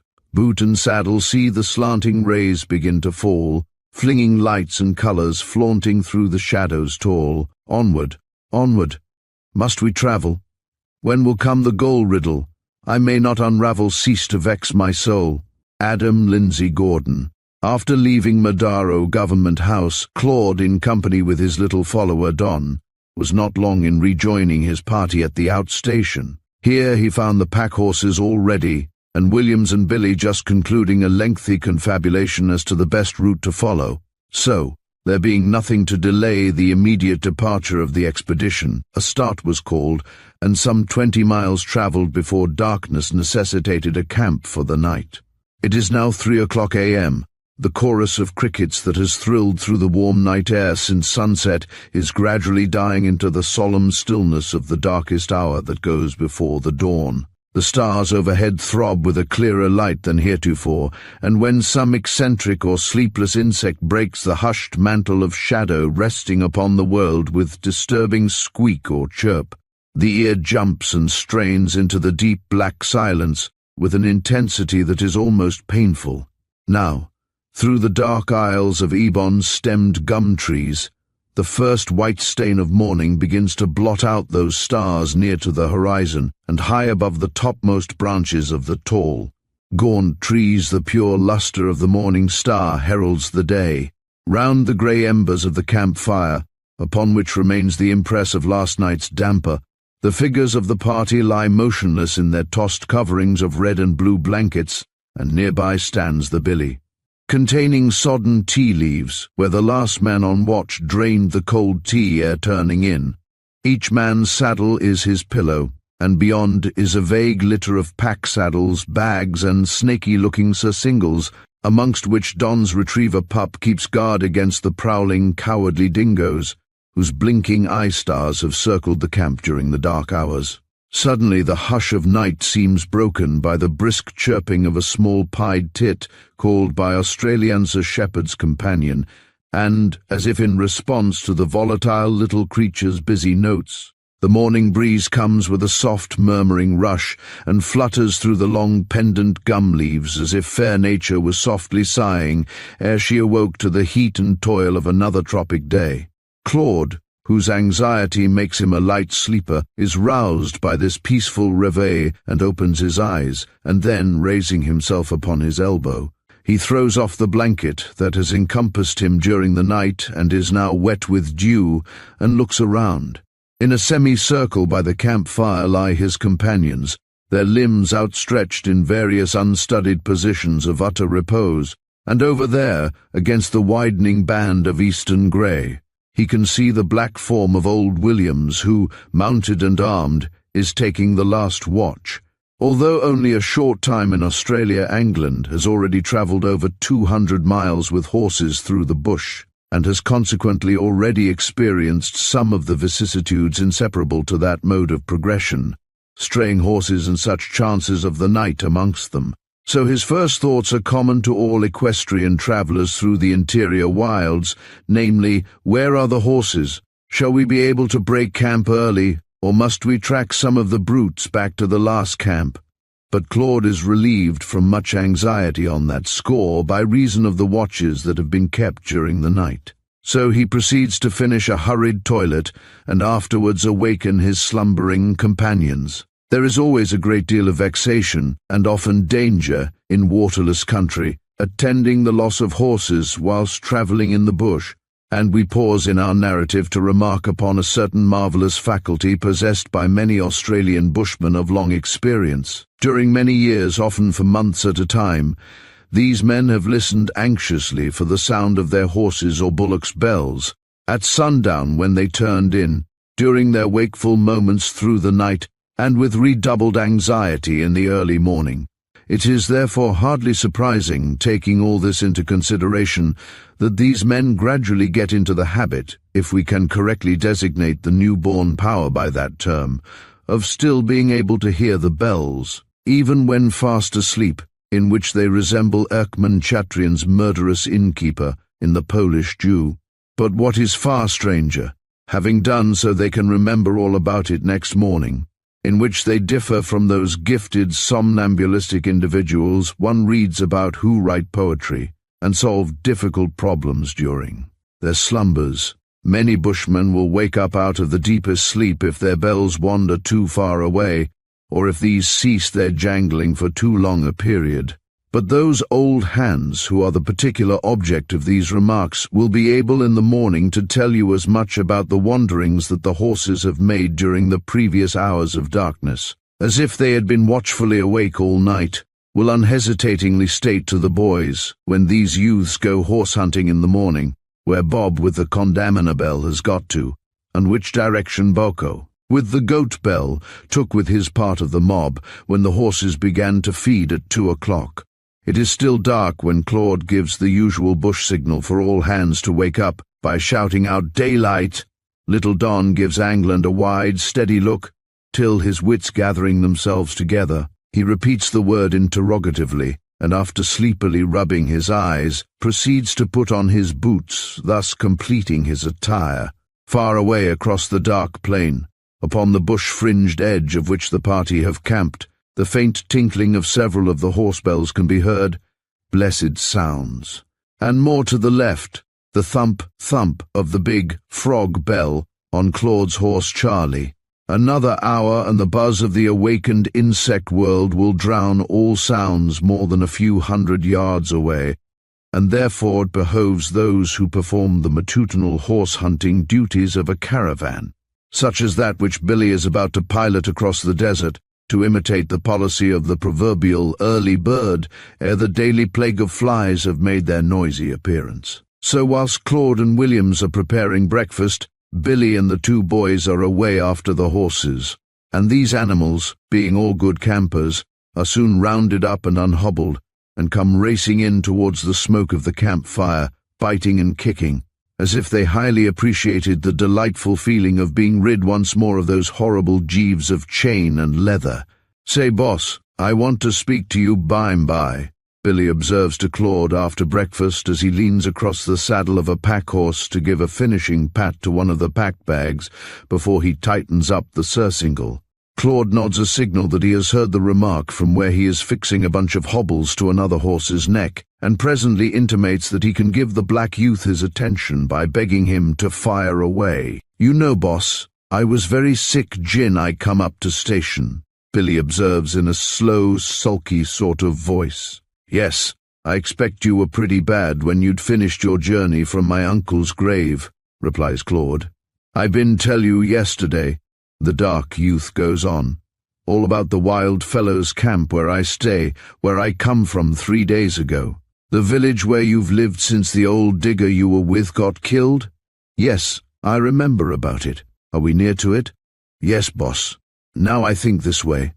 I was very sick when I get this far from where I plant the doctor, and I wonder sometimes if I able to pick up my pad tracks after all this time. I remember country near grave, not this way. You see, I was very sick this end of the stage." "I understand, Billy. But what has that to do with the wild fellows' camp?" "Just see here, boss, I think I better go to Black Camp and get 2 boys. One won't come without a mate. These people very good at the track. They find my old pad, and by when I come to country I know, boys come back. You like?" "All right, Billy," complies Claude, "but will you be able to get the blacks to come? They won't like to leave the ranges, especially to go along with white folk, and I don't blame them either." "Well, you see, boss, the doctor, he been to their camp too, no 3 time, and they like him. He very good to them. When the old hatter get killed by them cussed Calcadoons, I think to myself, I make tracks back to this camp, and by doctor's friends come along and I hear of them, and I'm very glad you had the savez to do so," responds Claude, patting Billy on his shoulder. The black's eyes brighten at the praise given him by the master, to whom he has begun to transfer those dog-like affections lately left objectless by the death of Dr. Dysart. "The wild fellow," he continues, "been very glad to see me when I come along. There was Comaubury tuck out plenty of food. I tell them doctor was dead, and me like to live with them for a time." "Can you talk their language, Billy?" "No, boss, but there was 2 runaway boys with them. One, he come from down Boulia way." The speaker waves his black arm towards the southwest. "This boy speak my language a bit, and I been mining with the doctor in his country and know his." The speaker hesitates for want of a word, and then gives a number of flourishes with his hands, to express to Claude the Masonic-like manual signs by means of which the members of some tribes are able to communicate with each other, to a great extent without speaking. "Well, get these boys if you can," interrupts Claude, "but don't you think you can do without them?" "No, I think it good to get the boys," replies Billy quietly but firmly. "How long will you be away?" asks young Angland, slightly expressing by the tones of his voice the annoyance he feels at this fresh detention. "I come back with boys tonight or tomorrow. Suppose you camp next waterhole 'bout 20 miles. I tell Joe all about it last night. He knows place he been there." "But Billy," exclaims Angland as a thought suddenly strikes him, "look here, if whitefellows send boys to track us, they will see your track up to village. You'll get your friends up there into trouble if you don't mind what you're about." "All right, boss," replies Billy, smiling a smile of superior wisdom. "You see it by. Both men have for the last half hour been cantering after the rest of the party, who, with the pack horses, are on in front." Presently Claude's companion signifies his desire that they should proceed less quickly, and then, pulling his horse into a walking pace, Billy throws his reins over his steed's head and holds them out to Claude. Our hero takes them and looks on in silence, wondering what the black youth is about to do. Sitting sideways on the quiet animal he is riding, Billy next proceeds to divest himself of his boots and hat, which he fixes firmly to the D's of his saddle, and then producing a pair of queer, mitten-like objects made of emu feathers, he fastens them securely upon his feet. He now motions Claude to lead his horse under a big gum tree that stretches its great branches over the cattle track they are following, and suddenly rising into a kneeling position upon his saddle, he clutches a branch above his head and lifts himself clear of his horse into mid-air. "Me leave no track into bush this way," the black cries from his perch, his dark face covered with a big, oily, triumphant smile, and Claude, turning his head as he rides on, sees Billy swinging from tree to tree, like some great anthropomorphic ape, into the heart of the dark forest on his right.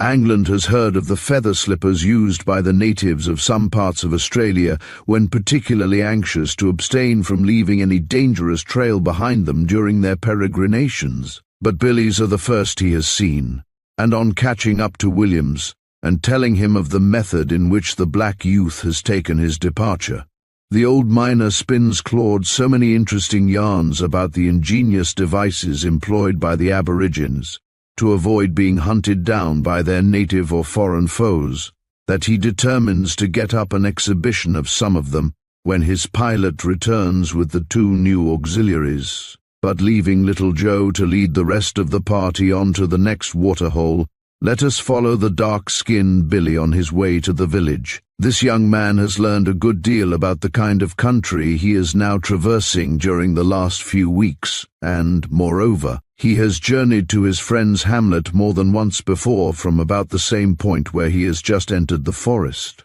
So he wends his way in a fairly straight course, and is not more than 3 hours doing the 7 miles of rough travelling that has to be got over before he reaches the vicinity of the mile camp. After leaving the forest at the foot of the wild range, his way lies for the greater part up the dried-up bed of a mountain torrent that has cut its way during countless ages through the enormous mass of grey granite of which the mountain is composed.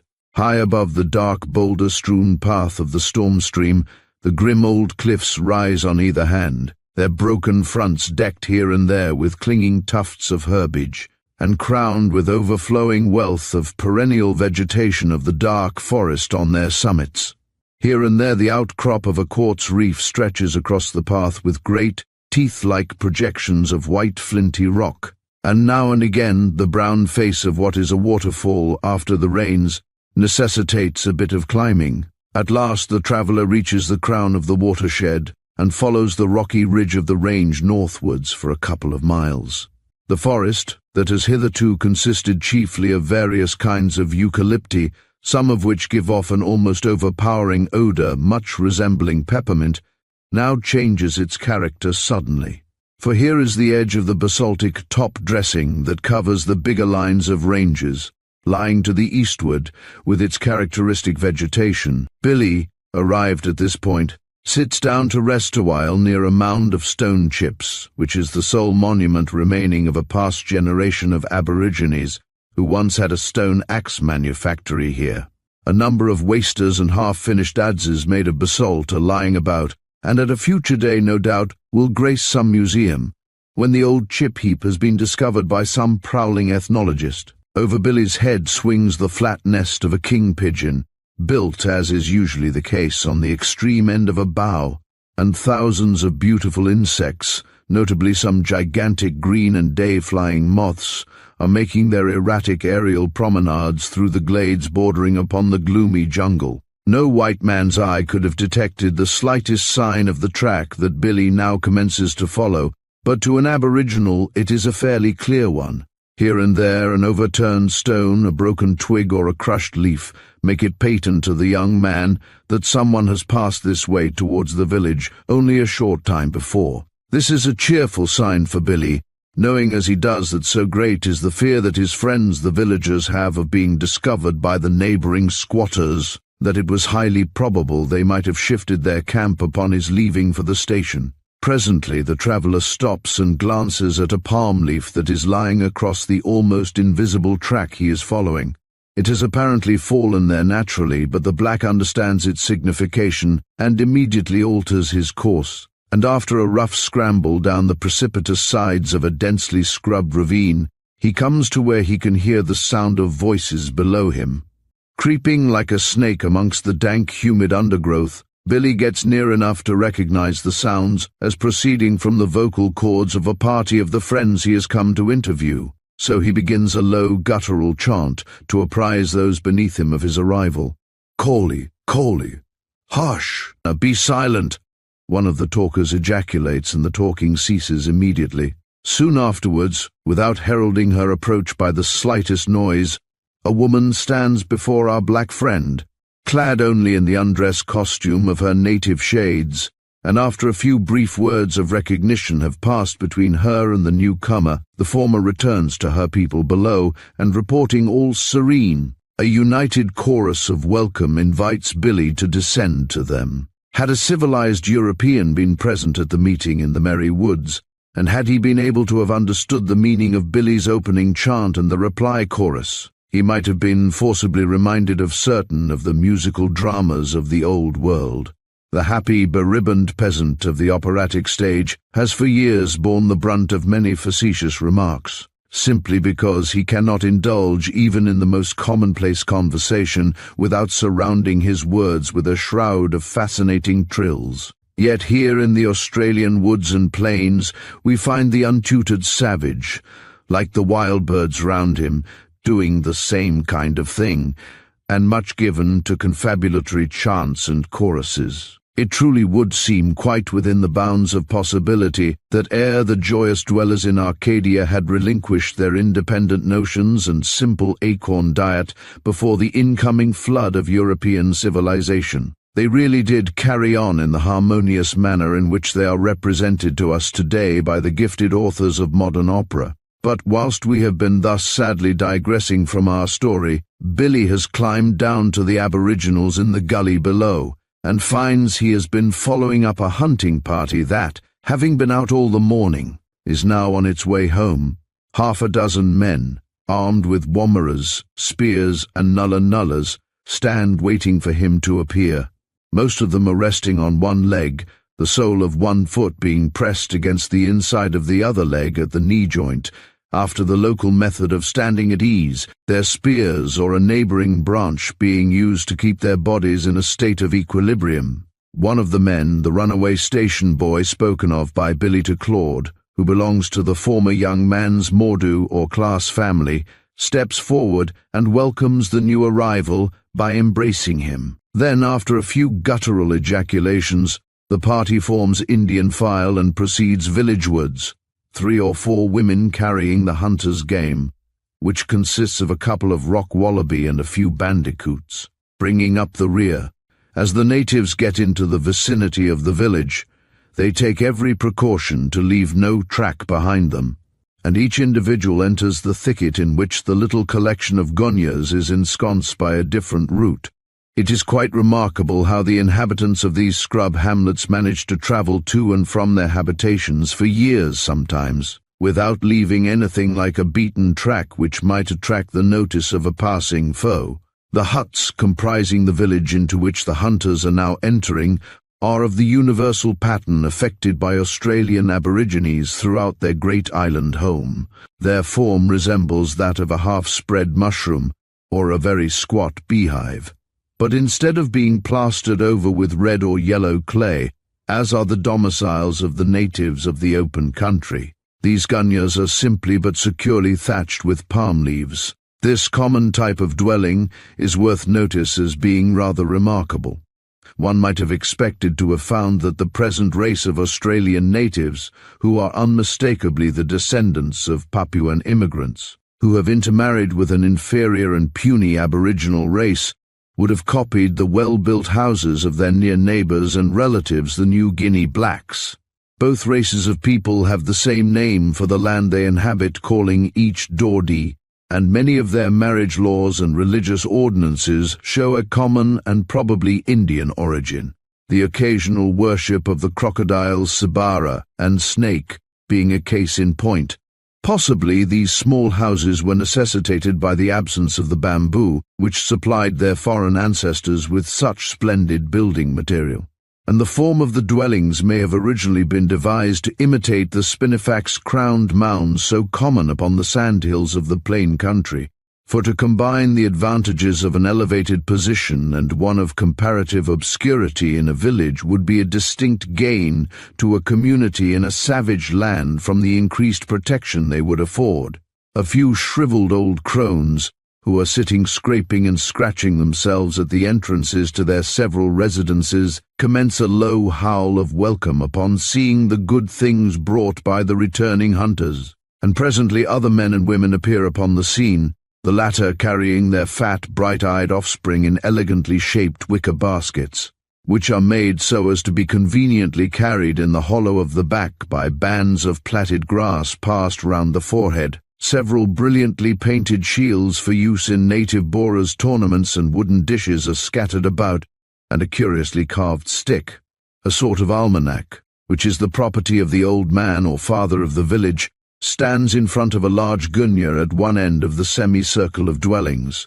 A meal is now prepared by the younger women, consisting chiefly of such dainties as the roasted flesh of wallabies and a big kind of carpet snake, which has been preserved till tender by being kept under water for some days, with a few side dishes of grasshoppers, roasted grubs, wild figs, and various kinds of berries, and these delicacies being consumed, Billy proceeds to disclose the object of his visit. While speaking, however, he judiciously distributes some brilliantly colored handkerchiefs to the male villagers, who are chewing an aromatic kind of resin, obtained from a scrub tree, much resembling the Cori damara of New Zealand.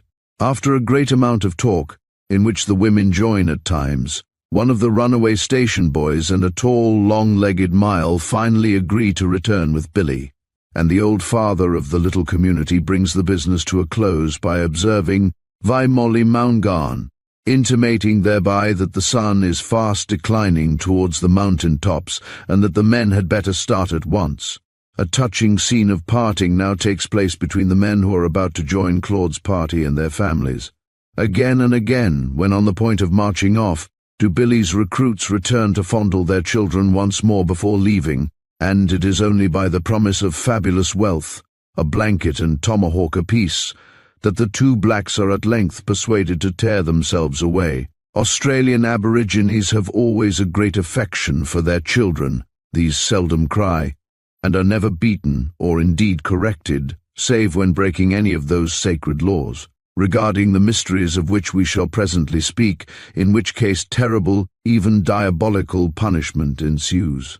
It is nearly sunset when at length the three men set off, and after some rough travelling in the dark a clear spot in the jungle is reached, where they rest till the moon rises, when they again push on. The grey hours of the next morning see Billy and the two other blacks arrive at Claude's camp, some time having been spent towards the end of their journey in removing all signs of their tracks where they left the bush. "At last!"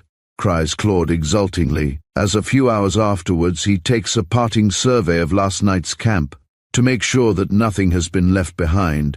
"At last I am really en route. The rest of the party are gone on in advance." The neighbouring waterhole looks up at the white-hot sun above it, with its 1,000 eyes of water lilies in their gorgeous robes of white, yellow, crimson and violet. On the low trees round about numbers of large crows, those scavengers of the wilds, are croaking their harsh cries of impatience.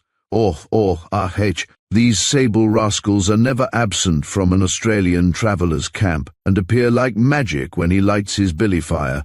Hardly has Claude mounted to ride after his companions, when the crows swoop down by the cold ashes to fight and squabble over the odds and ends that lie about. At 2 o'clock arrives the hottest time of the day. It is really as warm as any living thing can stand with safety, and as the expedition crawls along over the burnt-up, reddish soil of the plain, upon which withered tufts of various kinds of coarse grass appear at intervals, Claude feels certain that he has never been in such a thirsty-looking place before. Everything around, trees, grass and all, looks as if fashioned out of brown paper and sprinkled with dust. A few dark brown kites, similar to those that England has seen some years previously at curious Cairo and barren Aden, sit panting with open beaks on the hot branches of the stunted quinine and gutta percha trees, too overcome by the heat even to move as the party rides by, almost within arm's length of them. The country round about as the horsemen get well out into the plain is almost a dead flat, the only difference in level being the long, wide, gentle rises which, like ocean waves, cross the shimmering expanse of heated earth from east to west, at distances apart of about a couple of miles. Every kind of animal life is gradually left behind as the travellers push on. Not even a kite or a gohanna, as old Williams calls the ignana-like lizards that are generally common throughout the bush, is to be seen. The weary horses wade patiently through the dust, which is so fine that it rises into the air on the slightest provocation. The horizon is a level circle of monotonous grey-brown treetops, the middle distance sunburnt, reddish clay, grass that reminds one of the harmless, necessary doormat, and dusty tree stems, and the immediate foreground is hidden in clouds of dust, so fine, so penetrating, that Claude feels his throat to resemble the interior of a lime kiln before half the day's journey is done.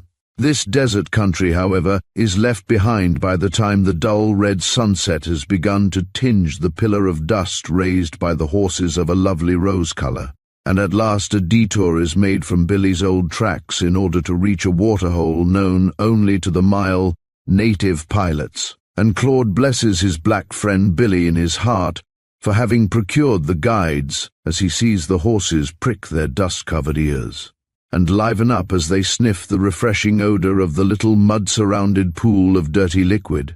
The next few days' traveling are monotonous in the extreme. Sometimes the party toil over red deserts, whose sterile surfaces offer hardly a mouthful even of withered grass for the horses, and where no water can be found with which to refresh the suffering animals.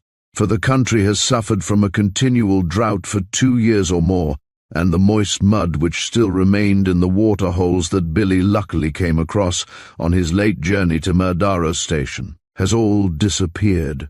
At other times the horses pick their stumbling way over rough and semi-mountainous tracts of country that stretch on all sides in an apparently interminable and dreary treeless waste. Here and there, however, little patches of far better country are traversed, where water and dried but highly nutritious herbage is to be found. On arriving at one of these oases when the expedition has been nearly a week out, Claude, acting by his friend Williams's advice, determines to spell his horses for a day and camps by a rocky pool, fringed with a feathery belt of dark she oaks.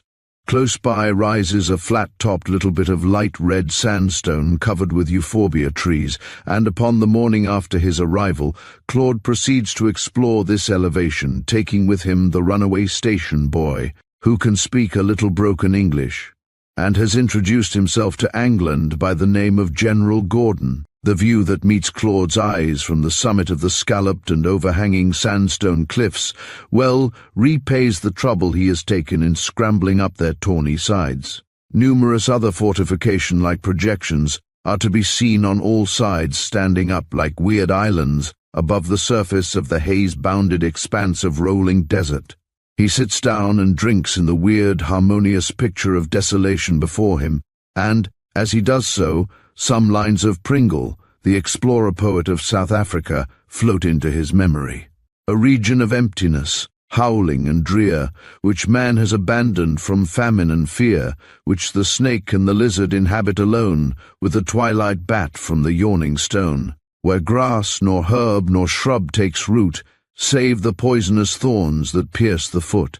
Then glancing downwards over the little patch of verdure round the solitary waterhole, where the grey smoke of the campfire and the colour and commotion amongst the moving men and horses formed a little gem of life in the vast setting of death-like stillness around, Claude's thoughts take a serious turn, and he enters into conversation with his companion General Gordon, with the idea of discovering if the aboriginal mind has any notions of a supreme being as conceived by Europeans. But although the black has been amongst station civilization for some years, and has even been interviewed by a clergyman of the Church of England upon the subject of his soul, his answer is hardly satisfactory. Yes, boss, mine no alley bod God. Missionary him bin tell me, God alley same old man sit down longer sky. Missionary tell me budgery good you yabba say yabba, give it today mine damper, give it today mine tuck out. Mine bin yabba yabba, plenty long time, oh plenty long time. But, added the speaker in a sulky voice evidently disgusted with the treatment he had received, but bail not mine get it tuck out. Bail mine get it lily bit tuck out. General Gordon turns to catch and swallow a grasshopper, and then shaking his woolly mat of hair further expresses his opinions in the following remarkable language: Bail mine think it God sit down longer sky, no good dole men. Him only like it white fellow, no like it poor black beggar. Claude ventures to calm the ruffled feelings of the general by suggesting that in a future life black fellows may possibly have a better time of it. Yes, boss, excitedly exclaims the boy, his face altering from an expression of injured worth to one of perfect faith in his noble existence. Yes, by mine bin kick out, by and by I die. The speaker points eastwards as his race often do when speaking of dying. By me kick out, then me jump up white beggar, me jump up stockman. Budgery very good, mine like it. Claude tries to conceive what the general finds in life worth living for, when he can look forward with pleasure to a future life as a stockman, which, in common with most station blacks, he evidently firmly believes in. Our young friend unconsciously follows the lines of reasoning laid down long since by a celebrated wit, when he finally concludes that it is probably the same with blacks as with whites, in that, by the time the emptiness of life is discovered, living has become a fatal habit. Old Williams now joins Claude upon the hilltop, and, looking carefully round about him on the ground, as if in search of something he has dropped, presently deposits himself upon a chocolate-coloured block of sandstone with a grunt of satisfaction. Mind where ye sit doon, lad, he observes to Angland, through clenched teeth, which hold a grimy old maize cob pipe. This hill is just the very place for snakes. The words are hardly uttered, when the black boy, who is standing behind the white men, suddenly ejaculates a guttural exclamation, and dashes his nulla, a 3-foot club of heavy wood, down upon a small branch-like object, lying on a ledge of rock, close to where Claude's feet are resting.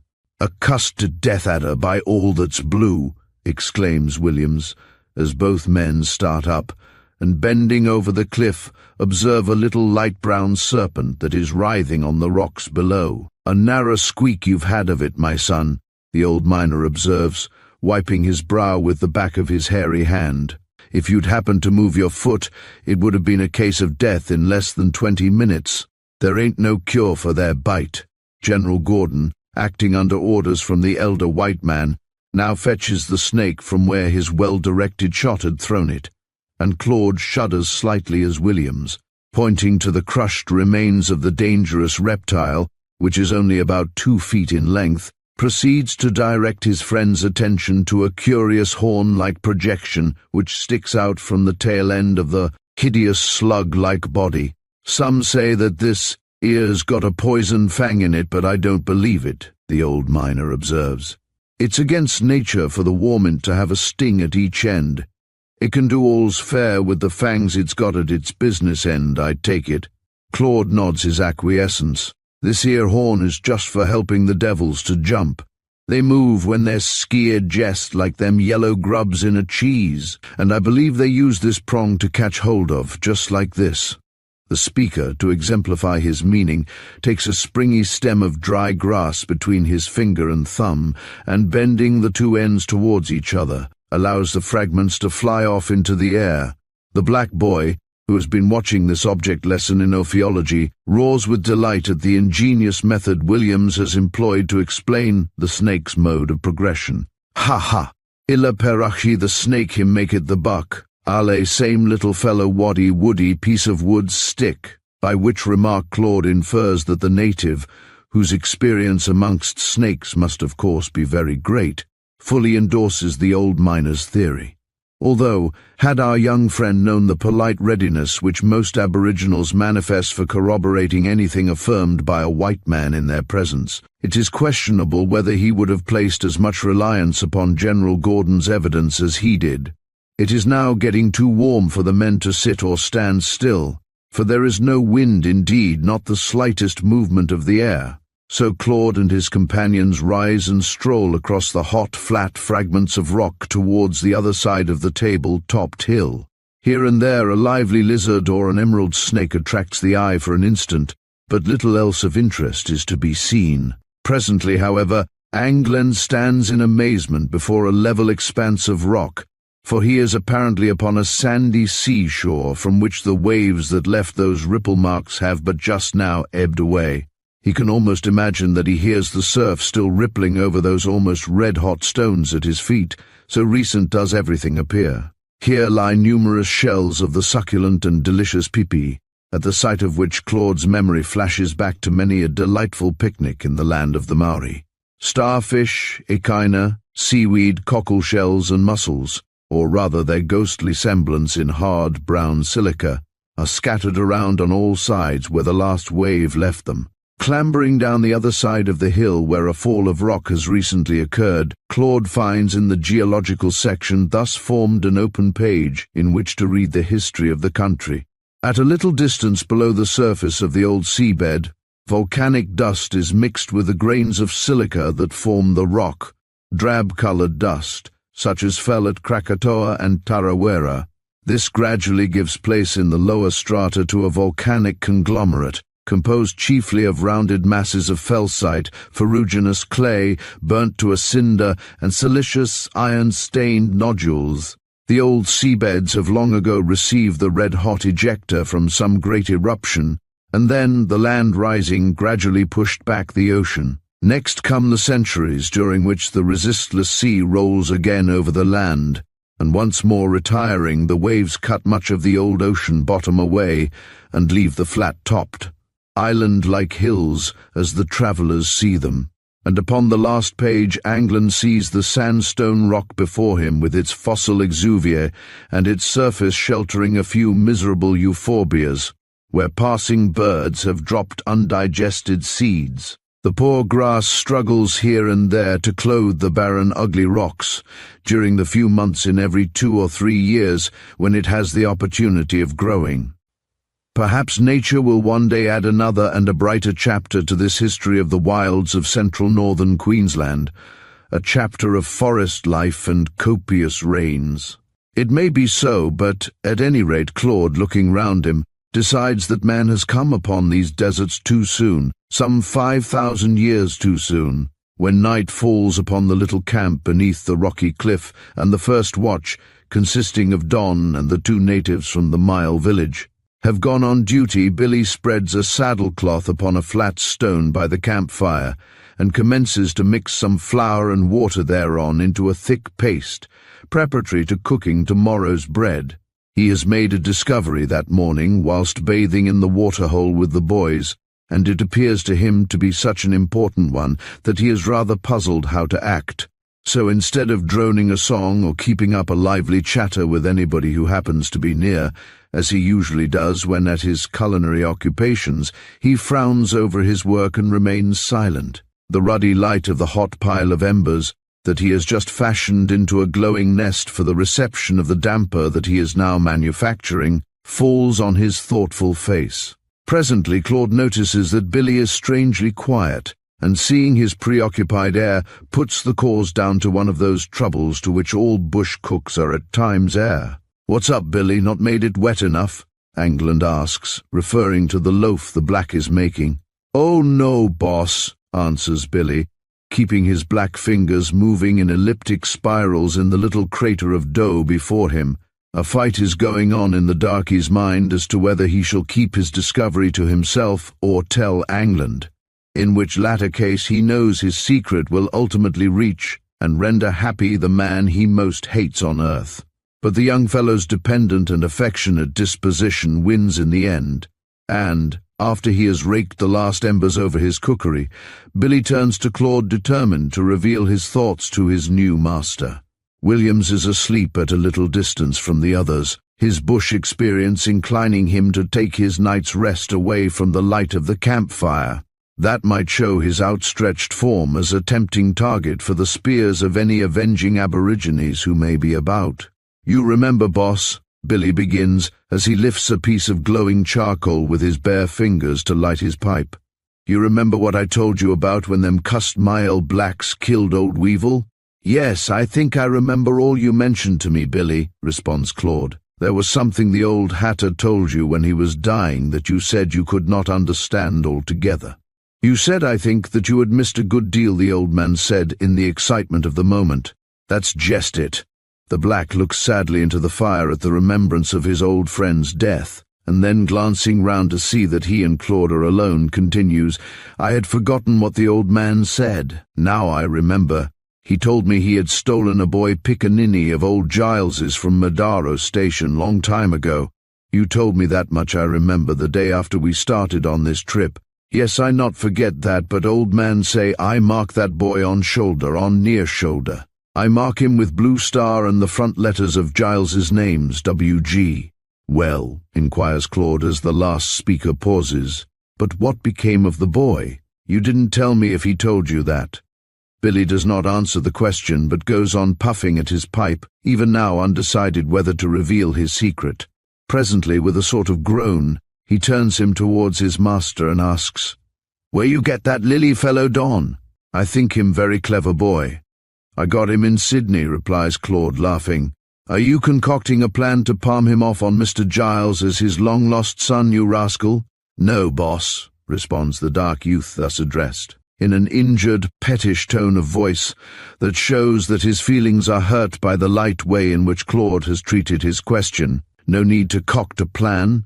Don, he got the mark on shoulder, all the same Weevil tell me about." "Nonsense," Claude ejaculates. He is perhaps rather too much given to making this remark when surprised. "I know the mark you mean. It's a bruise he got the other day when his saddle turned round on Kitty, careless young devil." "Oh, all right, boss. I suppose I get blind now," Billy replies in an offended tone, for nothing insults an aboriginal more than to distrust his keenness of vision. But his clouded expression dissolves into a sunny grin of satisfaction as he sees that the information he has imparted to England has apparently excited a far deeper interest in England's mind than he had supposed it would. What Claude's first thoughts are upon learning that which seems likely to turn out a most fortunate discovery for himself and several other persons besides little Don may easily be guessed. He conjures up happy pictures in his mind that for the most part are variations of one glorious central idea. Wilson Giles, with weak tears of joy dribbling down his purple countenance, presenting his golden-haired fairy of a daughter to the man who has recovered for him his little Georgie. And if these mental sketches of our young friends are rather selfish ones, and more redolent of love and glory than of the mutual gratification upon meeting that the long-separated father and son will soon enjoy at his hands, it is but natural, after all, that in Claude's present state of mind it should be so. But cold second thoughts and chilly doubts soon come to tone down these brilliant visions. Then a half-conceived suspicion as to whether Billy and Don, or perhaps Billy alone, might not have concocted the story of the blue marks upon the boy's shoulder duly presents itself, to flee away, however, before the knowledge that the tattooing and subsequent healing of the wounds produced thereby would take longer than the whole time the two individuals concerned have known each other. For various reasons, at any rate, Anglin determines not to investigate the subject further that night, and as he rolls himself up in his blankets prior to going off to sleep, he tries to call to mind all that he has heard about the lost child. During the second watch, which he keeps in company with his little purchase Joe, Claude remembers that Glory had told him once about a severe accident that happened to her baby brother not many months before he disappeared. It had occurred when some visitor at Modaro Head Station, who was rocking himself in one of the chairs upon the veranda and had not noticed the approach of Mr. Giles's tiny son and heir, had heard a sudden scream at his elbow and discovered that the rocker of his chair had crushed some of the child's tender little toes. When I examine Don tomorrow morning, Claude thinks, I will notice if his toes are intact. I am glad I remembered this, as it will possibly throw some light upon the mystery. As Angland looks up in thought at the purple dome above him where the stars burn bright in the midnight sky, suddenly a great meteor appears, and blazes into brightness as it comes in contact with the world's elastic shield of air, and then sinks with a graceful downward streak of brilliant incandescence into earthly obscurity. What makes that fellow star fall down? Claude asks of the owner of the small, dark figure standing by his side, who is gazing up at the purple-set jewels of scintillating worlds above the watchers' heads. Joe, in reply, grins fondly up at his friend and owner, his white teeth glistening under the starlight as he answers, "Me no," and, taking a match from his pocket, proceeds to explain what to his mind appears to be the correct solution of the cause of meteoric phenomena. Striking his match and pretending to light an imaginary pipe, and putting on a slyly grave countenance which in the darkness, however, is lost upon Claude, the boy says, "Me think great big one, master," pointing to the heavens, "him want, smoke, pipe, strike a match," acting the process meanwhile, and puff, puff, pretending to smoke. Then Joe makes a movement with his hand and drops the match slowly to the ground, which, with its bright, smouldering end, gives a remarkably faithful representation of a shooting star on a very small scale. Claude has often been struck before with the smartness of his diminutive henchman, and many a weary hour has the boy enlivened with his grotesque sayings and doings. But Angland is particularly interested in this last piece of evidence of Joe's histrionic powers, the more so since it is the first time the youth has expressed a belief in a supreme great one master, but just in order to prove that the aboriginal mind, as represented by the little specimen of the race that is now following Claude in his midnight march round the slumbering men and horses, is practical as well as theoretical. Perhaps we may be excused if we linger for a moment to relate another comical little instance of Joe's ingenuity. It happened when Angland and his companions were on their way to Madaro, and amused our hero a good deal at the time. Little Joe, upon becoming by right of purchase one of Claude's goods and chattels, had been presented with a suit of slop-made clothes and a tiny pair of boots. These latter shortly disappeared. Whether the boy sacrificed them as a parting gift to one of his numerous brothers, all male blacks of the same class, families stand in this relationship to each other, when the party left Mount Silver, or whether they were stolen, as Joe stated was the case, never transpired. But anyhow, a few days afterwards, the black urchin, who did not relish being the only one of the party to ride barefooted, chanced upon an extremely ancient pair of what had once been elastic-sided boots lying upon the site of a deserted camp, and straightway determined to appropriate them to his personal adornment. Dismounting from the tall steed he is riding, 2 small black feet are carefully inserted into the sun-dried derelicts, and with a grin of satisfaction Joe prepares to mount. But as he lifts his right leg over the horse's back, the enormous boot thereon, which is absurdly too large for the diminutive limb, tumbles off upon the ground. Again and again the boy tries with the same result. The boss is calling, but it will never do to leave the treasure behind. Joe has no string to fasten it upon his foot, but he soon solves the problem. Running round to the other side of his steed, he seizes the stirrup iron and securely jams this into his prize. Then mounting, he places his foot therein and joins the other riders, looking very proud and haughty, with the dilapidated old leather coffins swinging at his horse's girths, in ludicrous contrariety to the spindle-like shanks which, decked with short white trousers, rise from them. The next afternoon Claude finds an opportunity, as old Williams and he ride side by side behind the trackers, to tell his friend of Billy's discovery concerning Don's supposed parentage. "I bathed with the boys myself this morning," Angland says, "and took the opportunity of checking what Billy told me about the mark on the youngster's shoulder. It's there safe enough." "You didn't tell the boy about all this, nor Billy neither?" inquires Claude's companion. "No, of course." I don't intend Don to know anything about it at present, and I told Billy to keep mum about it. Ah, it's what I call a rum yarn now, remarks Williams as he muses over what he has just heard. If it had been anyone else nor you had found the boy, I'd have said they had salted him against the chance of making a rise out of old Giles. Salted Don?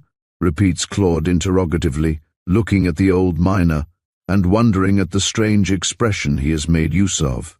What do you mean by salting him? Don't you know what salting a mine is? Asks Williams in return. Well, I fancy I've heard that term applied to some kind of mining swindle, replies Claude. Exactly so, my lad. And after I've explained what salting is, you'll understand what salting a boy is.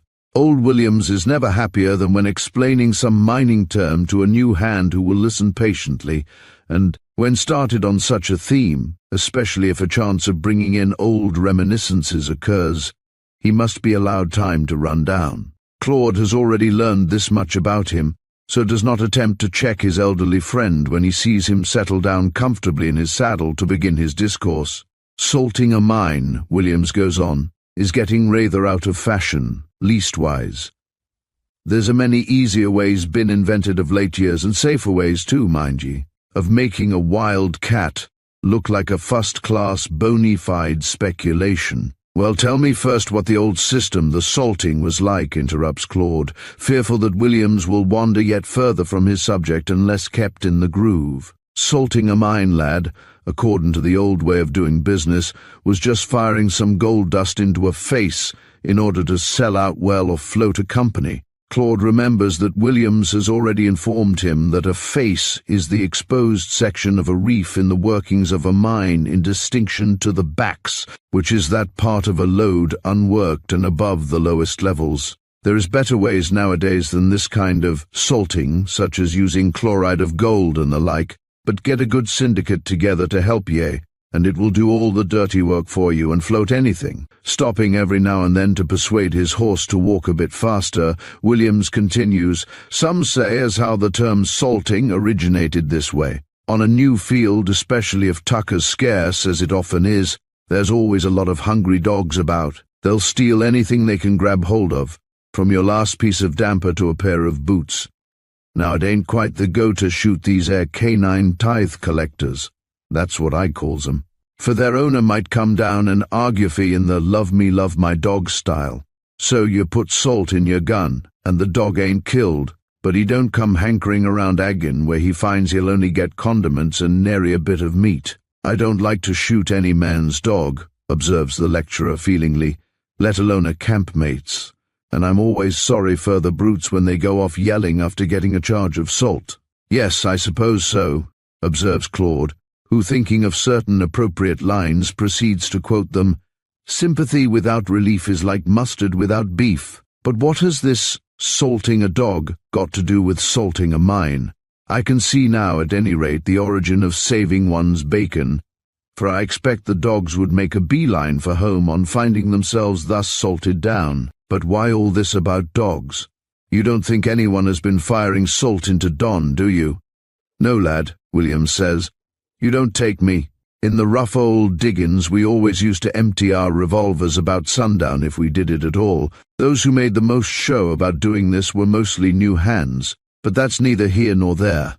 I mean, you wouldn't hear no firing after nightfall. If there should happen to be a shot fired, it was either a murder or a robbery, and the whole camp would turn out. But if it turned out to be only a hoax, the boys would skylark round, and mayhap the man who started the fun would have to put on a roller bandage instead of a shirt for the next few weeks. I see, remarks Claude, knowing that it is of no use to attempt to hurry the old miner, who always moves towards the main subject of his remarks after the manner of a hawk approaching its prey, namely in circles. Well, some chap invented this plan of punishing the dogs, and then firing at night got to be quite common. Instead of turning out when you heard a shot, you'd say to your mate, oh, someone's cur is getting salted. By and by, all kinds of shooting got to be called salting, and from that not only firing gold into a reef, but every kind of swindle went by the same name. You've explained it very well, Claude says, as Williams closes his remarks. And as regards little Don, I thought myself it might be a try-on till I examined his feet, and found that the toes on his left foot have evidently been damaged at some time or other. Anglin then discloses to his companion what Glory Giles had told him about the accident that befell her baby brother, which we have related for the benefit of our readers. And now, Williams, what ought I to do? I somehow feel I should send Don back to Giles at once. I might send Joe and General Gordon with him, but it would be risky work with one water bag. That's the only reason. As you know, I've not sent Gordon and his mate back before. Send him back, exclaims the elder man. Not a bit of it.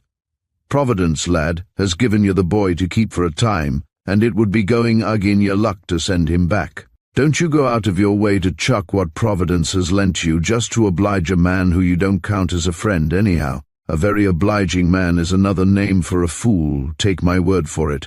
Besides, how do you know these mile blacks wouldn't knock both the boys on the head if they got a chance? They would do it, and no fear they wouldn't, if they thought Don was Giles's son. Wouldn't they like to get square with old Giles? He has polished off a good many of their relatives, if you ask me. No, adds the speaker in a voice that shows he puts his foot down at what he says. We'll all go back together. You'll be able to play this trump card, my son, better when you've got some more in your fist, as Providence is going to give you shortly. Chapter 18. A Station Sketch. The proper quarry of mankind is man. It is about 8 p.m. at Bourbon Head Station, which lies at some 50 miles distance from Murdaro, and the evening meal being over. Half a dozen men are settling down to enjoy an after-dinner smoke in that sanctum of Government House, the boss's den. Most of the bronzed, manly figures before us are dressed in white linen, and one wears the long top boots and spurs of a sub-lieutenant in the NM Constabulary. 3 of the other men are passing travellers, and although quite unknown to the hospitable manager of the run till a couple of hours since, are made none the less welcome on that account, after the laudably generous custom that obtains on the better-class up-country stations. One of these strangers is the new manager of Hanger Run, who is on his way northwards to take charge of his new scene of labours, and the other 2 are mining speculators up from Brisbane to look at a new find of silver in the neighbourhood. Now, gentlemen, make yourselves at home, observes Mr. Brown, in the loud, resonant voice of one who is accustomed to give outdoor commands. Here are some cigars that ain't bad. You'll have to excuse me for a bit, but I'll be back by the time you've filled your glasses. I just want to see about the horses for tomorrow.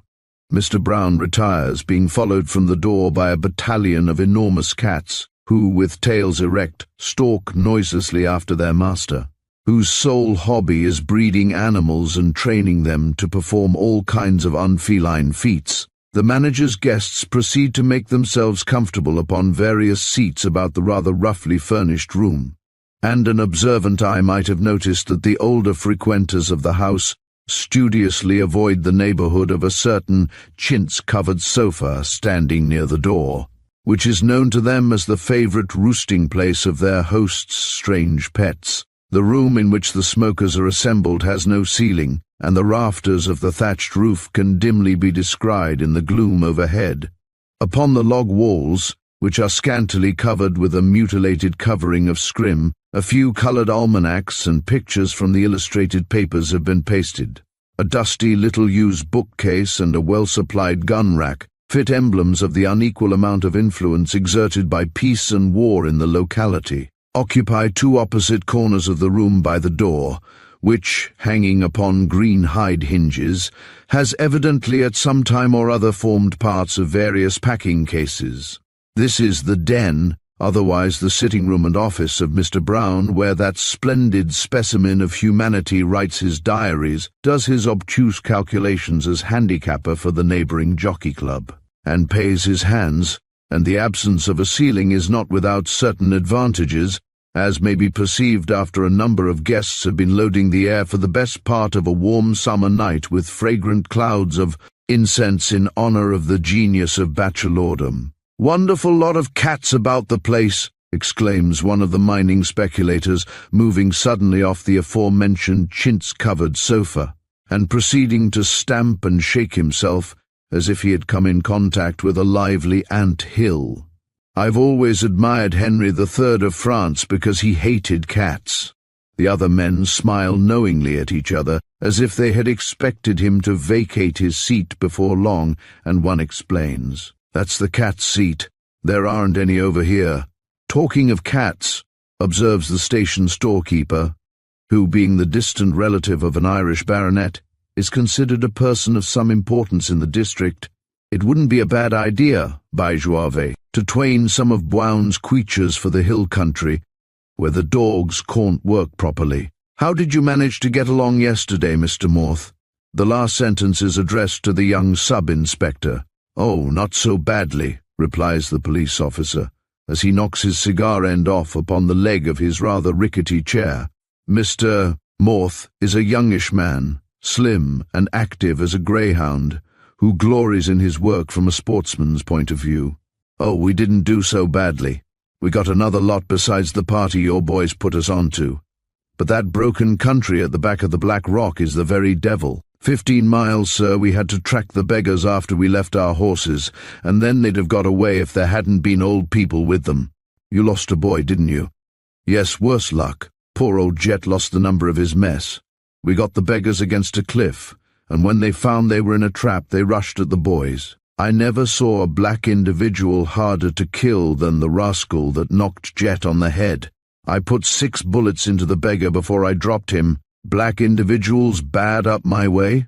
asks the new manager of Hangar Station. "That's not in my patrol, so can't say," replies the sub-inspector. "I think you will have a deuce of a lot of trouble up there," observes the storekeeper. "Your predecessor allowed the beggars to wander all over the one. Spoilt them all together.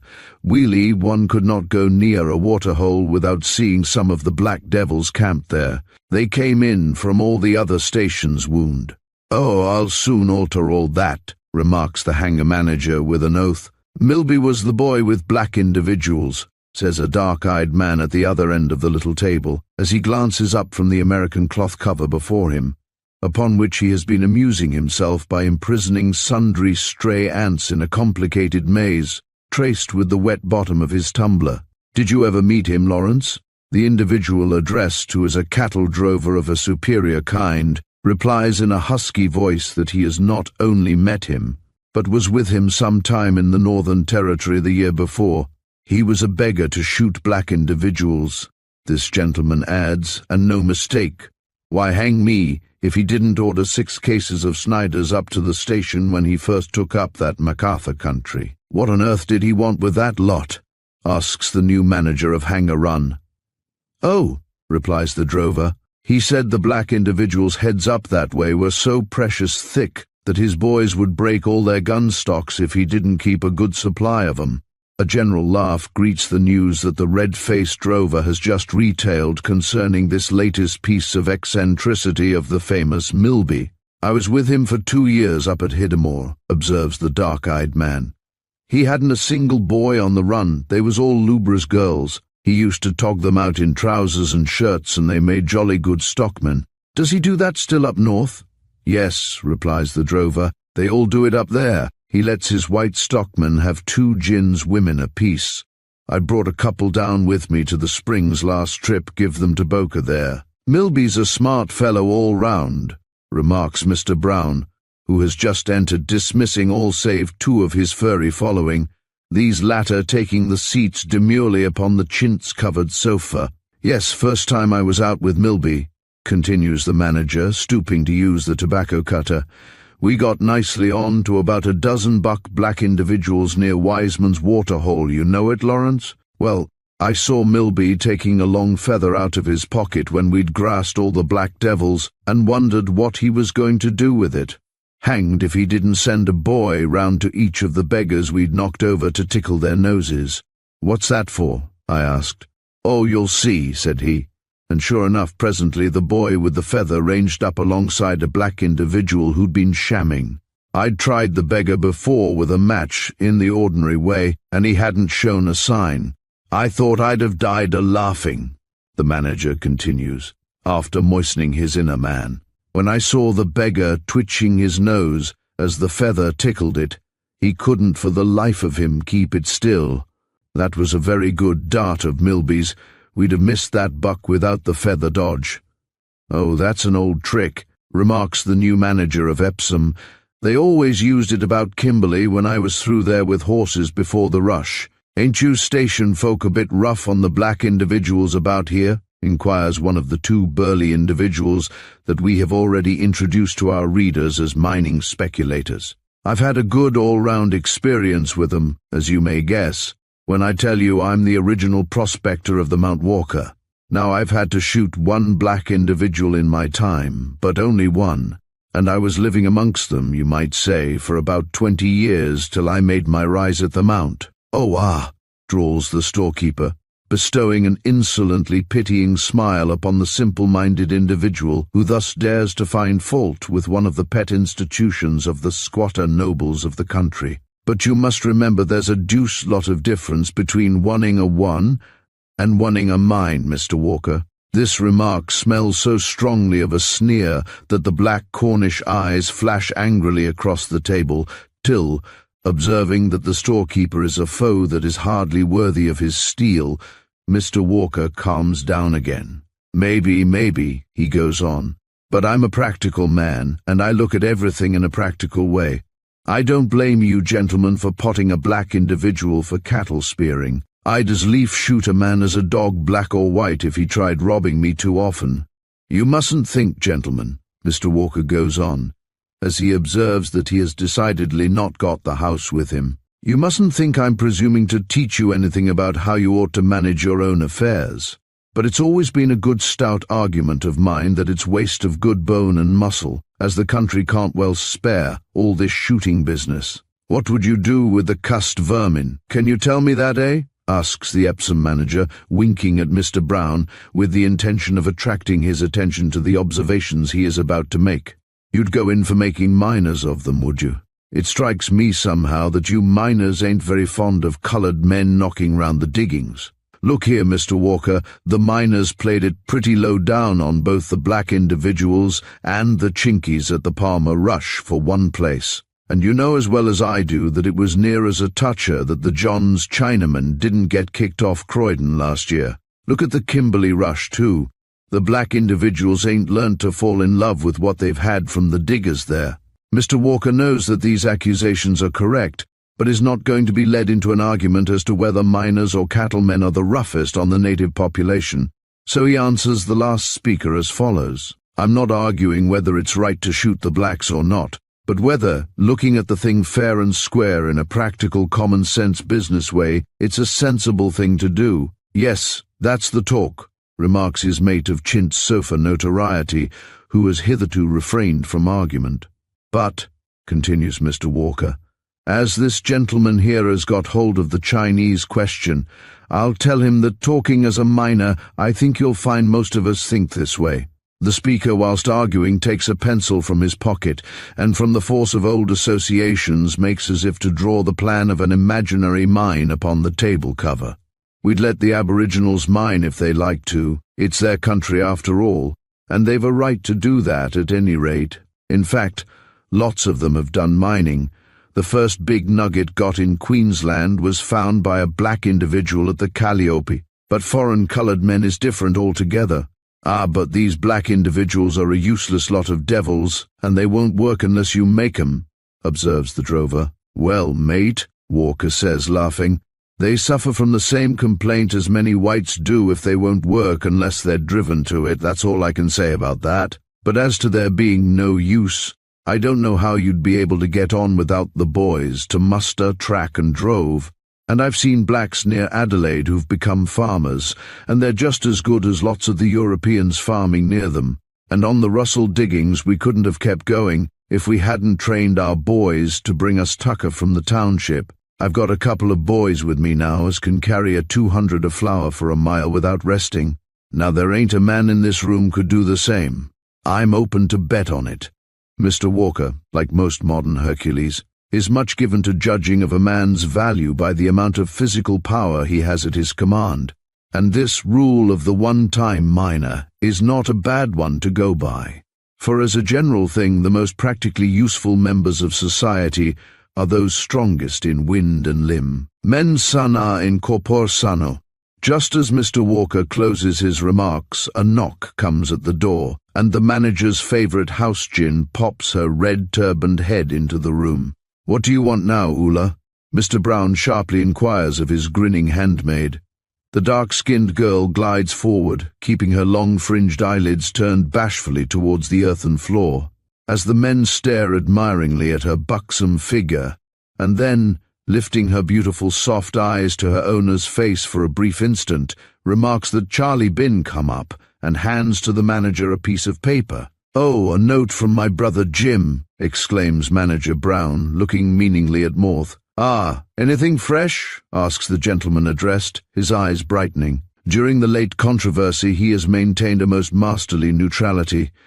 "Tell you directly if I can make out his pencil scrawl, after sundry screwings of the managerial eyebrows, and bendings of the managerial back to the lamp upon the table, Mr. Brown ceases snorting smothered anathemas at his relation's bad handwriting, and looking up motions with his finger the sub-inspector, whereupon both men leave the room together. "Thought it safer to speak to you out here, Morth," observes the manager, as soon as they are beyond earshot of the station house. The police officer replies by nodding his head, but remembering immediately afterwards that it is too dark for Mr. Brown to see this signal of acquiescence, he proceeds to convey his meaning by observing, "Just as well. I told you about the wiener," goes on Mr. Brown, "that Jim found speared last week up Agate Creek, didn't I?" "You did. Has Jim picked up any tracks yet?" "Yes, it's like this. I sent Jim out with a couple of boys to see if any of our beasts had gone over the Murdaro boundary. Well, he writes to me he's come across the tracks of a party of horsemen going north. Thinks it is that explorer fellow who was stopping with Giles. By jingo, they'll have a dry trip of it," observes Morth, who has just crossed a corner of the northern desert on his way to Bourbon. "Yes, but he's picked up a mile black, to show him the waterholes, I suppose." Jim noticed the beggar's tracks besides the horse's hoof marks, and guessed that it was a warrigal, because if it had been a station black, he'd have ridden one of the spare horses. "That was smart of Jim," remarks the police officer. "Oh, the young un has got his head screwed on level," but to continue, Jim ran the tracks back, and then sent for Bogey, the best tracker we have, to have a look at them. Bogey spotted where 3 black individuals had come out of the scrub. "Ah," interrupts Morth with a laugh, "I'm glad I waited." Bogey, continues Mr. Brown, knows every black's track around, and he swears that one of those which Jim found is that of a black individual who cleared out from Murdaro lately. What was his name now? Never mind that, however. "Oh, you mean that boy of Dysart's," observes the sub-inspector. "No, I don't mean Billy, that was the name of Dysart's boy." The manager suddenly stops speaking and smacks the palms of his hands together, an impromptu manifestation of delight, for a new idea strikes him that satisfactorily clears up a mystery contained in his brother's note. "Why, that explains it." "Explains what?" "Why, don't you see, what puzzled me was how this explorer got hold of a mile. They are pretty shy of whites, but I guess this Billy, that you've just reminded me of, has been camped with some lot of blacks about here and has joined this party. Won't Giles and Puttis be mad? They've been raising Hades to get him, and he's been camped close by all the while." "Ha!" Mr. Brown laughs out loud, and then informs his friend how he has long suspected that there must be a camp of runaway black individuals in the direction where Jim has found the tracks. "You'd like me to take the boys up there then, I suppose, before I go on," observes the police officer. "The clouds on the hills this evening look like rain. Nothing like a wet night for stalking a camp. So many noises going on in the scrub." "No, old man. My idea's this," rejoins the manager, taking Morth's arm and walking him back towards the house. "I'll put Jim up to letting Bogey and another good tracker we've got watch for these blacks coming back into cover. That they won't go far with the exploring expedition, I'm pretty certain. I'll arrange in the meantime for the Bulla Bulla and Murdaro people to be ready to join us, and we'll clear all this end range. I've often intended to do it. Will Giles turn out, you think?" "Turn out," exclaims Mr. Brown. He's the most energetic old cock I ever came across where a black individual's concerned. Besides, one of these is a runaway of his. Oh, he'll come fast enough. It is finally arranged for a select party of sportsmen to join Morth and his troop upon the return of the 3 natives to the scrub, who, as our readers have no doubt already guessed, are Billy and his village friends, and thus, whilst combining the business of exterminating sundry nests of human vermin with the exciting pastime of a big game shooting party, at the same time assist to carry out that line of native policy that obtains today under the regime of 3 out of 5 of the Australian governments of Her Most Gracious Majesty the Queen. Chapter 19. The Grave. Sleep after toil, port after stormy seas, ease after war, death after life doth greatly please. Spencer's Fairy Queen. It was there he fell, boss. He struck right on top of them gibbers stones. I caught at him, and fell too. There's the mark where I struck the mud by the broken stem of that cooliebar there. It is Billy who is speaking, as with tears in his eyes, and his affectionate heart overflowing with genuine grief. He looks up at the rugged cliffs and points out to Claude and Williams the place where Dysart met with his fatal fall. On the 9th day out from Murdaro, the expedition has reached the long blue line of gum trees, towards which it has been toiling since daybreak across the desert plain. And here, at no great distance from the little waterhole, near which the horses are now being unsaddled by the rest of the party, Claude pays a first visit to the lonely mound where, beneath a protecting cairn of stones and tree stems, his explorer uncle has begun his long, well-earned rest. As the young man stands there in the scanty shade of she-oaks and box trees, 1,000 solemn thoughts gather around him. What strange power is it that has seemed to guard and guide his footsteps so far in the fulfillment of his appointed task? Will it pilot him to the end? And what is to be the climax of this journey? By Claude's side is Don, who has filled out wonderfully since our hero found him a little waif upon the Sydney streets. The boy, not having been enlightened as to his parentage, still bears his old name, and Angland, making more of a companion of him since Billy's discovery, has noticed with delight that the youth, who by a strange procession of circumstances seems likely to become his brother-in-law some day, is developing a kindly disposition and an engaging manner. Billy now arrives and unearths a small tin box, the contents of which Claude feels much tempted to investigate forthwith. But, acting on Williams's advice, he postpones the operation and determines to make the most of what remains of the day in searching for the supposed mine at the Golden Cliffs, which our readers will remember as being set down upon the secret map discovered by Angland on the back of his uncle's posthumous communication. About 2 miles from the grave there rises, white and weird against the violet sky, a barren, isolated mountain, or rather a collection of rugged peaks, and thither, across the red, rock-strewn plain, bounded by a phantom sea of desert mirage, the white men and Billy proceed, and, having traversed the gentle slope that rises from the dried-up course of the river to the hill, they now stand beneath the shadow of the rocks. And you carried my uncle all the way to the water, over those gibbers, without once putting him down, Claude exclaims, as he stands wiping the moisture from his forehead at the summit of the boulder-strewn glacis that surrounds the mount, and hears once more the story of the accident. Why, you were hurt yourself. When I carry the doctor, I picawed Anglis, carried all I cared about in the world. S'pose that made it easy. Billy replies simply, and leaning his head upon his arms against a rock, he allows his exuberance of emotion caused by the painful remembrance to wash itself away in tears. As Angland regards the weeping black, he cannot but feel half ashamed of his own want of feeling. Surely this is rather incongruous, he thinks, that Billy, who after all is only an aboriginal servant of the dead man, should thus appropriate the position of chief mourner, whilst I can look on with only a strange, solemn feeling in my heart, and certainly with dry eyes. But it seems all like a dream to me. Of course, however, with Billy it's very different. Williams calls at this instant and disturbs the young man's meditations. "Look here, Mr. Angland. The old miner's short, thick thumb points to a copy of the secret map which he holds in his toil-worn hands. "Here's where we've got to go. Follow the dotted line. Right up the gully there." The old man points to a narrow opening in the side of the hill, not far from where they are standing. "Yes, but we must find out where this place marked by the cross is, Williams.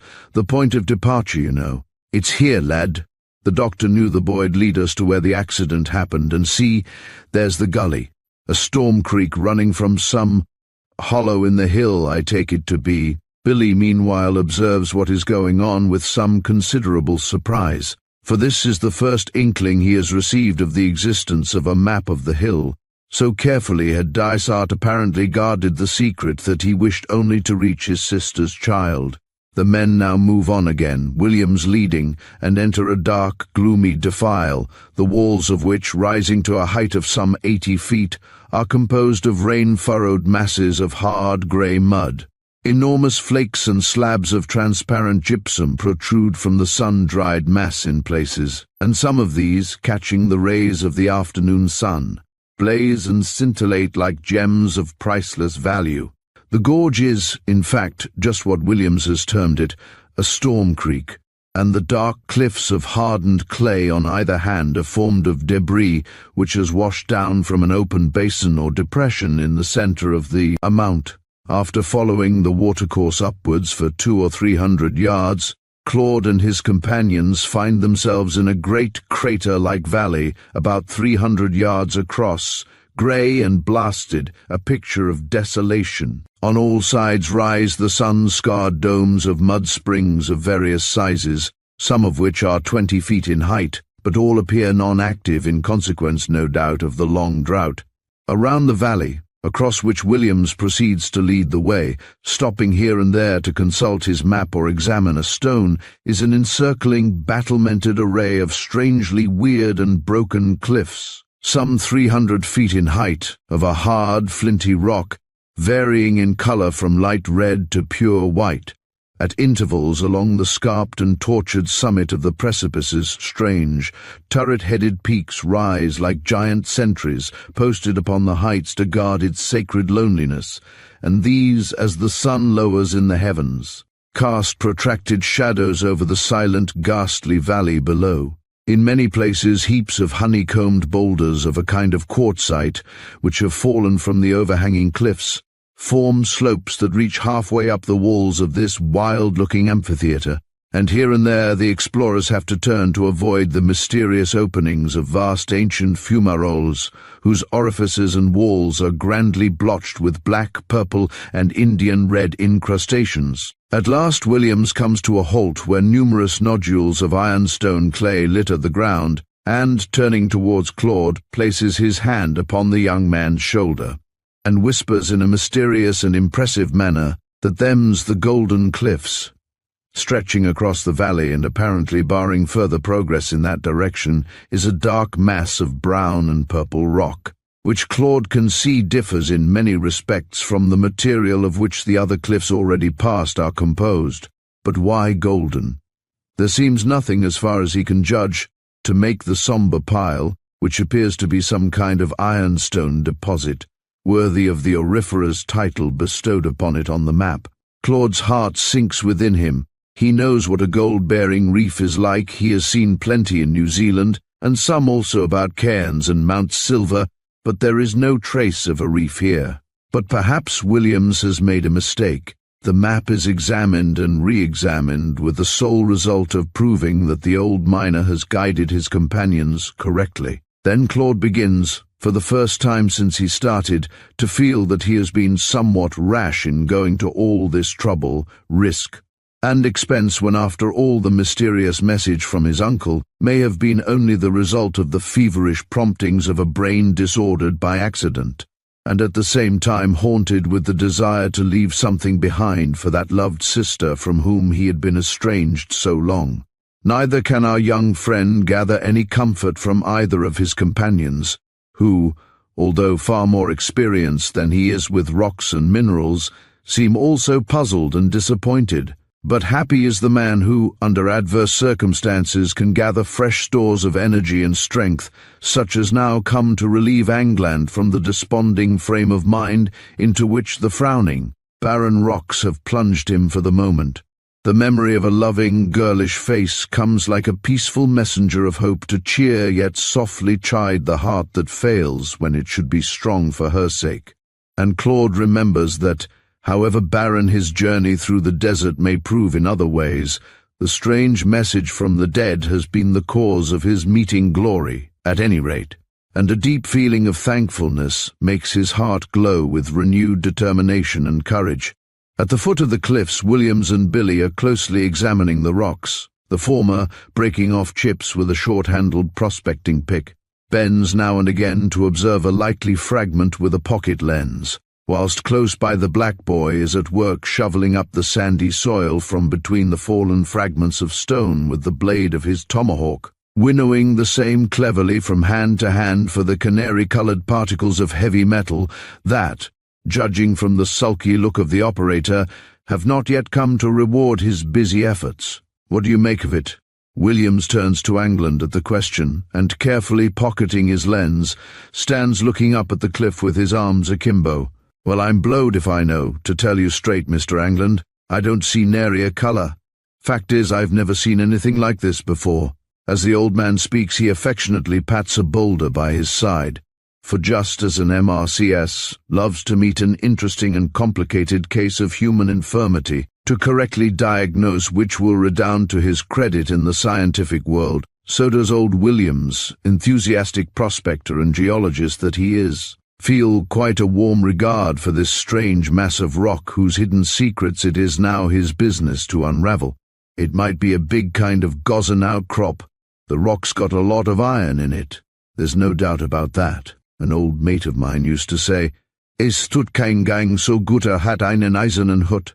He was a German, but a good miner for all that, and quite right about an iron hat.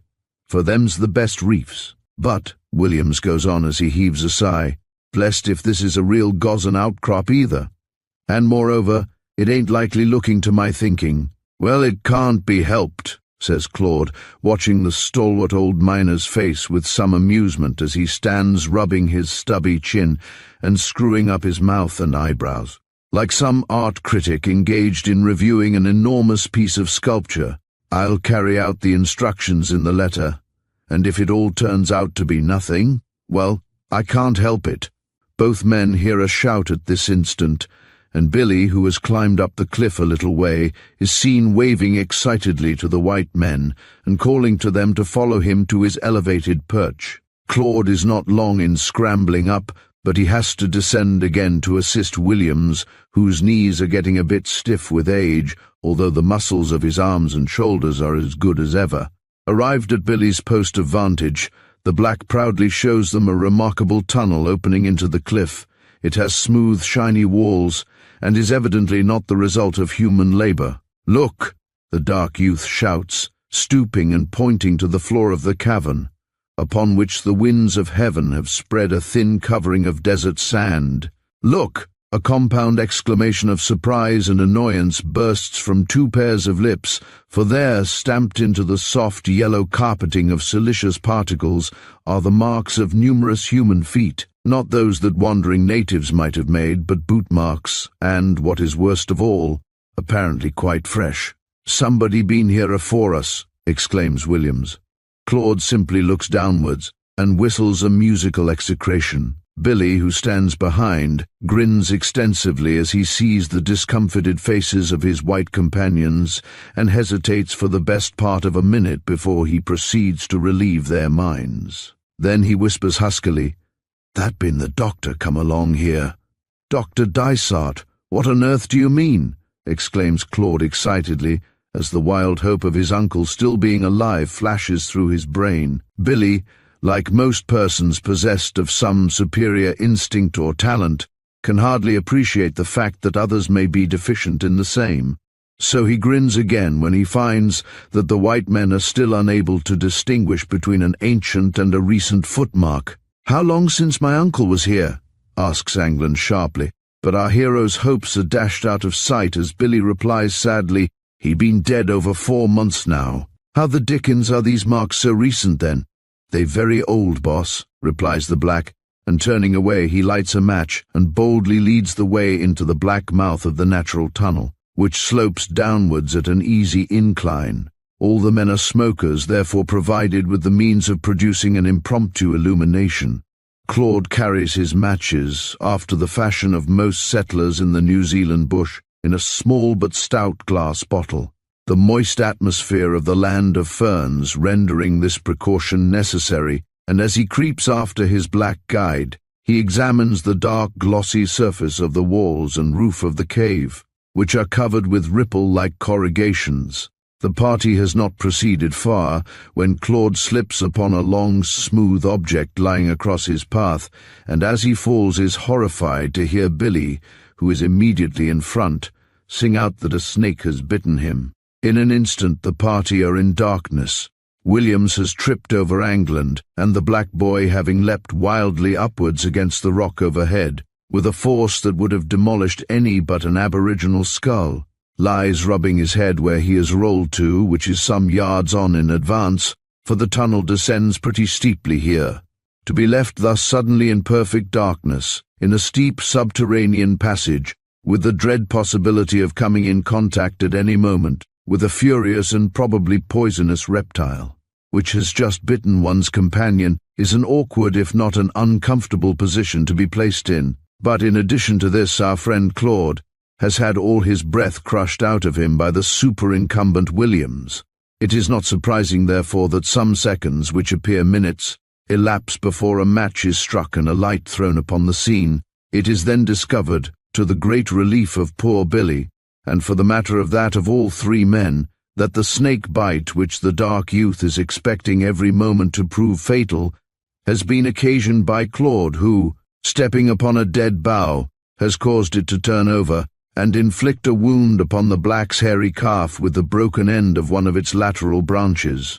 A few other pieces of wood being also found lying about, torches are now manufactured, and by the extra amount of light thus procured, the travellers discover that they are following a kind of tortuous rocky artery, from whose jetty sides numerous vein-like smaller channels open in all directions. In places the tunnel widens, and the red glare of the flames dances upon the polished surfaces of curious twisted columns, stalactite-like roof pendants, and marvellous bunches of natural filigree work. "Well, this is a rum kind of diggings," exclaims Williams presently. "Did you ever see anything like this before in your travels, Mr. Angland?" "I was just thinking that it is a sort of black edition of some of the limestone caves I've been in," replies Claude, adding, "but they're as miserably wet and cold as this is hot and dry." The explorers have now been some 15 minutes in the tunnel, and the white men have decided to return and prospect the cave further upon the morrow, when Billy, who is some way on ahead, shouts daylight a minute afterwards, and the party stand blinking their eyes on a kind of undercliff overhanging another valley, similar in some respects to that which they have already traversed, but smaller in size and with a much fairer aspect. For here and there trees and shrubs are growing amongst the fallen rocks, and these, although stunted and bleached-looking, convey a certain softening effect to the otherwise wildly barren slopes. It is as if the goddess Flora had once smiled into the valley of death long ages ago, and some of the gentle radiance of her glance still remained behind to tell of her passing visit. And there, too, are a couple of wallaby, of the rare black and chestnut kind, skipping noiselessly away from the immediate vicinity of the intruders to sit motionless upon adjacent boulders, watching with awful tameness the movements of these strange visitors who have come to disturb them in their quiet domain. On either side of the valley, which, sloping westward, opens upon the desert plain below, rise the scarped and pinnacled buttresses of great crumbling granite cliffs.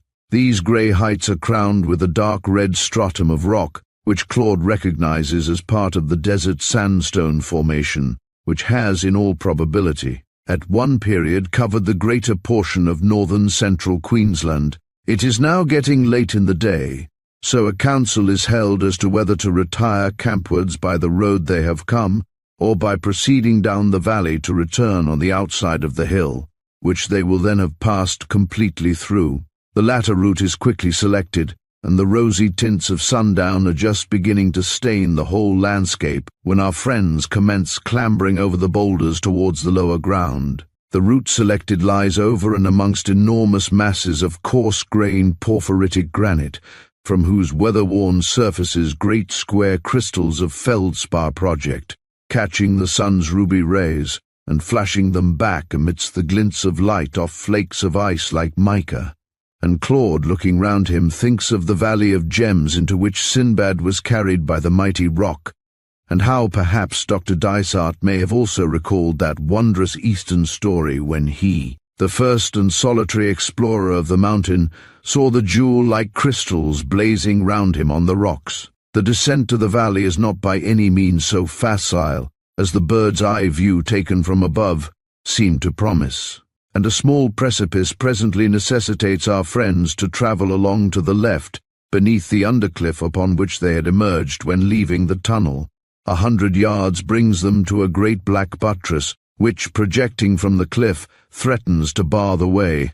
But the active Billy, who declares he sees signs of the doctor having been in that direction, soon finds a narrow ledge, and by its means the rocky corner is safely rounded, after a rather risky passage. And here the men are suddenly arrested in their further progress by a most strangely beautiful sight. A large portion of the cliff immediately before them, probably from the action of some ancient earthquake, has fallen forwards into the valley below, leaving exposed a bay or recess about 300 feet in height and nearly as much across. The walls of this kind of alcove are formed of some dark rock, but here and there it is blotched and clouded with an almost luminous coating of iridescent colors, such as one sees on soap bubbles and decaying glass, that burns and shimmers in green, golden, and violet hues, as though 100 rainbows were trembling on the somber surface of the mountain steep. Around the summit of the semicircular precipice is suspended a kind of rocky cornice composed of great icicle-like pendants, as if some mighty torrent of lava plunging over the cliff had suddenly cooled in mid-air and become converted into stone.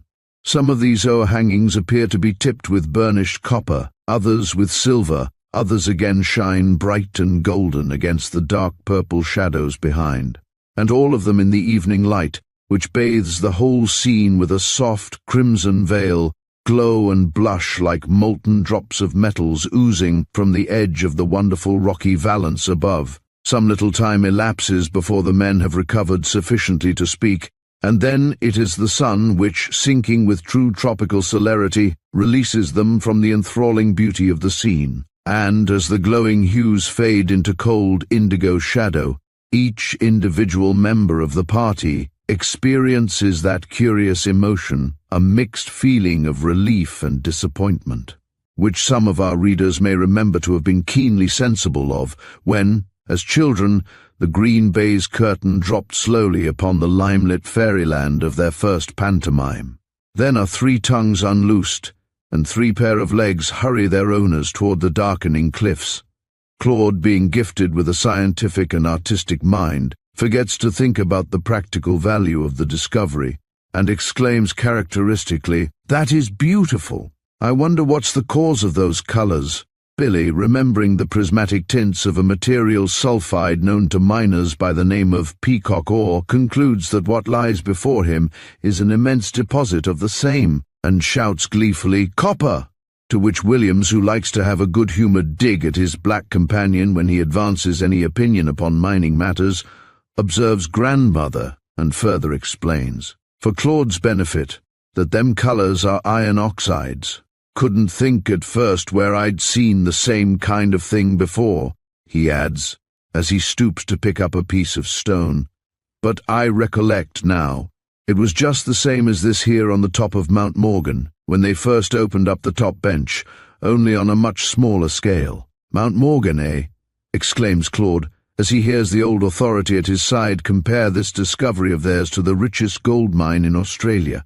"Oh, don't you jump to conclusions yet, Mr. Angland," observes Williams, whose lengthy experience amongst those most disappointing affairs, gold mines, has left him incapable of putting any faith in one till he has fully examined it. Many a man's burnt his fingers with the idea that because stone resembles the mount it's auriferous. It don't follow in the least. It is late when the men reach camp, but, tired as he is, Claude spends the greater part of the night in making assays of the specimens of stone brought back from the mount. And so interested are Williams and Billy in the experiments that they sit round the blazing logs with him, keeping up a running fire of mining anecdotes and lending him a hand when he requires it, at pounding pieces of stone to powder in a big iron mortar with a heavy pestle, called technically a dolly.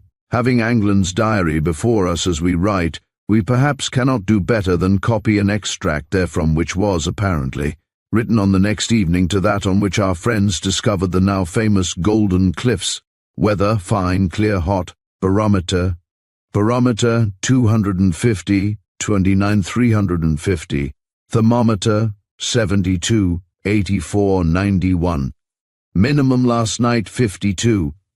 Spent day, but, like Mount Morgan, the formation there is the result of a vast thermal spring, and what I took to be a hollow in the cliffs is the half of the old basin, the other half having fallen into the valley. My rough assays made last night of the best specimen of stone gave a result of about 15 ounces to the ton. By grinding the stone very fine under water, in an agate mortar I have fortunately brought with me, I can obtain more than half the gold in the stone, as shown by assay. Neither W or B can obtain a color by means of the ordinary panning process.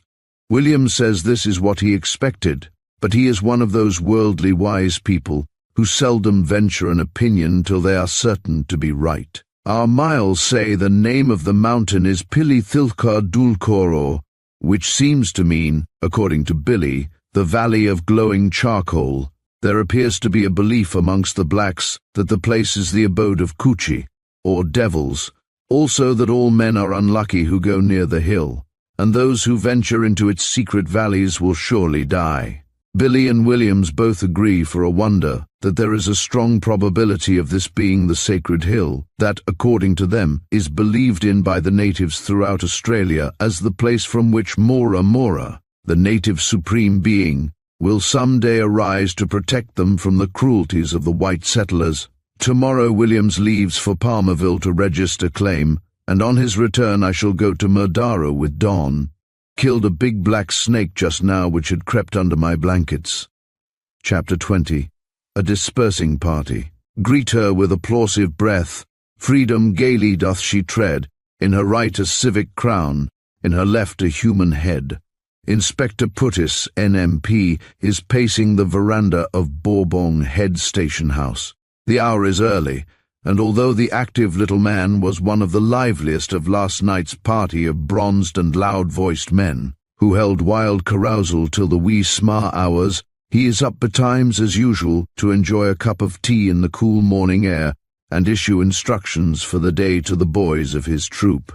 The loose veranda boards creak under his diminutive Wellington boots, as with military strut he marches to and fro, and each time he reaches the end of his beat and right-about faces to move back again, a sable crow upon a native orange tree hard by, who is acting as sentry to some feathered thieves by the kitchen door, raises his hoarse voice in a warning caw. The inspector's head is bent forward, and after a custom of his when thinking deeply, he carries his hands folded behind his back. This morning they rest upon an empty revolver case suspended from the wide white leather belt which he always wears when upon active duty. If the man before us would only cease frowning at the boards, and arranging his thoughts, give us the benefit of the same in words, they would probably be after this fashion: "Yes, I don't see how he can miss me this time, and the risk is not so very great, as we shall have rain enough tonight, or tomorrow at furthest, to drown any tracks. I will take his horses away, then either himself or one, perhaps two of the blacks will have to go after them. The rest will be easy. If his body ever is found, and it's not likely, they will think he was in the black camp and got shot there, and as everybody round about here will have a finger in that affair, nobody will dare to make a fuss about it." A loud flapping of wings, as the crows at the back of the house fly off at the approach of footsteps, now arouses the inspector from his meditations. "Ah, Yegiri," he says, as his black orderly presents himself and stands attention after duly saluting his officer. "Why didn't you report yourself here to me directly you arrived?" Putis adds, casting a rapid glance at the boy. The inspector, having almost as sharp an eye as the best tracker in his troop, has discovered some wood ashes upon the new arrival's boots. Yegiri, who has just returned from doing a piece of special duty, has waited to warm his cold, stiff fingers at the campfire before hobbling out his horse, and he trembles now before the master, who seems to see and know everything. Inspector Putis does not appear to expect his black trooper to answer the question put to him, but marches up the veranda and back again. Then he halts opposite Yegiri and examines him as to how he has performed instructions given him. "Everything right?" "All light, mommy," replies the boy, saluting again. "Mine bin come up very slow, mine bin come longer river. No leabit any tracks Anglis all right. I have been delayed by following up riverbed in order to leave no tracks." "What tracks you see?" "I bin see tracks longer 6 yarraman. I bin catch it see mob. I have seen the tracks of 6 horses. I have seen also the party. I bin see 1 white beggar, 1 pickaninny white beggar, 3 black beggar, 1 fellow mile, him make it the walk all about longer mob. 1 wild black walked alongside the party." "Ah, that's right. Who's on guard at the camp?" "Sambo and Dick, mommy." "Run ring round camp. Report to me if you see a track directly. That'll do. Dismiss." The boy salutes and disappears silently. We pause here to explain that on the vast majority of upcountry runs the native station hands reside in villages of huts, built by themselves in close proximity to the head and out stations. No other aborigines are allowed even to cross the run, far less to live on it. On the arrival of a rounding-up party or a police troop at a station, a guard is generally placed over the station black camp, to prevent any of its inhabitants giving the alarm to such runaway blacks, or miles, who may be camped in contravention of the squatters' decrees in the vicinity. The police officer has just commanded Yegiri to walk round the camp and see if there are any signs of such a messenger having escaped the sentries and set out during the night. Half an hour passes, and then the musical clatter of cups and plates is heard in the dining room as the breakfast things are laid, or, to speak more accurately, flung, upon the long table in serried rows by a laughing, chattering bevy of dark-skinned damsels belonging to Mr. Manager Brown's harem. There are few up-country bachelor squatters, but solace themselves for the absence of white ladies by indulging their leisure moments in the society of a private, selected circle of native girls, popularly known as the stud-gins. Many of these dark-eyed houris are remarkably handsome, and after a year or 2 at Government House, they are relegated to the black camp for the use of the black and white station hands. But to return to Inspector Putis. With his usual abstemiousness, he drank but little last evening, and his nerves are in perfect order for the day's, or rather night's, work before him. He is, of the whole rounding-up party collected beneath the hospitable roof of Bourbon Head Station House, the only one that feels much inclined for breakfast that morning. So when Charlie, the clean, yellow-faced Chinese cook, informs him that the morning meal is all lie Anglis all right already, he turns immediately towards the glass door of the dining room. But just then the rattle of a buggy coming at a furious pace towards the station arrests his attention, and he waits to see who is so rash as to drive so fast over the rough ground. "Giles for a tenner," he mutters half out loud. "No other fool would drive like that." The dust cloud occasioned by the arrival of the vehicle presently subsides, and, amidst a crashing of breakers suddenly applied and a volley of blasphemy, a pair of reeking horses are pulled back onto their haunches. Then a red-faced, burly form clambers slowly down from the trap, and after kicking an attendant boy gives him some directions, and waddles hurriedly towards the house. "Well, Putis, I've found you at last." "Morning, Giles. Want me particularly?" inquires the police officer. "Want you? Yes, by Jupiter. Haven't I driven all night from Bulla to try and catch you?" "Indeed," observes the smaller man, keenly observing the excited face of Mr. Giles as he mops it with a red silk handkerchief. "Come in and have a nip." The squatter half turns by force of custom towards the door, then he stops and says hurriedly, "No, I won't. Here, come outside. I want to speak to you first." "You've had good news, Giles," remarks the inspector, his sun-dried cheeks wrinkling up into a grin and exposing his large canine teeth. "How the devil do you know?" "Never mind, old friend. What have you to tell me?" The men stroll out by the kitchen garden, where Giles takes a seat upon a low, rustic gate beneath a sweetly scented gum tree, looking nervously round about to be sure that they are alone. The owner of Modaro turns to his companion and in a low voice asks, "What have you done about England?" "Nothing," replies the inspector, adding hurriedly, "Did you tell Miss Mundella you were coming to see me?" "Thank the Lord I'm in time," exclaims Giles, quite ignoring the question put to him. "Now, listen to me, Puttis, and don't interrupt. Firstly, you mustn't interfere with England. I'll explain why directly. Secondly, I'm going to repudiate my agreement with Lilith." "Stay!" exclaims Puttis, half shutting his eyes and causing his parchment cheeks to warp once more into a sardonic smile. "In that case, must make fresh bargain." The low wooden gate groans beneath Mr. Giles as he shakes his podgy sides with a series of defiant laughs, which he raps out with a double postman's knock-like abruptness. "Ah," thinks Inspector Puttis, looking at him, "he has the air of a man who holds good cards. Wonder what his game is." "I am going to repudiate my agreement," repeats Mr. Giles. "I am going to repudiate everything." His voice grows more cheerful and confident as he proceeds to disclose his intentions. "And if you're the sensible chap I take you to be, you'll just listen to what I've got to say." The police officer leans over the low gate and, nodding his head as a sign that he agrees to keep silent, prepares to listen. "I've had a letter from England," the squatter continues, "which has altered my opinions of him.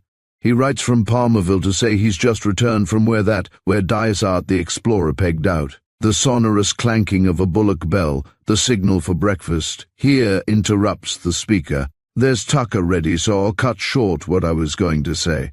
England writes to say he finds as I'm indebted to him, as heir to Dysart, for a large amount, but don't intend pressing me, as was his uncle's wish. And then blow me if he don't say that he wants to marry Glory, when I told the gal blessed if she didn't seem to expect it.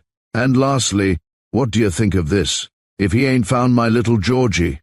The speaker's sensual face looks almost handsome for an instant, as a momentary blaze of parental pride and love warms the sinful old heart. "Yes, he's found my little Georgie, as I lost 6 years ago."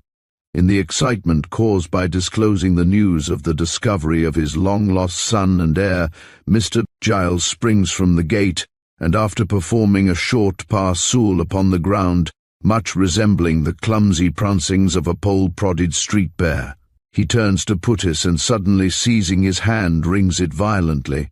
"How did he get hold of Boy?" asks the inspector, as the squatter resumes his seat upon the gate. "Oh, I'll tell you all about that another time." Mr. Giles's face has resumed its ponderously would-be cunning expression as he goes on. Not only that, but it appears Dysart had just discovered a whacking big mountain of gold, or something of the sort, up there just before he kicked the bucket. A sort of second Mount Morgan, and I'm to have a share in it. Inspector Puttis faces round at this, and beneath the stern, determined stare of the little man, Mr. Giles feels and looks very uncomfortable. "Congratulate you on your luck. Lost son restored, rich son-in-law, debts forgiven."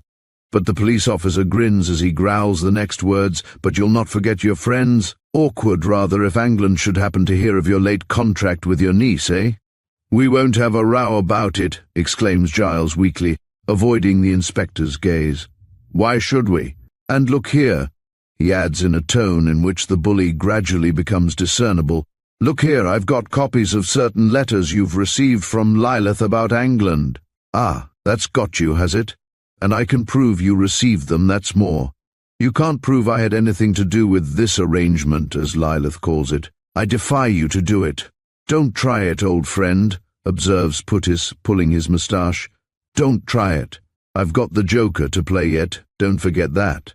"You mean my nephew," responds Giles. "I've squared him all right, and I can prove, moreover, that you got him a hiding place at Ulysses. Can you beat that?" "Yes," hisses Putis, whose inventive genius is only equalled by a valuable faculty he possesses for bringing all kinds of novel resources to his aid upon an emergency arising. Do you remember the musical box Miss Mundella received from Brisbane a month ago? What has that got to do with all this? Asks Giles, looking in a puzzled way at the calm, firm face that is grinning coolly up at him. Well, old friend, musical box all sham. 'Twas a phonograph, all your talk taken down, even your swear words. The speaker pauses a moment, then adds, "Have another card to play, do you want it?" Mr. Giles remembers the fact of a so-called musical box having arrived at Modaro, which Lilith had informed him, and with perfect truth, had been broken in coming up from the coast, and would not play. Like all ignorant persons, he has an almost superstitious dread of the more modern appliances, of which he has read such wonderful stories in that sole source of his information regarding the outside world, the weekly press. It never for a moment enters his head that Putis is bluffing him, to use a colonial term. Giles has been flattering himself up to this minute that he is at last free from the machinations of his tyrant niece, and the horrible thought that she has still got him in her power, and can reproduce his late conversations with her by means of a phonograph, so flurries his loosely strung brain, that for a time he becomes quite unable to see that for their own sakes neither Putis nor Lilith are likely to take that step, even if it were in their power to do so. It is not so much that he fears how he might suffer in body or estate at the hands of England should his villainies be made patent, but rather a sneaking, cowardly horror of what his circle of squatter acquaintances would think of him, should they discover by means of this threatened exposé how he, Giles, the man who has always loudly affected to consider woman as an inferior creation, has been all this time guided, even governed, by one, and a young one at that. Before a minute has elapsed, however, the squatter has recovered considerably from the effects of the shock that Putis's words have dealt him, and his wits are sharpened by the very desperateness of his position. "That's mighty clever of you both, that is," Giles says, with an attempt at a careless laugh, which breaks down as he catches sight of the inspector's watchful, grinning face. "Look here, though this plan of yours might hurt me with England, what good will it do you? You'll all be in for conspiracy to defraud." "Pshaw!" exclaims Miss Mundella's fiancé. "England won't prosecute his father-in-law. We stand behind the father-in-law. But here's Brown coming to drag us in to breakfast. Say, what about deed of partnership in Run for Lilith? Must I play my joker?" "I'm going to repudiate all that, I tell you," replies Giles doggedly.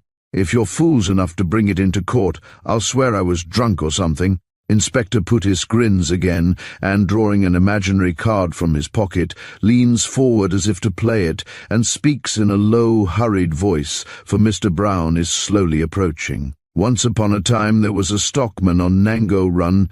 Let me see, he was head stockkeeper if I remember rightly. He had a sister, and her only fault was a blind devotion to the interests of her brother.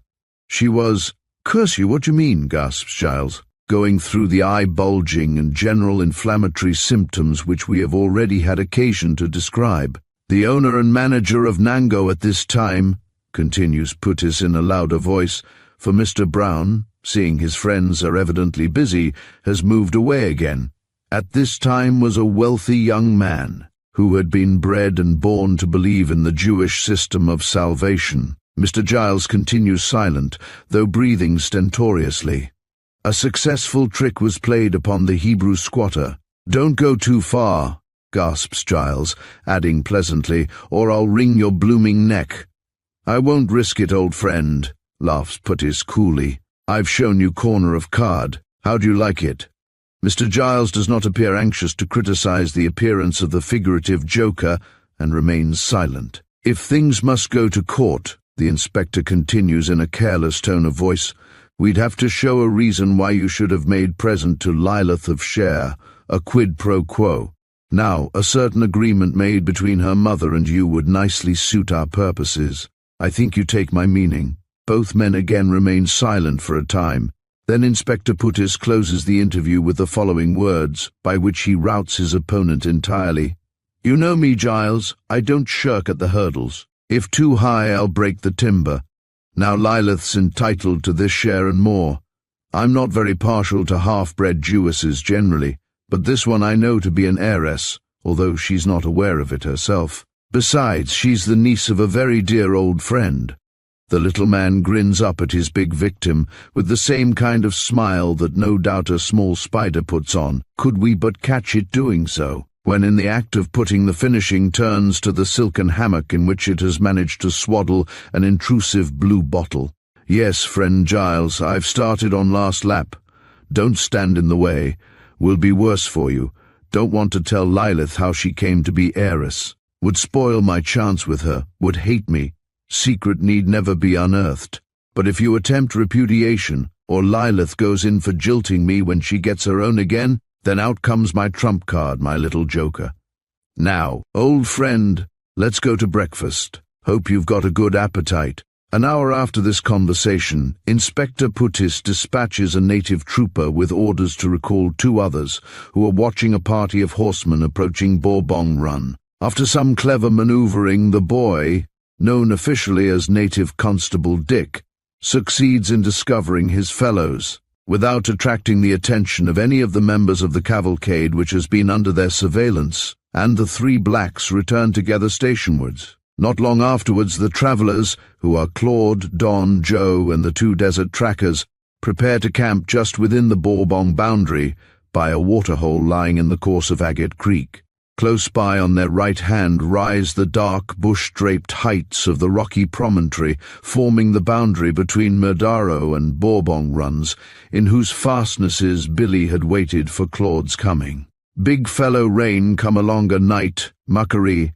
Anglis, heavy rain tonight, friend, observes General Gordon to Don, as the 2 return from hobbling out the horses. And the white youth, to whom Claude has decided to impart the secret of his birth upon the morrow, goes straightway, and informs our hero what the native meteorologist has prophesied. Well, we'll have to put up with wet jackets, my boy, answers Angland, for Billy and Williams have got our tents with them at the mine, but perhaps, he adds, looking at the darkening cliffs, we'll be able to get a dry roost for the night up there somewhere, if there are any caves about. Tell Gordon I want him. The black villagers, whose hamlet is only some 4 miles distant, fortunately know of a suitable shelter, and soon the party are spreading their blankets beneath an overhanging, smoke-discoloured slab of granite some 50 feet above the plain. Down below, beyond the water-hole, the horses are feeding upon a patch of herbage, whence comes the musical jangle through the darkness of a solitary bell, which is clanking against old Rupert's busy jaws. Claude feels very happy as, forming one of the picturesque group round the fire, he sits smoking beneath the rocky portico. Tomorrow, all being well, he will feast his eyes and soul in the presence of the girl he loves so well, to whom, blessed thought, he can now, being wealthy, approach honourably as a suitor for her hand and heart. Tomorrow he will see his little friend Don, now George, but always to be Don to him, welcome to a home where a parent and sister await him. Tomorrow, taking his uncle's cloak upon his shoulders, he will begin the great work of humanity to which the dead explorer has asked him to dedicate half of the vast wealth of the Golden Cliffs. Tomorrow the wonderful prophecy concerning the mysterious Pilithilka Dul Koro, whispered and repeated for many cruel years by trembling slaves and fugitives in tireless camps, will begin its humanizing fulfillment, a bright tomorrow of mercy for the unhappy race that Dysart had pitied, beginning with the emancipation and protection of the villagers who had succored the doctor's faithful servant Billy, without whose devoted courage and assistance the Valley of Glowing Embers would still be waiting for a hand to rouse the great slumbering Mora Mora to defend his children. Claude sits smoking long after his companions have fallen asleep, for his brain is far too busy with happy thoughts for it to become drowsy. By and by he notices that Gordon's prognostications are about to be fulfilled, and rain clouds are flying across the starlit heavens from the northeast, dark, shadowy masses of vapor, like flocks of evil birds, heralding an approaching thunderstorm. If the creek rises, we shall be cut off from the horses, thinks Claude, as he hears the awe-inspiring mutterings of thunder echoing down the valley. "Suppose I must go out and turn the brutes back this way myself," he says to himself, adding in a louder voice, "Here, Joe, you young rascal, come, turn out and lend me a hand." But the youngster sleeps on, or pretends to do so, and England, hearing the heavy drops of rain that, like skirmishers, before the advance guard of the shower, begin to pat, pit-pat, plop around, thinks that it is a pity to disturb the boy, and determines to go alone, as the horses are at no great distance, and so save the youth a ducking. England therefore rakes up the fire into a blaze, so that it may serve as a beacon to guide him on his way back to the camp. And as he steps forth into the darkness, he hears the buzz of a heavy tropical rainfall coming nearer and nearer over the forest leaves. Stumbling down the hill the best way he can in the darkness, over awkward boulders and through detaining brushwood, Claude soon finds himself upon the plain.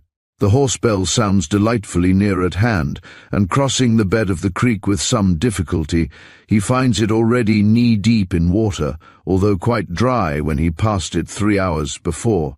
Another minute or two and he is alongside of the bell horse, and by stooping can distinguish the heads of several of the others standing out against the lighter sky on the horizon like inferior silhouettes. Then, as if someone had pulled the string of an enormous shower bath suspended in the great black cloud overhead, down comes the rain in one mighty cataract that floods the plain around with tons of water per acre in as many seconds. A true tropical shower that will fill the half-empty waterholes in a few minutes to overflowing.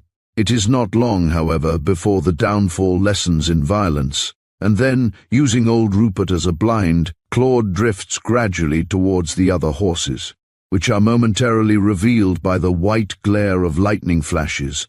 Some of the animals are naturally rogues at any time, and now are doubly difficult to approach, having become timid and treacherous under the combined effects of heaven's fiery and watery display. After a hard fight, however, a series of highly scientific strategic movements brings the work of unhobbling to a close, and mounting his own mare barebacked, which Claude knows he can reckon on as a good swimmer, he drives the little mob of horses across the level ground, now 6 inches deep in water, towards the river.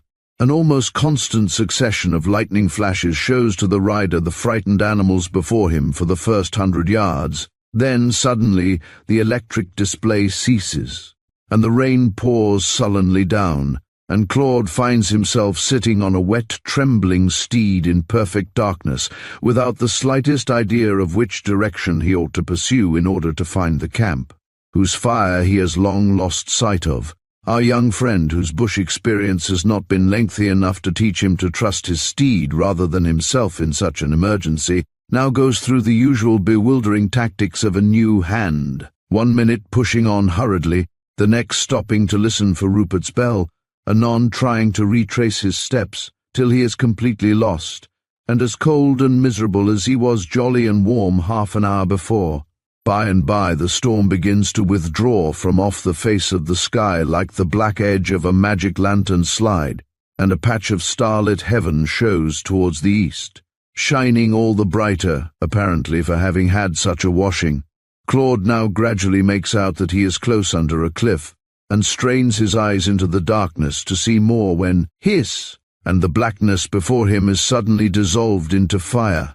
A blue-white column of flame has leapt from the cloud above and struck the earth close in front with frightful force, and everything around whirls into sparks, chaos, then silent darkness. For, unconscious of the mighty crash of thunder that, like 1,000 exploding shells, follows instantly upon the flash, Claude is lying stunned and bleeding beneath a tree against which his frighted steed has thrown him, on the other side of the valley to that where his camp amongst the rocks is situated.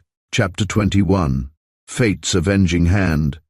Thou hast said well, for some of you there present are worse than devils. The Tempest, taking advantage of the storm whose parting fusillade has left Claude hors de combat for the time being, Manager Brown's rounding up party, under the skillful generalship of Inspector Putis and Sub-Inspector Morth, has completely invested the native village upon the rocky promontory. It is made up of strange constituents, this murderous shooting party.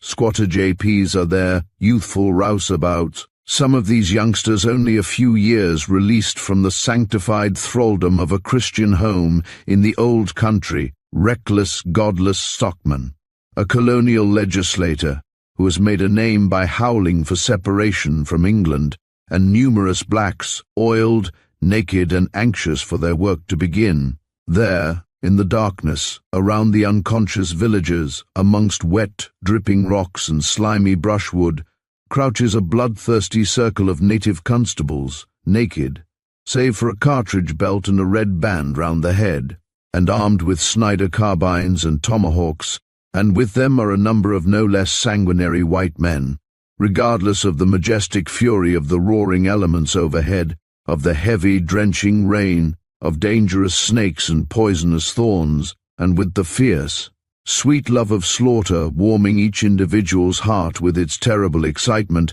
the cruel cordon has shrunk its wreath of death nearer and nearer around its slumbering prey, and now some 30 pair of eyes are watching the small glimmer of the black campfire, and 30 fingers itch to pull the smooth, cold triggers against which they rest. On all sides is the noisy dropping of water from the leaves, and occasionally a dead bough, sodden with moisture, and thus suddenly grown heavy, breaks from its parent tree, and crashes through the underwood with startling echoes. But it is not our purpose to describe the sickening scene of murder and rapine that follows, when towards 4 o'clock Inspector Puttis gives the revolver shot signal to commence the Holocaust. We have already rendered to our readers a faithful account of a similar occurrence in an earlier chapter. To those gentlemen who, taking a special interest in such kinds of sport, have honored our pages by perusing the same, we will respectfully point out that they can obtain their fill of it by making their way to up-country Australia. Partly for the benefit of such sports, and partly for another class of reader, our publishers have deemed the late Dr. Dysart's map of the Wicked Island worthy of reproduction with this our narrative of his nephew's adventures. So instead of potting a few buck people, or tomahawking a woman or child, or otherwise assisting the police Queensland native mounted in the execution of their duty, let us follow Mr. Wilson Giles and watch his movements and actions, which more nearly affect our story. It having been reported to Mr. Morth that a party of runaway boys are encamped a few miles from where he is assisting his senior officer in the development of his plan of attack, the sub-inspector, taking a few native troopers with him, starts off to investigate matters in this new direction, being accompanied by Mr. Giles and a few other gentlemen. After a dark ride of an hour, the party reached the cliffs which Claude Angland has descended only a few hours before, and leaving their horses with a couple of station hands, creep silently through the shadows after their black guide. Presently each man feels rather than hears the whispered order to halt, and Mr. Morth glides forward like a snake to reconnoitre. As ill luck would have it, at the time when the police officer raises his keen eyes above the edge of a sheltering rock that commands a view of the camp, the only members of Angland's party in sight are General Gordon and the mild black, whose friends, a short distance off in the village, are in like imminent peril to themselves. Both are naked for having discovered Claude's absence, and guessing something of what has happened, they are about to set forth in search of him. Don and Joe lie in the deep shadow of the rock and are invisible.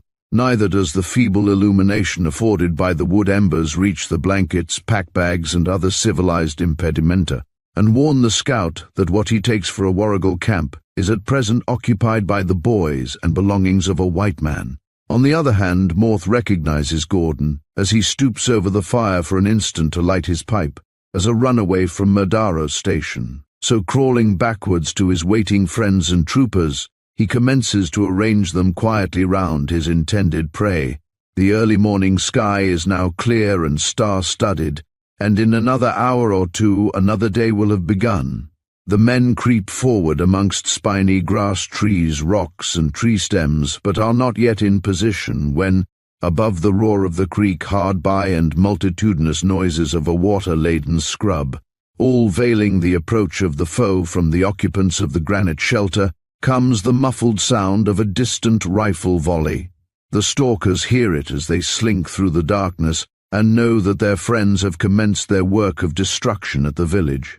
The runaway boy, Gordon, and his mile friend hear it also, and guessing its fearful import spring to their feet and stand trembling to listen as the faint echoings of a few more single shots follow the first discharge. The tall black forms of the Aborigines before the firelit granite background offer too tempting a pair of targets for certain of the younger members of the attacking party to be able to further restrain their sportsmanlike proclivities. Out from the blackness 2 rifles spit forth their ringing, sparkling tongues of flame, and Gordon, leaping upwards without a cry, tumbles forward into the shadow of the rocks below the camp.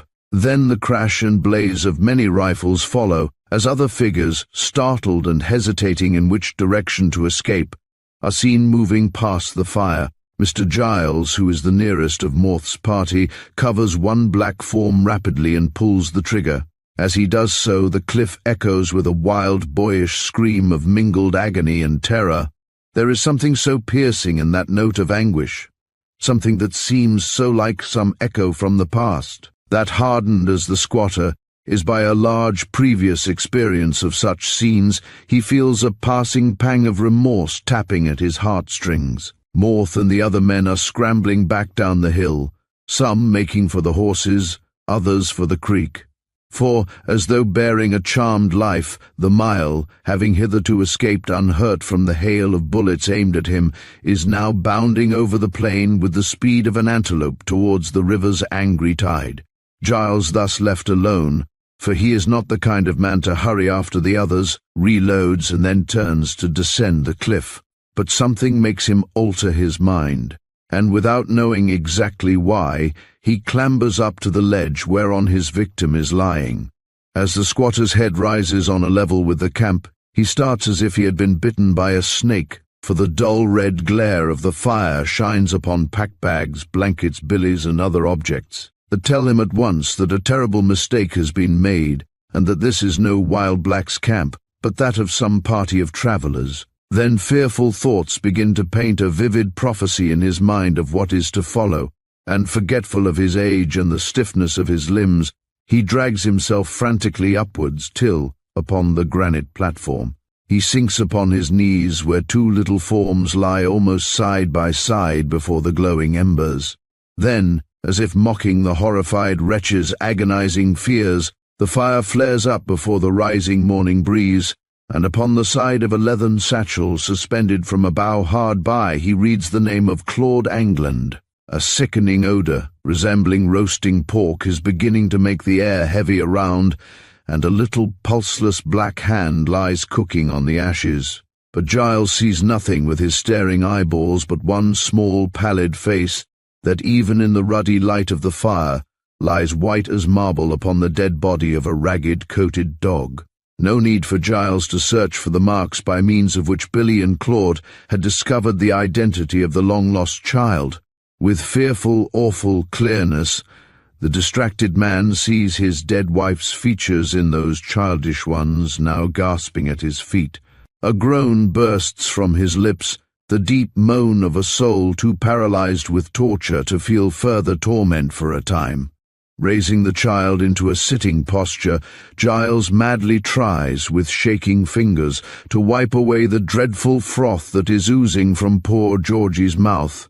As he does so, his touch seems to rekindle for a moment the waning spark of life within the boy's fragile frame. The pallid lips open to gasp out their last words on earth, and Giles, bending to catch them, hears Don murmur, "Don't hit me." "Ain't doin'." Then the expression of pain fades off the child's features, and a smile of peaceful restfulness comes to take its place, as with a sigh the curly head falls back on Giles's arm, and the spirit takes its flight. And at that moment Giles dies too, his feeble brain whirling round with a wild and ever wilder rush of fearful changing scenes and thoughts, suddenly breaks down. A madman lifts the dead child from the ground, and leaping over stocks and stones with a fearful ape-like agility, vanishes into the darkness. And none witness the false step in the dark or hear the maniacal howl, as, from a cliff hard by, a form resembling that of Madaro's owner, clasping something to its breast, spins downwards into the angry waters of Agate Creek. Chapter 22. Last words. Hear a little further, and I will bring thee to the present business what's now upon us, without the which this story were most impertinent. The Tempest.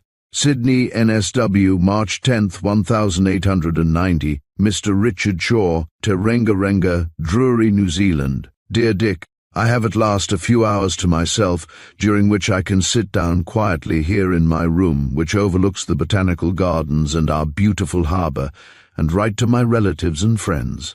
I was very glad to get your letter yesterday, and learn that you are all well up to date. As for myself, I am pretty well, thank you. After getting rid of the ophthalmic troubles which seized upon my eyes whilst I was lying ill in the fly-pestered north, I went to Brisbane, where, of course, I got low fever. My trip to Melbourne, Smelbourne the Bulletin calls it, and rightly, which is the dirtiest if the most go-ahead city in Australia, however, set me up and fattened me, but also gave me typhoid fever.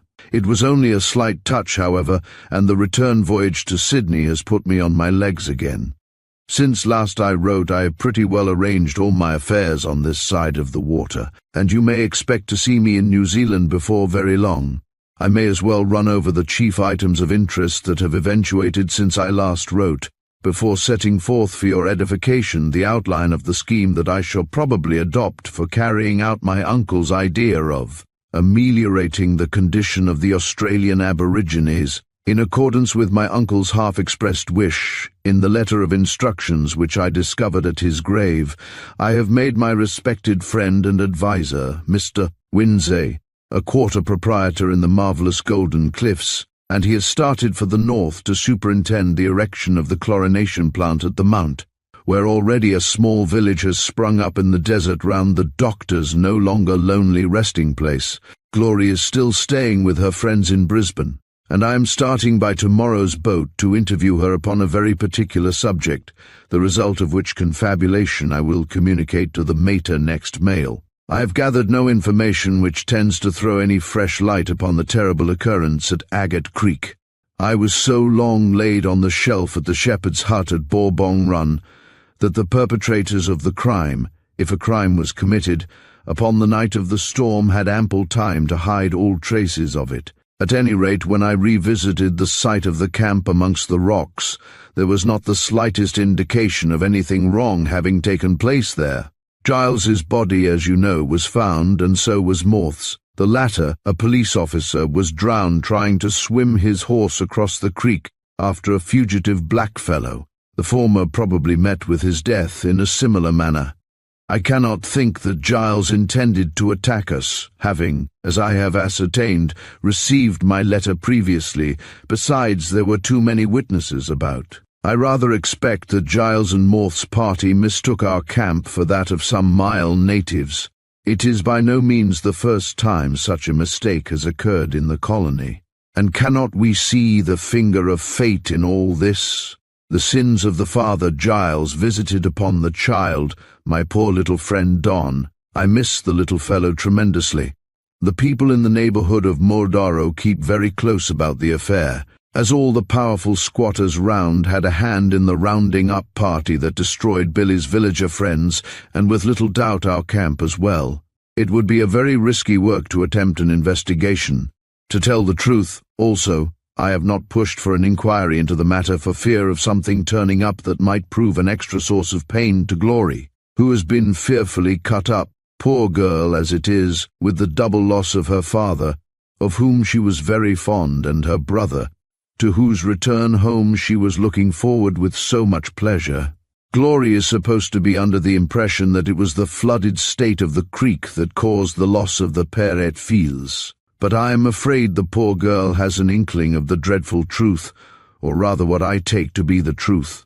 Miss Lilith Mandela, to whom I had the pleasure, to cut a long story short, of communicating the fact, which I learnt from certain papers I found at the grave, of her Uncle Giles having unjustly kept her out of a large share in Mordaro Run, has apparently already made good use of her new position as an heiress, for she writes to say she is about to marry a wealthy squatter near Burke. Inspector Puttis has therefore been jilted, nor is this the only misfortune that has befallen this gentleman, who, although personally unknown to me, took a good deal of interest in your humble servant, as you are aware, some time since. For he has, upon the recommendation of the Commissioner of Police, resigned his commission in the Black Corps. Mr. Missionary Feder, with whom I am in business communication, informs me that Puttis's late fiancée has probably been the cause of this energetic officer's enforced withdrawal from public life. And now with regard to my uncle's letter of instructions and scheme. It would seem from the papers which I discovered in the tin box addressed to me at the grave that my uncle Dysart was what is called a disappointed man, and that the lady who jilted him afterwards married Giles and became the mother of Glory. Mrs. Giles died in giving birth to little Don, or rather George. I gather that the wild speculation or gambling, call it what you will, in mining concerns, that ultimately caused Uncle to begin life again in the colonies, was the outcome of this disappointment, and that this, combined with a hope to be able to return my mother's fortune, which had gone with the rest, had more to do with my uncle's ceaseless wanderings than any real belief in the wonderful Golden Hill that he had been told of by the dying miner. It was during these wanderings that my uncle was shocked with the treatment of the Aborigines by the whites, and he has commissioned me, or rather desired me, which amounts to the same thing, to use a considerable part of the wealth thus suddenly placed in his hands for the amelioration of the condition of the Australian blacks.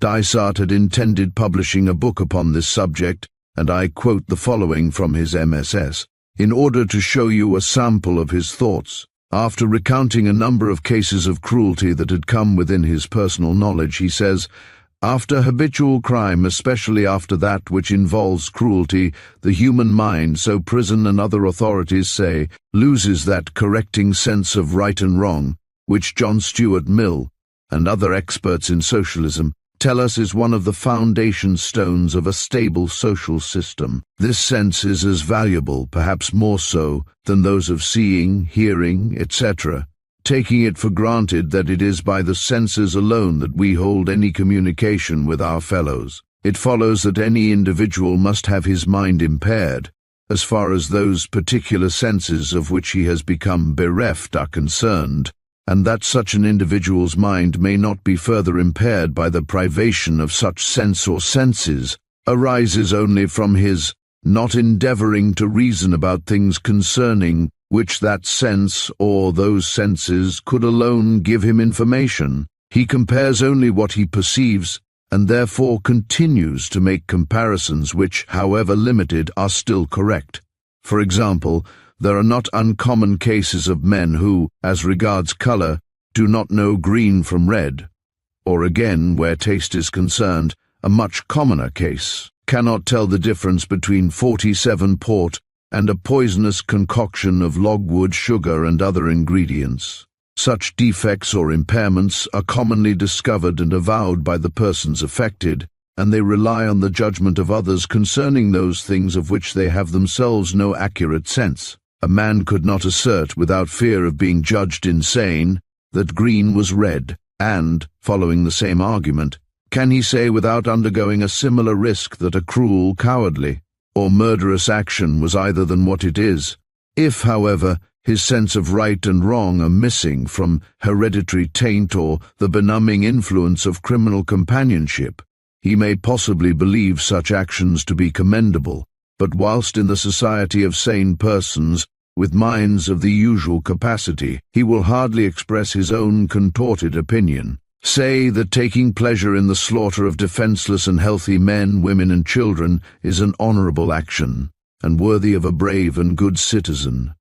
It is not so much the ultimate destruction of the aboriginal race as it now exists that my uncle seems to have hoped might be prevented, nor did he apparently deplore that such a thing should take place eventually. He says that a native race, in order to survive the changes wrought in its surroundings by the incoming of a foreign and superior civilization, must have within itself the power of being able to change its customs and mode of life, and of rapidly adapting itself to the new order of things. It must, in fact, be like that singular animal, the armadillo, of South America, which, having altered most of its habits since its native wilds have become the home of European settlers, has, so far from dying out, increased in number of late years. It would appear that my uncle doubted whether the Australian Aborigines possess this necessary power to any extent, although he mentions cases of blacks who have become useful colonists as farmers in NS, Wales and South Australia.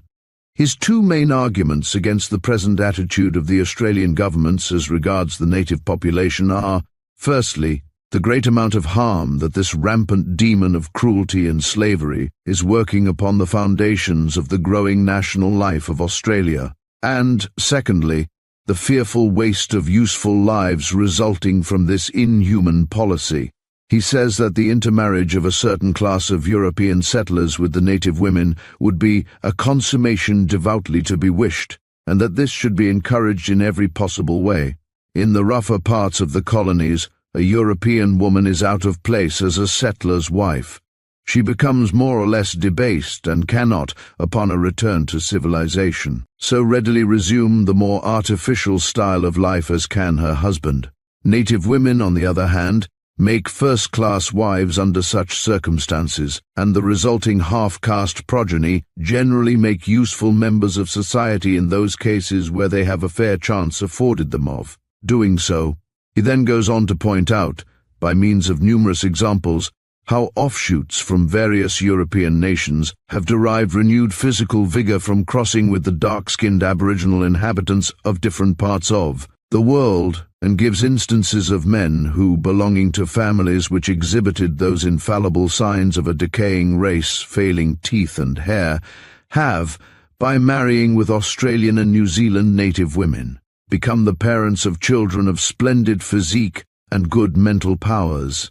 Spain, he says, threw away the chance that Providence once gave her of becoming perhaps the mightiest nation upon earth, when she destroyed, instead of intermarrying with, the natives of South America, who had a superior civilization to that of their conquerors. Now for the plan I propose to adopt, I shall endeavour, for a commencement, to work through the machinery of missionary and Aborigines protection societies already existing, in such cases where I find officers of the Black Police drawing salaries as protectors of Aborigines.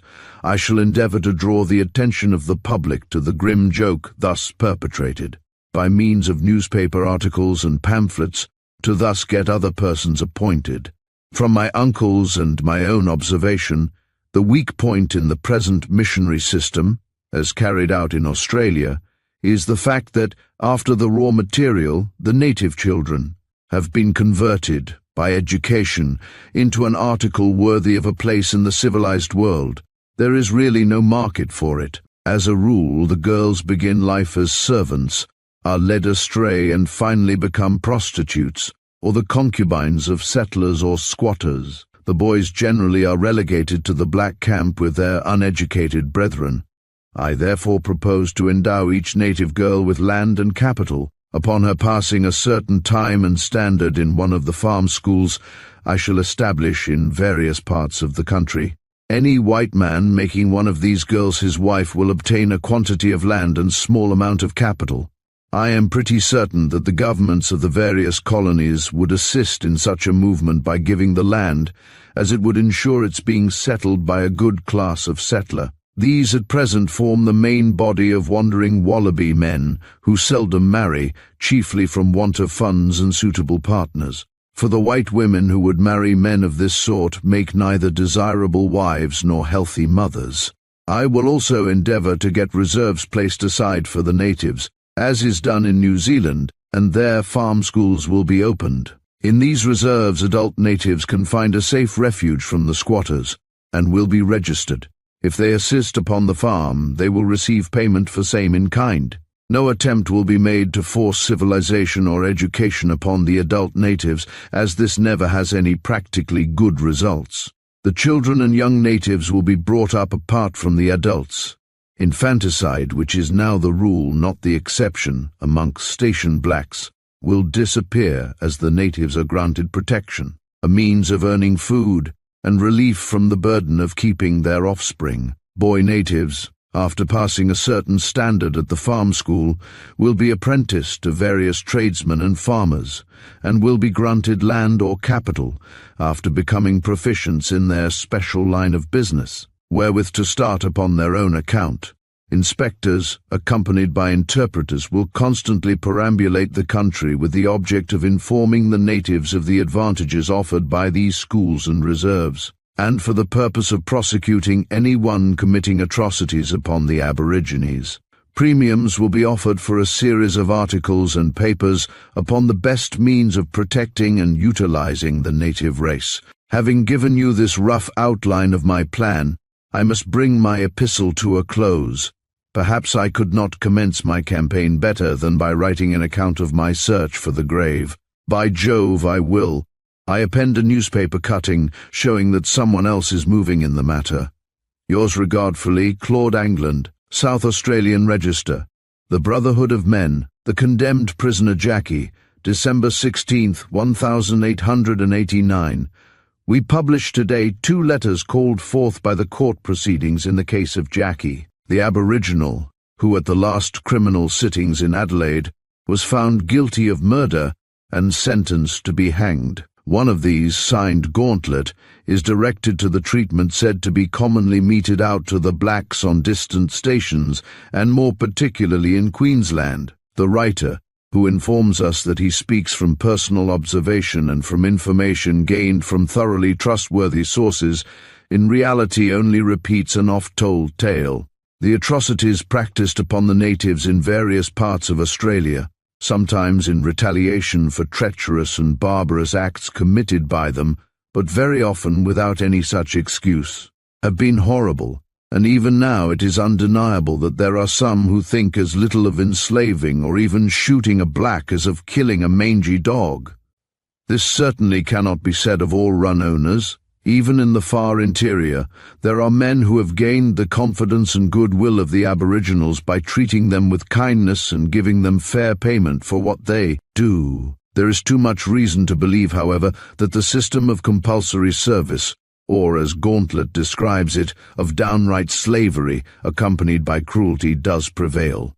The protection professedly afforded to the natives in remote portions of the country is a protection only in name. They are practically